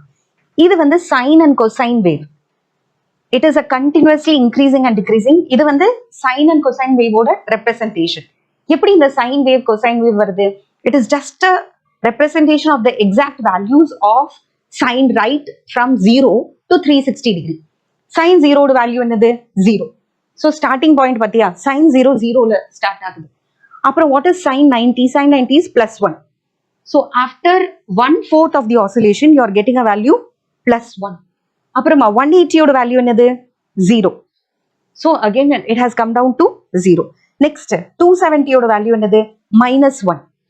So 270 க்கு -1, it has having again maximum value but in the negative direction. So -1 திருப்பி 0 +1 0 -1 0 இப்படியே oscillation போகுது. So this type of wave is called as a sinusoidal wave. இந்த சைனசாய்டல் வேவ்ல சைன் வேவும் வரும், காஸ் வேவும் வரும். கொசைன் வேவா இருந்தா it would have started with maximum, அது வந்து காஸ் 0 is 1 இல்லையா? இது இப்படி இல்லாம if it had started from 1 we would have called it a cosine wave. So sine wave, cosine wave எல்லாமே sinusoidal waves தான். So A is a sinusoidal wave, B is a square wave. Square wave வந்து without negative values, வெறும் positive values. It is either a high or a low input or output. High and low மட்டும் தான் இருக்கு. Then you have square wave, triangular wave form. இதுக்கும் positive negative ரெண்டுமே இருக்கு. So this is alternating, but this one is sawtooth. சாடூத்ல வந்து அது எதுக்கு போகிறது இல்லை, நெகட்டிவ்க்கு போகிறது இல்லை. பாசிட்டிவ்ல இருந்து 0, again it moves to maximum, again it comes down to 0. So these two are very much similar. B and D are similar because they do not have negative values. இதுல this is sinusoidal. ஸோ இந்த மாதிரி நிறைய wave forms இருக்கு. You can create sinusoidal wave form, square wave form, triangular wave form, even sawtooth wave form. Okay. Triangularly, it is very much similar to sinusoidal with positive and negative values. So sinusoidal waves, say sinusoidal oscillations are again of two types: damped oscillations and undamped oscillations. Damped oscillation amplitude first ரொம்ப ஹையா இருக்கும். கொஞ்ச நேரம் கழிய கழிய 2-3 cycle முடிய முடிய என்ன ஆகும்? இந்த ஆம்ப்ளிடியூட் படிப்படியா குறைஞ்சிக்கிட்டே வரும். So this amplitude of the sinusoidal wave continuously decreases. Finally, there will be no oscillations at all. Such oscillations are called as damped oscillation. Best example of damped oscillation in real life is நம்ம ஊஞ்சல் ஆட்டி விட்டுடும். நீ திரும்ப திரும்ப if you give a force, if you keep on pushing the swing, அந்த cradle ஏதாவது push பண்ணனா it will keep on oscillating. ஆனா கொஞ்ச நேரத்துல என்ன ஆகும்? ஏரோட ஃபிரிக்ஷன் வந்து அதனோட எனர்ஜியை ரெடியூஸ் பண்ணிட்டே வரும். அதனோட எனர்ஜி ரெடியூஸ் ஆகாத finally it will come to rest. So இதுதான் நமக்கு ரியல் லைஃப்ல நடக்கிறது, டேம்ட் ஆசிலேஷன் சொல்றோம். அப்படி நிக்க கூடாது. நம்ம என்ன பண்ணிட்டு இருக்கோம்? திரும்ப திரும்ப அந்த வேஸ்ட் ஆகிற எனர்ஜிக்கு, லாஸ் ஆகிற எனர்ஜிக்கு you have to compensate. You will have to give a force again and again so that the oscillation doesn't stop. So oscillations கொஞ்சம் கொஞ்சமா ஆம்ப்ளிடியூட் குறைஞ்சு வந்து ஆசிலேஷனே இல்லாம போய் if it stops then such oscillations are called as damped oscillation. அப்படி நடக்காம அதே ஆம்ப்ளிடியூட்ல திரும்ப திரும்ப அதே மேக்ஸிமம் ஹைட்டுக்கு அந்த வேவால ஆசிலேட் பண்ண முடிஞ்சதுன்னா without any loss of energy. இங்க actually there is a shift of energy between kinetic and potential. kineticல இருந்து பொட்டன்ஷியலுக்கு ஷிஃப்ட் ஆகும், பொட்டன்ஷியல் எனர்ஜில இருந்து திருப்பி கைனடிக் எனர்ஜிக்கு ஷிஃப்ட் ஆகும். இந்த ஷிஃப்ட் தான் இந்த ஆசிலேஷன்ஸை கொடுக்குறது. R it could B a shift between magnetic energy and electrical energy, or it could be the energy stored in a capacitor to inductor. இந்த மாதிரி oscillations நடக்கும் from high to low and again from negative maximum to again 0. இந்த மாதிரி for example simple harmonic oscillations எல்லாம் படிச்சிருப்பீங்க. Simple harmonic ஆசிலேஷன்ல நடக்கிறதும் இதுதான். there is a shift of energy from kinetic energy to potential energy and potential energy to kinetic energy, but the total energy is always a constant. இங்கேயும் amplitude value குறையவே குறையலனா then it is called as undamped oscillation. If the amplitude of the electrical oscillations decreases with time due to energy loss, then it is called as damped oscillation. But on the other hand, if the amplitude of the electrical oscillation remains constant with time, then it is called as undamped oscillation, as in section B. So நம்ம create பண்ற போற oscillation டேம்ட் oscillation ஆயிடக்கூடாது. கஷ்டப்பட்டு ஒரு ஆசிலேஷனை create பண்றது கொஞ்ச நேரத்துல அது டை அவுட் ஆகிறதுக்காக இல்லை. ஸோ இட் ஷுட் பி சஸ்டெயின்ட்னா த்ரூ அவுட்டா இருந்துகிட்டே இருக்கணும் நம்ம கிரியேட் பண்ண ஏதாவது. அதுக்காக தான் நம்ம என்ன பண்றோம், ஒரு ஆம்பிளிஃபையரை எடுத்துட்டு, சாரி டேங்க் சர்க்கியூட் தான் உனக்கு என்ன ப்ரொடியூஸ் பண்ண போகுது, உன்னோட ஆசிலேஷன்ஸை ப்ரொடியூஸ் பண்ண போகுது. ஸோ ஆசிலேஷன்ஸை ப்ரொடியூஸ் பண்றதுக்காக ஒரு டேங்க் சர்க்கியூட்லேருந்து ப்ரொடியூஸ் பண்ண ஆசிலேஷனை கொஞ்சம் எனர்ஜி இன்க்ரீஸ் பண்றதுக்காக ஆம்பிளிஃபையர்ல ஃபீட் பண்ணிடுவோம். ஆம்பிளிஃபையர்லேருந்து உனக்கு அந்த oscillations high oscillations with high amplitude உனக்கு வரும். அண்ட் இந்த ஆசிலேஷன்ஸ் என்ன ஆயிடக்கூடாது, சஸ்டெயின் ஆகணும், டயட் ஆயிடக்கூடாது. இட் ஷுட் நாட் கெட் டேம்ட் ஆகக்கூடாதுங்கிறதுக்காக அதுல இருந்தே ஒரு சின்ன போர்ஷன், ஒரு சின்ன பர்சன்டேஜ் 10% or 5% எடுத்துட்டு என்ன பண்றோம், நம்ம திருப்பி ஃபீட்பேக்கா அதே டேங்க் சர்க்கியூட்டுக்கு கொடுக்குறோம். Tank circuit is generating your oscillation. This oscillation is being fed into an amplifier. Amplifier will increase the power, energy or amplitude of the oscillation. A portion of the oscillation will be fed back to the tank circuit in phase. நீ return feedback கொடுக்கும்போது ரெண்டு விதத்துல கொடுக்க முடியும், positive feedback, negative feedback.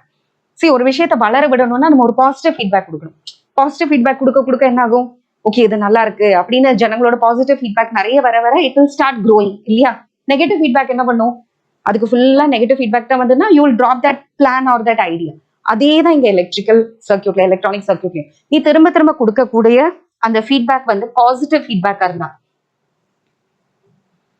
Okay, how to show that it is a positive feedback or a negative feedback? Suppose this is your output. இந்த அவுட்புட்டுக்கு இன் ஃபேஸ்ல இருக்கிற ஒரு ஆசிலேஷன் கொடுக்குற, இத மாதிரியே in phase. What you mean by in phase? இது வந்து நம்ம வேவ் ஆப்டிக்ஸ்ல படிச்சிருக்கோம். கன்ஸ்ட்ரக்டிவ் இன்டர்ஃபரன்ஸ் நடக்கணும்னா ரெண்டும் இன் ஃபேஸ்ல இருக்கணும். அதே மாதிரி இந்த ஃபீட்பேக்ல கொடுக்கறதும் இதோட இன் ஃபேஸ்ல இருந்ததுன்னா it will give a positive feedback. It will increase amplitude. அதுக்கு பதிலா ஒருவேளை this is called positive feedback. Negative ஃபீட்பேக்னா என்னது, மேக்சிமத்துக்கு ஆப்போசிட்டா. இங்க மேக்சிமம் இருக்கும்போது மினிமம் கொடுக்கறது, கிரெஸ்ட் மீட்ஸ் அ ட்ரஃப், இந்த மாதிரி மிக்சிங் நடந்ததுன்னா it is called as destructive interference.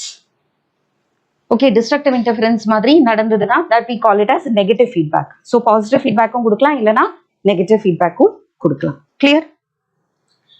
So ஒரு ஆசிலேட்டர், டிரான்சிஸ்டர் ஆசிலேட்டருக்கு டேம்ட் ஆகாம இருக்கிறதுக்காக தான் நம்ம என்ன கொடுத்துருக்கோம், ஒரு ஃபீட்பேக் சர்க்கியூட்டும் கொடுத்துருக்கோம். அண்ட் அதனோட எனர்ஜி இன்க்ரீஸ் பண்ணும், ஆம்பிளிடியூட் இன்க்ரீஸ் பண்ணுங்கிறதுக்காக ஒரு ஆம்பிளிஃபையரையும் சர்க்கியூட்ல நம்ம கொடுத்துருக்கோம்.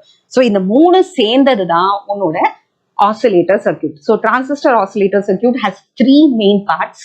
The first part is the tank circuit which literally produces your oscillation and it is fed to a amplifier which will amplify. And the second one, what will it do? அந்த amplification outputல இருந்து ஒரு percentage எடுத்து நம்ம inputக்கு கொடுக்கிறோம். And the input tank circuit is fed and then it will give out undamped oscillations. Okay.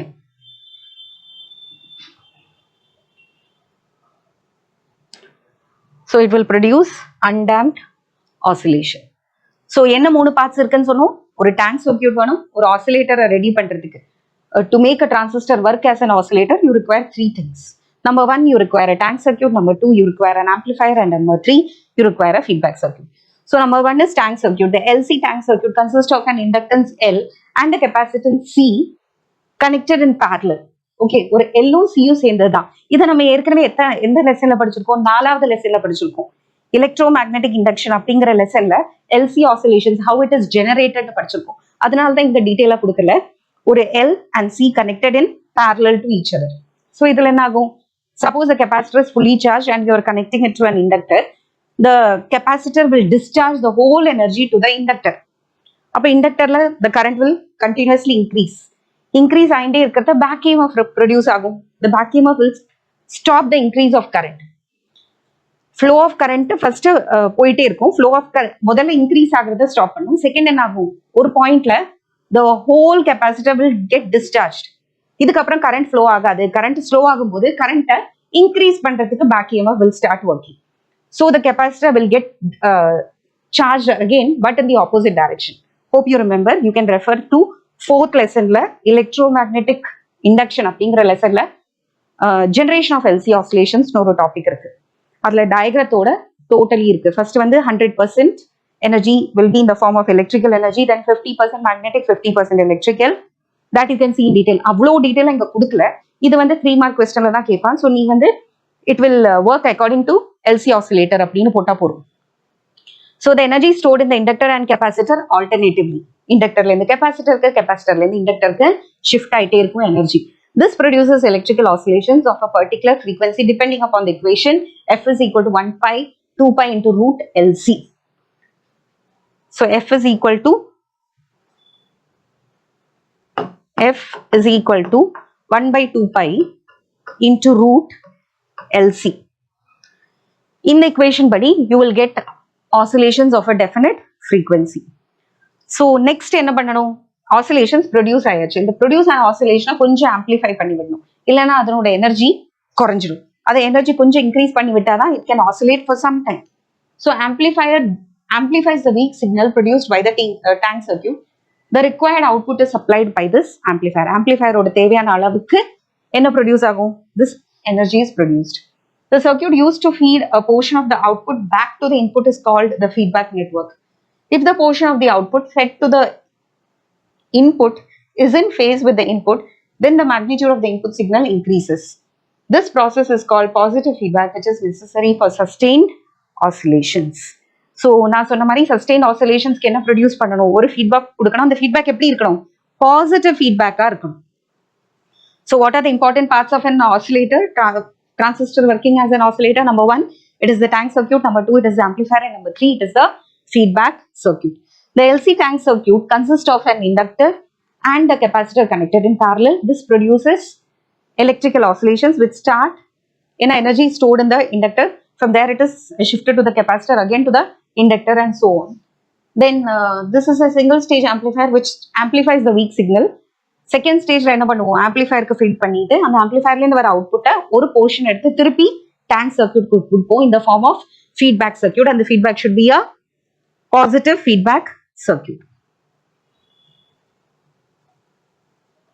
So working, the tank circuit generates electrical oscillations and acts as an AC input source to the amplifier. ஆம்பிளிஃபயருக்கு என்ன வேணும்? ஆசிலேட்டருக்கு AC input வேண்டாம், ஆனா ஆம்பிளிஃபயருக்கு வேணும். ஆம்பிளிஃபயருக்கு நீ என்ன signal கொடுக்குறியோ அதை தானே என்ன எடுக்க முடியும்? அவுட்புட்டா எடுக்க முடியும். ஃபார் எக்ஸாம்பிள் ஏசி டிரான்சிஸ்டர் ஆம்பிளிஃபயர்ங்கிறது you can compare it to Xerox machine, photostat எடுக்கிற மாதிரி. உள்ள நீ ஏதாவது இன்புட் கொடுத்தாதான் அதனோட மேக்னிஃபைடு இமேஜா கிடைக்கிறது. நீ சின்ன இப்பெல்லாம் ஜெராக்ஸ் எப்படிக்கலாம், மினி ஜெராக்ஸாவும் எடுக்கலாம், இல்லை என்லார்ஜ் பண்ணியும் எடுக்கலாம். அதே மாதிரி தான் சைஸ் என்ன இருக்கோ இன்புட் அதனோட டேட்டா அதே தான் இருக்கும். Only size will be increased. Increase மட்டும் தான் பண்ண முடியும், டிக்ரீஸ் பண்ண முடியாது. It is amplification. புரிஞ்சுதா? ஸோ ஒரு photostat machine, suppose you are going to take a photostat copy of something, you should have an original signal. So இதுக்கு AC input signal தேவை. எதுக்கு? ஆம்பிளிஃபயருக்கு. ஆனால் ஆசிலேட்டருக்கு தேவையில்லை. ஆசிலேட்டருக்கு DC input தான் அந்த ஆசிலேஷன்ஸாக கிரியேட் பண்ணுது. அந்த ஆசிலேஷன் தான் ஆம்பிளிஃபயருக்குள்ள போய் ஆம்பிளிஃபை ஆனதுக்கு அப்புறம் வெளியில வருது. அந்த ஆம்பிளிஃபயர்லேருந்தே நம்ம ஒரு போர்ஷனை ஃபீட்பேக்காக எடுத்து திருப்பி இன்புட்டுக்கு நம்ம கொடுக்குறோம். Clear?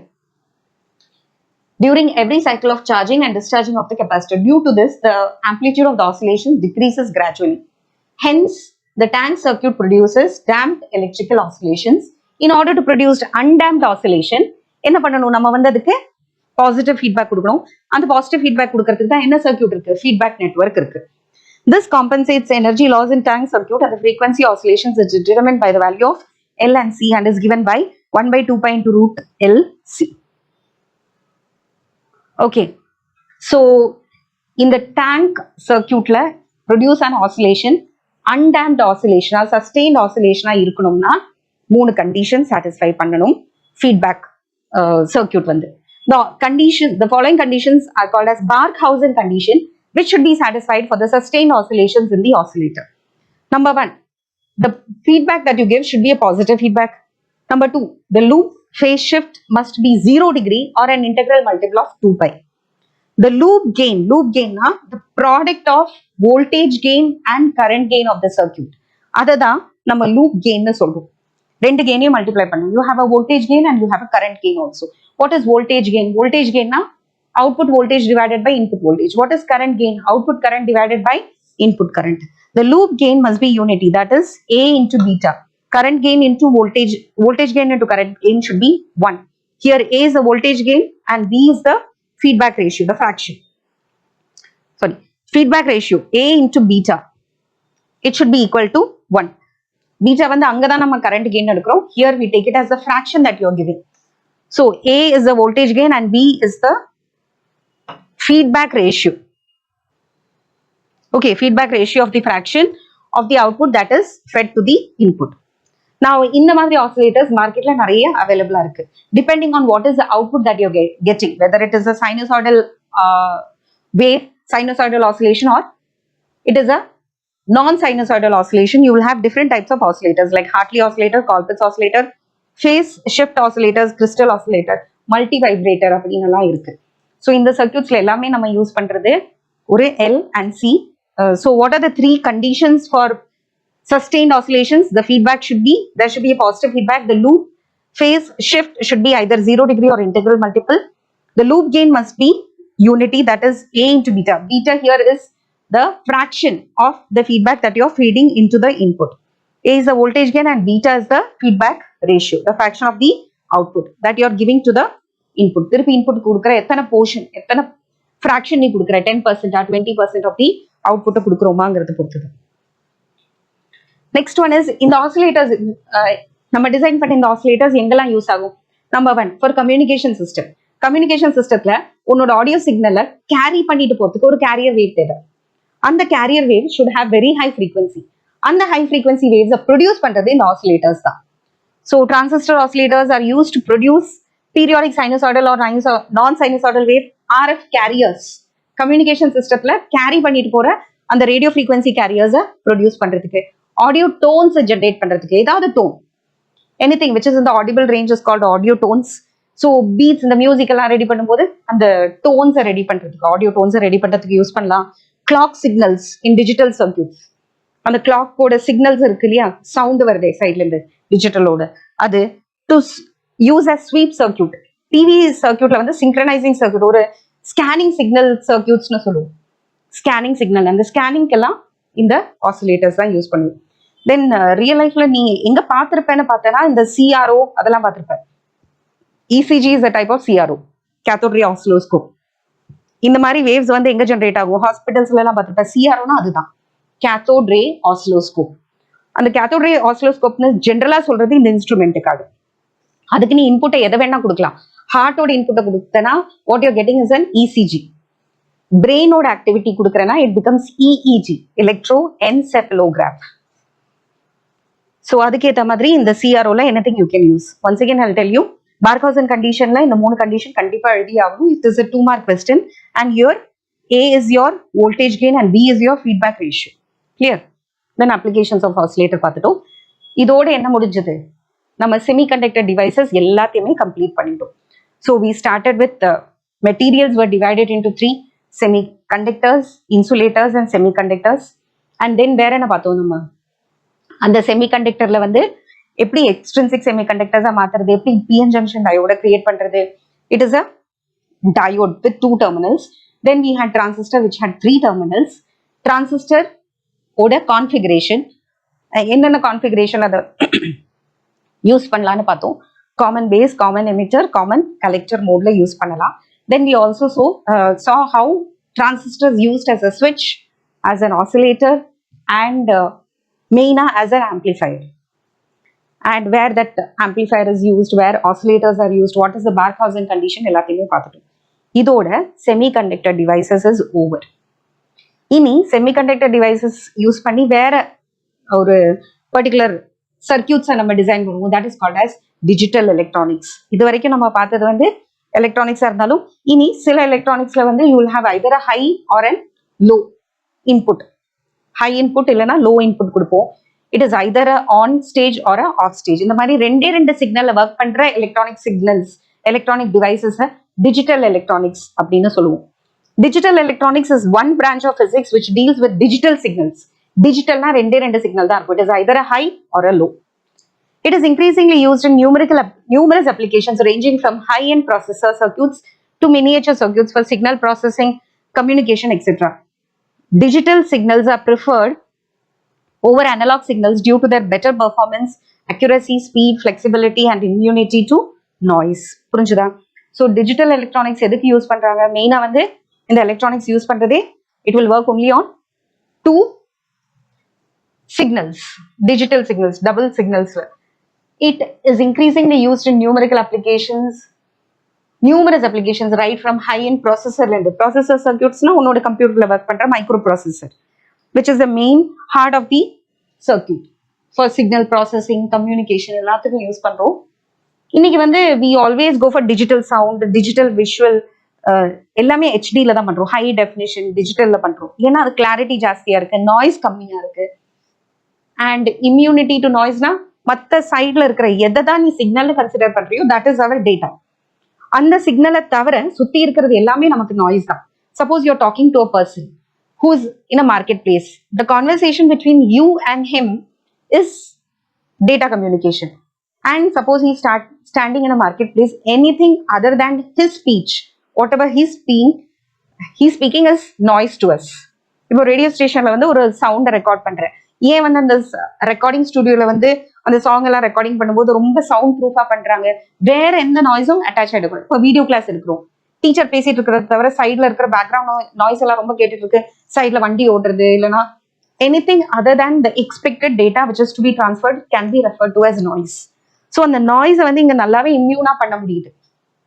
Why do you go for digital pods with noise cancellation? Because you want to hear very clearly the song, you want to enjoy the song, you want to enjoy the music and you want to get rid of this noise. கரெக்டா?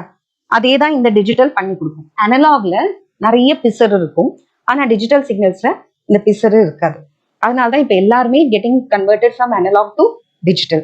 So அனலாகுக்கு best example வந்து நம்ம real லைஃப்ல முன்னாடி எல்லாம் use பண்ணிட்டு இருந்த audio cassettes, video cassettes, அதெல்லாம் வந்து கரப்ட் ஆகிறதுக்கு சான்சஸ் இருக்கு. மேக்னெட்டிக் சிக்னல்ஸ்ல தான் ஒர்க் ஆகுது. ரொம்ப நாள் ஆச்சுன்னா அது தேஞ்சு போயிடும் கேசட். அதை வந்து டிஜிட்டலுக்கு கன்வெர்ட் பண்ணி வச்சுட்டேன்னா என்னன்னைக்குமே அழிவில்லாம இருக்கும்.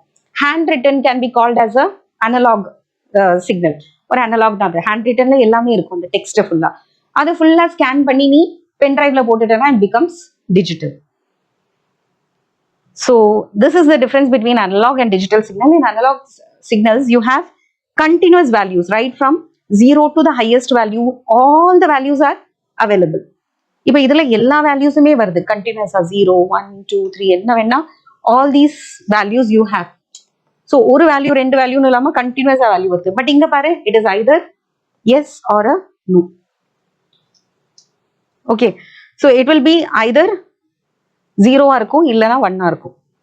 It works only on these two cases. So digital electronics works, it's a branch of electronics which works on digital signals, which is either a high or a low. There are two different types of signals in electronics, analog signals and digital signal. Analog is a continuously varying voltage. And voltage வந்து continuous-ஆ vary ஆகும். Current ஆகட்டும், voltage ஆகட்டும், with respect to time, there is a continuous variation. Such signals are employed in rectifying circuits as இப்போ amplifier சர்க்யூட்ல பார்த்தோம், ஆம்பிளிஃபயர்ல input வந்து கண்டிப்பா அனலாகா தான் இருக்கணும். டிஜிட்டல் சிக்னல்ஸ் ஒன்னால ஆம்பிளிஃபை பண்ண முடியாது. Transistor can amplify only analog signals. Digital signals are those which contain only discrete values of voltage. That is, it has only two stages. It will be either a switch on or a switch off. So on na adla current pass ஆகுது, it is in a conducting stage. Off na no signal is passing through the circuit. Transistor நம்ம பார்த்தோம் இல்லையா, it can work either in the cutoff region போயிடுதுன்னா it will work as the switch is off, open switch னு சொல்றோம், or it will go to the saturation region where it will be in the closed position, that is on stageல இருக்கும். So closed are the on, open are the switch is acting as off. This high-low states is defined as in binary or Boolean algebra as 1 and 0. The 1 represents high state and 0 represents the low state. Next, positive and negative logic. So positive values, negative values அப்படின்னு இருக்கு.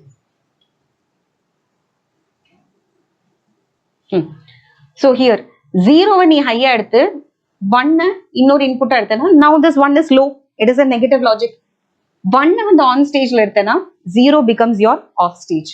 In digital signal there exists two voltage level, 5 volt which is high and a 0 volt which is low. In positive logic system, the 1 stands for 5. You have two options. இதுல வந்து எதை 1 எதை on எதை off னா choose பண்ண போறோம்னு பார்க்கலாம். Suppose நீ +5 1 னு choose பண்ணினா 0 is considered as off stage. So 5 volt high ஆகும், 0 volt low voltage எடுத்துக்கிறேன்னா 1 stands for 5 volt and 0 stands for 0 volt. Suppose negative logic gates use பண்றேன்னா 5 volt தான் நீ 0 எடுத்திருக்க அப்படின்னா 0 will become and 1 stands for 0 volt and 0 stands for 5 volt. This is negative logic system. Negative logic system na enadhu 5 is 0 na 5 ki kizha irukra the 0 should be negative illaya. Anything below 0 is taken as negative. So nee 0 va dhaan positive high ah eduthukkrena unnoda 1 is considered as negative input.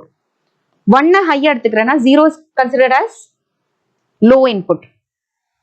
So highest input idu positive ah irukum, inga vandu negative logic ah irukku. இந்த ரெண்டும் possible தான். You have positive logic system as well as negative logic system. Here you take plus 5 as 1 and 0 as 0. Here you take plus 5 as 0 and 0 as 1. Now what are logic gates? Logic gates, these are also digital electronic circuits. Digital electronic circuits will work on digital signals. You will give either a high value or a low value. அதுக்கு நடுவுல இருக்கிற continuous value எல்லாம் கிடையாது. It doesn't exist at all. So logic gate is an electronic circuit whose function is based on digital signals. They are binary in nature. They are considered as basic building blocks of digital system. The digital system main வந்து remote sensing system, communication system எல்லாத்துலயுமே வந்து இந்த digital signals நம்ம use பண்ணுவோம். They have கண்டிப்பா ஒரே ஒரு output தான் இருக்கும். Input may be either 1 or even 2. Most of the cases it will have 2 inputs. Not gateல வந்து ஒரு input ஒரு output மட்டும் தான் வரும். So logic gate is an electronic circuit which works only on digital signals. They have one output and with one or more inputs. There are 3 types of basic logic gates. ரொம்ப பேசிக்கா 3 logic gates இருக்கு. One is AND, OR and NOT. இதை தவிர என்னென்ன gates இருக்குன்னு பார்த்தா XOR, exclusive OR, NAND and NOR. They can be constructed from the basic logic gates. Digital electronics deals with logical operations. The variables are called logical variables. The operators like logical addition and logical multiplication are called as logic operators. So அது மேல நீ input மேல என்ன operation பண்றங்கிறது ரெண்டு விதமான operation இருக்கு. It is ஒரு multiplication மாதிரி, இன்னொன்னு அடிஷன் மாதிரி. ஸோ அந்த லாஜிக் கேட் வந்து addition, it will work as addition. The other one is multiplication. So ordinary multiplication, ordinary addition மாதிரி இருக்காது. Addition at least it will coincide. 0 plus 0 is taken as 0. 0 plus 1 is taken as 1 and 1 plus 0 is also 1. 1 plus 1 is again 1. A high input in both the ends will give out a high output. Adu. Multiplication adhe madri dhaan. 0 into 0 is 0. 1 into 1 is 1. 0 into 1 is 0. 1 into 0 is also 0. Multiplication madri dhaan. So A, B na rendu operators irukkum which is input and Y is your output. So logic operators are plus irukku, addition irukku, multiplication irukku. So if the input variables are A and B, then Y will be equal to A plus B. A plus B பண்றது வந்து OR gate.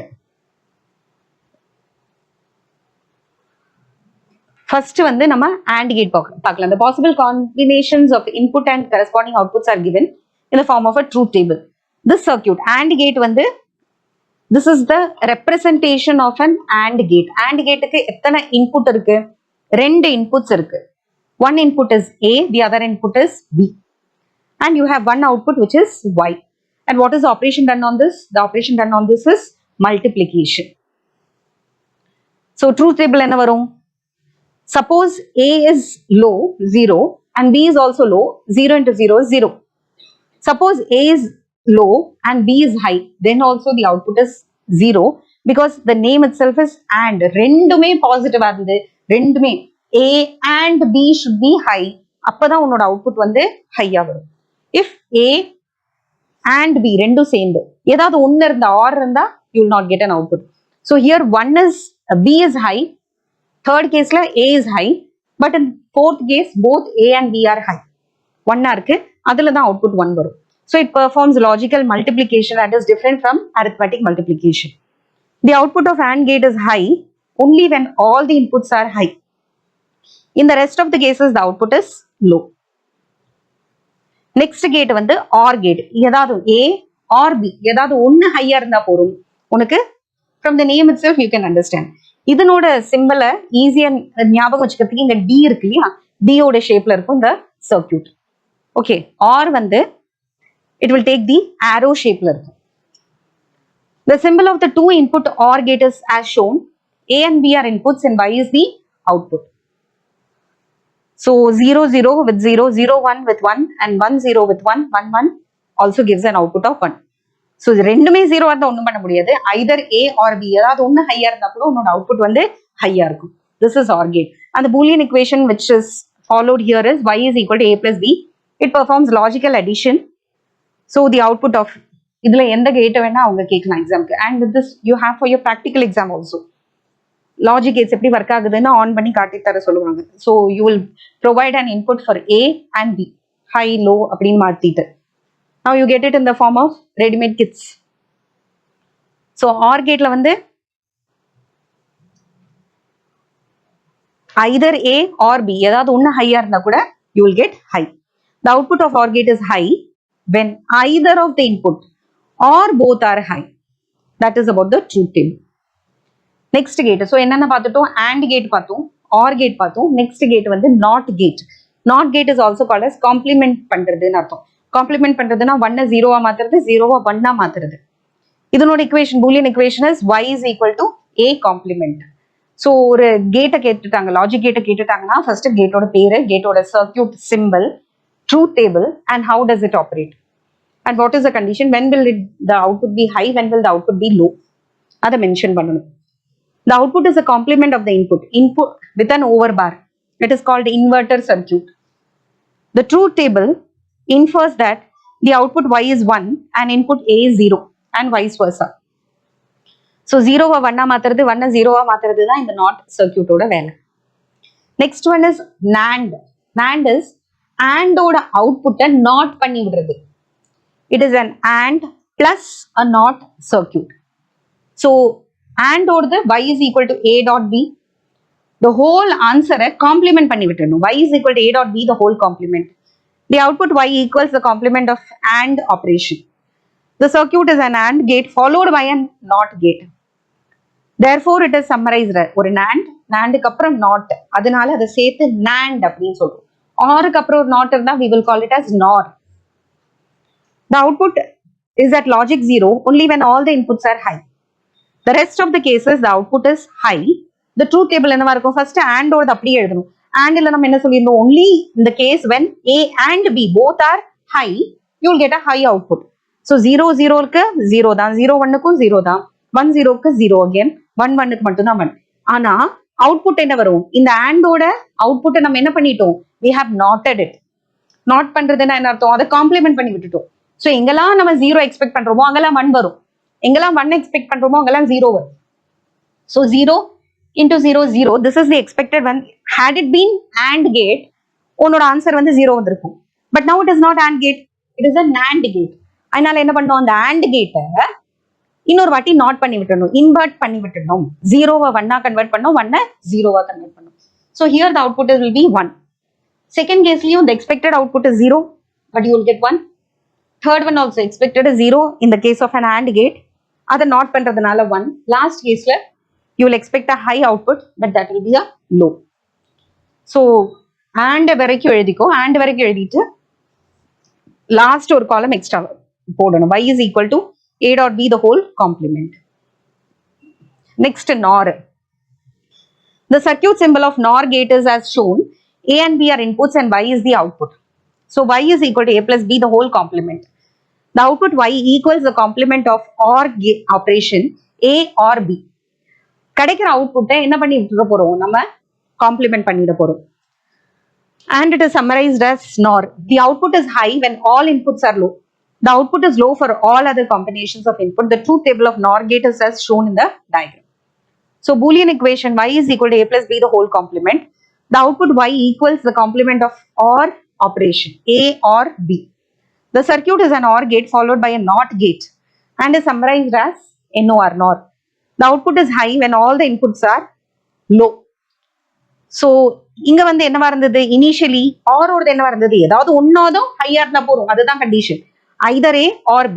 So 0 0ல 0, 0 1க்கு 1, 1 0க்கு 1 and 1 1க்கு again 1. இதெல்லாமே not பண்ணிடணும், invert பண்ணி விட்டுடணும்.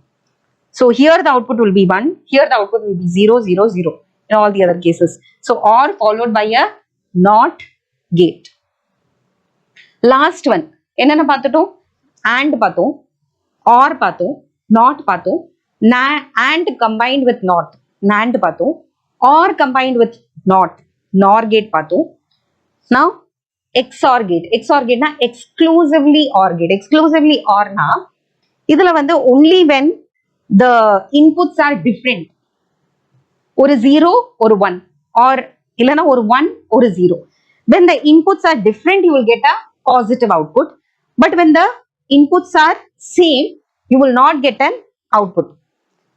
And exclusive OR ஓட symbol is ஒரு plus circle குள்ள போட்ட மாதிரி இருக்கும்.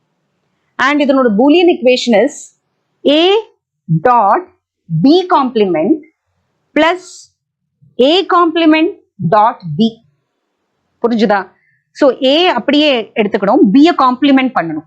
So A 0 எடுத்துக்கிறேன், B ய காம்ப்ளிமெண்ட் பண்ணா 1 ஆச்சு, 0வை 1 மல்டிப்ளை பண்ண.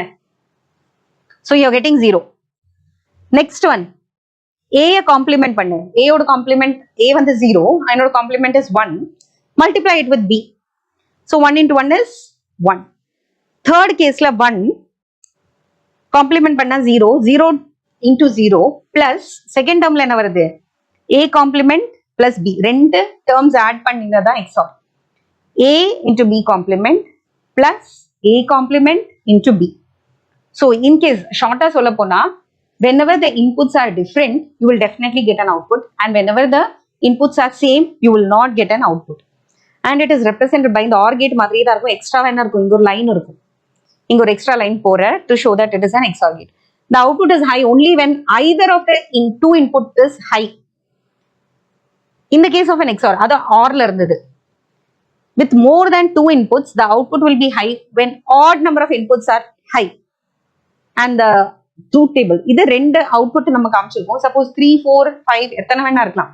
So odd number of inputs வந்து ஹையா இருந்ததுன்னா, இதுல ஏதாவது ஒண்ணு ஹையா இருந்தா கூட போதும்னு சொல்லியிருக்காங்க. இதே வந்து 4 இருந்தது, 4ல 2 0 2 1 அப்படின்னா you will not get. You understand? So only when odd number of inputs are high. So இங்க 5 inputs இருந்து you had 3 ones and 2 zeros அப்படி இருந்ததுன்னா you will get a output. புரிஞ்சுதா? இதுல இன்னொன்னு ஸ்பெஷலா சொல்ல வேண்டியது NAND and NOR நம்ம பார்த்தோம் இல்லையா, அந்த ரெண்டு ஸ்பெசிஃபிக்கா we call them as universal gate, because இந்த universal gate யூஸ் பண்ணி you can create any of the gates. Just like இப்போ நம்ம வந்து primary colors சொல்லுவோம், red blue green. red blue green use பண்ணி நீ உலகத்துல இருக்கிற எந்த கலரை வேணா ஜென்ரேட் பண்ணலாம். these are called primary colors. உங்ககிட்ட red blue green இருந்தாலே போதும். you can create yellow, you can create cyan, you can create magenta, you can create pink, anything you can create. ஏன்னா இது மூணு தான் பேசிக் கலர்ஸ். ஜஸ்ட் லைக் இங்கிலீஷ்ல alphabets 26 alphabets இருக்கு, அந்த பேசிக்கா அது தெரிஞ்சா போதும், அதை வச்சு உலகத்துல இருக்கிற எல்லா வேர்ட்ஸையும் நீ கிரியேட் பண்ணிக்கலாம். You can create sentences, you can create words இல்லையா. ஸோ அந்த ஏபிசிடிங்கிறது they are the building blocks. அதே மாதிரி NAND and NOR gates use பண்ணி you can create any of the other gates. OR கேட்டோட அவுட்புட் வர மாதிரி கிரியேட் பண்ணலாம். I don't mean that you can create exactly OR gate, அதனோட function பண்ணக்கூடிய ஒரு சர்க்கியூட்டை you can design using NAND and NOR. இந்த NAND and NOR கையில இருந்தா போறோம். நம்ம சொல்றோம் இல்லையா, இப்போ நெய் வேணும்னா வெண்ணெய் கையில இருந்தா போறோம், வெண்ணெய் சூடு பண்ணிட்டா யூ கேன் கெட் நெய் எடுத்துக்கலாம். அது மாதிரி so just like it is the raw material for preparing all the other circuits. அதனால NAND NOR வந்து யூனிவர்சல் கேட்ஸ் அப்படின்னு சொல்றோம். நெக்ஸ்ட் ஒரே ஒரு எக்ஸாம்பிள் பார்த்துடலாம். எதையாவது கொடுத்தாங்கன்னா, எந்த சர்க்கியூட் கொடுத்தாலும் என்ன ஆப்ரேஷன் அதுல பண்ணணும், depending on what the circuit they have given. இதை பார்த்த உடனே தெரியுது it is AND. So A and B should be multiplied. அதுலயும் அவங்க எல்லா கேசஸ் எல்லாம் கேட்கல, உங்ககிட்ட ஸ்பெசிஃபிக்கா 2 கேசஸ் கேட்டிருக்காங்க. Inputs A, B and C, first 0 and then 1. மூணுமே 0வா இருந்தா என்ன இருக்கும், மூணுமே 1ஆ இருந்தா என்னவா இருக்கும், இவ்வளவுதான் கேட்டிருக்காங்க. ஸோ மூணுமே 0வா இருந்தா ஃபர்ஸ்ட் என்ன பண்ணணும், A, B மட்டும் மல்டிப்ளை பண்ணிக்கணும். 0 into 0 is 0, இங்க 1 into 1 is 1. அதுக்கப்புறம் என்ன பண்ணணும், இதனோட அவுட்புட் இருக்கு இல்லையா, இந்த ரெண்டையும் சேர்த்து now you have made it into x. xன்னு ஒரே ஒரு சிங்கிள் இன்புட் தான் இருக்கு, அந்த இன்புட்டோட c ய மல்டிப்ளை பண்ணும். what is c here, 0 into 0 is again 0. ஆனா இங்க என்ன பண்ணிருக்காங்க பாரு, they have complemented, இன்வெர்ட் பண்ணி விட்டுருக்காங்க. so நான் எக்ஸ்பெக்ட் பண்ண ஆன்சர் 0 into 0 is 0, அத they have complemented. 0 complement பண்ணினதுனால the answer is 1. இந்த கேஸ்ல பாரு 1 into 1 is 1. 1 into 1 is again 1. அந்த 1 complement பண்ணிட்டாங்க. You're getting 0 as the answer. புரிஞ்சுதா? So digital circuits, logic gates ரொம்ப சிம்பிளான டாபிக் தான். இதுல எந்த வேணா ட்ரூத் டேபிள் படிச்சுக்கணும். ப்ராக்டிக்கலுக்கும் வரக்கூடிய ஒரு கொஸ்டின். நெக்ஸ்ட் வந்து how to perform this boolean algebra, multiplication, addition, complement பண்றது, இந்த மாதிரி boolean algebraவை செக் பண்ணலாம். because it is slightly different from your regular mathematics. ordinary மாதிரி இருக்காது. the concept of high and low is not a new one. it is applied in telephone switching circuits. இந்த telephone switching circuitsல இதை connect பண்ணணுமா பண்ணக்கூடாதாங்கிற அந்த அதுல எல்லாம் நம்ம இதுதான் யூஸ் பண்ணிட்டு இருந்தோம் digital circuit. It is basically a choice between two options, either yes or a no or a high or low. வெட்டு ஒன்று துண்டு ரெண்டுங்கிற மாதிரி, ஒண்ணு ஆமா சொல்லு இல்லைன்னா இல்ல சொல்லு, நடுவில் எதுவுமே கிடையாது. ஆமா பண்ணலாம் but not like this, not with condition. It is either a clean yes or a clean no, இந்த மாதிரி மட்டும்தான்.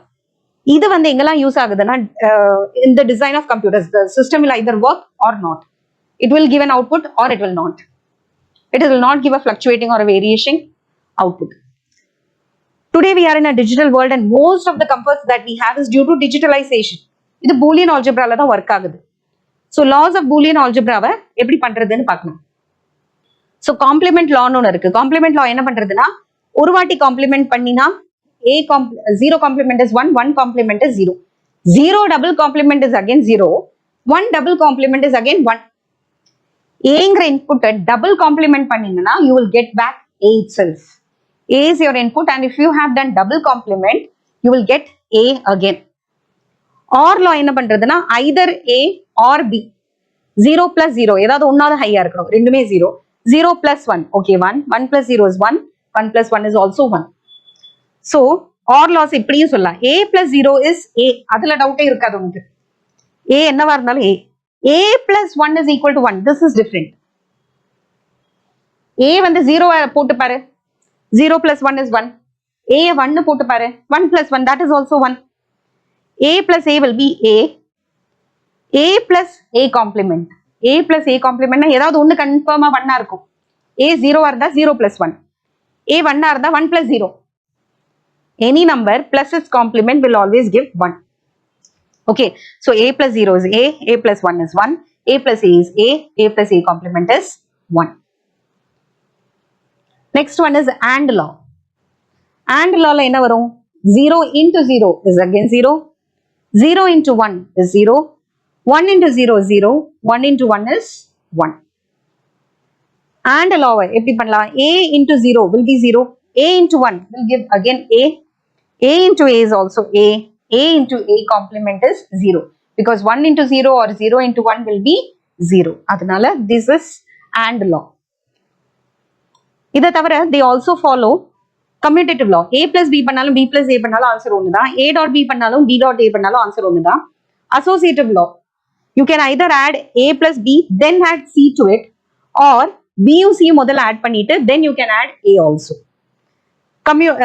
Associative அதே மாதிரி தான். when you are multiplying three numbers, you can either multiply B into C and then அந்த ப்ராடக்டோட A multiply பண்ணலாம், இல்ல A into B பண்ணிட்டு கிடைக்கிற ஆன்சரோட C மல்டிப்ளை பண்ணலாம். Distributive law, A into B plus C can be written as A into B plus A into C. A plus BC can be written as A plus B into A plus C. Okay, இதெல்லாம் நமக்கு வந்து next இதுல use ஆகும். The above laws are used to simplify complicated expressions and to simplify the logic circuitry. For example, inga paru. AC into 1 plus B. What is 1 plus B? 1 plus B says that 1 plus B is always 1, not B. B 1 ஆ இருந்தாலும் சரி, 0 ஆ இருந்தாலும் சரி. So AC into 1. Next, AC into 1 is AC. Therefore, AC plus ABC is equal to AC. You understand? இதுல இருந்து AC காமனா வெளியில எடுத்தா 1 plus B ன்னு வருது. So இது எப்படி வரைஞ்சு காட்டலாம்? AC வேணும்னா A and C should be ANDed, and it should be supplied to AC plus ABC ன்னு போட்டிருக்கோம். ABC யோட AND product A into B into C. இதை ரெண்டையும் சேர்த்து OR பண்ணிடுறோம். OR பண்ணிடுறோம்னா AC plus ABC. அது பண்ணதுக்கு என்ன கிடைச்சது? You got AC. But AC is like AND circuit கொடுக்குற மாதிரி தான் ஏயும் சியும் AND பண்றதுக்கு equivalent. So இந்த பக்கம் இருக்கிற OR is equivalent to இந்த பக்கம் இருக்கிற AND circuit. So நம்ம logic gates பார்த்துருக்கோம். Logic gatesல different types of logic gates we have seen. OR gate, AND gate, அப்புறமா NOT gate, NAND, NOR, XOR எல்லாத்தையுமே பார்த்தோம். இதுல NAND and NOR is called as universal gate because இந்த gates use பண்ணி you can create the other basic gates also. So that is why NAND and NOR is called as universal gates.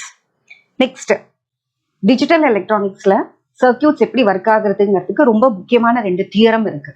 The two theorem are referred to as De Morgan's first theorem and second theorem.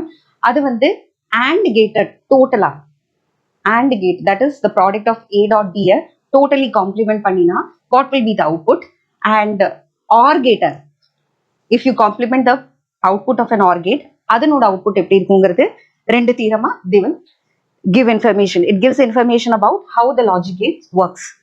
So De Morgan's theorem, the first theorem states that the complement of the sum of two logical inputs, sum of two logical inputs na OR gate oda output complement பண்ணினோம்னா it is equal to the product of its complements. That is, it is equivalent to ரெண்டு knotted inputs கொடுத்து complement பண்ண input AND பண்றதுக்கு சமம். That is, the Boolean equation for the NOR gate is y is equal to a plus b the whole complement. A plus b the whole complement என்ன அர்த்தம்? OR பண்ணிருக்கோம். A, B ன்னு ரெண்டு input இருக்கு. ரெண்டு இன்புட்டையும் நம்ம OR பண்ணினோம்னா your product is a plus b. அது complement பண்ணுது. So OR gate காம்ப்ளிமெண்ட் பண்ணதான் NOR gate.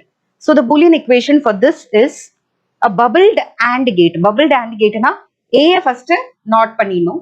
A வந்து 1 இருந்தா அவுட்புட் A பாரா வர மாதிரி A காம்ப்ளிமெண்டா வர மாதிரி பண்ணிட்டு அதே மாதிரி B யும் நாட் பண்ணிட்டு ரெண்டையும் என்ன பண்ணிடணும் AND பண்ணினோம். Both these cases generate the same output அப்படிங்கிறது தான் சொல்லுது. ஓகே,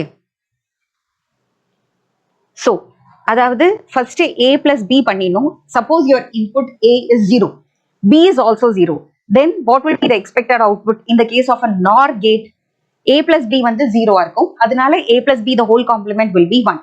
Similarly, 0, 1 ஓட output expected for OR is 1, but the actual output is 0 because it is knotted. Then 1, 0, 1, 0 will be the total output, 1, 1, A plus B is 1 and the output is 0. இனி இந்த பக்கம் என்ன எழுதி காமிச்சிருக்காங்கன்னா டைரக்டா bubbled and bubbled AND gateனா A bubble பண்ணிடுறோம், A complement பண்ணிடுறோம். What is the actual input of A? A 0. A complement will be 1. B would actual input is 0. So B complement is 1. 1 into 1 will be 1. So இந்த அவுட்புட்டும் சேமா இருக்கும். That is, NOR gate ஓட அவுட்புட்டும் bubbled AND gate ஓட அவுட்புட்டும் சேமா இருக்கும் அப்படின்னு சொல்றோம். So this is your NOR gate. First A, B ரெண்டையும் OR பண்ணிட்டு கிடைக்கிற அவுட்புட்டை நாட் பண்றோம். That is NOR. இங்க வந்து A already bubbled A, bubbled B பண்ணிட்டு அவுட்புட்டை டைரக்டா எடுக்கிறோம். From the above truth table, we can conclude that A plus B the whole complement is equal to A complement into B complement. Thus, De Morgan's first theorem is proved. That is, a NOR gate is equivalent to a bubbled AND gate.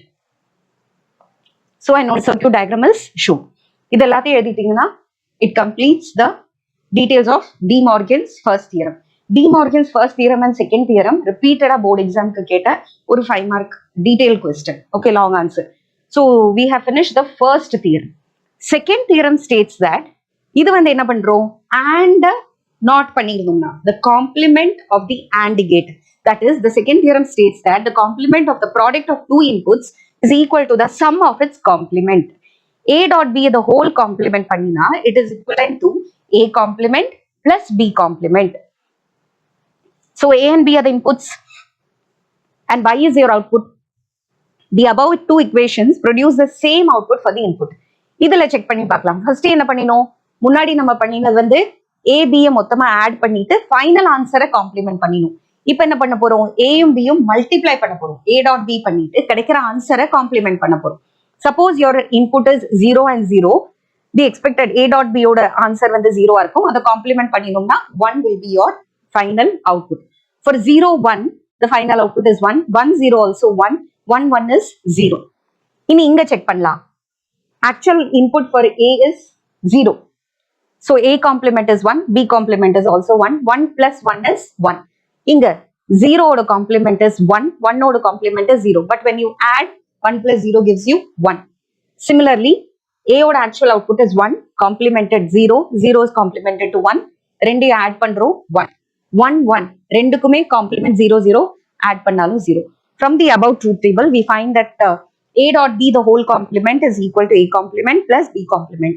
So, முன்னாடி அதுல என்ன பண்ணிருந்தோம்? OR வந்து bubble பண்ணிருந்தோம், not பண்ணிருந்தோம். NOR. இங்க என்ன வரும்? NAND. AND gate output not பண்ணிருக்கோம். இங்க வந்து bubbled OR gate. Okay, these are the two De Morgan's theorem. De Morgan's first theorem states that the complement of the first one, the complement of the sum of two inputs is equal to the sum of its complement. Inga vandu second one vandu the complement of the product of two inputs is equal to sum of its complement. So first one is A plus B the whole complement is equal to A complement dot B complement. Second one is A dot B the whole complement is equal to A complement plus B complement. You have to prove it with a truth table and also the diagram is important. Clear? Next. எலக்ட்ரானிக்ஸ்ல ஒரு பெரிய break through வந்தது integrated circuits design பண்ணதுக்கு அப்புறம் தான். எப்படி வந்து semiconductors, transistors, diodes இதெல்லாம் வந்து ஒரு பெரிய ரெவல்யூஷனை கிரியேட் பண்ணிட்டோம், அதே மாதிரி தான் இன்டகிரேட்டட் சர்க்கியூட்ஸ். இன்டகிரேட்டட் சர்க்கியூட்ஸ் மெயினா என்ன பண்ணுறதுன்னா இட் சேவ்ஸ் ஸ்பேஸ். ஸோ பெரிய பெரிய கம்போனன்ட்ஸ் பண்ற அதே வேலையை ஒரே சிப்ல, ஒரே செமிகண்டக்டர் சப்ஸ்ட்ரேட்ல you can create the components, electrical components like resistors, capacitors, inductors, என்ன வேணுமோ, டிரான்சிஸ்டர், டயோடு, என்ன வேணா இருக்கட்டும், அது எல்லாத்தையுமே ஒரே சப்ஸ்ட்ரேட்ல இன்டகிரேட் பண்ற அந்த டெக்னாலஜிக்கு பேரு தான் integrated chip, IC chip. And integrated chip is also referred as IC chip or micro chip. இந்த மைக்ரோ சிப் இல்லைன்னா மைக்ரோ ப்ராசஸருக்குள்ள எல்லா ஃபங்க்ஷன்ஸுமே இருக்கும், எல்லா யூனிட்டுமே தனித்தனியா இருக்கும். அதுக்கு வந்து it is a technology where you can put the same component, அதே ஃபங்க்ஷன் பண்ணக்கூடிய எல்லாத்தையும் இந்த ஒரு சப்ஸ்ட்ரேட்டை வச்சு நம்மளால என்ன பண்ண முடியும், ஒரு அவுட்புட்டை கொடுக்க முடியும். So the technology is so useful that it is highly cost effective, it is space saving and minute இருக்கிற டீடைல் ஏதாவது ஒன்று அதுல ஒரு கம்போனன்ட் ஒர்க் ஆகலைன்னா it is so easy to replace the chip also. Okay, இந்த மூணு விஷயத்துக்கு IC chip ரொம்பவே யூஸ் ஆகுது. So it consists of thousands to millions of transistors, resistors, capacitors, அதோட function எல்லாமே integrated on a small flat piece of semiconductor material, usually made of silicon or germanium. Okay, and then integrated are the keystone of modern electronics with advancement in technology and the emergence of very large scale integration. Large scale integration, very large scale integration na என்ன அர்த்தம்? அந்த அளவுக்கு components, thousands and millions of components ஒரே சப்ஸ்ட்ரேட்ல நம்மளால கொண்டு வந்து ஒரு சிப்புக்குள்ள அடக்கி வைக்க முடியும். ஸோ ஒரு ரெசிஸ்டர், 20 ரெசிஸ்டர் நம்ம ஒரு இடத்துல சோல்டர் பண்ணோம்னா எவ்வளோ ஸ்பேஸ் இருக்கும் நமக்கு தெரியும், எவ்வளோ டிரான்சிஸ்டர்ஸ், டயோட்ஸ் எல்லாத்தையுமே. இந்த டெக்னாலஜி தான் நம்ம வெரி லார்ஜ் ஸ்கேல் இன்டகிரேஷன் அப்படின்னு சொல்றோம். எந்த அளவுக்கு கம்போனன்ட்ஸை உன்னால அந்த சப்ஸ்ட்ரேட்டுக்குள்ள இன்கார்பரேட் பண்ண முடியுமோ, that technology is called as integrated chip. Okay, VLSI, very large scale integration. It is possible to fit more and more transistors on the chip of the same piece. So ICs have two main advantages over the ordinary circuit. First one is cost and second one is performance. Performance ரொம்ப accurate பண்ணும், values எல்லாம் ரொம்ப fluctuate ஆகாது, temperature டிபெண்டா இருக்காது. Cost எஃபெக்டிவ்னா இத்தனை components தனித்தனியா வாங்கி நீ சோல்டர் பண்ணி ஒரு சர்க்கியூட்டை ரெடி பண்றதுக்கும் ஒரே சிப்பை ரொம்ப கம்மியான விலையில 5 to 10 rupees you can get it in the market and the chip can easily be replaced also. So ஒரு சிப்ல ஏதாவது ஒரு பர்டிகுலர் ஃபங்க்ஷன் ஆகல, அது ரிப்பேர் ஆச்சு, டேமேஜ் ஆச்சுன்னா it is very very cost effective to just replace it with another new one which you get at a very less cost. இது ஒரு resistor வாங்குற காஸ்ட்லயே, ஒரு 2-3 ரெசிஸ்டர் வாங்குற காஸ்ட்லயே மொத்த சிப்பையே வந்து நம்ம என்ன பண்ணிட முடியும், ரீப்ளேஸ் பண்ணி. இப்போ எலக்ட்ரானிக்ஸ்ல வீட்டுல சில நேரம் சொல்லுவாங்க, இதை ரிப்பேர் பண்றதை விட ரீப்ளேஸ் பண்றது பெட்டர் அப்படின்னு சொல்லி சில நேரத்துல சொல்லுவோம் இல்லையா, பிகாஸ் அந்த காஸ்ட் வைஸா பார்க்கும்போது which one is more economical, அந்த பேசிஸ்ல பார்க்கும்போது ICs are very cost efficient and they perform very well.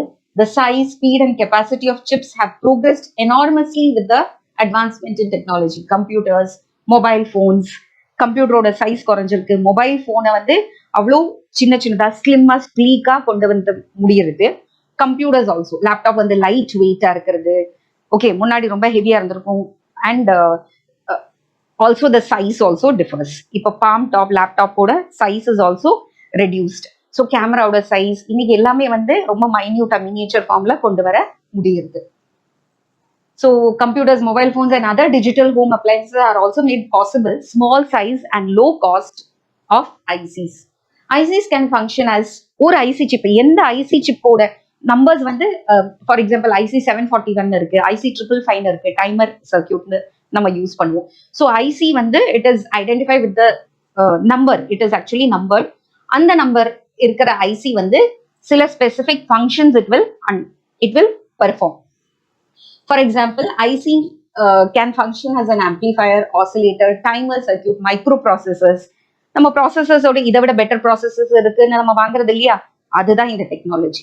So அந்த சிப்போட நம்பர் சொல்லி வாங்கினேன்னா you can use the chip as a amplifier or inverter, inverting amplifier, non inverting ஆம்பிளிஃபயர்னு இருக்கு, oscillators இருக்கு, டைமர் சர்க்கியூட்ஸ் இருக்கு, ஒரு ஃப்ரீக்வன்சியில லைட் எரிய வைக்கிறது. ஃபார் எக்ஸாம்பிள் இந்த டான்சிங் லைட்னு சொல்லுவோம், லைட்ஸ் வந்து மூவ் ஆகிற மாதிரி எல்லா எல்இடியும் நம்ம வந்து கனெக்ஷன் கொடுத்துருப்போம். For example red, blue, கிரீன்னுட்டு.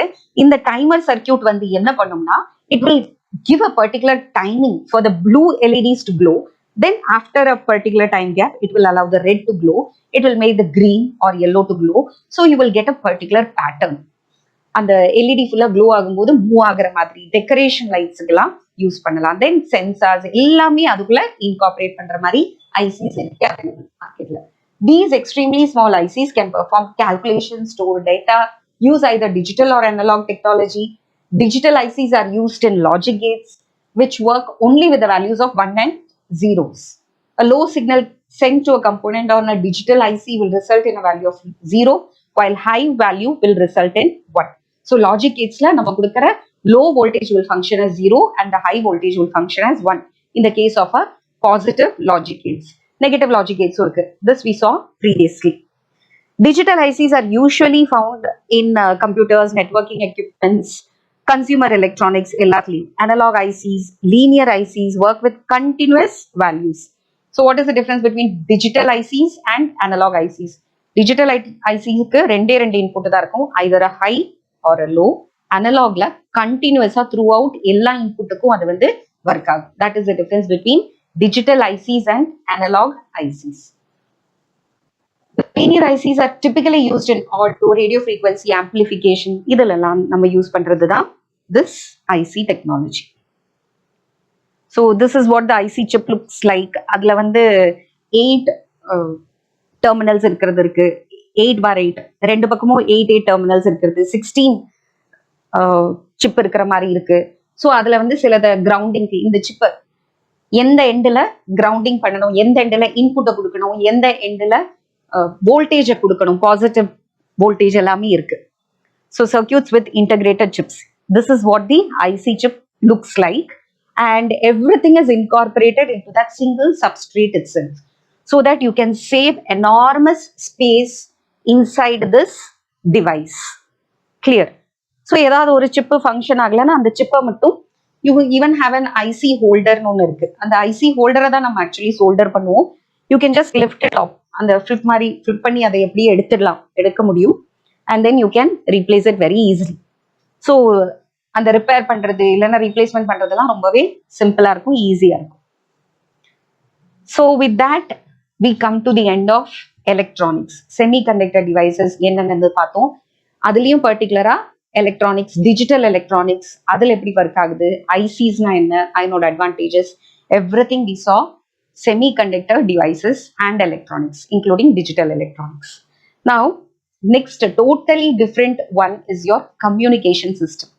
Communication system is the life line of everything. இன்னைக்கு வந்து நம்ம எல்லாத்தையுமே டேட்டாவை கம்யூனிகேட் பண்ண வேண்டியதா இருக்கு. நம்ம கிட்ட இருக்கிற டேட்டாவை இன்னொருத்தருக்கு சொல்லணும், அதை வந்து ப்ராசஸ் ஆகும், திருப்பி நம்ம வாங்கிப்போம். இல்லைன்னா mass communication. What is actually பேசிக்கா கம்யூனிகேஷன் என்னது? I have to convey something to someone. நான் அதை லாங்குவேஜ்ல கன்வே பண்ணலாம், சவுண்டா கன்வே பண்ணலாம்.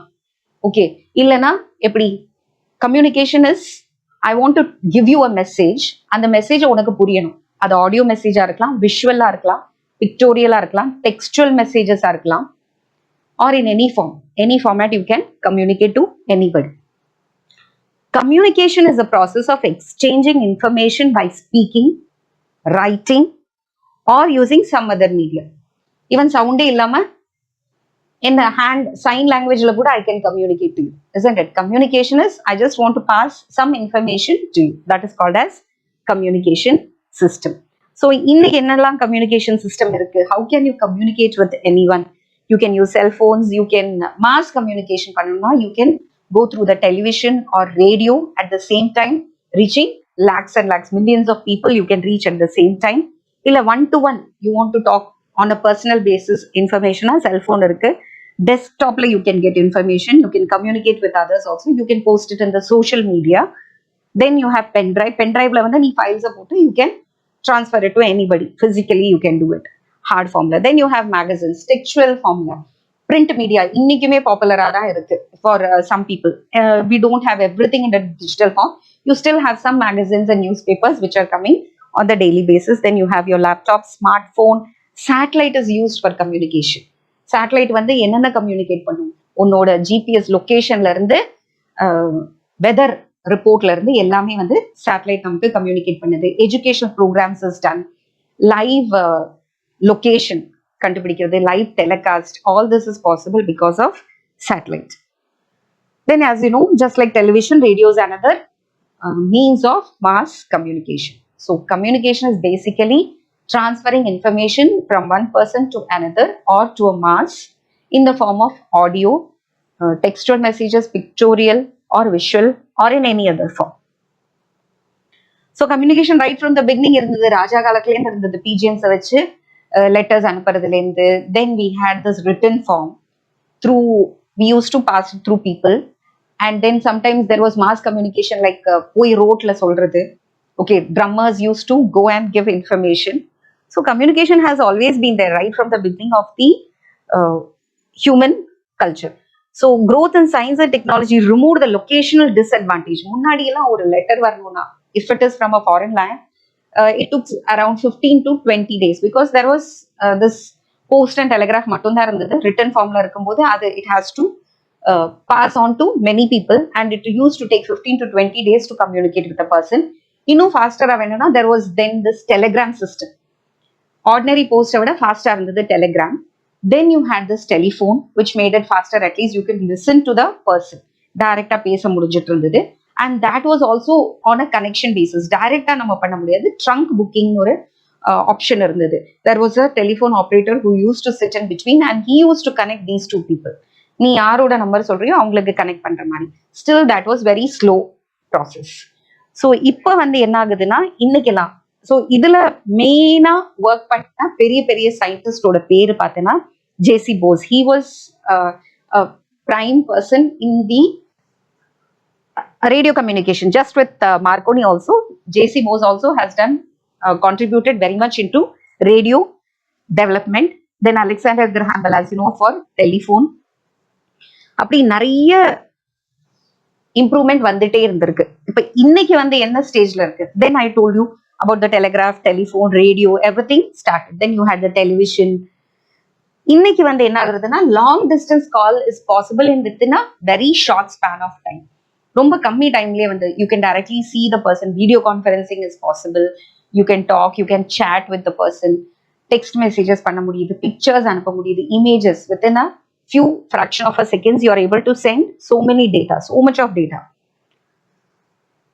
So இப்படி அனுப்பும்போது உன்னோட சிக்னல் ஆர் டேட்டாவை டைரக்டா வந்து you cannot transfer it to the person, especially sound signals, particularly sound signals. Sound signal ஆகட்டும், sound combined with visuals ஆகட்டும்.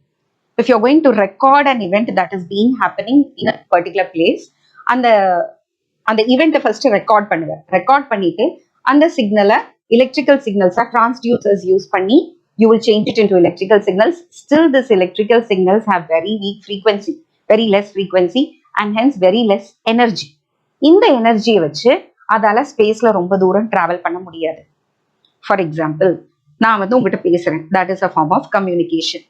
நான் இங்க உட்காந்து பேசுறேன்னா maximum I can cover my voice or my energy can be covered only to a particular room. சரி, கொஞ்சம் கூட பெரிய ஹாலா இருக்கணும்னா I can use a microphone use பண்ணேன்னா I can reach a larger audience in a maybe in an auditorium.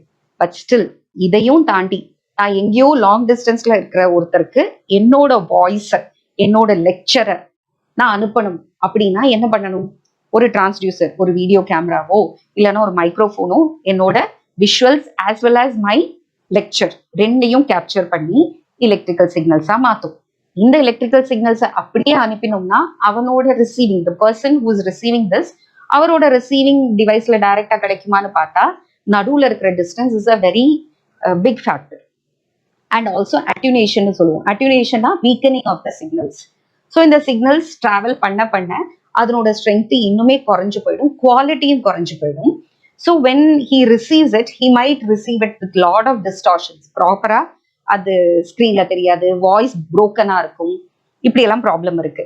So இதை நல்லா amplify பண்ணி நல்லா மேக்சிமம் எப்படி அதை ப்ரெசென்ட் பண்ணணும்னு நினைக்கிறியோ அந்த ஃபார்முல அந்த டேட்டாவை எடுத்து வேற ஏதாவது ஒரு ஹை ஃப்ரீக்வன்சி கேரியர்ல சூப்பர் இம்போஸ் பண்ணிட்டோம்னா அந்த கேரியர் கொஞ்சம் கூட அட்யூனேஷன் இல்லாம அதை கொண்டு போய் உன்னோட ரீச் ஆக வேண்டிய இடத்துல கொண்டு போய் பிளேஸ் ஆஃப் ரிசெப்ஷன்ல சேர்த்துரும்.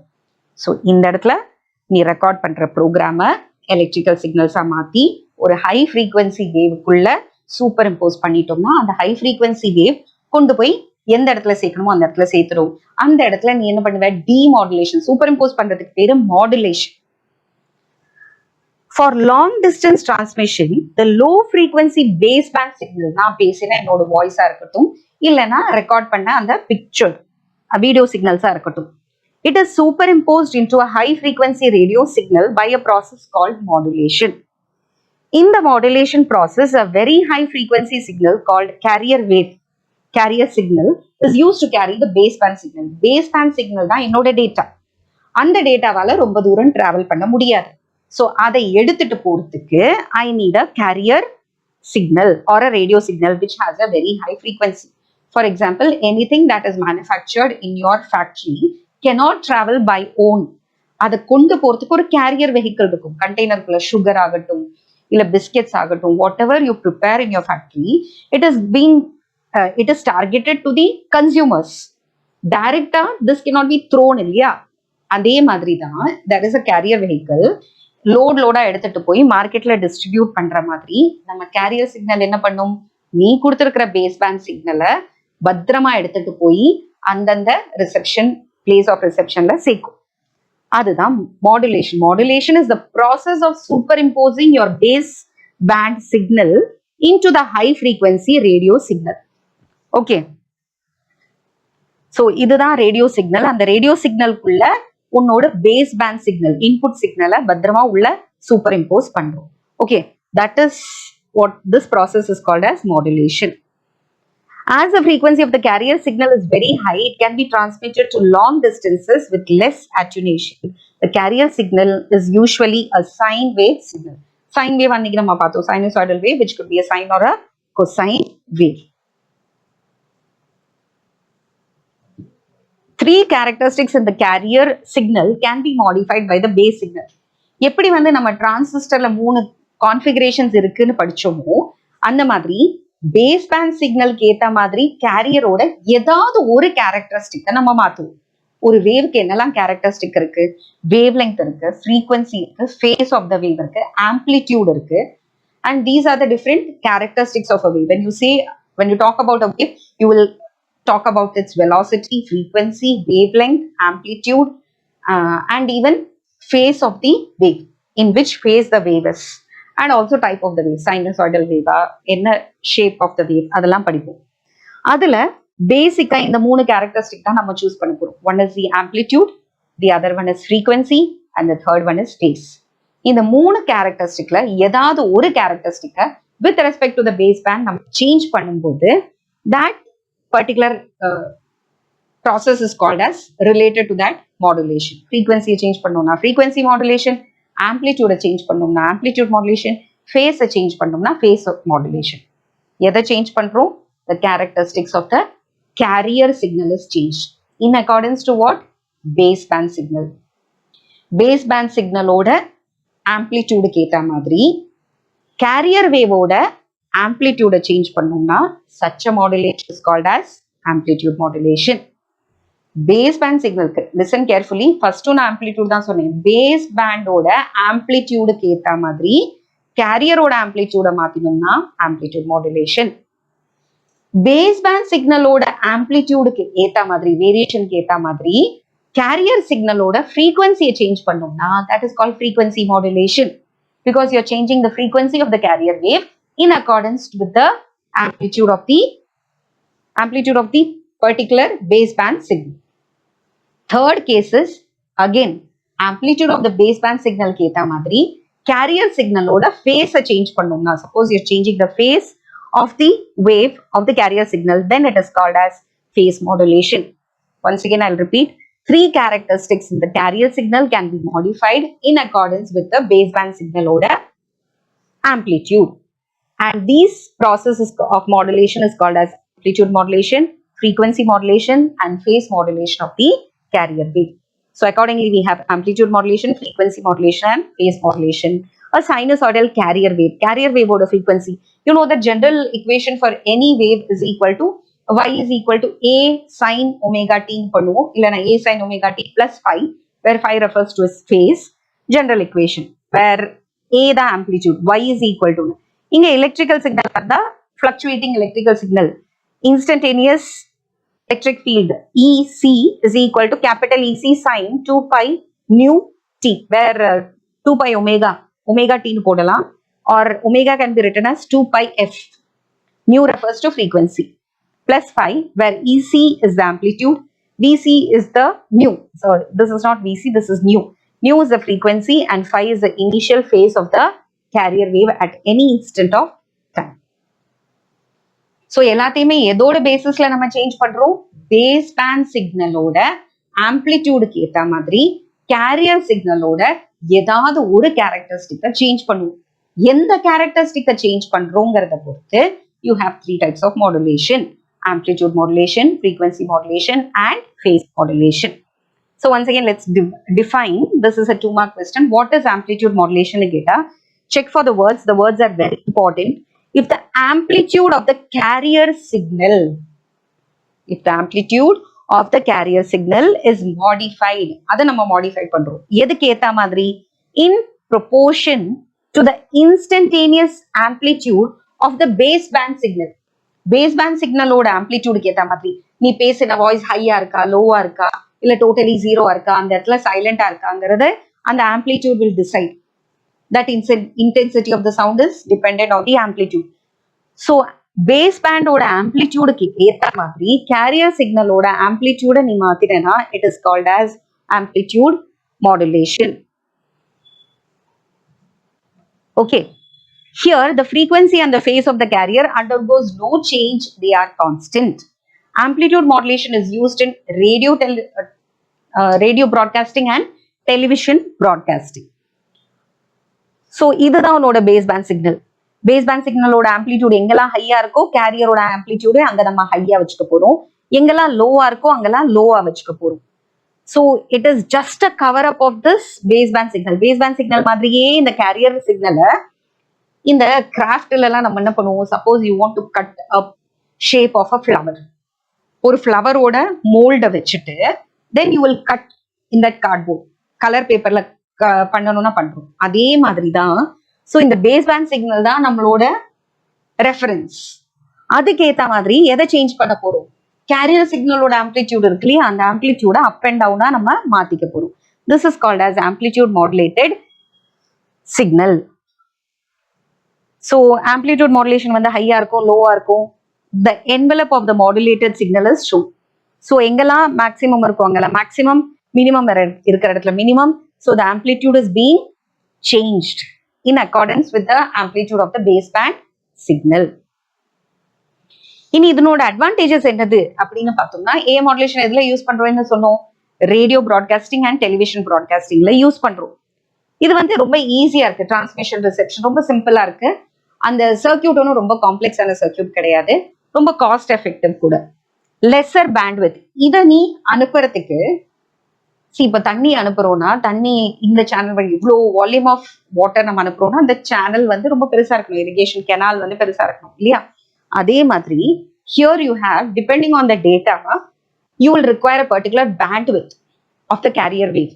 அந்த பேண்ட்வித்துக்கு உன்னோட ஸ்பெக்ட்ரத்துல இவ்வளோ பேண்ட்வித் நமக்கு தேவைப்படும் for the wave to travel or to communicate or to be transmitted.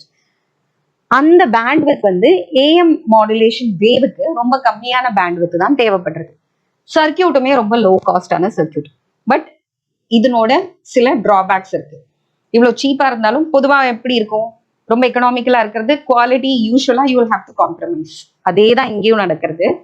அந்த சிக்னல்ஸ் வந்து அதுல நாய்ஸ் லெவல் ரொம்ப ஜாஸ்தியா இருக்கும்.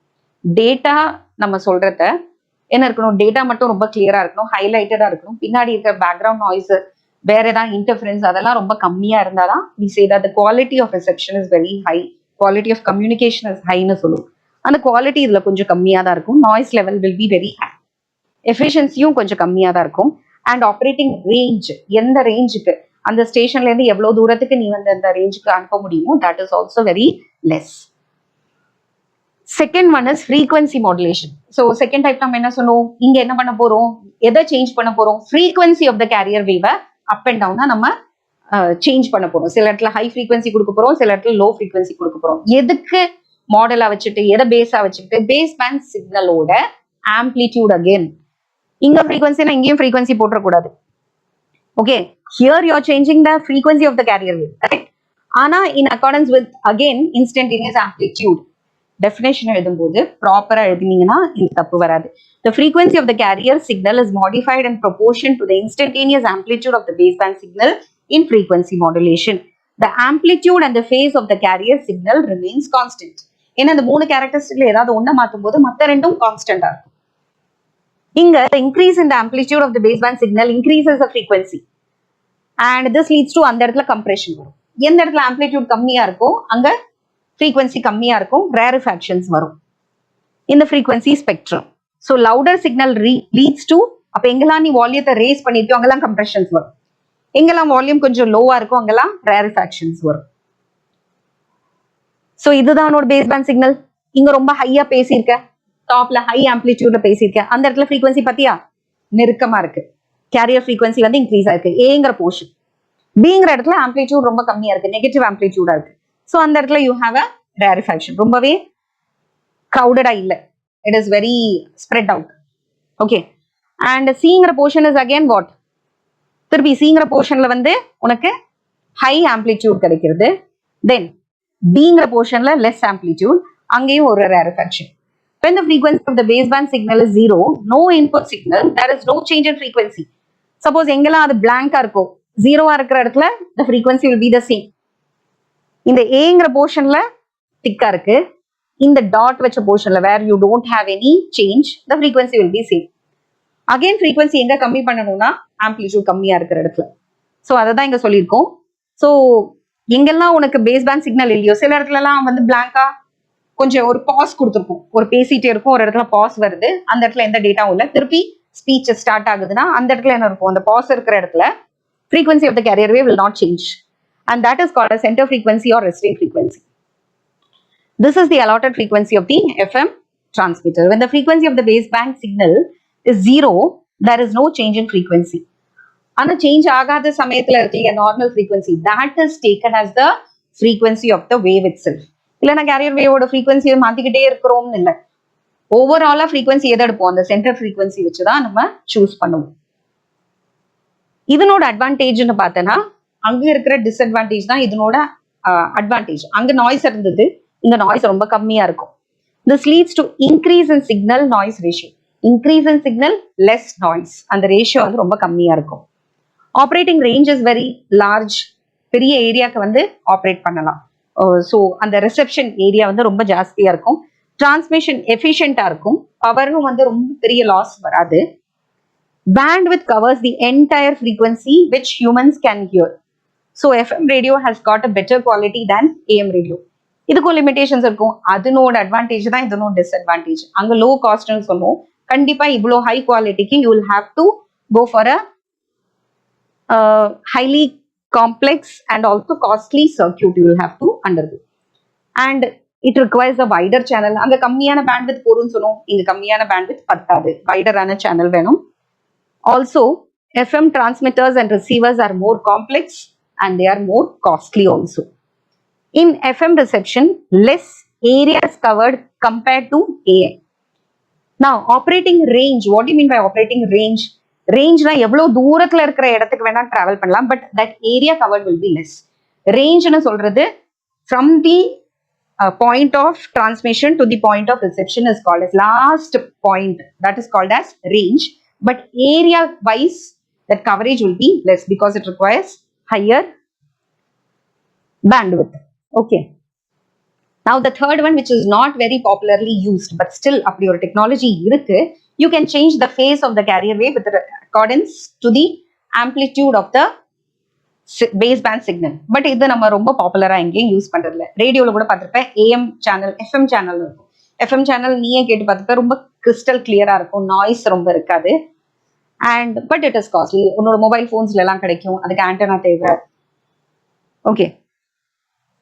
So that was about modulation and the three types of modulation, which was amplitude modulation, frequency modulation and phase modulation. இதையும் சில வருஷங்கள்ல 3 mark sectionல கேட்டிருக்காங்க, இல்ல 5 mark sectionல கூட sometimes they ask explain or differentiate between AM, FM, அதனோட along with drawbacks and advantages, disadvantages, differentiate னு சொல்லிட்டு கூட it can be asked for a 5 mark section, worth asking. Next வந்து ஒரு கம்யூனிகேஷன் சிஸ்டத்துக்கு என்னெல்லாம் தேவைப்படுறது. நான் இப்போ ஒரு ப்ரோக்ராமை ப்ராட்காஸ்ட் பண்ண போறேன்னா நான் என்னென்ன எக்யூப்மெண்ட்ஸ் ரெடியா வச்சிருக்கணும், எந்தெந்த எக்யூப்மெண்ட்ஸ் வச்சு என்னால் ஒரு கம்யூனிகேஷன் சிஸ்டத்தை ரெடி பண்ண முடியும், ஒவ்வொரு டிவைஸோட பர்பஸ் என்ன, எதுக்காக அதை யூஸ் பண்றோம், that we will see. That is called as the elements of electronic communication system.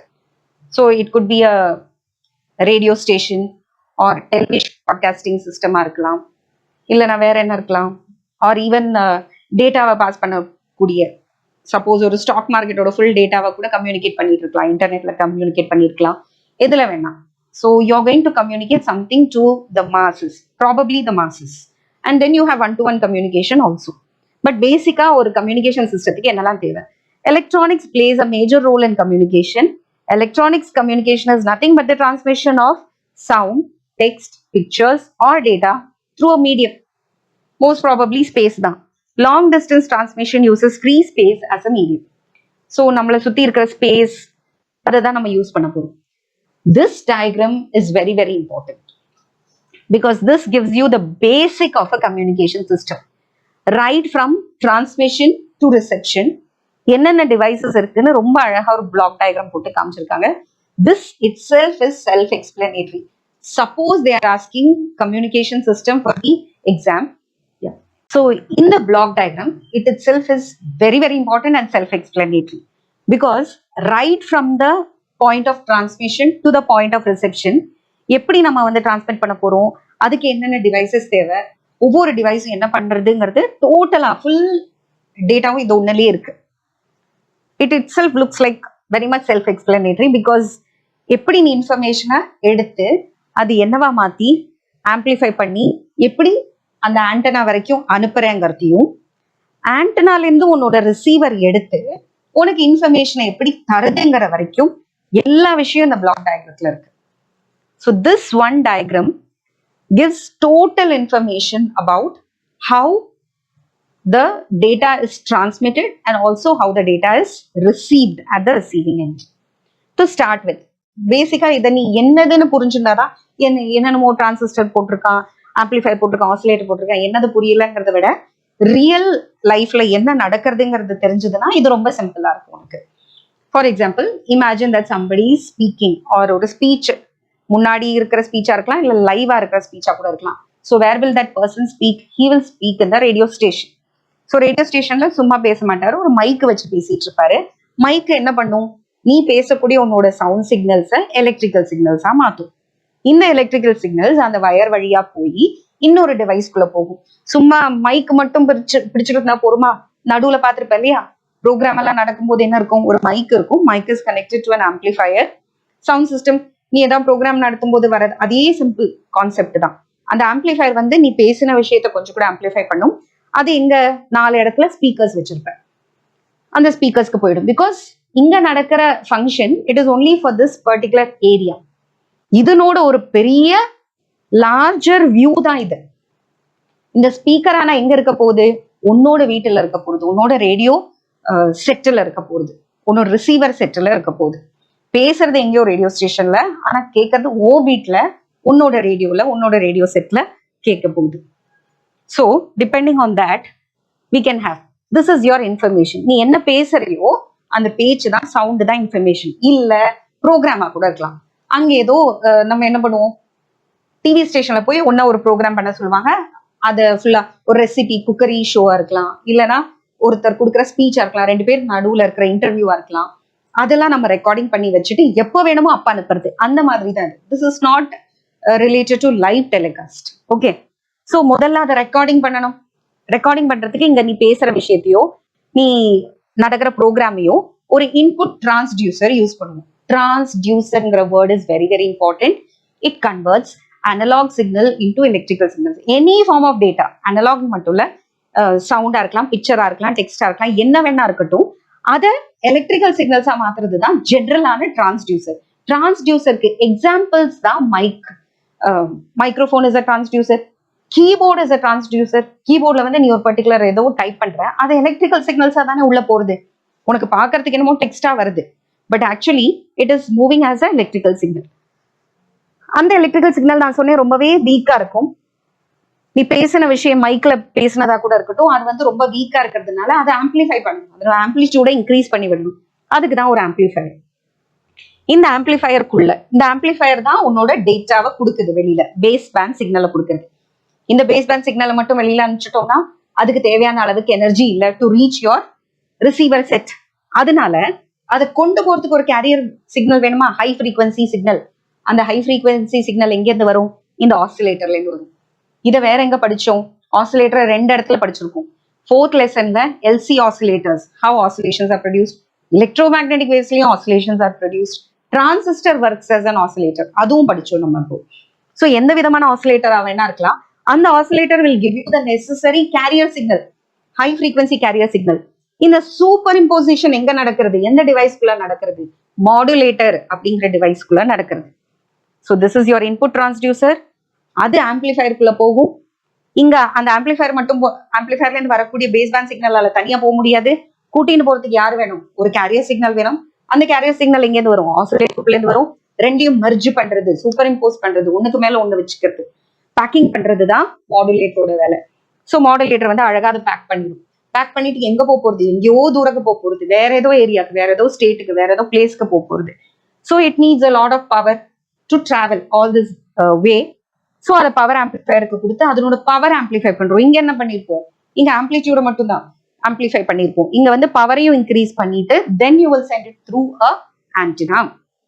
ஆன்டினாவோட வேலை என்னது? Spreading out the data or the signal to, data மட்டும் இல்ல, டேட்டா கண்டெய்ன்டு கேரியர் வேவ்ஸை 4 இடத்துக்கு ஸ்ப்ரெட் பண்ணி விடுறது தான் கம்யூனிகேஷன் சேனல். என் வேலை முடிஞ்சுது, நான் அனுப்பிச்சாச்சு. இனி அடுத்தது நம்ம வீட்டுல நடக்கிறது.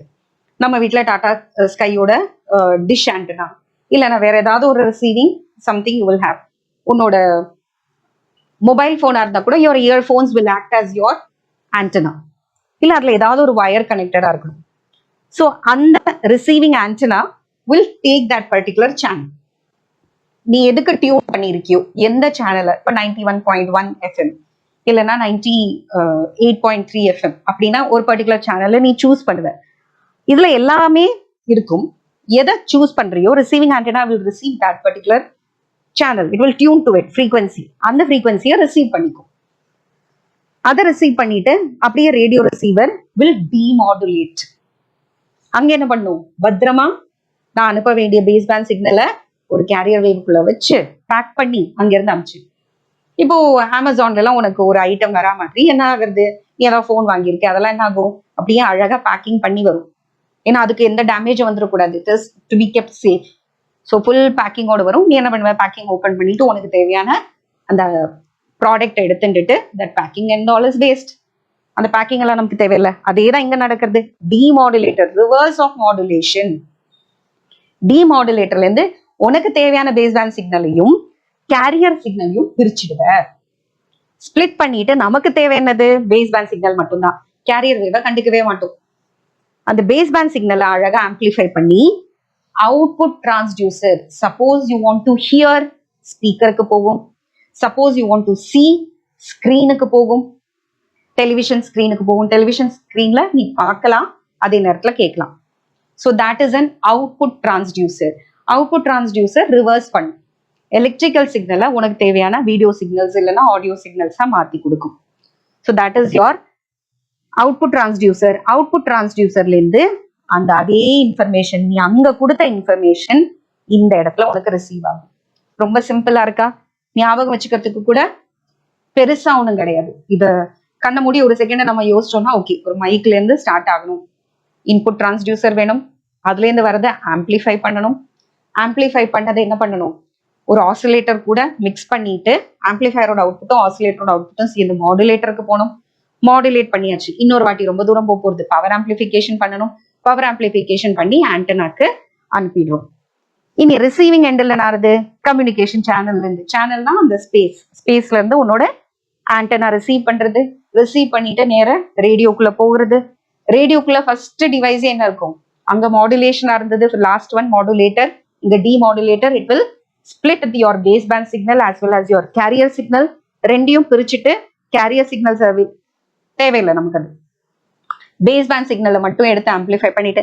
ஏன் இங்கே ஆம்பிளிஃபை பண்ணல, சில இடத்துல நம்ம இங்க கூட ஆம்பிளிஃபை பண்ணுவோம், கொஞ்சம் கூட காம்ப்ளெக்ஸான சர்க்கியூட்டா இருந்தா ஒரு வாட்டி பவர் ஆம்பிளிஃபிகேஷன் பண்ணிட்டு தான் உள்ள எடுக்கும், அதுக்கப்புறம் டிமாடுலேட் பண்ற சர்க்கியூட்ஸ் எல்லாம் இருக்கு. பட் பேசிக்லி நமக்கு பேஸ் பேண்ட் சிக்னல் தான் வேணும், அதை மட்டும் ஆம்பிளிஃபை பண்ண அப்புறம் எதுக்கு வேஸ்ட் அந்த கேரியரையும் ஆம்பிளிஃபை பண்ணிட்டு, அதை பேஸ் பேண்ட் சிக்னல் ஆம்பிளிஃபை பண்ணிக்கோ, அவுட்புட் டிரான்ஸ்டியூசருக்கு கொடுத்துரு, உனக்கு தேவையான இன்ஃபர்மேஷன் கிடைச்சிடும். So this is the element of basic communication system. Luckily இந்த கொஸ்டின் கேட்டா எக்ஸாமுக்கு தான், this diagram itself will fetch you 2 marks out of 5 marks. 5 marks கொஸ்டின்ல 2 marks இது மட்டுக்குமே கிடைக்கும், provided you write all the names properly in the correct order. அடுத்தது அந்த பாக்கி இருக்கிற 3 மார்க் இருக்கு இல்லையா, நீ எக்ஸ்பிளைன் பண்றதுக்கு 2 லைன் ஆகுது. நான் இப்போ இவ்வளவு நேரம் பேசின கதையோ நீ புரிஞ்சுக்கிட்ட விஷயத்த உன்னோட சிம்பிள் இங்கிலீஷ்ல you can write for examination. For example, base band சிக்னல்னா என்ன, இன்ஃபர்மேஷன்னா என்ன, இன்புட் சிக்னல்னா என்ன, அதை தான் நீ எழுத போற. Information can be in the form of speech, music, pictures or computer data. This information is given as input to the input transducer.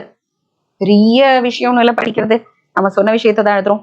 Next டைரக்டா இதுக்கு வந்துட்டோம், இன்புட் டிரான்ஸ்டியூசர். இது இன்ஃபர்மேஷன் என்னது, பேஸ் பேண்ட் சிக்னல் என்னதுங்கிற ஒரே ஒரு லைன், அது உன்னோட data. அது டேட்டா என்ன வேணா இருக்கலாம். Input transducer is converts the information, bracket என்னெல்லாம் போட்டிருக்கான், சவுண்டா இருக்கலாம், music, picture, data, anything, into electrical signals. The electrical equivalent of the original information. நீ பேசின பேச்சோட எலக்ட்ரிக்கல் ஈக்குவலண்ட்டுக்கு பேரு தான் base band signal. The equivalent of the original information, the electrical equivalent of the original information.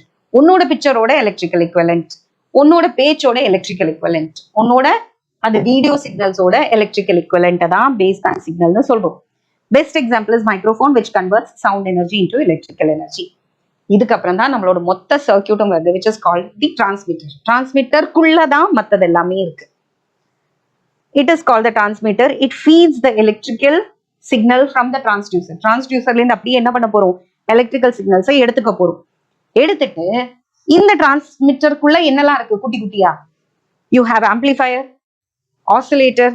தெரியும் amplifier எதுக்குன்னு, நீ பேசின base band சிக்னலை ஆம்பிளிஃபை பண்ணணும், ஆசிலேட்டர் கேரியர் வேவை ப்ரொடியூஸ் பண்ணும், மாடுலேட்டர் ரெண்டையும் மிக்ஸ் பண்ணணும், சூப்பர் இம்போஸ் பண்ணணும், அப்புறமா பவர் ஆம்பிளிஃபயர். இதை வச்சுட்டு என்ன பண்ண போறோம், ப்ராட்காஸ்ட் பண்ண போறோம். கிளியர்? இந்த டிரான்ஸ்மிட்டருக்குள்ளே எல்லா வார்த்தையும் எழுதியாச்சு. Okay, so you have written everything. Amplifier வேணும், ஆசிலேட்டர் வேணும், மாடுலேட்டர் வேணும், everything you're writing. Next, amplifier என்னத்துக்கு, ஆசிலேட்டர் என்னத்துக்கு, மாடுலேட்டர் என்னத்துக்குன்னு ஒரு line. The transducer output is very weak. It is amplified by the amplifier. That's all. Oscillator என்னத்துக்கு, high frequency carrier wave produce பண்றதுக்கு, for long distance transmission into space.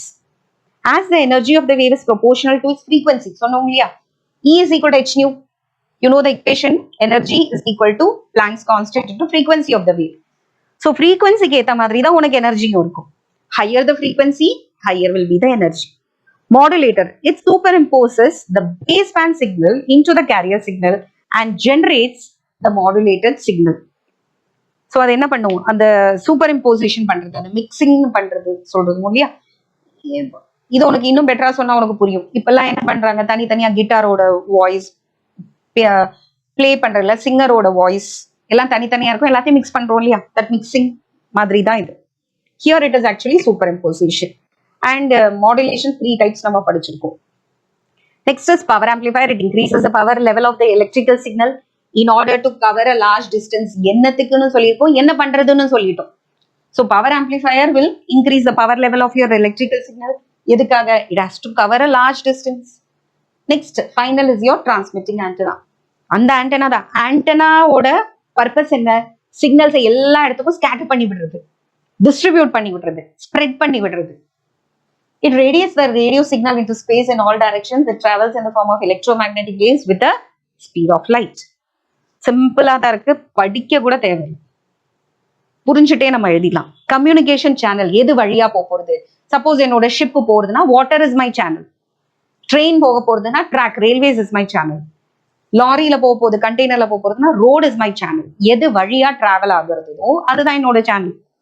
So communication channel is used to carry the electrical signal from the transmitter to receiver with less noise or distortion.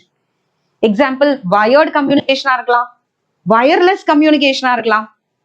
Okay, இந்த signal ஃபுல்லாவே இப்போ telephones, landline telephones are covered. அதனோட சேனல்னு நீ பார்த்தனா it is actually வயர்ஸால, கேபிள்ஸால தான் இட் இஸ் கனெக்டட். இல்ல ஆப்டிக்கல் ஃபைபரா இருக்கலாம் in wire line communication, or it can be free space in wireless communication. So wired communication இருக்கு, wireless communication இருக்கு. Wired communicationல ப்ராப்ளம் என்னன்னா, ஏதாவது லேண்ட்ஸ்லைட் அந்த மாதிரிலாம் வந்தா அது கட்டாச்சுன்னா the channel இல்லைன்னா உனக்கு டேட்டாவை ரிசீவ் பண்ண முடியாது.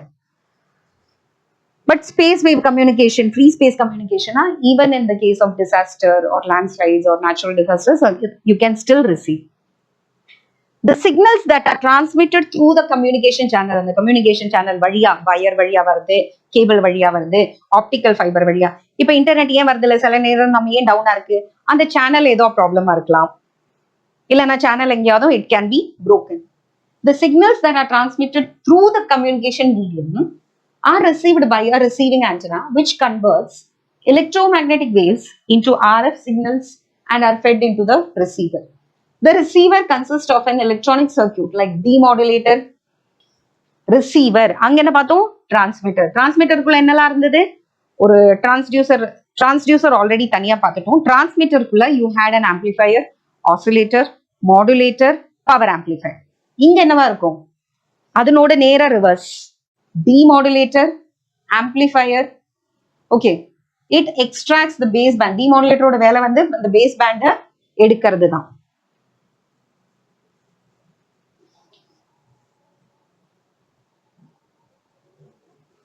Okay, demodulator extracts the baseband signal from the modulated signal. The baseband signal is amplified by the amplifier. Usually it is fed to the output transducer. Output transducer னு சொன்னோனே ஞாபகம் வந்துரும், mostly speaker or your television it could be. இனி போற வழியில ஒன்னு ரெண்டு விஷயம் அந்த பிளாக் டயக்ராம்ல இல்லாதது எக்ஸ்ட்ராவா இதுல இருக்கு. For example repeaters. போற வழியில அந்த சிக்னல் வீக் ஆச்சுன்னா கொஞ்சம் உட்காந்து ரெஸ்ட் எடுத்து எனர்ஜைஸ் பண்ணிக்கிறதுக்கு, ஒன்னு ரிஃப்ரெஷ் ஆகிறதுக்கு. நீ லாங் ஜேர்னில போறேன்னா you will not go for a straight ஒரே ஸ்ட்ரெச்ல 10 hours journey. Will you travel like that? No, you will take a pause somewhere and then what will you do? அங்கங்க நீ வந்து ரிஃப்ரெஷ் பண்ணிப்ப. You will have something, you will take rest, you will energise yourself and then you will continue the journey. அதே மாதிரி தான் repeaters. Repeaters வந்து for example இது கொஞ்சம் கூட புரியறதுக்கு, வயர்லெஸ் கம்யூனிகேஷன்ல உனக்கு மொபைல் கம்யூனிகேஷன் அங்கங்க டவர் இருந்தாதான் உனக்கு சிக்னல் நல்லா கிடைக்கிறதுன்னு சொல்றோமா, அந்த டவர் தான் உன்னோட ரிப்பீட்டர்ஸ். அந்த டவர்ஸோட வேலை வந்து அப்படியே போயிட்டு இருக்கிற சிக்னல்ஸை கொஞ்சம் கூட பூஸ்ட் அப் பண்ணி கொடுக்கறது. Repeaters are use to increase the range. ரேஞ்ச்னா நான் சொன்னேன் இல்லையா, அந்த டிரான்ஸ்மிஷன் நடந்தது சப்போஸ் சென்னையில நடந்திருக்கு, அது கோயம்புத்தூர் வரைக்கும் ரேஞ்ச் வேணும்னா லாஸ்ட் ரிசீவ் ஆகுற இடம் தான் ரேஞ்ச். எப்படி நம்ம ப்ரொஜெக்டைல படிச்சோம், தூக்கி போடுற இடத்துல இருந்து கடைசியா விழற இடத்தை தான் நம்ம ரேஞ்ச்னு சொல்றோம். ஸோ ரேஞ்ச் இதுல ஜாஸ்தியா இருக்கும். ஏரியாங்கிறது என்னது, எவ்வளோ ஏரியாவை கவர் பண்ண முடியும் நீ போற வழியில. That span of land area or the space that can be covered is called as area. Range வேற, ஏரியா வேற. ஸோ ரேஞ்ச் அதிகப்படுத்துறதுக்கு இன்னுமே இது வரைக்கும் கிடைச்சிட்டு இருக்கிற சிக்னல் அடுத்த ஸ்டேஷன் வரைக்கும் கிடைக்கிறதுக்கு இன்னொரு ரிப்பீட்டர்ஸ் வச்சுட்டேன்னு வச்சுக்கோ.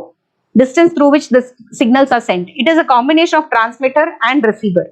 த signals are received, amplified and then retransmitted with a carrier wave of different frequency to the destination. அந்த இடத்துல நம்ம என்ன பண்ணுவோம், அதுலயும் ஒரு டிரான்ஸ்மிட்டர் ரிசீவர் சேர்ந்துமே ஒரு யூனிட் அந்த டவருக்குள்ள இருக்கும். டவர்னா வெறும் டவர் மட்டும் கிடையாது, அந்த டவருக்குள்ள இதெல்லாம் இருக்கும். ஒரு டிரான்ஸ்மிட்டர் இருக்கும், ரிசீவர் இருக்கும். இது வரைக்கும் அந்த வீக் சிக்னல்ஸை வாங்கிக்கிட்டு திருப்பி அதை என்ன பண்ணும், அதை ஒரு வாட்டி ஆம்பிளிஃபை பண்ணி விட்டு வேற கேரியர் சிக்னல் ஃப்ரீக்வன்சியில கொஞ்சம் கூட வேற சிக்னல் ஃப்ரீக்வன்சியில அனுப்பிவிடும். Best example is communication satellite and space. So இங்க இருந்து ஸ்பேஸுக்கு அனுப்புறேன்னா ஸ்பேஸ்ல சேட்டலைட்ல இருந்து இன்னொரு இடத்துக்கு போகுது. ஸோ டவர்ல போற மாதிரி, சேட்டலைட்ல போற மாதிரி, தீஸ் ஆர் ரிப்பீட்டர்ஸ். அங்கங்க அதுக்கு ஒரு பூஸ்ட் அப் கொடுக்கறது, எனர்ஜியை இன்க்ரீஸ் பண்ணுறது, இல்லை பவர் இன்க்ரீஸ் பண்ணுறது, ஸ்ட்ரென்த் இன்க்ரீஸ் பண்றது, so that you can increase the range. Output transducer is கடைசியா நீ பேசணும் உன்னோட எலக்ட்ரிக்கல் சிக்னல் சேஃபா வந்தது இல்லையா, பேஸ் பேண்ட் சிக்னல், அதை திருப்பி நீ என்ன மோட்ல சொல்லணும்னு நினைக்கிறியோ, சவுண்டா சொல்லணும்னு நினைக்கிறியா, இல்லை பிக்சரா ரெப்ரசென்ட் பண்ணணும்னு நினைக்கிறியா, இல்லை மூவிங் பிக்சர் வீடியோவா காட்டணும்னு நினைக்கிறியாங்கிறத பொறுத்து தான் அவுட்புட் டிரான்ஸ்டியூசர்ஸ் இருக்கும். ஸோ லவுட் ஸ்பீக்கர், பிக்சர் டியூப்னா உன்னோட television, TV monitor, computer monitor, anything. It converts electrical signal back to the original form such as sound, music, pictures or data. So this is about communication system, elements of communication system பார்ப்போம். இனி ஒரு நல்ல communication system. இந்த channel சூப்பரா இருக்குப்பா, இந்த particular subscriber நல்லா இருக்கு, இல்லைன்னா இந்த நெட்வொர்க் நல்லா இருக்கு, மொபைல் நெட்வொர்க் நல்லா இருக்குங்கிறது எதை பொறுத்து நம்ம டிசைட் பண்ணுவோங்கிறது தான் அடுத்தது. Basic definitions are essential terms in the case of electronic communication system. Range நிறைய இருக்கு, நல்ல ரேஞ்ச் கிடைக்கிறது, தெரியறதோ தெரியலையோ நம்ம ரேஞ்சுங்கிற வேர்டிய டெய்லி லைஃப்ல நிறைய யூஸ் பண்றோம். It is a maximum distance between the source and the destination up to which the signal is received with sufficient strength. தேவையான அளவுக்கு ஸ்ட்ரென்த்தோட இது எங்க எவ்வளவு தூரம் போகிறதுங்கிறது தான் நம்மளோட ரேஞ்ச். எங்க இருந்து அனுப்புற, எவ்வளவு தூரத்துக்கு போகுது, வித் இனஃப் ஸ்ட்ரென்த். சும்மா வீக்கா கிடைச்சா கூட அந்த ரேஞ்சில் சேர்த்துக்க முடியாது, எங்க வரைக்கும் ஸ்ட்ராங்கா கிடைக்கிறது. That is your range. Noise. It is the undesirable electrical signal that interferes with the transmitted signal. So நீ அனுப்புற இடத்துல கூட சவுண்ட் ப்ரூஃபா நீ அந்த சவுண்ட் எல்லாம் என்ன பண்ணிக்கலாம். ஆனா அந்த எலக்ட்ரிக்கல் வயரோட இறைச்சல்னு சொல்லுவோம், அந்த இறைச்சல் கொஞ்சம் இருக்கும். கேட்கும்போது அந்த நியூஸ் மட்டும் கேட்காம ஒரு பிசர் அடிக்கிற மாதிரி, ஒரு சின்ன ஒரு டிஸ்டர்பன்ஸ், எலக்ட்ரிக்கல் டிஸ்டர்பன்ஸ், ஏதோ ஸ்பார்க் வரா மாதிரி குட்டி குட்டி சவுண்ட்ஸ், கிராக்லிங் சவுண்ட் எல்லாம் கேட்கும் இல்லையா, that is called as noise. எதை நம்ம விரும்பலையோ, பேஸ் சிக்னல், நீ எதிர்பார்த்த சவுண்டை தவிர இருக்கிற எல்லாமே உனக்கு நாய்ஸ் தான். So it is the undesirable electrical signal that interferes with the transmitted signal. Noise attenuates or reduces the quality of the transmitted signal. It may be man-made. எதனால வரலாம், ஆட்டோமொபைல்ஸ் ஓடுது, வெல்டிங் மிஷின்ஸோட, எலக்ட்ரிக்கல் மோட்டர்ஸ். நீ இப்போ நான் recording பண்ற இடத்துல சைட்ல இதெல்லாம் இருக்கு, அங்க சவுண்ட் ப்ரூஃபா இல்லைன்னா this can also be considered as noise. இல்ல லைட்னிங் வருதுனால, ரேடியேஷன்ஸ் வருதுனால, எலக்ட்ரிக்கல் இன்டர்ஃபரன்சஸ்னால. இப்போ நீ ஃபோன் பேசுறது கூட நடந்துட்டே இருக்கும்போது சில இடத்துல, இப்போ டிவிக்கு பக்கத்துல எல்லாம் போயிட்டு மொபைல்ல பேசினா you can see that there will be an interference. Okay, noise cannot be completely eliminated. However, it can be reduced using several techniques. So digitalize பண்ணிட்டோ இல்லைன்னா ஹை டெஃபினிஷன் HD எல்லாம் யூஸ் பண்ணிட்டு நாய்ஸை முடிஞ்ச வரைக்கும் ரெடியூஸ் பண்ணலாம். But you cannot make it zero. Just like ரெசிஸ்டன்ஸை minimise பண்ணலாமே தவிர you cannot make it zero. அட்யூனேஷனா அப்பப்போ வீக் ஆகுறது. வீக் ஆகுதுன்னா டேம்பனிங்னு சொல்ல முடியாது, but weakening of the signal. The loss of strength of a signal while propagating through a medium. அந்த வயர் வழியா போகும்போதோ இல்லை ஃப்ரீ ஸ்பேஸ் வழியா போகும்போதோ அதனோட ஸ்ட்ரென்த்தை குறைஞ்சிக்கிட்டே வரதுக்கு பேர் தான் அட்யூனேஷன். வீக் ஆகிட்டே வருதுன்னு சொல்லுவோம். Bandwidth, the frequency range over which the baseband signals or the information signals such as voice, music, picture, etc. is transmitted is called as baseband signal. Suppose nu1 and nu2 are the lower and upper frequency of a signal. So இந்த ரேஞ்சில இருந்து இந்த range வரைக்கும்னு சொல்லுவோம். Suppose 6 GHz இருந்து 6.5 GHz அப்படின்னு சொல்றோம்னா அந்த ரெண்டுக்கும் நடுவுல இருக்கிறத தான் நம்ம பேண்ட் வித்னு சொல்றோம். ஸோ 6 இருந்து 6.5 gigahertz. Now 0.5 gigahertz is your bandwidth. So the higher frequency minus the lower frequency. 6.5 gigahertz minus 6 gigahertz. Now 0.5 gigahertz is your bandwidth. The bandwidth of the transmitted system. This is the frequency range over which it is transmitted. The range of the frequency is required to transmit a piece of signifier. And the 6 and 6.5 வேணுமா இல்ல 5 megahertz போருமா இல்ல வெறும் ஹெர்ட்ஸ்ல என்ன ஹெர்ட்ஸ்ல கண்டிப்பா பத்தாது because you require gigahertz megahertz tera அதுல எல்லாம் தான் போகும் ஏன்னா மனுஷனோட கேட்கிற ரேஞ்சே வந்து 20 ஹெர்ட்ஸ்ல இருந்து 20 kilo hertz that itself is audible அந்த கிலோ ஹெர்ட்ஸையும் தாண்டி மெகா ஹெர்ட்ஸ் அண்ட் கிகா ஹெர்ட்ஸ்ல தான் கண்டிப்பா உனக்கு கேரியர் ஃப்ரீக்வன்சி தேவைப்படும் அந்த frequency of a specified information in a particular channel is called as channel bandwidth or bandwidth of the transmission system. இந்த சிக்னலை கொண்டு போறதுக்கு என்ன frequency கரெக்டா இருக்கும் that frequency is called as what? The bandwidth of the transmission system. Next, இப்போ அந்த சேனல்னு நம்ம பார்த்தோம் இல்லையா வயர்டு இல்லாம வயர்லெஸ்ஸா இருந்திருந்தா எப்படி எல்லாம் சேனலைஸ் பண்ணிக்கலாம் எந்தெந்த சேனல் வழியா நம்மளால ப்ராபகேட் பண்ண முடியும்னு பார்க்கலாம். Propagation of electromagnetic waves. The electromagnetic wave transmitted by the transmitter. And the antenna irukku illaya, it travels in 3 different modes to reach the receiver according to its frequency range. எந்த frequencyல நீ carrier wave choose பண்ணிருக்கேங்கறத பொறுத்து transmitting end ல இருந்து receiver endக்கு போகிற frequency போகிற அந்த transmit ஆகிற mode இருக்கு இல்லையா mode can be different depending on the frequency. There are 3 modes. One is ground wave propagation. Okay. One is your ground wave propagation or surface wave propagation, which is 2 kilohertz to 2 megahertz வரைக்கும். இந்த ரேஞ்ச்ல இருக்கிற டேட்டாவை தான் நீ அனுப்ப போற ஃப்ரீக்வன்சியை தான் அனுப்ப போறேன்னா ground wave propagation or surface wave propagation is enough. Sky wave propagationக்கு or ionospheric propagationக்கு 3 megahertzல இருந்து 30 megahertzக்கு you will go for sky wave propagation or ionosphere வரைக்கும் போயிட்டு அங்கேருந்து ரிட்டர்ன் ஆகும். Third one is space wave propagation for still higher. That is 30 megahertzல இருந்து 400 gigahertz வரைக்கும் இருக்கிற frequency transmit பண்றதுக்கு you will have to go for space wave propagation. So first one ground wave propagation எப்படி இருக்கும் அதனோட டயக்ராம்னு பார்க்கலாம். ground transmitterம் டவரும் உன்னோட ரிசெப்ஷன் ஏரியாவும் ரெண்டுமே ஒரே லெவல்ல கிட்டத்தட்ட ஒரே லெவல்ல இருக்கும். அர்த்தோட radius of curvature ஏத்த மாதிரி. Okay, because earth is not a flat thing, it is a curved one.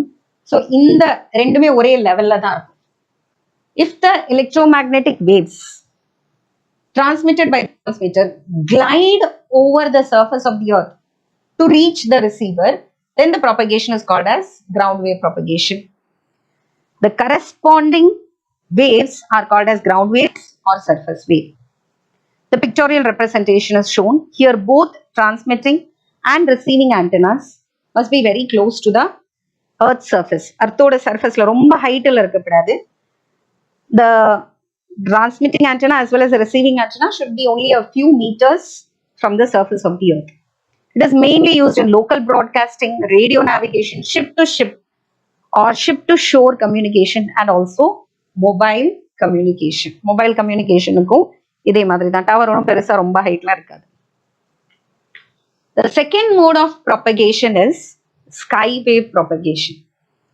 The mode of propagation in which electromagnetic waves radiated from an antenna are directed upwards at very large angles.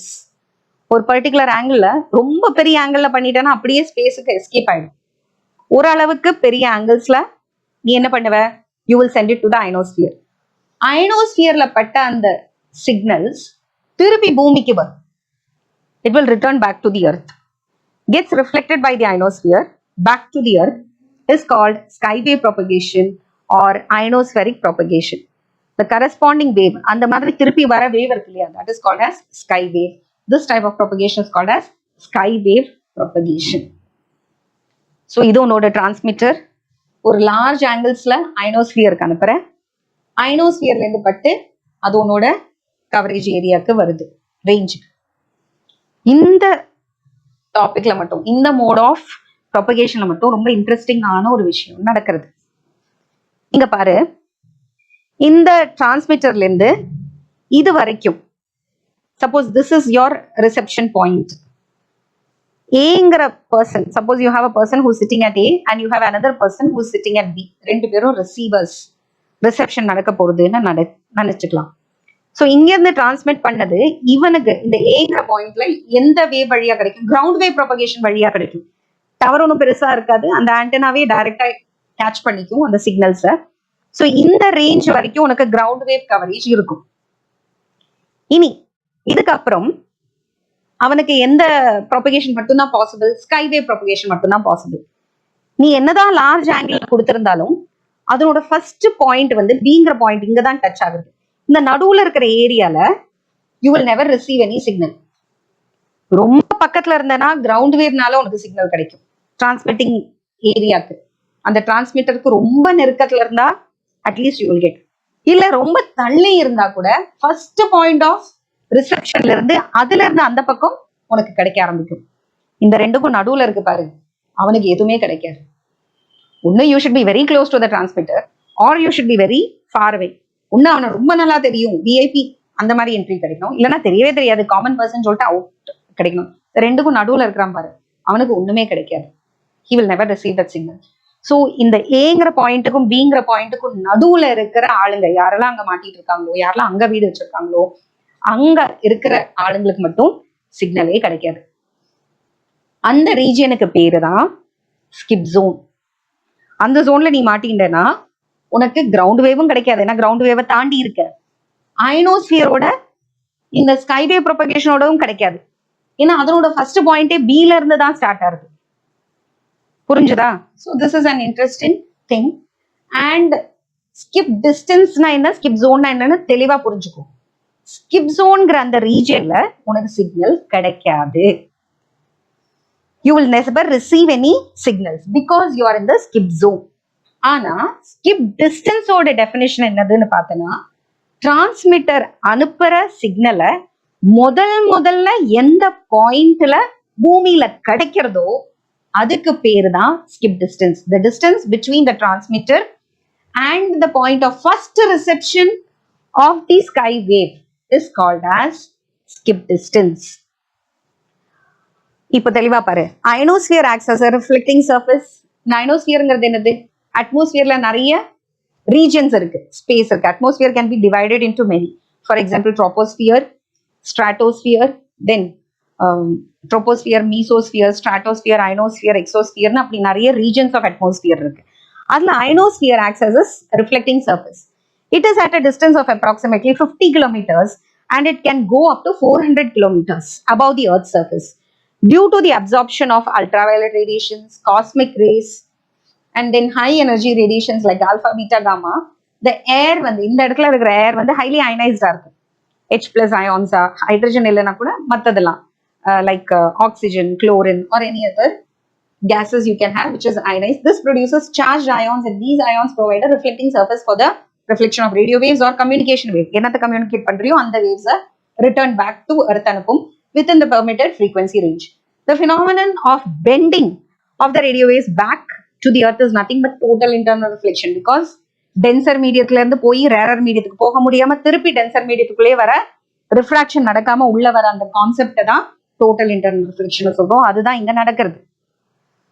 When the angle of incidence or the ionosphere is very large, the wave returns to the ground. கொஞ்சம் கம்மியா தான், more than critical angular இருந்தா என்ன ஆகும்னு நம்ம சொன்னோம், return வரும், total internal reflection. Less than critical angular இருந்தா it will escape refraction. As this angle is reduced, the wave returns closer and closer to the transmitter. If the angle of incidence is reduced further, radio waves penetrate through the ionosphere. அதாவது critical angle விட ரொம்ப ஜாஸ்தி பண்ணினேன்னா உனக்கு என்ன ஆகும், அது return ஆகும், total internal reflection. அந்த angle of incidence குறைச்சிக்கிட்டே வந்து it comes closer and closer to the critical angle வரத it will reflect closer and closer to the transmitter. இப்ப இன்னும் ரெடியூஸ் பண்ணி critical angle விட கம்மியா பண்ணிட்ட அப்படின்னா ஆகும், it will penetrate through the ionosphere. For a particular angle of incidence, the point of reception B is the minimum distance from the transmitter. B க்கு முன்னாடி இருக்கிற இடத்துல என்ன நடக்காது, total internal reflection நடக்காது, refraction மட்டும் தான் நடக்கும். இங்க பாரு, the shortest distance between the transmitter and the point of first reception அப்படின்னு கூட எழுதிக்கோ, first reception of the sky wave along the surface is called skip distance. The ground waves get attenuated. Ground wavesக்கும் ஒரு limit இருக்கு. ஏங்கிற point வரைக்கும் கிடைக்கும். அதுக்கப்புறம் totally அட்யூனேஷன் நடக்கும். Quality of the reception நல்லா இருக்காது. So away from the transmitter at a particular point A, there is no reception. Ground wave, the zone in between A and B where there is no reception of electromagnetic waves, neither ground waves nor sky wave, is called skip zone or skip area. மூணாவது mode, space wave propagation. The process of sending and receiving information signal through space is called as space wave communication. The electromagnetic waves of very high frequency, 30 megahertz க்கு மேல இருக்கிறது, are called as space wave. These waves travel a straight line from the transmitter to the receiver. Hence, it is used for a line of sight communication. Straight up போறதுனா உனக்கு பார்வையா தெரியும். You can even see the transmitter and receiver. ஒரே லைன்ல it will pass. So it is also called, it is used for line of sight communication. Wherever you have a line of sight, you can use this type of space wave propagation. So மூணுமே நம்ம பார்த்தோம். Ground wave பார்த்தோம், sky wave பார்த்தோம், space wave பார்த்தோம். Communication systems like television, telecast, satellite communication and radar are based on space wave propagation. Now, the range or distance of coverage of the propagation depends on the height of the antenna. நீ எடுத்திருக்கிற ஆண்டனாவோட ஹைட்டை depend பண்ணும். Okay, and radius of the earth, radius of the planet, whatever. So D, the range or the maximum distance which can be covered, D is equal to root of 2RH. The distance of coverage is shown as, இங்க இருக்கு, இதுதான் அதோட ஹைட்னா maximum எவ்வளவு தூரம் போகும், depends on the radius of curvature and height of the antenna. This is called the range or distance of coverage of propagation. So பேசிக்கா ஒரு communication சிஸ்டத்தோட elements என்னன்னு பார்த்தோம். அதுல இருக்கக்கூடிய சில டிவைசஸோடது இல்லைன்னா சில டேர்ம்ஸோட டெஃபினிஷன் பார்த்தோம். லைக் ரேஞ்ச், பேண்ட் வித்னா என்னது, ஃப்ரீக்வன்சினா என்னது, ஃப்ரீக்வன்சி சேனல் வித்னா என்னது, அது எல்லாமே பார்த்தோம். இனி ரொம்ப பாப்புலரா இருக்கிற சில கம்யூனிகேஷன் சிஸ்டம்ஸ் நம்ம பார்க்கலாம். கம்யூனிகேஷன் சிஸ்டம்ஸ்னா ரேடியோ சிஸ்டம், டெலிவிஷன்லாம் ரொம்பவே அவுடேட்டட் ஆயிடுச்சு. அது பார்க்காம லேட்டஸ்டா இருக்கக்கூடிய internet, how it is communicating, how it helps you to communicate between different people, large masses, satellite communication, radar systems, இந்த மாதிரி சில communication system பார்க்கலாம். There are a large number of communication systems available in the market for various purposes. Here some of the important communication systems are introduced and their applications are shown. For example, satellite and its communication. Satellite mode of communication. Satellite communication is a mode of transmission of signal between the transmitter and the receiver via a satellite. நடுவில் ஒரு satellite தேவைப்படுறது. Transmitter நேராக சேட்டலைட்டுக்கு அனுப்பும். அந்த டேட்டாவை அனுப்புறதுக்கு அப்லிங்க்னு சொல்லுவோம். இப்போ அப்லோட் பண்றேன், அந்த இடத்துல இங்க இருந்து நான் அப்லோட் பண்ணிட்டேன், நீ வந்து டவுன்லோட் பண்ணிக்கோ அந்த டேட்டாவைன்னு சொல்ற மாதிரி. This is uplinking. The message signal from the Earth station is transmitted to the satellite on board via an uplink frequency. For example, 6 gigahertz. Amplified by a transponder. இதுக்குள்ள என்ன இருக்கும், சேட்டலைட்குள்ள ஒரு டிரான்ஸ்பாண்டர் இருக்கும். அது என்ன பண்ணும், அதை ஆம்பிளிஃபை பண்ணும்.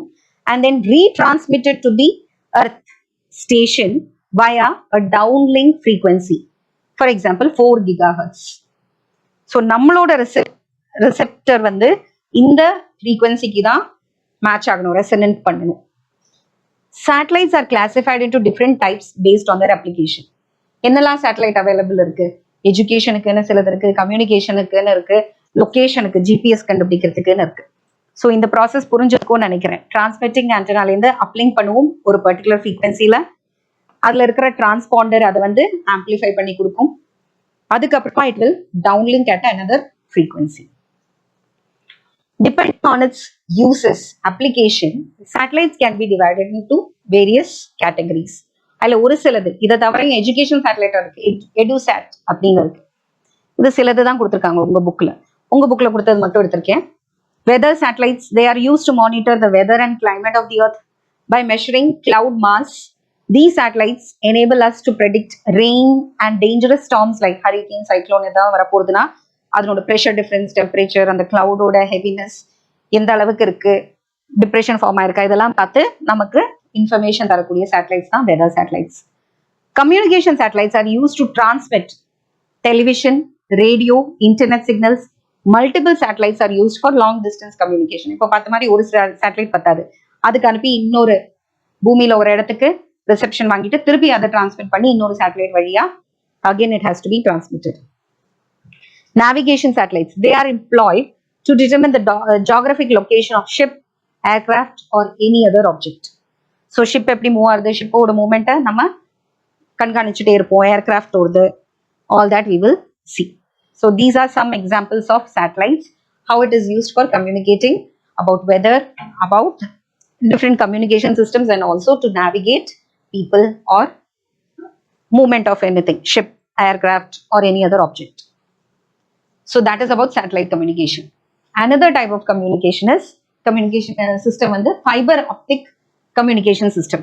இது வழியாவும் data you can change. Wiredல நம்ம நிறைய பார்த்தோம், wired இருந்தது, wiredல வந்து cable wires இருந்தது, wire electrical wires யூஸ் பண்ணி இருந்தது. The method of transmitting information from one place to another in the terms of light pulses through an optical fiber is called fiber optic communication. It also works on the principle of total internal reflection. So core, cladding na rendu region படிச்சிருக்க.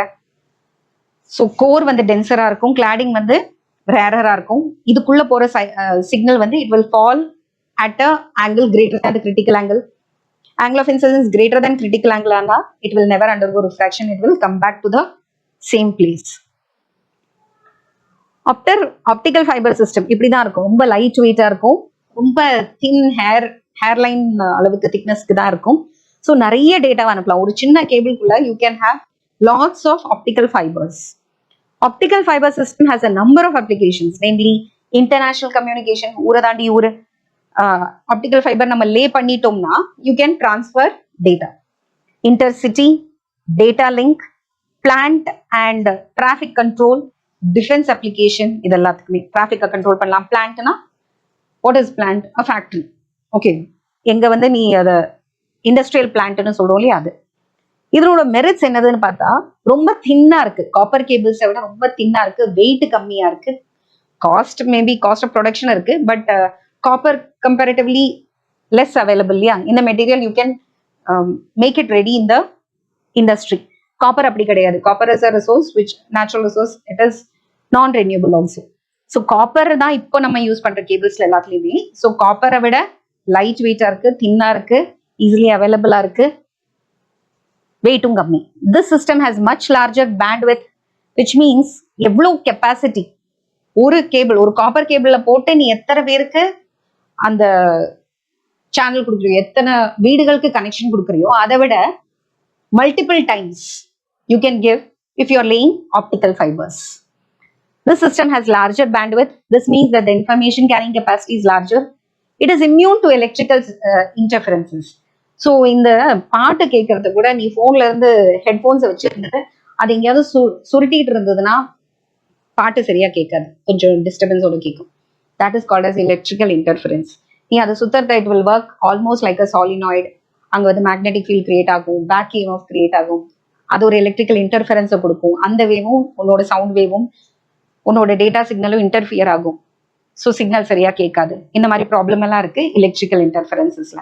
இதுதான் conducting மெட்டீரியலே கிடையாது, it is not made of copper. அதனால electrical interference சான்சஸே கிடையாது. Electrical interference இதை பாதிக்காது. மின்னலோ எது இருந்தாலும் சரி, எலக்ட்ரிக்கலா ரிலேட்டடான ஒரு பொருள் இந்த ஆப்டிக்கல் ஃபைபரை பாதிக்காது. Because it's not a conductor. Fiber optic cables are cheaper than copper cables. நான் சொன்னேன், நீ என்ன மெட்டீரியல் வேணா core and cladding you can make ready. Okay, it is not like copper where you have to resource மாதிரி நம்ம எடுக்கிறது இல்லை. இன்னொன்னு ஒரே ஒரு ப்ராப்ளம் என்னன்னா ரொம்ப ஃப்ரெஜைலா இருக்கும், தொடரத்துக்குள்ள உடையும், ஒரு ரொம்ப டைல்யூட்டா, ரொம்ப டெலிகேட்டா இருக்கும். ஓகே, ரொம்ப டெலிகேட்டா இருக்குன்னா இந்த பட்டர்ஃப்ளை விங்ஸ் எல்லாம் ரொம்ப கிளாஸ் ஸ்லைஸ் எல்லாம் சின்ன கிளாஸ்ல தெரியாம ஒரு கை இப்படி பட்டு உடையும் இல்லையா, அந்த மாதிரி. சேமியா மாதிரி, சேமியாலாம் ரொம்ப ஃப்ரெஜைலா இருந்ததுன்னா தோட்டத்துக்குள்ள உடையும். Not the hard one, very தின்னா இருந்ததுன்னா you can increase the quality also, but it is an expensive technology. Laying technology, once once in a lifetime lay பண்ற காஸ்ட் மட்டும்தான், மெயின்டெனன்ஸ் ரொம்ப கம்மி. காப்பர் உடைஞ்சு போச்சுன்னா ஃபுல் லைனும் நீ பண்ணணும், அங்க மட்டும் ஜாயிண்ட் கொடுக்க முடியாது. ஸோ அந்த ஃபுல் லெங்க்த்துக்கு நீ காப்பரை மாத்தணும் இல்லையா, இந்த மாதிரி ப்ராப்ளம் இருக்கு. அந்த அளவுக்கு எக்ஸ்பென்சிவ் இல்லைனாலும் லேயிங் பண்ற காஸ்ட் வந்து கொஞ்சம் ஜாஸ்தி தான். But once it is laid, you can lay and then forget about it. So first என்ன பார்த்தோம், சேட்டலைட் கம்யூனிகேஷன் பார்த்தோம். Second optical fibre communication system பார்த்தோம். இப்போ பார்க்கறது ரேடார். 11th ஸ்டாண்டர்ட்ல கூட நீ படிச்சிருக்க ஹவு திஸ் ஒர்க்ஸ். இதனோட ஃபுல் ஃபார்ம் வந்து radio detection and ranging system. It is very important for communication system. Sense பண்றதுக்கு, டிடெக்ட் பண்றதுக்கு, லொகேட் பண்றதுக்கு, ஏர்கிராஃப்ட்ல, ஷிப்ல, ஸ்பேஸ்ல, ஸ்பேஸ் கிராஃப்ட்ல எல்லாத்துலயுமே நம்ம யூஸ் பண்ணுவோம். The angle, range or velocity of the object that are invisible to the human eye, அதை கூட கண்டுபிடிக்க முடியும். நம்ம ரேஞ்சுக்குள்ள ஏதாவது ஏர்கிராஃப்ட் வந்திருக்கா, அது என்ன ஆங்கிள் வந்துட்டு இருக்கு, எங்க லேண்ட் ஆகும், என்ன ஹைட்ல போயிட்டு இருக்கு. And then you can even detect some treasures or submarine which is there. They use electromagnetic waves for communication. இதை நம்ம ஒரு ஆண்டனா வழியா அனுப்பி எல்லா டைரக்ஷன்லையும் அந்த சிக்னல் டார்கெட்டை ஹிட் பண்ண உடனே ரிட்டர்ன் வரும். திருப்பி it is reradiated in many directions. அந்த எக்கோவை யூஸ் பண்ணி தான் நம்ம என்ன பண்றோம், ப்ராசஸ் பண்ணி ஆம்பிளிஃபை பண்ணி அதனோட ஜியோகிராபிக் ஸ்டாட்டிஸ்டிக்ஸ் ஃபுல்லா படிக்கணும். The range is determined by calculating the time taken by the signal to travel from the radar to the target and back. அதை வச்சு அந்த நம்மளோட டார்கெட் எவ்வளவு தூரத்துல இருக்கு நம்மளால சொல்ல முடியும். தென் இதனோட அப்ளிகேஷன்ஸ் என்னது, மெயினா மிலிட்ரியில தான் டார்கெட் பண்றதுக்கு, எனிமி ஷிப்ஸ் கண்டுபிடிக்கிறதுக்கு, எனிமி ஏர்கிராஃப்ட் கண்டுபிடிக்கிறதுக்கு, detecting the target, using it in navigation system such as ship borne surface search. இப்போ ஷிப்ல இருந்து நீ டார்கெட் பண்ண போற, ஷிப்ல இருந்து அந்த ஃபிளைட்டை டார்கெட் பண்ண போறேன்னா ஷிப்ல you will have a radar system. Air search பண்றதுக்கு, missile guidance to guide the missile to accurately go and hit the target. They are used to measure precipitation. Precipitation are rain oda rainfall measure. Wind speed, meteorological observations, just like satellites, these also help us. It is employed to locate and rescue people in emergency situations. எங்கேயாவது people block ஆயிருக்காங்களா, மாட்டிட்டு இருக்காங்களாங்கிறத பொறுத்து கூட நம்ம பண்ணலாம். So இதெல்லாமே நம்ம பார்த்தது ஜென்ரலா மாஸ் கம்யூனிகேஷன்லயோ இல்லை ஜென்ரல் யூசஸா பார்த்தோம். மொபைல் கம்யூனிகேஷன் மெயினா நம்ம யூஸ் பண்றது 1-to-1 பர்சனல் யூசஸ்க்கு. It is used to communicate with others in different locations without the use of any physical connection like wire தேவையில்லை, கேபிளும் தேவையில்லை. Without that, you can directly talk to the person. It allows transmission over a wide range of area without the use of physical link. It enables people to communicate with each other regardless of a particular location like office, house. It provides communication access to even remote areas. So அதனால தான் எங்கெங்க landline கூட possible இல்லையோ அந்த இடத்துல you can have a mobile network provided you get that range. So it provides the facility of roaming. Interstate கனெக்டடா இருக்கும். நீ எந்த ஸ்டேட்டுக்குள்ள போனாலும், எந்த கண்ட்ரிக்குள்ள போனாலும் இன்டர்நேஷனல் ரோமிங் இருக்கு, இன்சைட் கண்ட்ரி ரோமிங் இருக்கு, ஸ்டேட் டு ஸ்டேட் ரோமிங் இருக்கு. Roaming is available. அது ஒன்று. And you can roam also, you can take it and அங்கேயே ஒரு வயர்டு மாதிரி you are not hooked to a place. At least கார்ட்லெஸ்ல என்ன இருக்கு, கார்ட்லெஸ் இருக்குன்னு சொல்லலாம். கார்ட்லெஸ் இருக்குன்னு சொன்னாலும் you are not allowed to roam about outside your house. Cordless வந்து எதுக்குன்னா கொஞ்ச நேரத்துக்கு மட்டும்தான். ஒரு ரூம்ல இருந்து இன்னொரு ரூம்ல போய் பேசலாமே தவிர you cannot go out of the house. That much area is not covered. But இதுல வந்து roaming is available while on the go, on the mobile itself. அதனால தான் மொபைல் கம்யூனிகேஷன்னே சொல்றோம். You can on the moment it's ட்ரெயின்ல பேசலாம், எங்க வேணா பேசலாம். சிக்னல் கிடைக்கலன்னா அங்க மட்டும் கொஞ்சம் வீக்கா இருக்கும். மற்றபடி you can be on the moving itself, one place to another without the need of compromising on the communication. The maintenance and cost of installation of this communication system is also now cheap. It is used for personal communication, and cellular phones offer voice and data connectivity with high speed. Transmission of news across the globe is done within a few seconds. Using Internet of Things. இப்போ மொபைலை use பண்ணி மொபைல்லே நீ வீட்டுக்குள்ள நடக்கிற விஷயத்த CCTV வச்சு பார்க்கலாம், மொபைலுக்குள்ள பார்க்கலாம் நீ என்ன நடக்கிறதுங்கிறது. மொபைலை யூஸ் பண்ணி இன்டர்நெட் ஆஃப் திங்ஸ் வச்சு you can automate every thing. இத்தனை மணிக்கு வந்து உன்னோட ஏசியை கண்ட்ரோல் பண்ணலாம். மறந்துட்டேனா இல்லைன்னா நீ உள்ள வரத்துக்கு முன்னாடியே ஏசி ஆன் பண்ணி வைக்கலாம். ஒரு 2 hours அது ஓடட்டும், நான் வரத்துக்குள்ள சில்லாட்டும், பீக் சம்மரா இருக்குன்னா that you can do. All this automated things can be done. IoT is Internet of Things. Like Alexa, switch on this if it is connected through the internet. Alexa, volume increase பண்ணி விடு. Alexa, அந்த toaster on பண்ணி விடு அப்படின்னு. If it is automated, if it is connected using internet of things, then you can do. Possible to control various devices from a single device. Home automation using a mobile phone. It enables smart classrooms, online availability of notes, monitoring students in the field of education. நல்லது கெட்டது எல்லாத்துக்கும் mobile can be used. அதனால மொபைலை கீழே வைக்க கூட time இல்லை. And you're always on the move from one place to another without a break. You're communicating and communicating. Next one is your internet. இன்னைக்கு இன்டர்நெட்ல there is a large amount of data that is available. எதை பத்தி கேட்டாலும் search engines இருக்கு. It gives you a lot of information about anything and everything, any topic, right from recipes to how to remote sensing ல இருந்து எல்லாத்துக்குமே இருக்கு. Internet is a fast growing technology in the field of communication system with multi-phased tools. It provides new ways and means to interact and connect with people. You can see the person and talk, video conferencing பண்ணலாம், நிறைய பேர் conference call போட்டுக்கலாம், ஒரே நேரத்துல ஒரு 7-8 பேருக்கு class எடுக்கலாம், online classes எடுக்கலாம். Connect with people. Internetwork. Network is connecting and இன்டர்னா between lot of computers. So internet is the largest computer network recognized globally that connects millions of people through computers. It finds extensive applications in all walks of life. Search engine இருக்கு, web based service. அந்த search engine like your Google, இல்லை Chrome, அதுலலாம் நீ எதை search பண்ணாலும் உடனே உனக்கு கிடைக்கிறது. Communication. Millions of people are communicating with each other using the internet through emails, video conferencing, instant messages, social networking sites, etc. You're able to purchase e-commerce. You can sell things. You can also purchase things using internet. Buying and selling of goods and services. எதாவது கிடைக்கும் கிடைக்காதுன்னு நினைச்சோமோ, இது எங்க கிடைக்கும்னு பிசிக்கலா நடந்து போனது போக, வெப்சைட்ல எந்த சைட் வந்து இதை விற்கிறது, எது ஹோம் டெலிவர் பண்ணுறது, right from food to provisions or any thing, right from consumer goods to textile இண்டஸ்ட்ரியில் ஆகட்டும், இல்லை இந்த மாதிரி ஒன்று அவைலபிளானு பார்த்துட்டு அதை யார் சேல் பண்ணுறாங்க, எல்லா டீட்டெயில்ஸும் is available in the internet. So that helps a lot in e-commerce. Today business has jumped leaps and bounds because of internet. Today anybody, it's very easy to do business, right from nursery plants. இந்த வீட்டில் இவ்வளோ plant வச்சிருக்கேன், அதுல இருந்து சின்ன சின்ன any item it can be bought as well as sold in the internet. So with that we finish off electronics, semiconductor devices and communication electronics, communication system. A பெரிய ஒரு chapter, it is over. Let's just recap what are the things that we covered in this lesson. So if you remember, long back we started with semiconductor devices. Semiconductor devices ல இருந்து தான் start பண்ணோம். Silicon, germanium இருக்கு. Materials எப்படி classify பண்றோம், conductor, insulator, semiconductors. What is energy band, what is band gap, energy band கேப்ங்கிறத பார்த்தோம். அந்த எனர்ஜி பேண்ட் கேப்பை எப்படி கம்மி பண்றது செமிகண்டக்டர்ல, பை டோப்பிங்கிற ப்ராசஸ் பார்த்தோம். டோப்பிங் பண்றதுனால 2 விதமான எக்ஸ்ட்ரின்சிக் செமிகண்டக்டர் கிடைக்கிறது, N type semiconductors and P type semiconductors. In N type semiconductors, electrons are the majority carriers but holes are the minority carriers. In P type semiconductor, holes are the majority charge carriers and electrons are the minority charge carriers. N type க்கு என்ன விதமான dopant போடணும், பென்டாவேலன்ட் dopant போடணும்.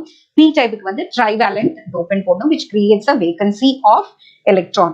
ஒரு electron இல்லாத ஒரு space, a need of electron, something which is a receiver of, acceptor of electrons. அதெல்லாம் கிடைக்கிறது. Acceptor level, donor level, although it is not written, revise all those portions also. The thin region between the junction which is free from charge carriers. ஒரே சப்ஸ்ட்ரேட்ல ஒரு சைட்ல P டைப்பும் இன்னொரு சைட்ல N டைப்பும் semiconductor create பண்ண try பண்ணும்போது நடுவுல இருக்கிற ஜங்ஷன்ல there is a thin region near the junction which is free from charge carriers, neither holes nor electrons. This region is called as depletion region. When a PN junction diode is forward biased, the width of the depletion region decreases and the diode conducts. A PN junction diode reverse bias பண்ணா conduct பண்ணாது, forward biasல conduct பண்ணும். Reverse bias பண்ணும்போது width of the depletion region increase ஆகுது, conduct பண்ணாது. forward bias conditionல it works as a rectifier. ரெக்டிஃபயர்னா forward bias ஆச்சுன்னா கண்டக்ட் பண்ணும், ரிவர்ஸ் biasல கண்டக்ட் பண்ணாது. ஸோ ஒரு சைக்கிள், ஒரு alternating cycle of voltage or கரண்ட்டை DC voltage or DC current மாற்ற முடியும். That is called as rectification. The device is called as rectifier.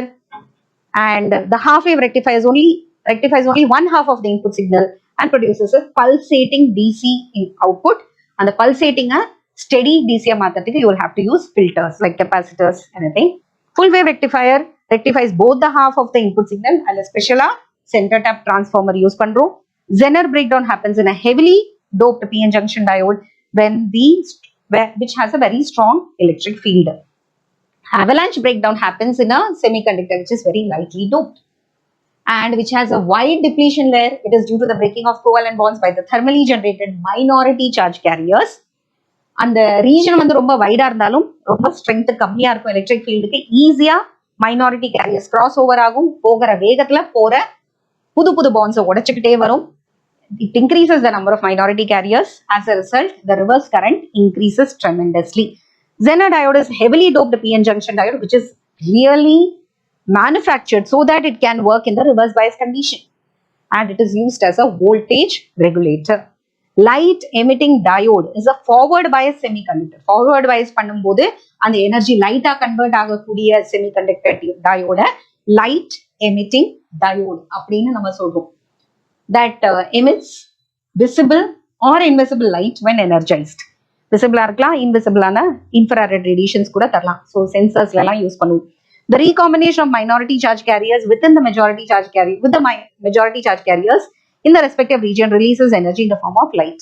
A PN junction diode which converts optical signals into electrical signals is called as a photodiode. When a photon of sufficient energy strikes the diode, it creates an electron hole pair. In the electron hole pairs வந்து electric field generate பண்ணும் by reverse voltage before recombination takes place and they also generate photo current. இதுவும் நம்ம பார்த்தோம். So optoelectronic devicesல LED, photo cell, solar cell பார்த்தோம். Solar cell also known as photovoltaic cell works on the principle of photovoltaic effect.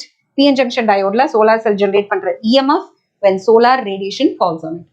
Bipolar junction transistor BJT is a semiconductor device. There are two types, NPN and PNP transistors. A BJT can be operated in three different configurations: common base, common emitter, common collector. BJT is bi-junction transistor. Diode முடிஞ்சதுக்கு அப்புறம் அடுத்த electronic device தான் transistor. அதுல ரெண்டு PN junction diode back to back connect பண்ண மாதிரி இருக்கும். மார்க்கெட்ல வந்து NPN டிரான்சிஸ்டரும் அவைலபிள், PNP டிரான்சிஸ்டரும் available. There are three modes of using configuration. One is common base, common emitter, and common collector. The forward current gain in common base configuration alpha gives the ratio of collector current to emitter current. ஏன்னா common base அப்போ output வந்து கலெக்டரா தான் இருக்கணும், input வந்து எமிட்டரா தான் இருக்கணும். Collector current IC by IE தான் என்னன்னு சொல்றோம், ஆல்பான்னு சொல்றோம். The forward current gain in common emitter mode beta gives the ratio. இங்க தான் நாங்க வந்து பீட்டா லூப் கெயின்ல கூட நம்ம பீட்டாவை அங்க இது கரண்ட் கெயின் சொல்லியிருந்தோம். But there remember that was feedback ratio. The forward current gain in common emitter configuration beta gives the ratio of the collector current to the base current. The BJT connected in common emitter configuration can be used as an amplifier. There is always a phase reversal of 180 degree. Inputல கொடுக்கிற voltage amplify ஆகி கிடைக்கும். ஆனா 180 degree out of phase இருக்கும். இதனோட negative அங்க positive, இதனோட positive அங்க நெகட்டிவா இருக்கும். A transistor amplifier combined with the tank circuit and a positive feedback will act as an oscillator. Oscillator மூணு parts இருக்கு. The oscillator, the tank circuit which produces the LC oscillations, the amplifier which amplifies it, and a positive feedback circuit which takes a small portion of the amplifier and feeds it back to the tank circuit. That is called as an oscillator. Then you had the logic gates. Logic gates are logical circuits providing output only for a combination of inputs. De Morgan's first theorem states that the complement of the sum of the De Morgan's theorem. The first theorem states that the complement of the sum of the inputs is equal to the product of the complements, individual complements, product of its complements. Second theorem states that the complement of the product of the two inputs is equal to sum of its complements. The basic elements required for the transmission, reception of the signal through long distance communication through electromagnetic waves are transducers, amplifier, carrier signal, modulator, power amplifier, medium of the transmission, then transmitting antenna, receiving antenna, demodulator, detector, etc. For long distance transmission, the baseband signal is modulated, superimposed with a carrier wave. If the amplitude of the carrier wave is changed in accordance with the instantaneous amplitude of the baseband signal, then it is called amplitude modulation. If the frequency of the carrier wave is changed in accordance with the instantaneous amplitude of the baseband signal, it is called as frequency modulation. If the instantaneous amplitude of the baseband signal modifies the phase of the carrier signal, then it is called as phase modulation. In phase modulation, frequency and amplitude is kept constant. In frequency modulation, amplitude and phase is kept constant. In amplitude modulation, frequency and phase is kept constant. If the EM waves transmitted by the transmitter glide over the surface, then it is called as ground wave propagation. If it is passed through to the ionosphere and then it reflects back to the earth, it is called as sky wave propagation. And the process of sending and receiving through space is called as space wave propagation. அதுக்கப்புறமா different communication systems பார்த்தோம். Satellite system, fiber optic communication system, radar system and mobile communication system along with internet. I think internet கூட இருந்தது நம்ம பார்த்தோம். The satellite communication between transmitter இருக்கும், uplink frequency, satelliteல இருக்கிற transponder அதை என்ன பண்ணும், amplify பண்ணும், then it will be downlink at a different frequency. Fiber optic communication is a method of transmitting information by sending pulses of light through an optical fiber. Radar basically stands for radio direction and ranging, and communication system use பண்ணுவோம், remote sensing use பண்ணுவோம், identify பண்ண use பண்ணுவோம், defense system use பண்ணுவோம். Mobile communications to communicate with others in different locations without the use of wires and cables. Then, for the main part, our focus is always on the 25 mark section. 5 5s are 25 marks, A or B internal choice la irukka podu. இந்த லெசன்ல இருந்து probably கேட்கக்கூடியது எல்லாமே ரொம்ப important, but still probably கேட்கக்கூடியது அந்த extrinsic semiconductors N type எப்படி form ஆகுது, P type எப்படி ஃபார்ம் ஆகுது, டிப்ளீஷன் ரீஜன் எப்படி ஃபார்ம் ஆகுது, and what is barrier potential, P and ஜங்ஷன்னா என்ன, ஜங்ஷன்ல என்ன நடக்குது, மெஜாரிட்டி கேரியர்ஸ் மைனாரிட்டி கேரியர்ஸ் எப்படி மிக்ஸ்அப் நடக்குது, all that. The circuit diagram of a half wave rectifier and how it works, the construction and working of a full wave rectifier, what is LED, then principle of operation with a diagram, LED எப்படி work ஆகுது, photo diode எப்படி work ஆகுது, solar cell எப்படி work ஆகுது, where it is applied, static characteristic, இது அந்த சம்மரியில கூட வரல. ஸ்டாட்டிஸ்டிக் கேரக்டரிஸ்டிக்ஸ்னா forward characteristic of diode இருந்தது, input characteristic, output characteristic and transfer characteristic of transistor இருந்தது. Very very informative. Static characteristic of a common emitter transistor, then transistor functioning as a switch, transistor as an amplifier along with the diagram. Then directly they go for the different logic gates, De Morgan's first and second theorem, amplitude modulation with necessary diagram, basic elements idu nama detail ah paathom, block diagram. Then ground wave propagation, space wave propagation differentiate pandrathu, advantages and disadvantages of frequency modulation, satellite communication and adha eppadi apply pandrathu, all that. Okay, so with that we finished the theory part. Numericals தனியா வந்து நான் ஒரு தனி video போட்டிருக்கேன். So those who want to focus on theory, they can go through this theory where I have covered the whole lesson, and I'm planning to have a separate video for the numericals. So lesson wise are numericals, so that itself carries around 10 to 15 marks weightage you will definitely have. அந்த portion நீங்க concentrate பண்ணீங்கன்னா 15 probably choice la vitta kuda 15 to 20 marks you can score. Or if you're opting for theory, it is your choice. So, but basically you will have 10 to 20 marks weightage will be there out of the 70 marks la 70 plus irukum, because there's internal choice la varudunala it might be around 110 marks paper. Adla 70 ku nee eludhanum, and only one more lesson is left over, 11th lesson, which is something related to real life. Inniki today's scenario, what is the importance of studying physics, what are the different technologies which are being introduced lately, latest technology, advanced technology, அதுல என்னென்ன scope இருக்கு அப்படிங்கறத கிட்டத்தட்ட பார்க்குற மாதிரி ஒரு lesson தான் 11th lesson. With that video we will completely finish off the theory portions of 12th standard. Okay, so next that is why I didn't start with the numericals, that you have a separate video. So we have completed semiconductor devices, electronics, and also digital electronics, communication system, everything. So next we'll see in the 11th chapter, last chapter, we'll see in the next class. Thank you.